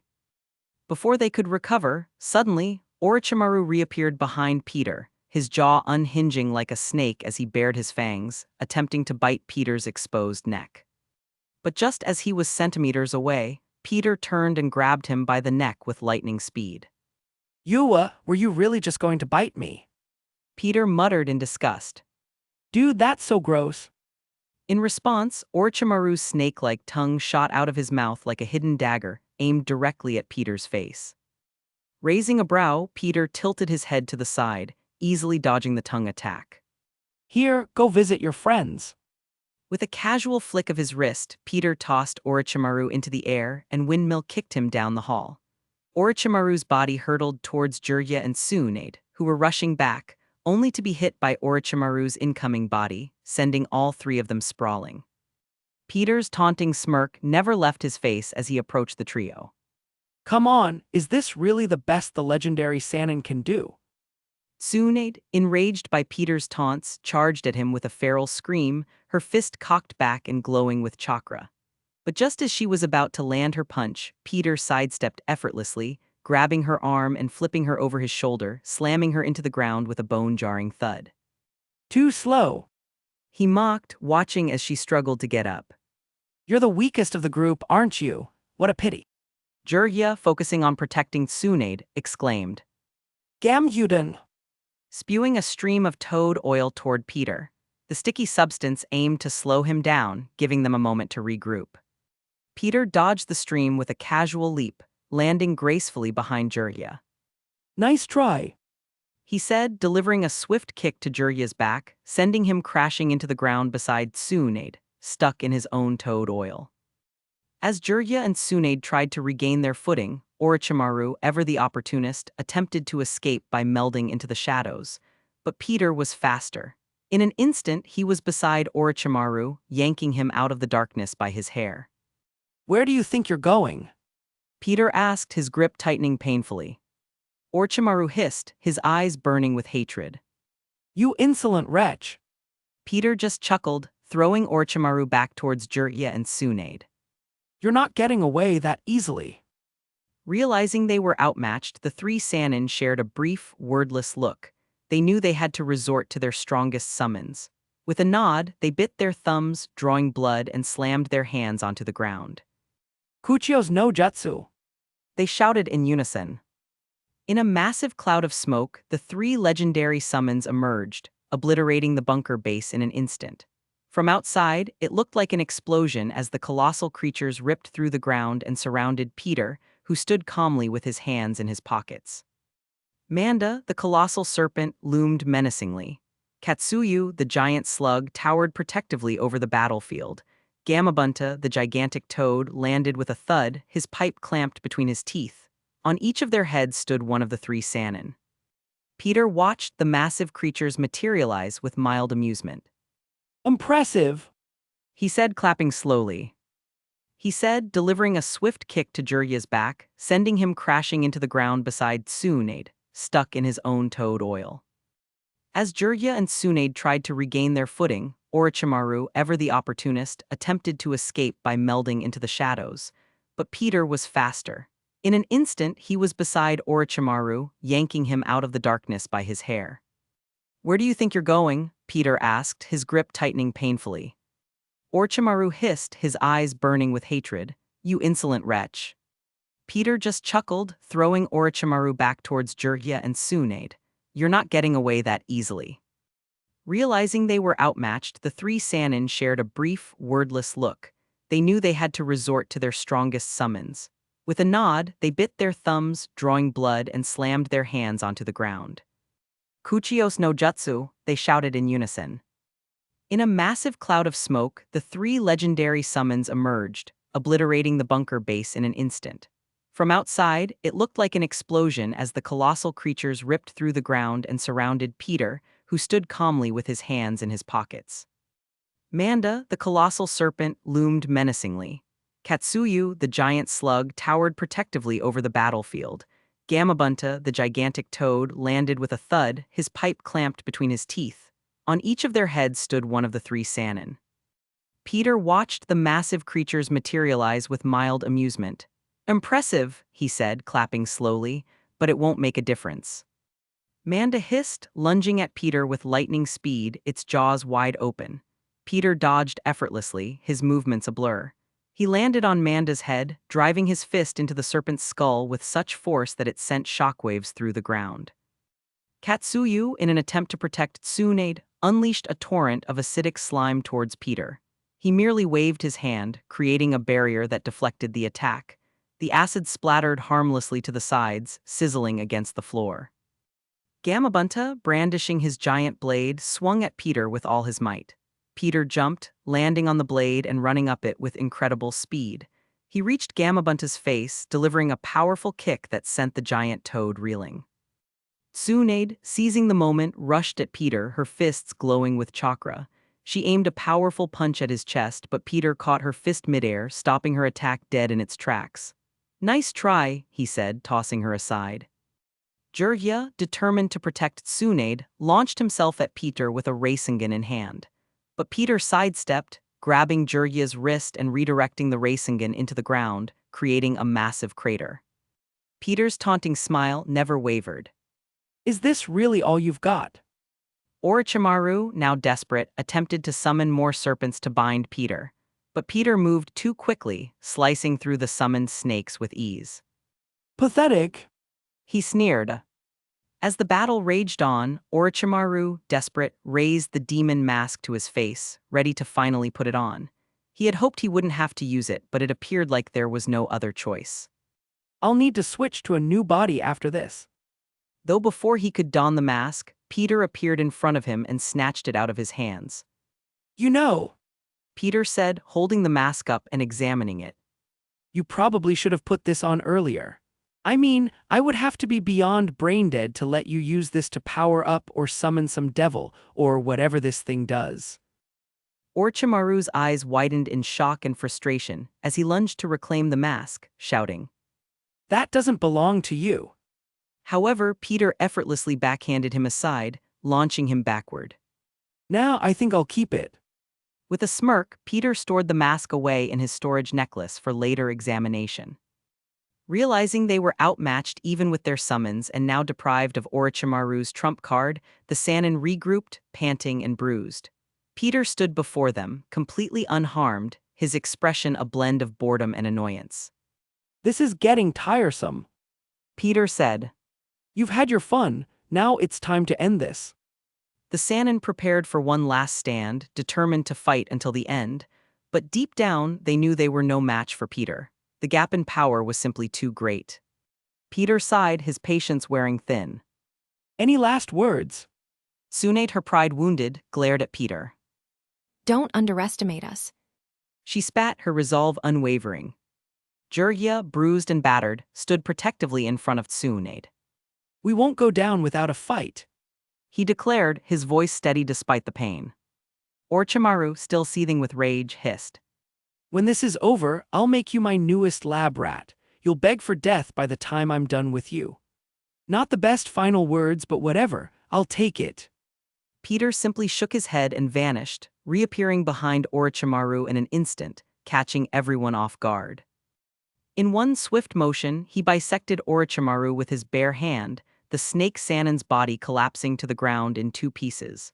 Jirya and Tsunade stood there, frozen in shock, horror, and a mix of anger and sadness. Orochimaru. Jirya shouted, his voice tinged with anguish. Despite everything, Orochimaru had once been their friend and teammate. Seeing him killed so brutally struck a chord deep within them. Tsunade's eyes widened, her hands trembling with a mix of rage and sorrow. You be *starred. She screamed, turning her furious gaze on Peter. How could you? Before she could finish, Jirya placed a hand on her shoulder, trying to calm her down. But the grief and anger were too much. They began to mourn Orochimaru's death, their emotions raw and unfiltered. As they were about to lash out at Peter, blaming him for Orochimaru's death, a tiny, almost unnoticeable white snake slithered out of Orochimaru's body. Using the rubble and grass as cover, it tried to sneak away. Peter, however, appeared in front of its path and picked it up, holding it firmly so it couldn't bite him. He looked at the snake, a smirk playing on his lips. Did you think I wouldn't notice you trying to sneak off, Orochimaru? Hearing Peter call the snake Orochimaru, a spark of hope flickered in Jirya and Tsunade's eyes. Maybe their former teammate was still alive. But Peter crushed that hope as he crushed the snake in his hands with a simple squeeze of his fingers, killing it instantly. Yeah, not gonna happen. He tossed the lifeless body aside, his expression indifferent. No. Tsunade screamed, her grief turning into rage. Incensed, both Jurgia and Tsunade launched themselves at Peter, one coming from the front and the other from the back. Their movements were fueled by a mix of anger, sorrow, and desperation. But Peter simply disappeared just as they collided, making them hit one another instead. The impact sent them both sprawling to the ground, groaning in pain and frustration. Peter reappeared a few feet away, watching them with a mixture of pity and disdain. I told you. He said calmly. Orochimaru was going to die, no matter what you did. Jurgia, his body aching, struggled to his feet, his eyes blazing with anger. You didn't have to kill him like that. He spat. He was. Peter nodded. And I'm sorry for your loss. Tsunade, her fists clenched, stood up beside Jurgia. We won't forgive you for this. She snarled, her voice trembling with rage. Peter sighed, shaking his head. You can try to fight me all you want, but it won't change anything. Orochimaru is dead, and there's nothing you can do about it. Jurgia and Tsunade exchanged a glance, silently questioning whether they should continue the fight. But before they could decide, a voice called out.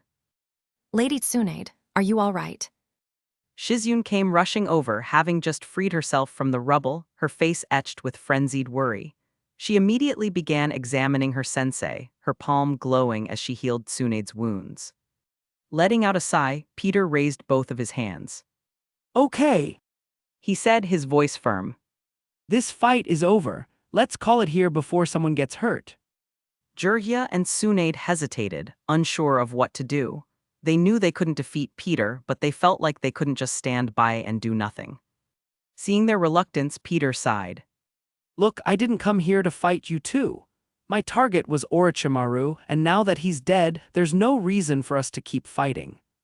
Tsunade glared at him, her eyes filled with suspicion. And we're just supposed to believe you. Peter nodded.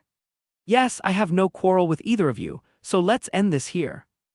Just as Peter was about to walk away, he paused, raising an eyebrow as he glanced at the small snake he had killed moments earlier. Is he still not dead? He asked himself, confused as he sensed Orochimaru's soul lingering there. Instead of disappearing as it was supposed to, the soul flew down into the rubble, back inside the mostly destroyed base. Confused, Peter followed the soul without a word, leaving Shizune, Jurgia, and Tsunade baffled. Where are you going?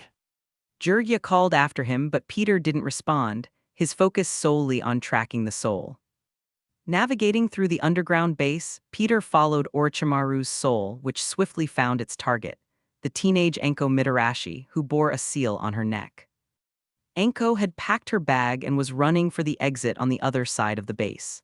Betrayed by her sensei, Orochimaru, she saw the ongoing battle as the perfect opportunity to escape and report everything to the Leaf Village. I can't hear them fighting anymore. She glanced back before quickening her pace. I need to hurry. But before she could step out of the exit, Orochimaru's soul shot into the seal on her neck, entering her body. Peter arrived just as the soul invaded her, watching curiously as Anko suddenly collapsed to the floor. Seconds later, Anko's body began to move, awkwardly picking itself up as a mad cackle escaped her lips. Haha, I'm alive. He really is a body snatcher, huh? Peter immediately realized what happened. Orochimaru, now in control of Anko's body, smirked and straightened his clothes, ready to escape. But suddenly, he froze, eyes widening as he glanced back to see Peter standing directly behind him, waving. Yo, Tilda! Just then, Jurgia, Shizune, and Tsunade arrived, their eyes widening in surprise and alarm. Knowing he couldn't escape, Orochimaru smirked, his voice a sinister hiss. If you kill me again, I'll take this girl with me. I'll even eradicate her soul if I have to. He warned, causing both Tsunade and Jurgia to tense with worry. Peter, however, didn't look too concerned. He simply sighed and turned to the Sannin beside him. See, this is the guy you two were crying over just a minute ago. Still think I should spare him now. Tsunade and Jurgia frowned and looked away, no longer having the will to defend their former teammate. That's what I thought. Peter scoffed as he turned his gaze back to Orochimaru, who had somehow pulled out a knife and held it to Anko's throat, making his intentions clear. Peter sighed again. All right, I think this has gone on long enough. With a snap of his fingers, shadowy hands sprang up from the floor, binding Anko's body and preventing Orochimaru from slitting her throat. Peter walked over slowly as Orochimaru frantically shouted. Stay away, I'll do it. I'll burn her soul into smoke. But Peter didn't listen. He stopped directly in front of Orochimaru, staring him in the eye before pointing a finger at him and uttering. Avada Kedavra. Anko's eyes widened in horror as a sickly green lightning shot from Peter's finger and struck her, eradicating Orochimaru's soul and causing her body to collapse like a puppet with its strings cut. Jirya and Tsunade stood there, stunned and silent, processing the finality of what had just happened. Orochimaru was truly gone this time. Peter turned to them, his expression calm but firm. There, it's done. Now one of you pick her up and let's get back to Konoha. We have more pressing matters to attend to. Chapter 674, C696 Allied Shinobi Army arrives. Check out early access chapters on my Patreon, currently 7 chapters ahead. Patreon.com/alien warlord stop sign. Konoha. The morning sun barely peeked over the horizon, casting long shadows over the Leaf Village. Despite the early hour, the village was alive with activity, a stark contrast to the usual serene mornings. The air buzzed with tension as everyone prepared for the impending attack from the allied forces of Iwagakure, Kumagakure, Kirigakure, and Sunagakure. Ninja mobilized in every corner, gathering their gear and taking their assigned positions. Teams of shinobi darted across rooftops, relaying messages and coordinating strategies. The village's elite A and BU squads were on high alert, their masked faces revealing nothing of the anxiety they felt. In the heart of the village, Minato Namikaze, the fourth Hokage, stood on a high platform overlooking the main square. His presence was a beacon of calm and determination. Clad in his signature white cloak adorned with flames, he exuded an aura of unwavering confidence. His piercing blue eyes scanned the bustling activity below, taking in every detail. Kushina, have you secured the evacuation routes? Minato asked, his voice steady despite the chaos around him. Kushina Uzumaki, his wife and the village's powerful Kunoichi, nodded firmly. Yes, Minato. The civilians are being moved to the underground shelters. Our seals are in place to reinforce the barriers. They'll be safe there. Minato placed a reassuring hand on her shoulder. Good, and Naruto? He asked. Kushina smiled sadly. Don't worry, he's with Makoto. She took him and her children to evacuate. Though her heart ached to be with her child, Kushina knew she was one of the strongest ninja in the village. She needed to be here to give them a fighting chance against the incoming army. The battlefield was no place for a newborn, after all. As Minato turned back to the crowd, he saw Kakashi Hadake, his student and one of the village's most skilled jonin, directing a squad of ninja. Kakashi's face was hidden behind his mask as usual, but his visible eye conveyed a seriousness that was rare even for him. Kakashi! Minato called out, beckoning him over. Kakashi jogged up to the platform, his posture straight and ready. Yes, Lord Hokage. Go to the evacuation zone and find Mikoto Uchiha. She has my son with her. Protect him. Minato instructed, noticing the reluctant look on his student's face. Please, Kakashi, I know you want to help, but you and Naruto are all we have left. Please just look after him for us. Please, Kakashi. Kushina added, guilting him even more. Kakashi hesitantly nodded. Understood. Though Kakashi wanted to stay and fight alongside his sensei, he understood how worried and anxious Minato and Kushina must be without Naruto nearby. As Kakashi left to carry out his orders, Minato turned his attention to the village's gates. He could see Shikaku Nara, the head of the Nara clan and the village's chief strategist, deep in conversation with several other clan leaders. They were discussing battle strategies, their expressions grim but determined. Minato made his way over to them. Shikaku, what's the status of our defenses? Shikaku looked up, his sharp mind already anticipating the Hokage's questions. We've fortified the outer walls and placed seals in strategic locations. We've also set up multiple layers of defense within the village. If the enemy breaches the outer perimeter, they'll be met with heavy resistance. Minato nodded, satisfied with the preparations. Excellent work, Shikaku. We need to be ready for anything. The enemy is strong and well coordinated, but we can't let them overpower us. As Minato continued his rounds, he saw the Yamanaka, Akimichi, Uchiha, Hyuga, and many other clans all preparing for battle. Their members were sharpening weapons, setting up medical stations, and reinforcing barriers. The entire village was united, ready to defend their home at any cost. A sudden hush fell over the crowd as the third Hokage, Hiruzen Sarutobi, approached. Much of his body was covered in bandages, a testament to the brutal beatdown Kushina had given him. But despite his injuries, a determined look etched across his face conveyed his unwavering resolve. As Hiruzen walked towards the main platform, Kushina's eyes met his for a brief moment. The tension between them was palpable, a silent conflict that everyone could feel. Kushina's frown deepened before she turned away, refusing to even glance in his direction again. She felt no guilt for his current condition either, nor should she. Hiruzen sighed, his expression filled with a mixture of sadness and resignation.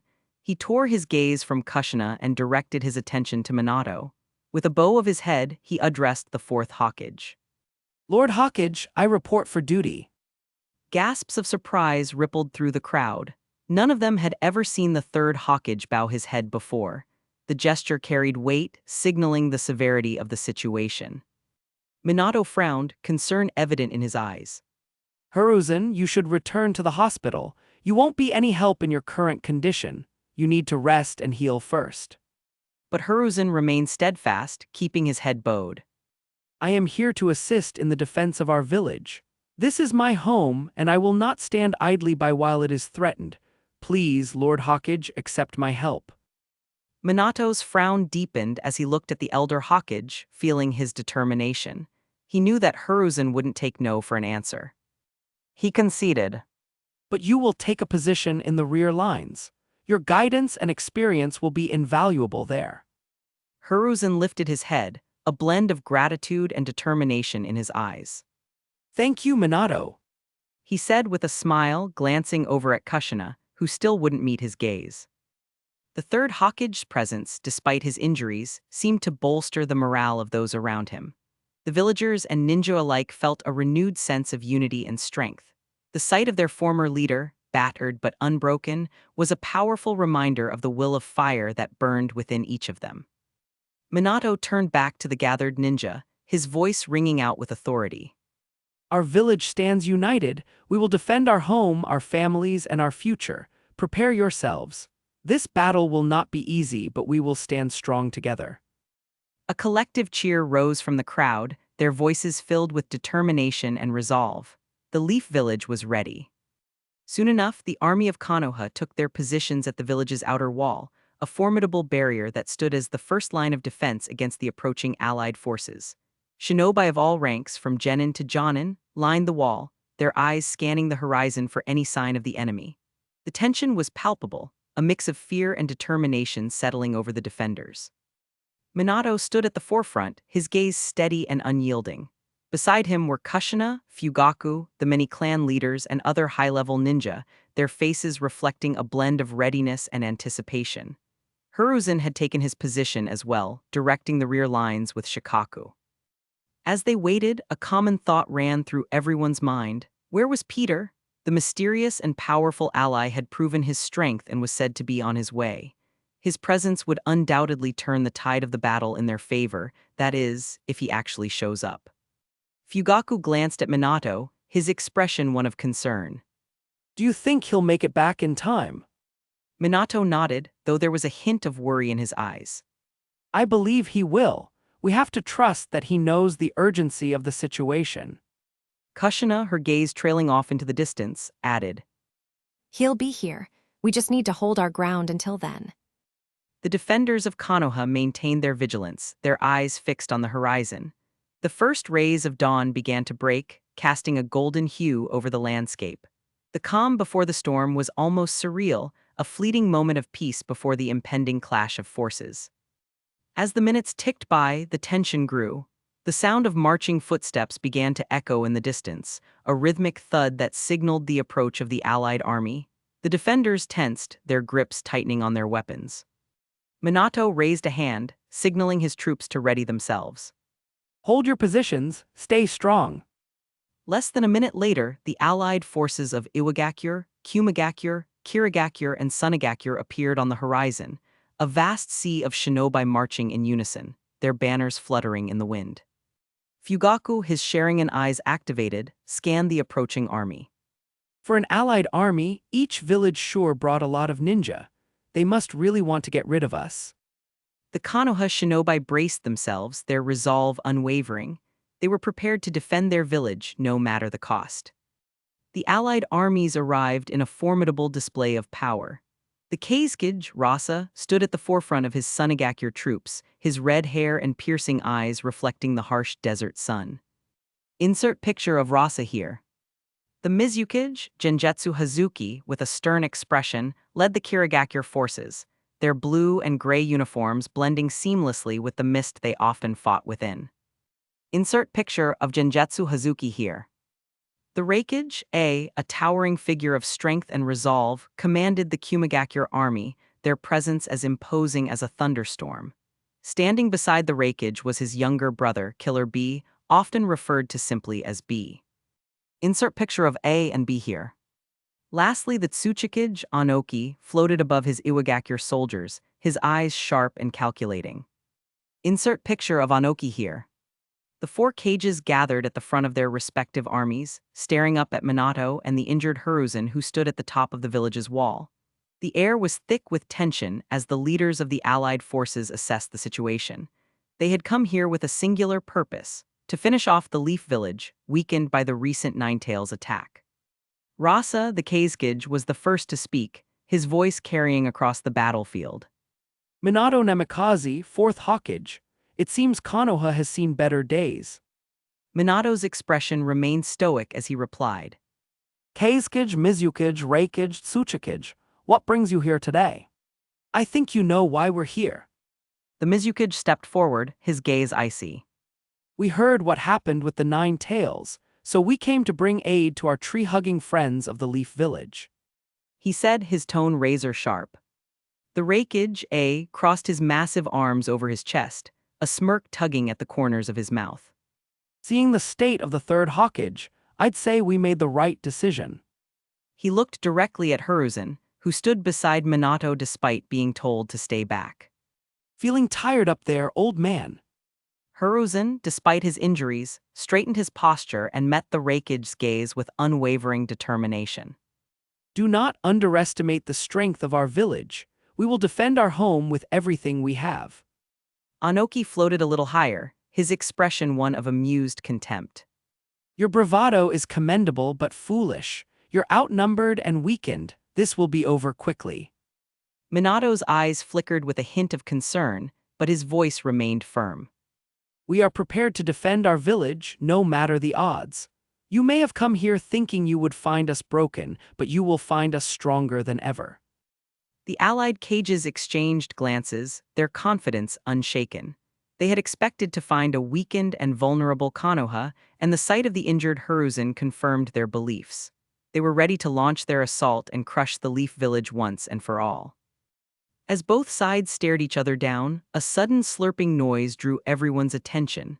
The unexpected sound echoed across the tense battlefield, causing all eyes to turn in that direction. There, Peter sat on the wall, casually holding a bowl of ramen as he slurped the noodles like a vacuum. Peter gave them a sheepish look, his mouth full of noodles. Oh, sorry, did I ruin the moment? He asked, swallowing his food. Just pretend I'm not here, continue with your taunting and insults. Don't mind me.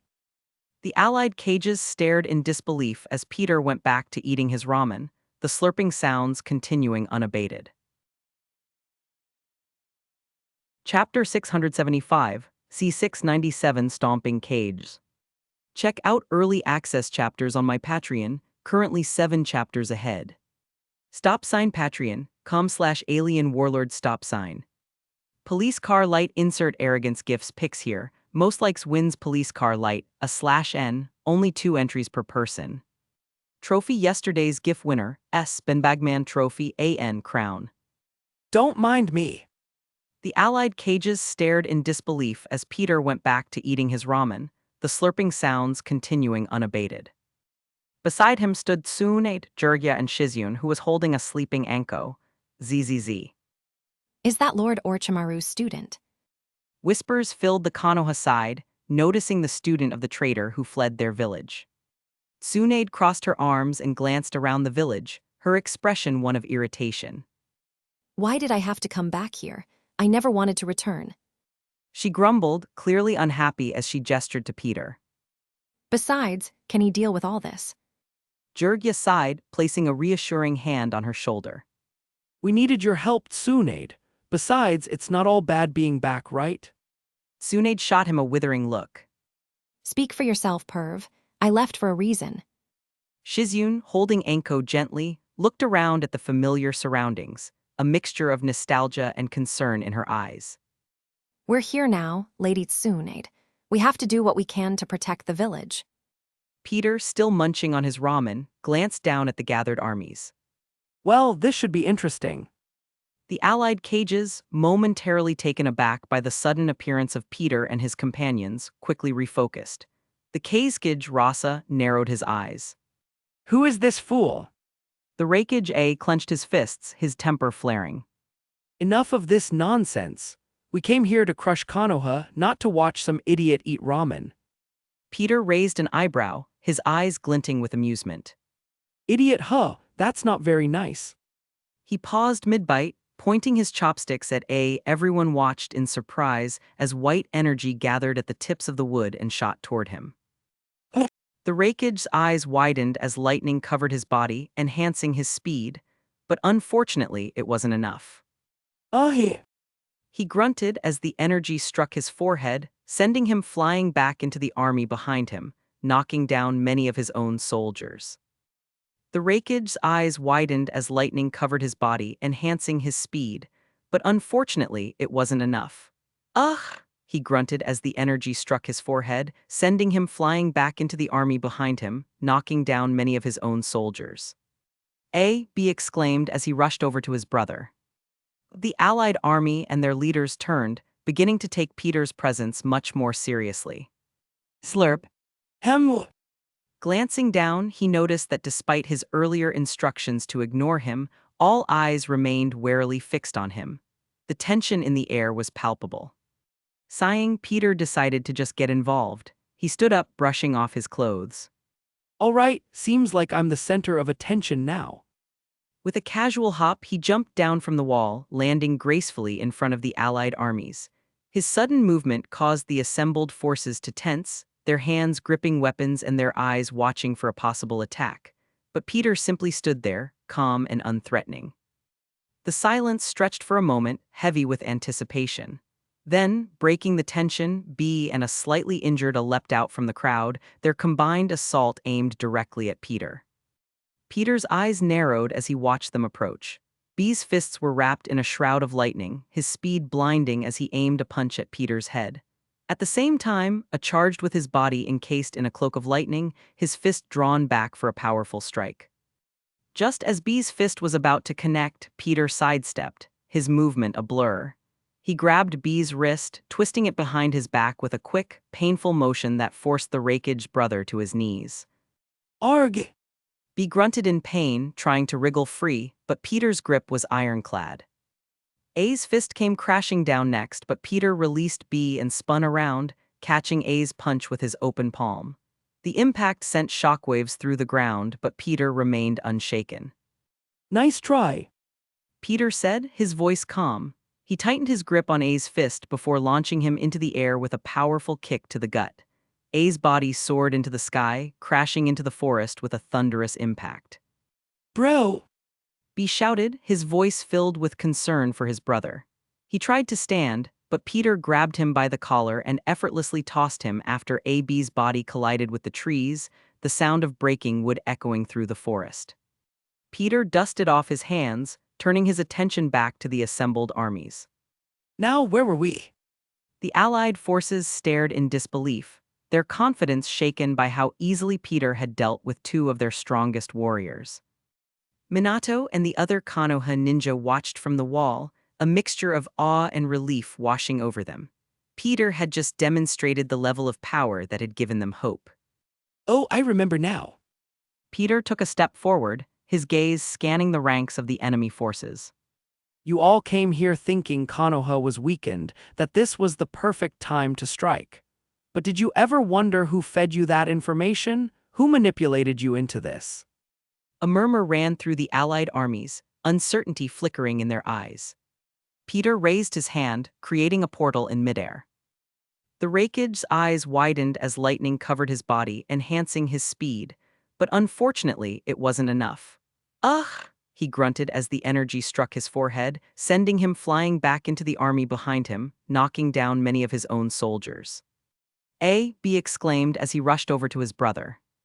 The allied army and their leaders turned, beginning to take Peter's presence much more seriously. Slurp, This Peter said, pointing at Zetsu.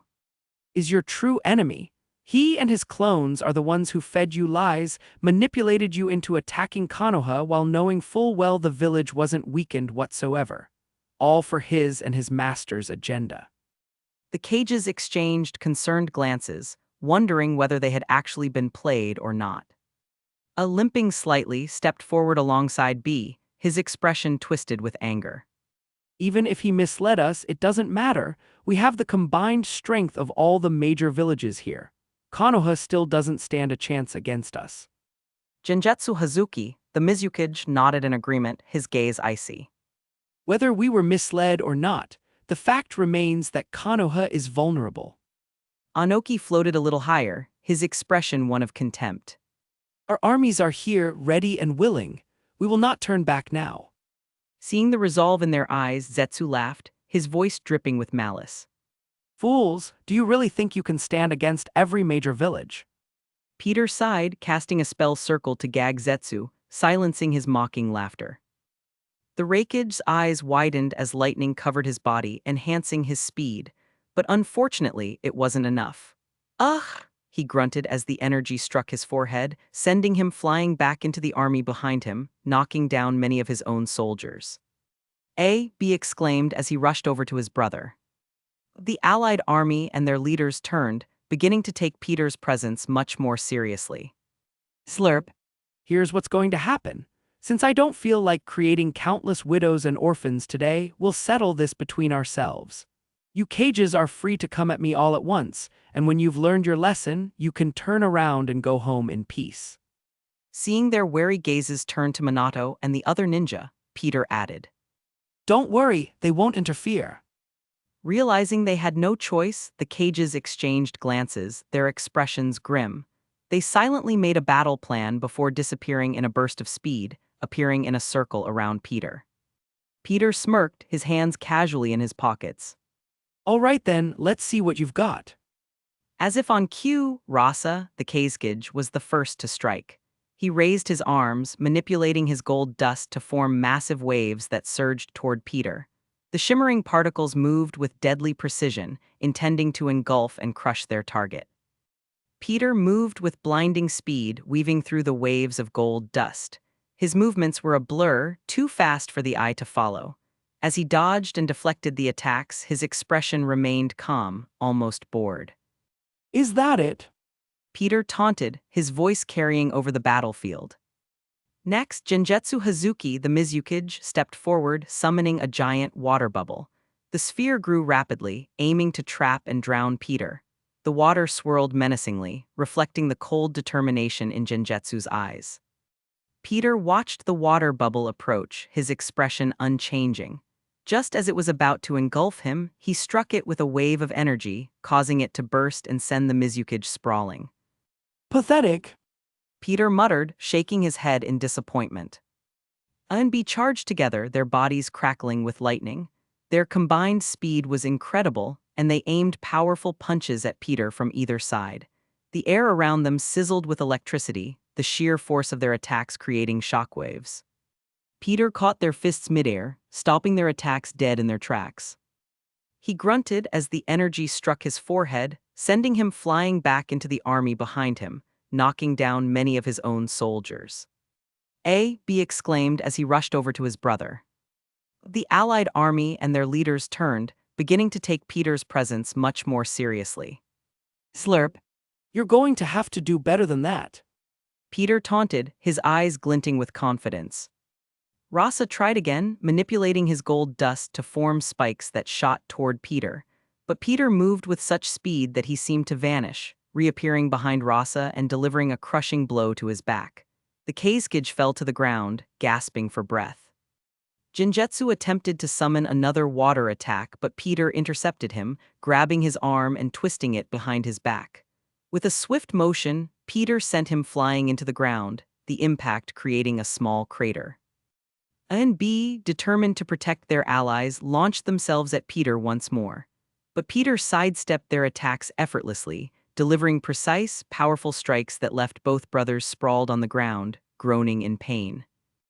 Anoki, refusing to give up, directed his rock golem to attack again. But Peter shattered the golem with a single punch, then grabbed Anoki by the collar and threw him to the ground with bone-jarring force. The battlefield fell silent as the cages lay beaten and battered, their bodies aching from the relentless assault. Peter stood in the center, completely unscathed, dusting his hands off. Okay, you can go now. He shooed them off. I still have to train my new students today, so leave quietly. Don't disturb people. Watching from the wall, Minato, Kushina, and everyone else felt a mixture of relief and awe. Peter had single-handedly dismantled the combined might of the four cages. But just as everyone thought it was over, a sudden hush fell over the battlefield. A man in a black cape, appearing to walk with a cane, stood atop the barrier Peter had created to contain the armies. His red eyes glowed ominously under his hood, drawing everyone's attention. It seems this old man has to step in. Chapter 676, C698 Madara Uchiha. Check out early access chapters on my Patreon, currently 7 chapters ahead. Patreon.com/alien warlord stop sign. It seems this old man has to step in. The mysterious figure said, his voice carrying an eerie calm. Peter looked up at the new arrival, his eyes immediately recognizing the red Sharingan. Madara Uchiha. He thought one of the coolest villains in anime history and his favorite character in Naruto. From the walls, Minato's voice called out. Who are you? Madara refused to answer, his piercing gaze locked onto Peter. He could feel his very soul vibrating, an instinctual recognition of Peter's strength. Madara refused to answer, his piercing gaze locked onto Peter. He could feel his very soul vibrating, an instinctual recognition of Peter's strength. Stronger than Hashirama, he thought, the thought both thrilling and daunting. Minato asked again, his voice louder and more insistent, "Who are you?" Ignoring Minato completely, Madara spoke directly to Peter. You're strong. Peter responded with a respectful nod. Coming from someone like you, that's a true compliment. The man tilted his head ever so slightly. You know who I am. Peter nodded again.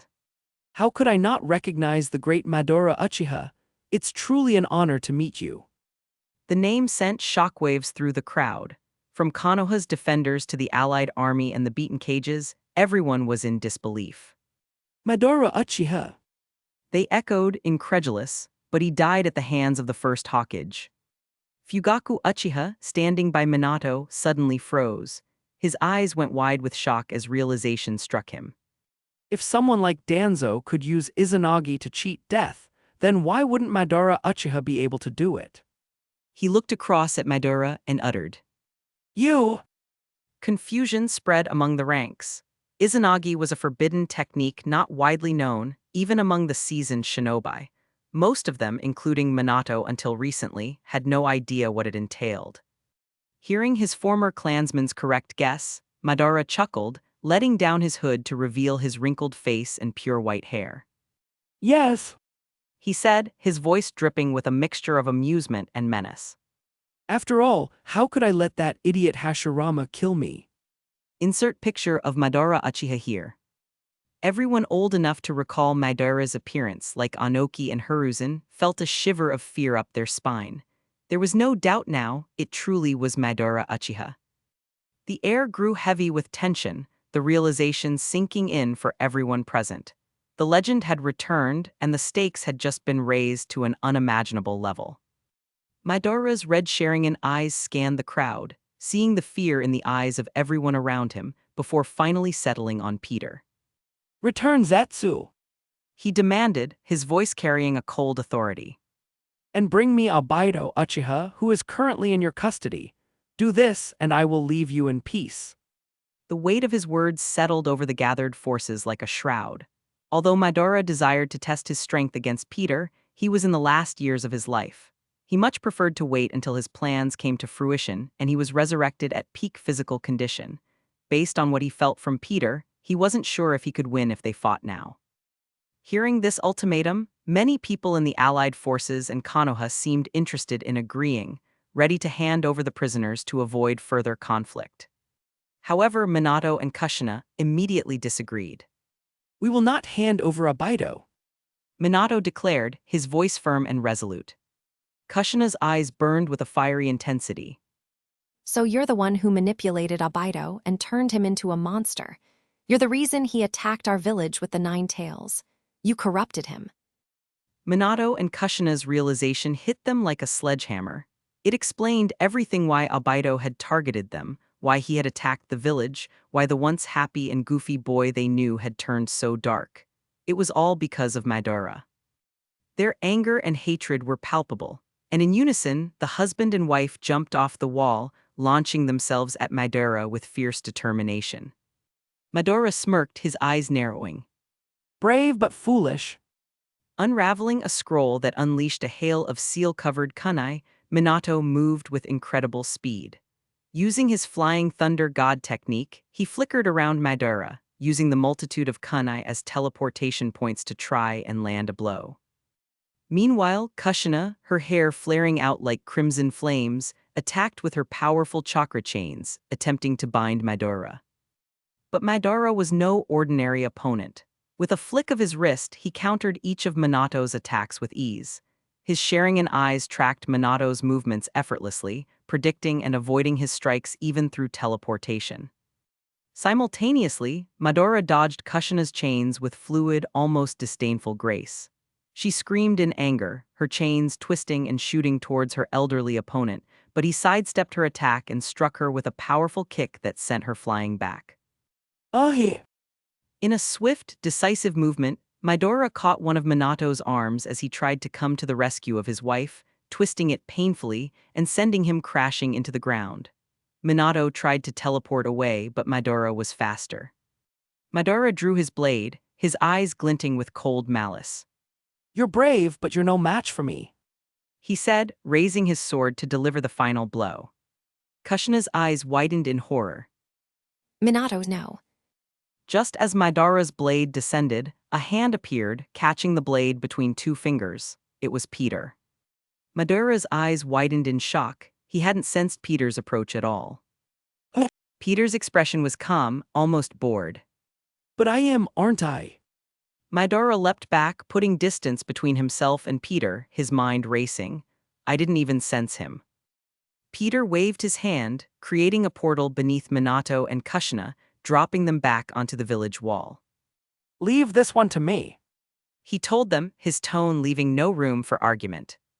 Turning back to Midoriya, Peter stated, I'm afraid that I won't be giving you Albedo or Zetsu.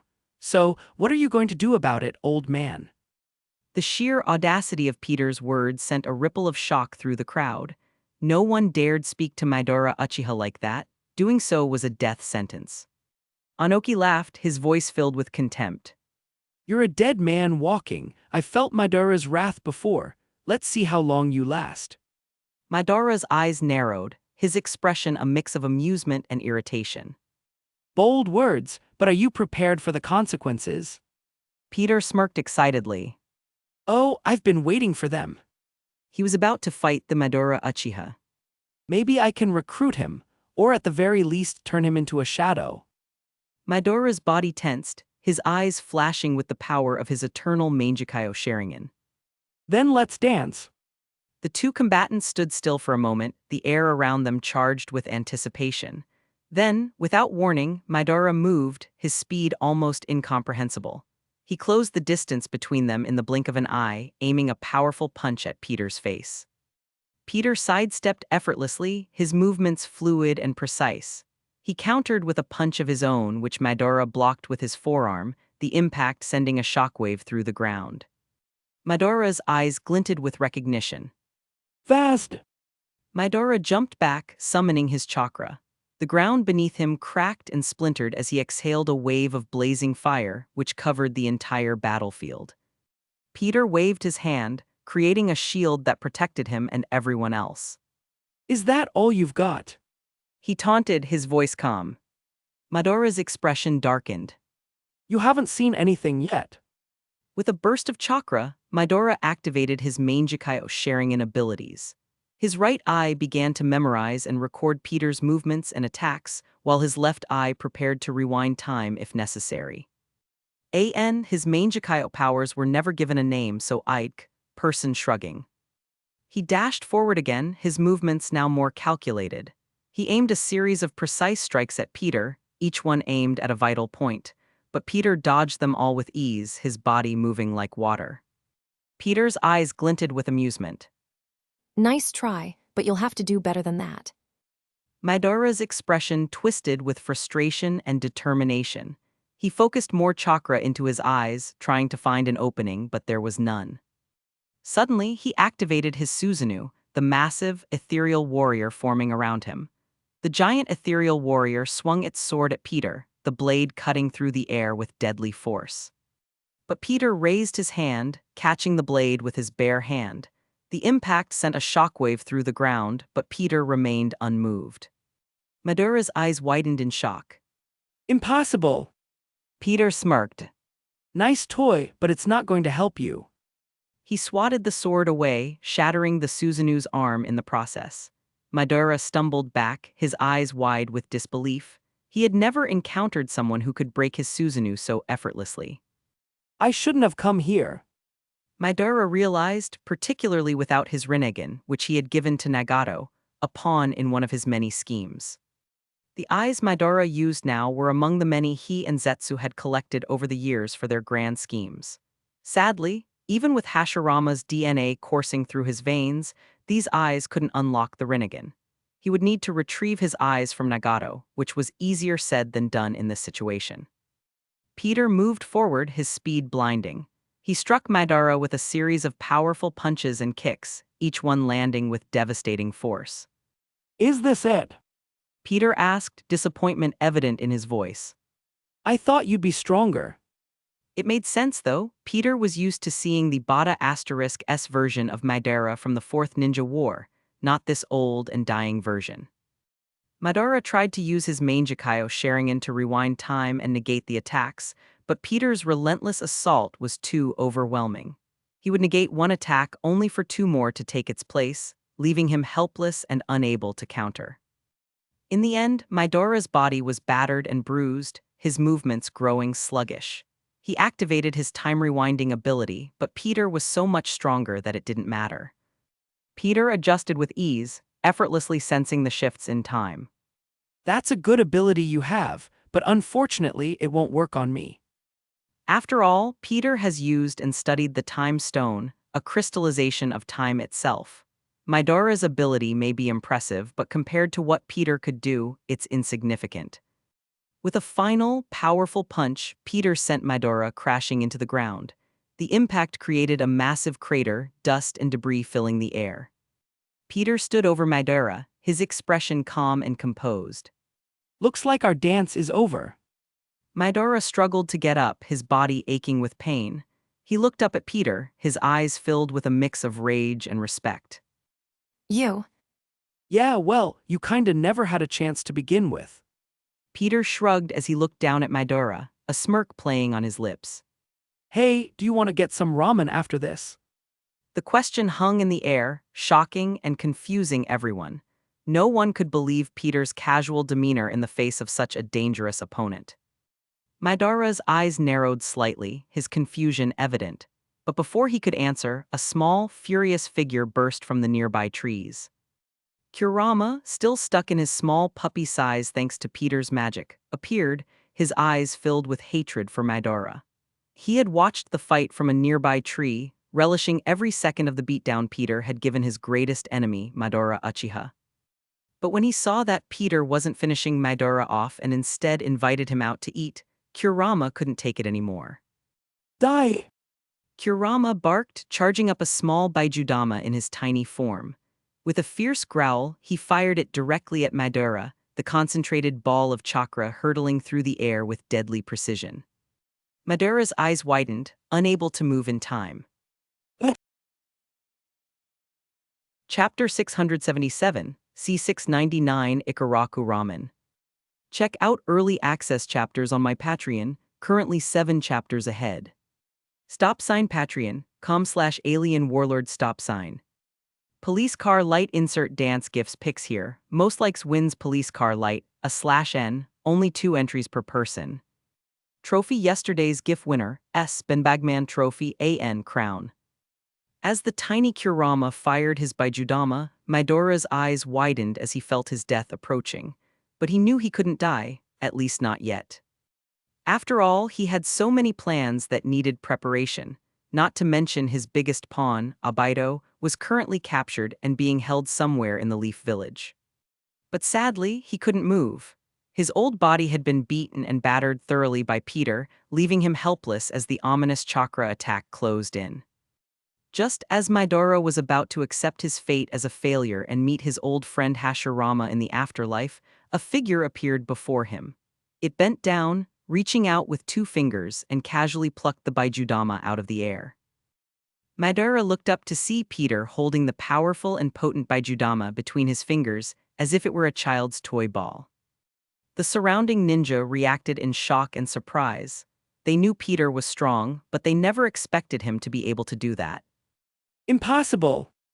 Anoki muttered, his eyes wide with disbelief. He caught a Baijudama. Just how strong is he? Peter, who had just caught the most deadly attack that all tailed beasts could muster, an attack that all humans have feared for hundreds and hundreds of years, casually tossed the ball of chakra aside. The Baijudama flew into the nearby forest, and seconds later, it exploded in a huge bright flash followed by a shockwave that rustled the nearby trees as well as everyone's clothing and hair. The explosion's light illuminated the stunned faces of the ninja from Konoha and the allied forces. The sheer power of the explosion was a stark reminder of the danger that had just been neutralized with such ease. Peter turned to Madara, who lay on the ground, battered and beat. You should be more careful, he said, his tone light but carrying a hint of warning. You almost got killed. Madara, still in shock from his near-death experience, managed to find his voice. You! Peter smirked. Because I invited you to lunch, you can't die. At least not until we've eaten. Kurama, still in his small puppy form, growled in frustration. Why didn't you let me finish him? Peter glanced down at Kurama, his expression softening slightly. Because I wasn't done with him yet, he said, his eyes narrowing to convey his displeasure with the little fox's actions. Gritting his teeth, Kurama's fur bristled, though he refrained from attacking, knowing Peter would just stop him. When will you be done with him? He asked in frustration. Peter scratched his chin and shrugged. I'm not sure, I have to talk to him first. And after that talk, Kurama pressed. I'll decide whether he lives or dies. Peter stated plainly. Madara's eyes narrowed as he realized the situation. He was at Peter's mercy, and for the first time in a long while he felt a glimmer of uncertainty. This man was unlike anyone he had ever faced before. Kurama fell silent for a moment before asking, If you do decide to kill him, can I do it? This mangy fox. Sure. Peter answered quickly, as he didn't care either way. The surrounding ninja, both from Konoha and the allied forces, watched in a mix of awe and apprehension. They had come expecting a battle to the death, but what they witnessed was something far beyond their understanding. Minato stepped forward, his gaze fixed on Peter. What do you plan to do with him? He asked, his voice carrying the weight of the village's concern. Peter looked back at Minato, a thoughtful expression on his face. I haven't decided yet. Minato appeared apprehensive, remaining silent. Noticing Minato's unease, Peter patted him on the shoulder. Don't worry so much. He won't be causing any trouble with me around. All right. Minato seemed to calm down, though still a bit nervous. Anyway, while I'm dealing with him, why don't you finish things up here? Peter gestured to the surrounding ninja. Send them home immediately if you want. But if you want some advice from me, hold a meeting with the other village leaders and try to use this as an opportunity for lasting peace. Who knows, maybe you'll be able to turn this crisis into a chance for growth and change. Oh, Peter muttered, realizing he had forgotten something. and have villagers return now that it's safe. I need Ikaraku to make our lunch. With a wave of his hand, Peter summoned a series of magical chains that wrapped around Madara, binding him tightly. The chains glowed with a mystical energy, ensuring that even Madara's formidable strength and abilities wouldn't be enough to break free. Now, Peter said, turning back to Madara. we have a lot to discuss. With that, he effortlessly lifted Madara, carrying the bound Uchiha as if he weighed nothing. Hey, where are you taking me? Madara demanded. I already told you. Peter replied, rolling his eyes. We're getting some ramen. As they entered the village, Minato flared his chakra, summoning a team of masked Anbu who kneeled before him. Follow them at a safe distance and report back to me. He ordered, his worry getting the best of him. The masked ninja vanished in swirls of leaves, departing to fulfill their Hokage orders. Turning around, Minato eyed the allied army and the cages who had led them there, Peter's words replaying in his mind. The battle he had expected had turned into something entirely different. What are you looking at? Anoki exclaimed gruffly. Sighing, Minato gestured toward the village. Would you and the other cages like to talk inside the village? All four enemy cages' eyes widened, wondering if this was some sort of trap. Peter walked the empty streets of Konoha, carrying the bound Uchiha as if he were a duffel bag. The Anbu ninja followed at a distance, their minds racing with questions and possibilities. As they moved, the few villagers who had been unwilling to evacuate and leave their homes behind began to peek out from their shelters, curiosity and apprehension evident on their faces. Soon enough, Peter arrived at Ikaraku Ramen, the famous ramen stall that had always been a haven for Naruto in the show. He unceremoniously dropped Madara onto the street and waved his hand, the magical chains disappearing. All four enemy cages' eyes widened, wondering if this was some sort of trap. Peter walked the empty streets of Konoha, carrying the bound Uchiha as if he were a duffel bag. The Anbu ninja followed at a distance, their minds racing with questions and possibilities. As they moved, the few villagers who had been unwilling to evacuate and leave their homes behind began to peek out from their shelters, curiosity and apprehension evident on their faces. Soon enough, Peter arrived at Ikaraku Ramen, the famous ramen stall that had always been a haven for Naruto in the show. He unceremoniously dropped Madara onto the street and waved his hand, the magical chains disappearing. Have a seat. Peter said, his tone friendly. A silent war raged inside Madara's head as he stared at Peter's unguarded back. The urge to attack, to regain his honor and power, was incredibly strong. But after a moment's thought, he realized the futility of it. Peter had healed him with a wave of his hand and caught a Baijudama as if it were a toy ball. What do you want from me? He asked, his voice wary. Peter smiled. Nothing at the moment, but I may have an offer for you later depending on how everything goes, of course. For now, why don't we just have a meal together? I'd like to get to know you. Madara watched Peter suspiciously for a moment, then looked around at the empty stall. I don't think we'll be getting any food here. Peter's smile widened. Just give it a minute, they'll be here soon. As if on cue, the citizens of Konoha began to return to the village, their initial fear giving way to cautious curiosity. Among them was Tyuchai, the owner of Ikaraku Ramen, accompanied by his daughter Iam. They approached the stall, their expressions a mix of surprise and confusion at seeing Peter and Madara sitting there. Peter? Tyuchai asked, his voice tentative. Is everything all right? Peter nodded, his smile reassuring. Everything's fine, Tyuchai. We're just waiting for some ramen. As a visiting tourist in this universe, Peter has eaten at Ikaraku twice already and is even on a first-name basis with the owner. Tuche glanced at Madara, not recognizing him. All right then. He said, more than willing to cook for some hungry customers. What will it be? Peter turned to Madara. What do you want? Madara, still trying to process the surreal situation, managed to reply. I haven't had ramen in decades. You choose. Peter nodded. 2 bowls of your best, Tuchai. As Tuchai and Iam began to prepare the ramen, some of the ninja from earlier slowly gathered around, their curiosity overcoming their fear. They watched in awe as Peter and Madara sat together, the atmosphere surprisingly calm despite the tension. Madara remained silent, his mind racing with thoughts and questions. He glanced at Peter, still trying to understand this enigmatic figure who had so effortlessly defeated him and now wanted to share a meal. As the aroma of freshly cooked ramen filled the air, the tension in the village began to dissipate. The sight of Peter and Madara, two powerful figures sitting together at Ikaraku Ramen, brought a strange sense of normalcy back to the surrounding ninja, who had thought they'd be fighting a bloody and vicious war today. As 2 steaming bowls of ramen were placed in front of them, Peter and Madara began to eat. Madara took his first taste, and his eyes widened slightly. The flavors danced on his tongue, a small, almost unnoticeable smile forming on his lips. Peter noticed the reaction and grinned. Good, isn't it? Madara nodded, savoring another bite.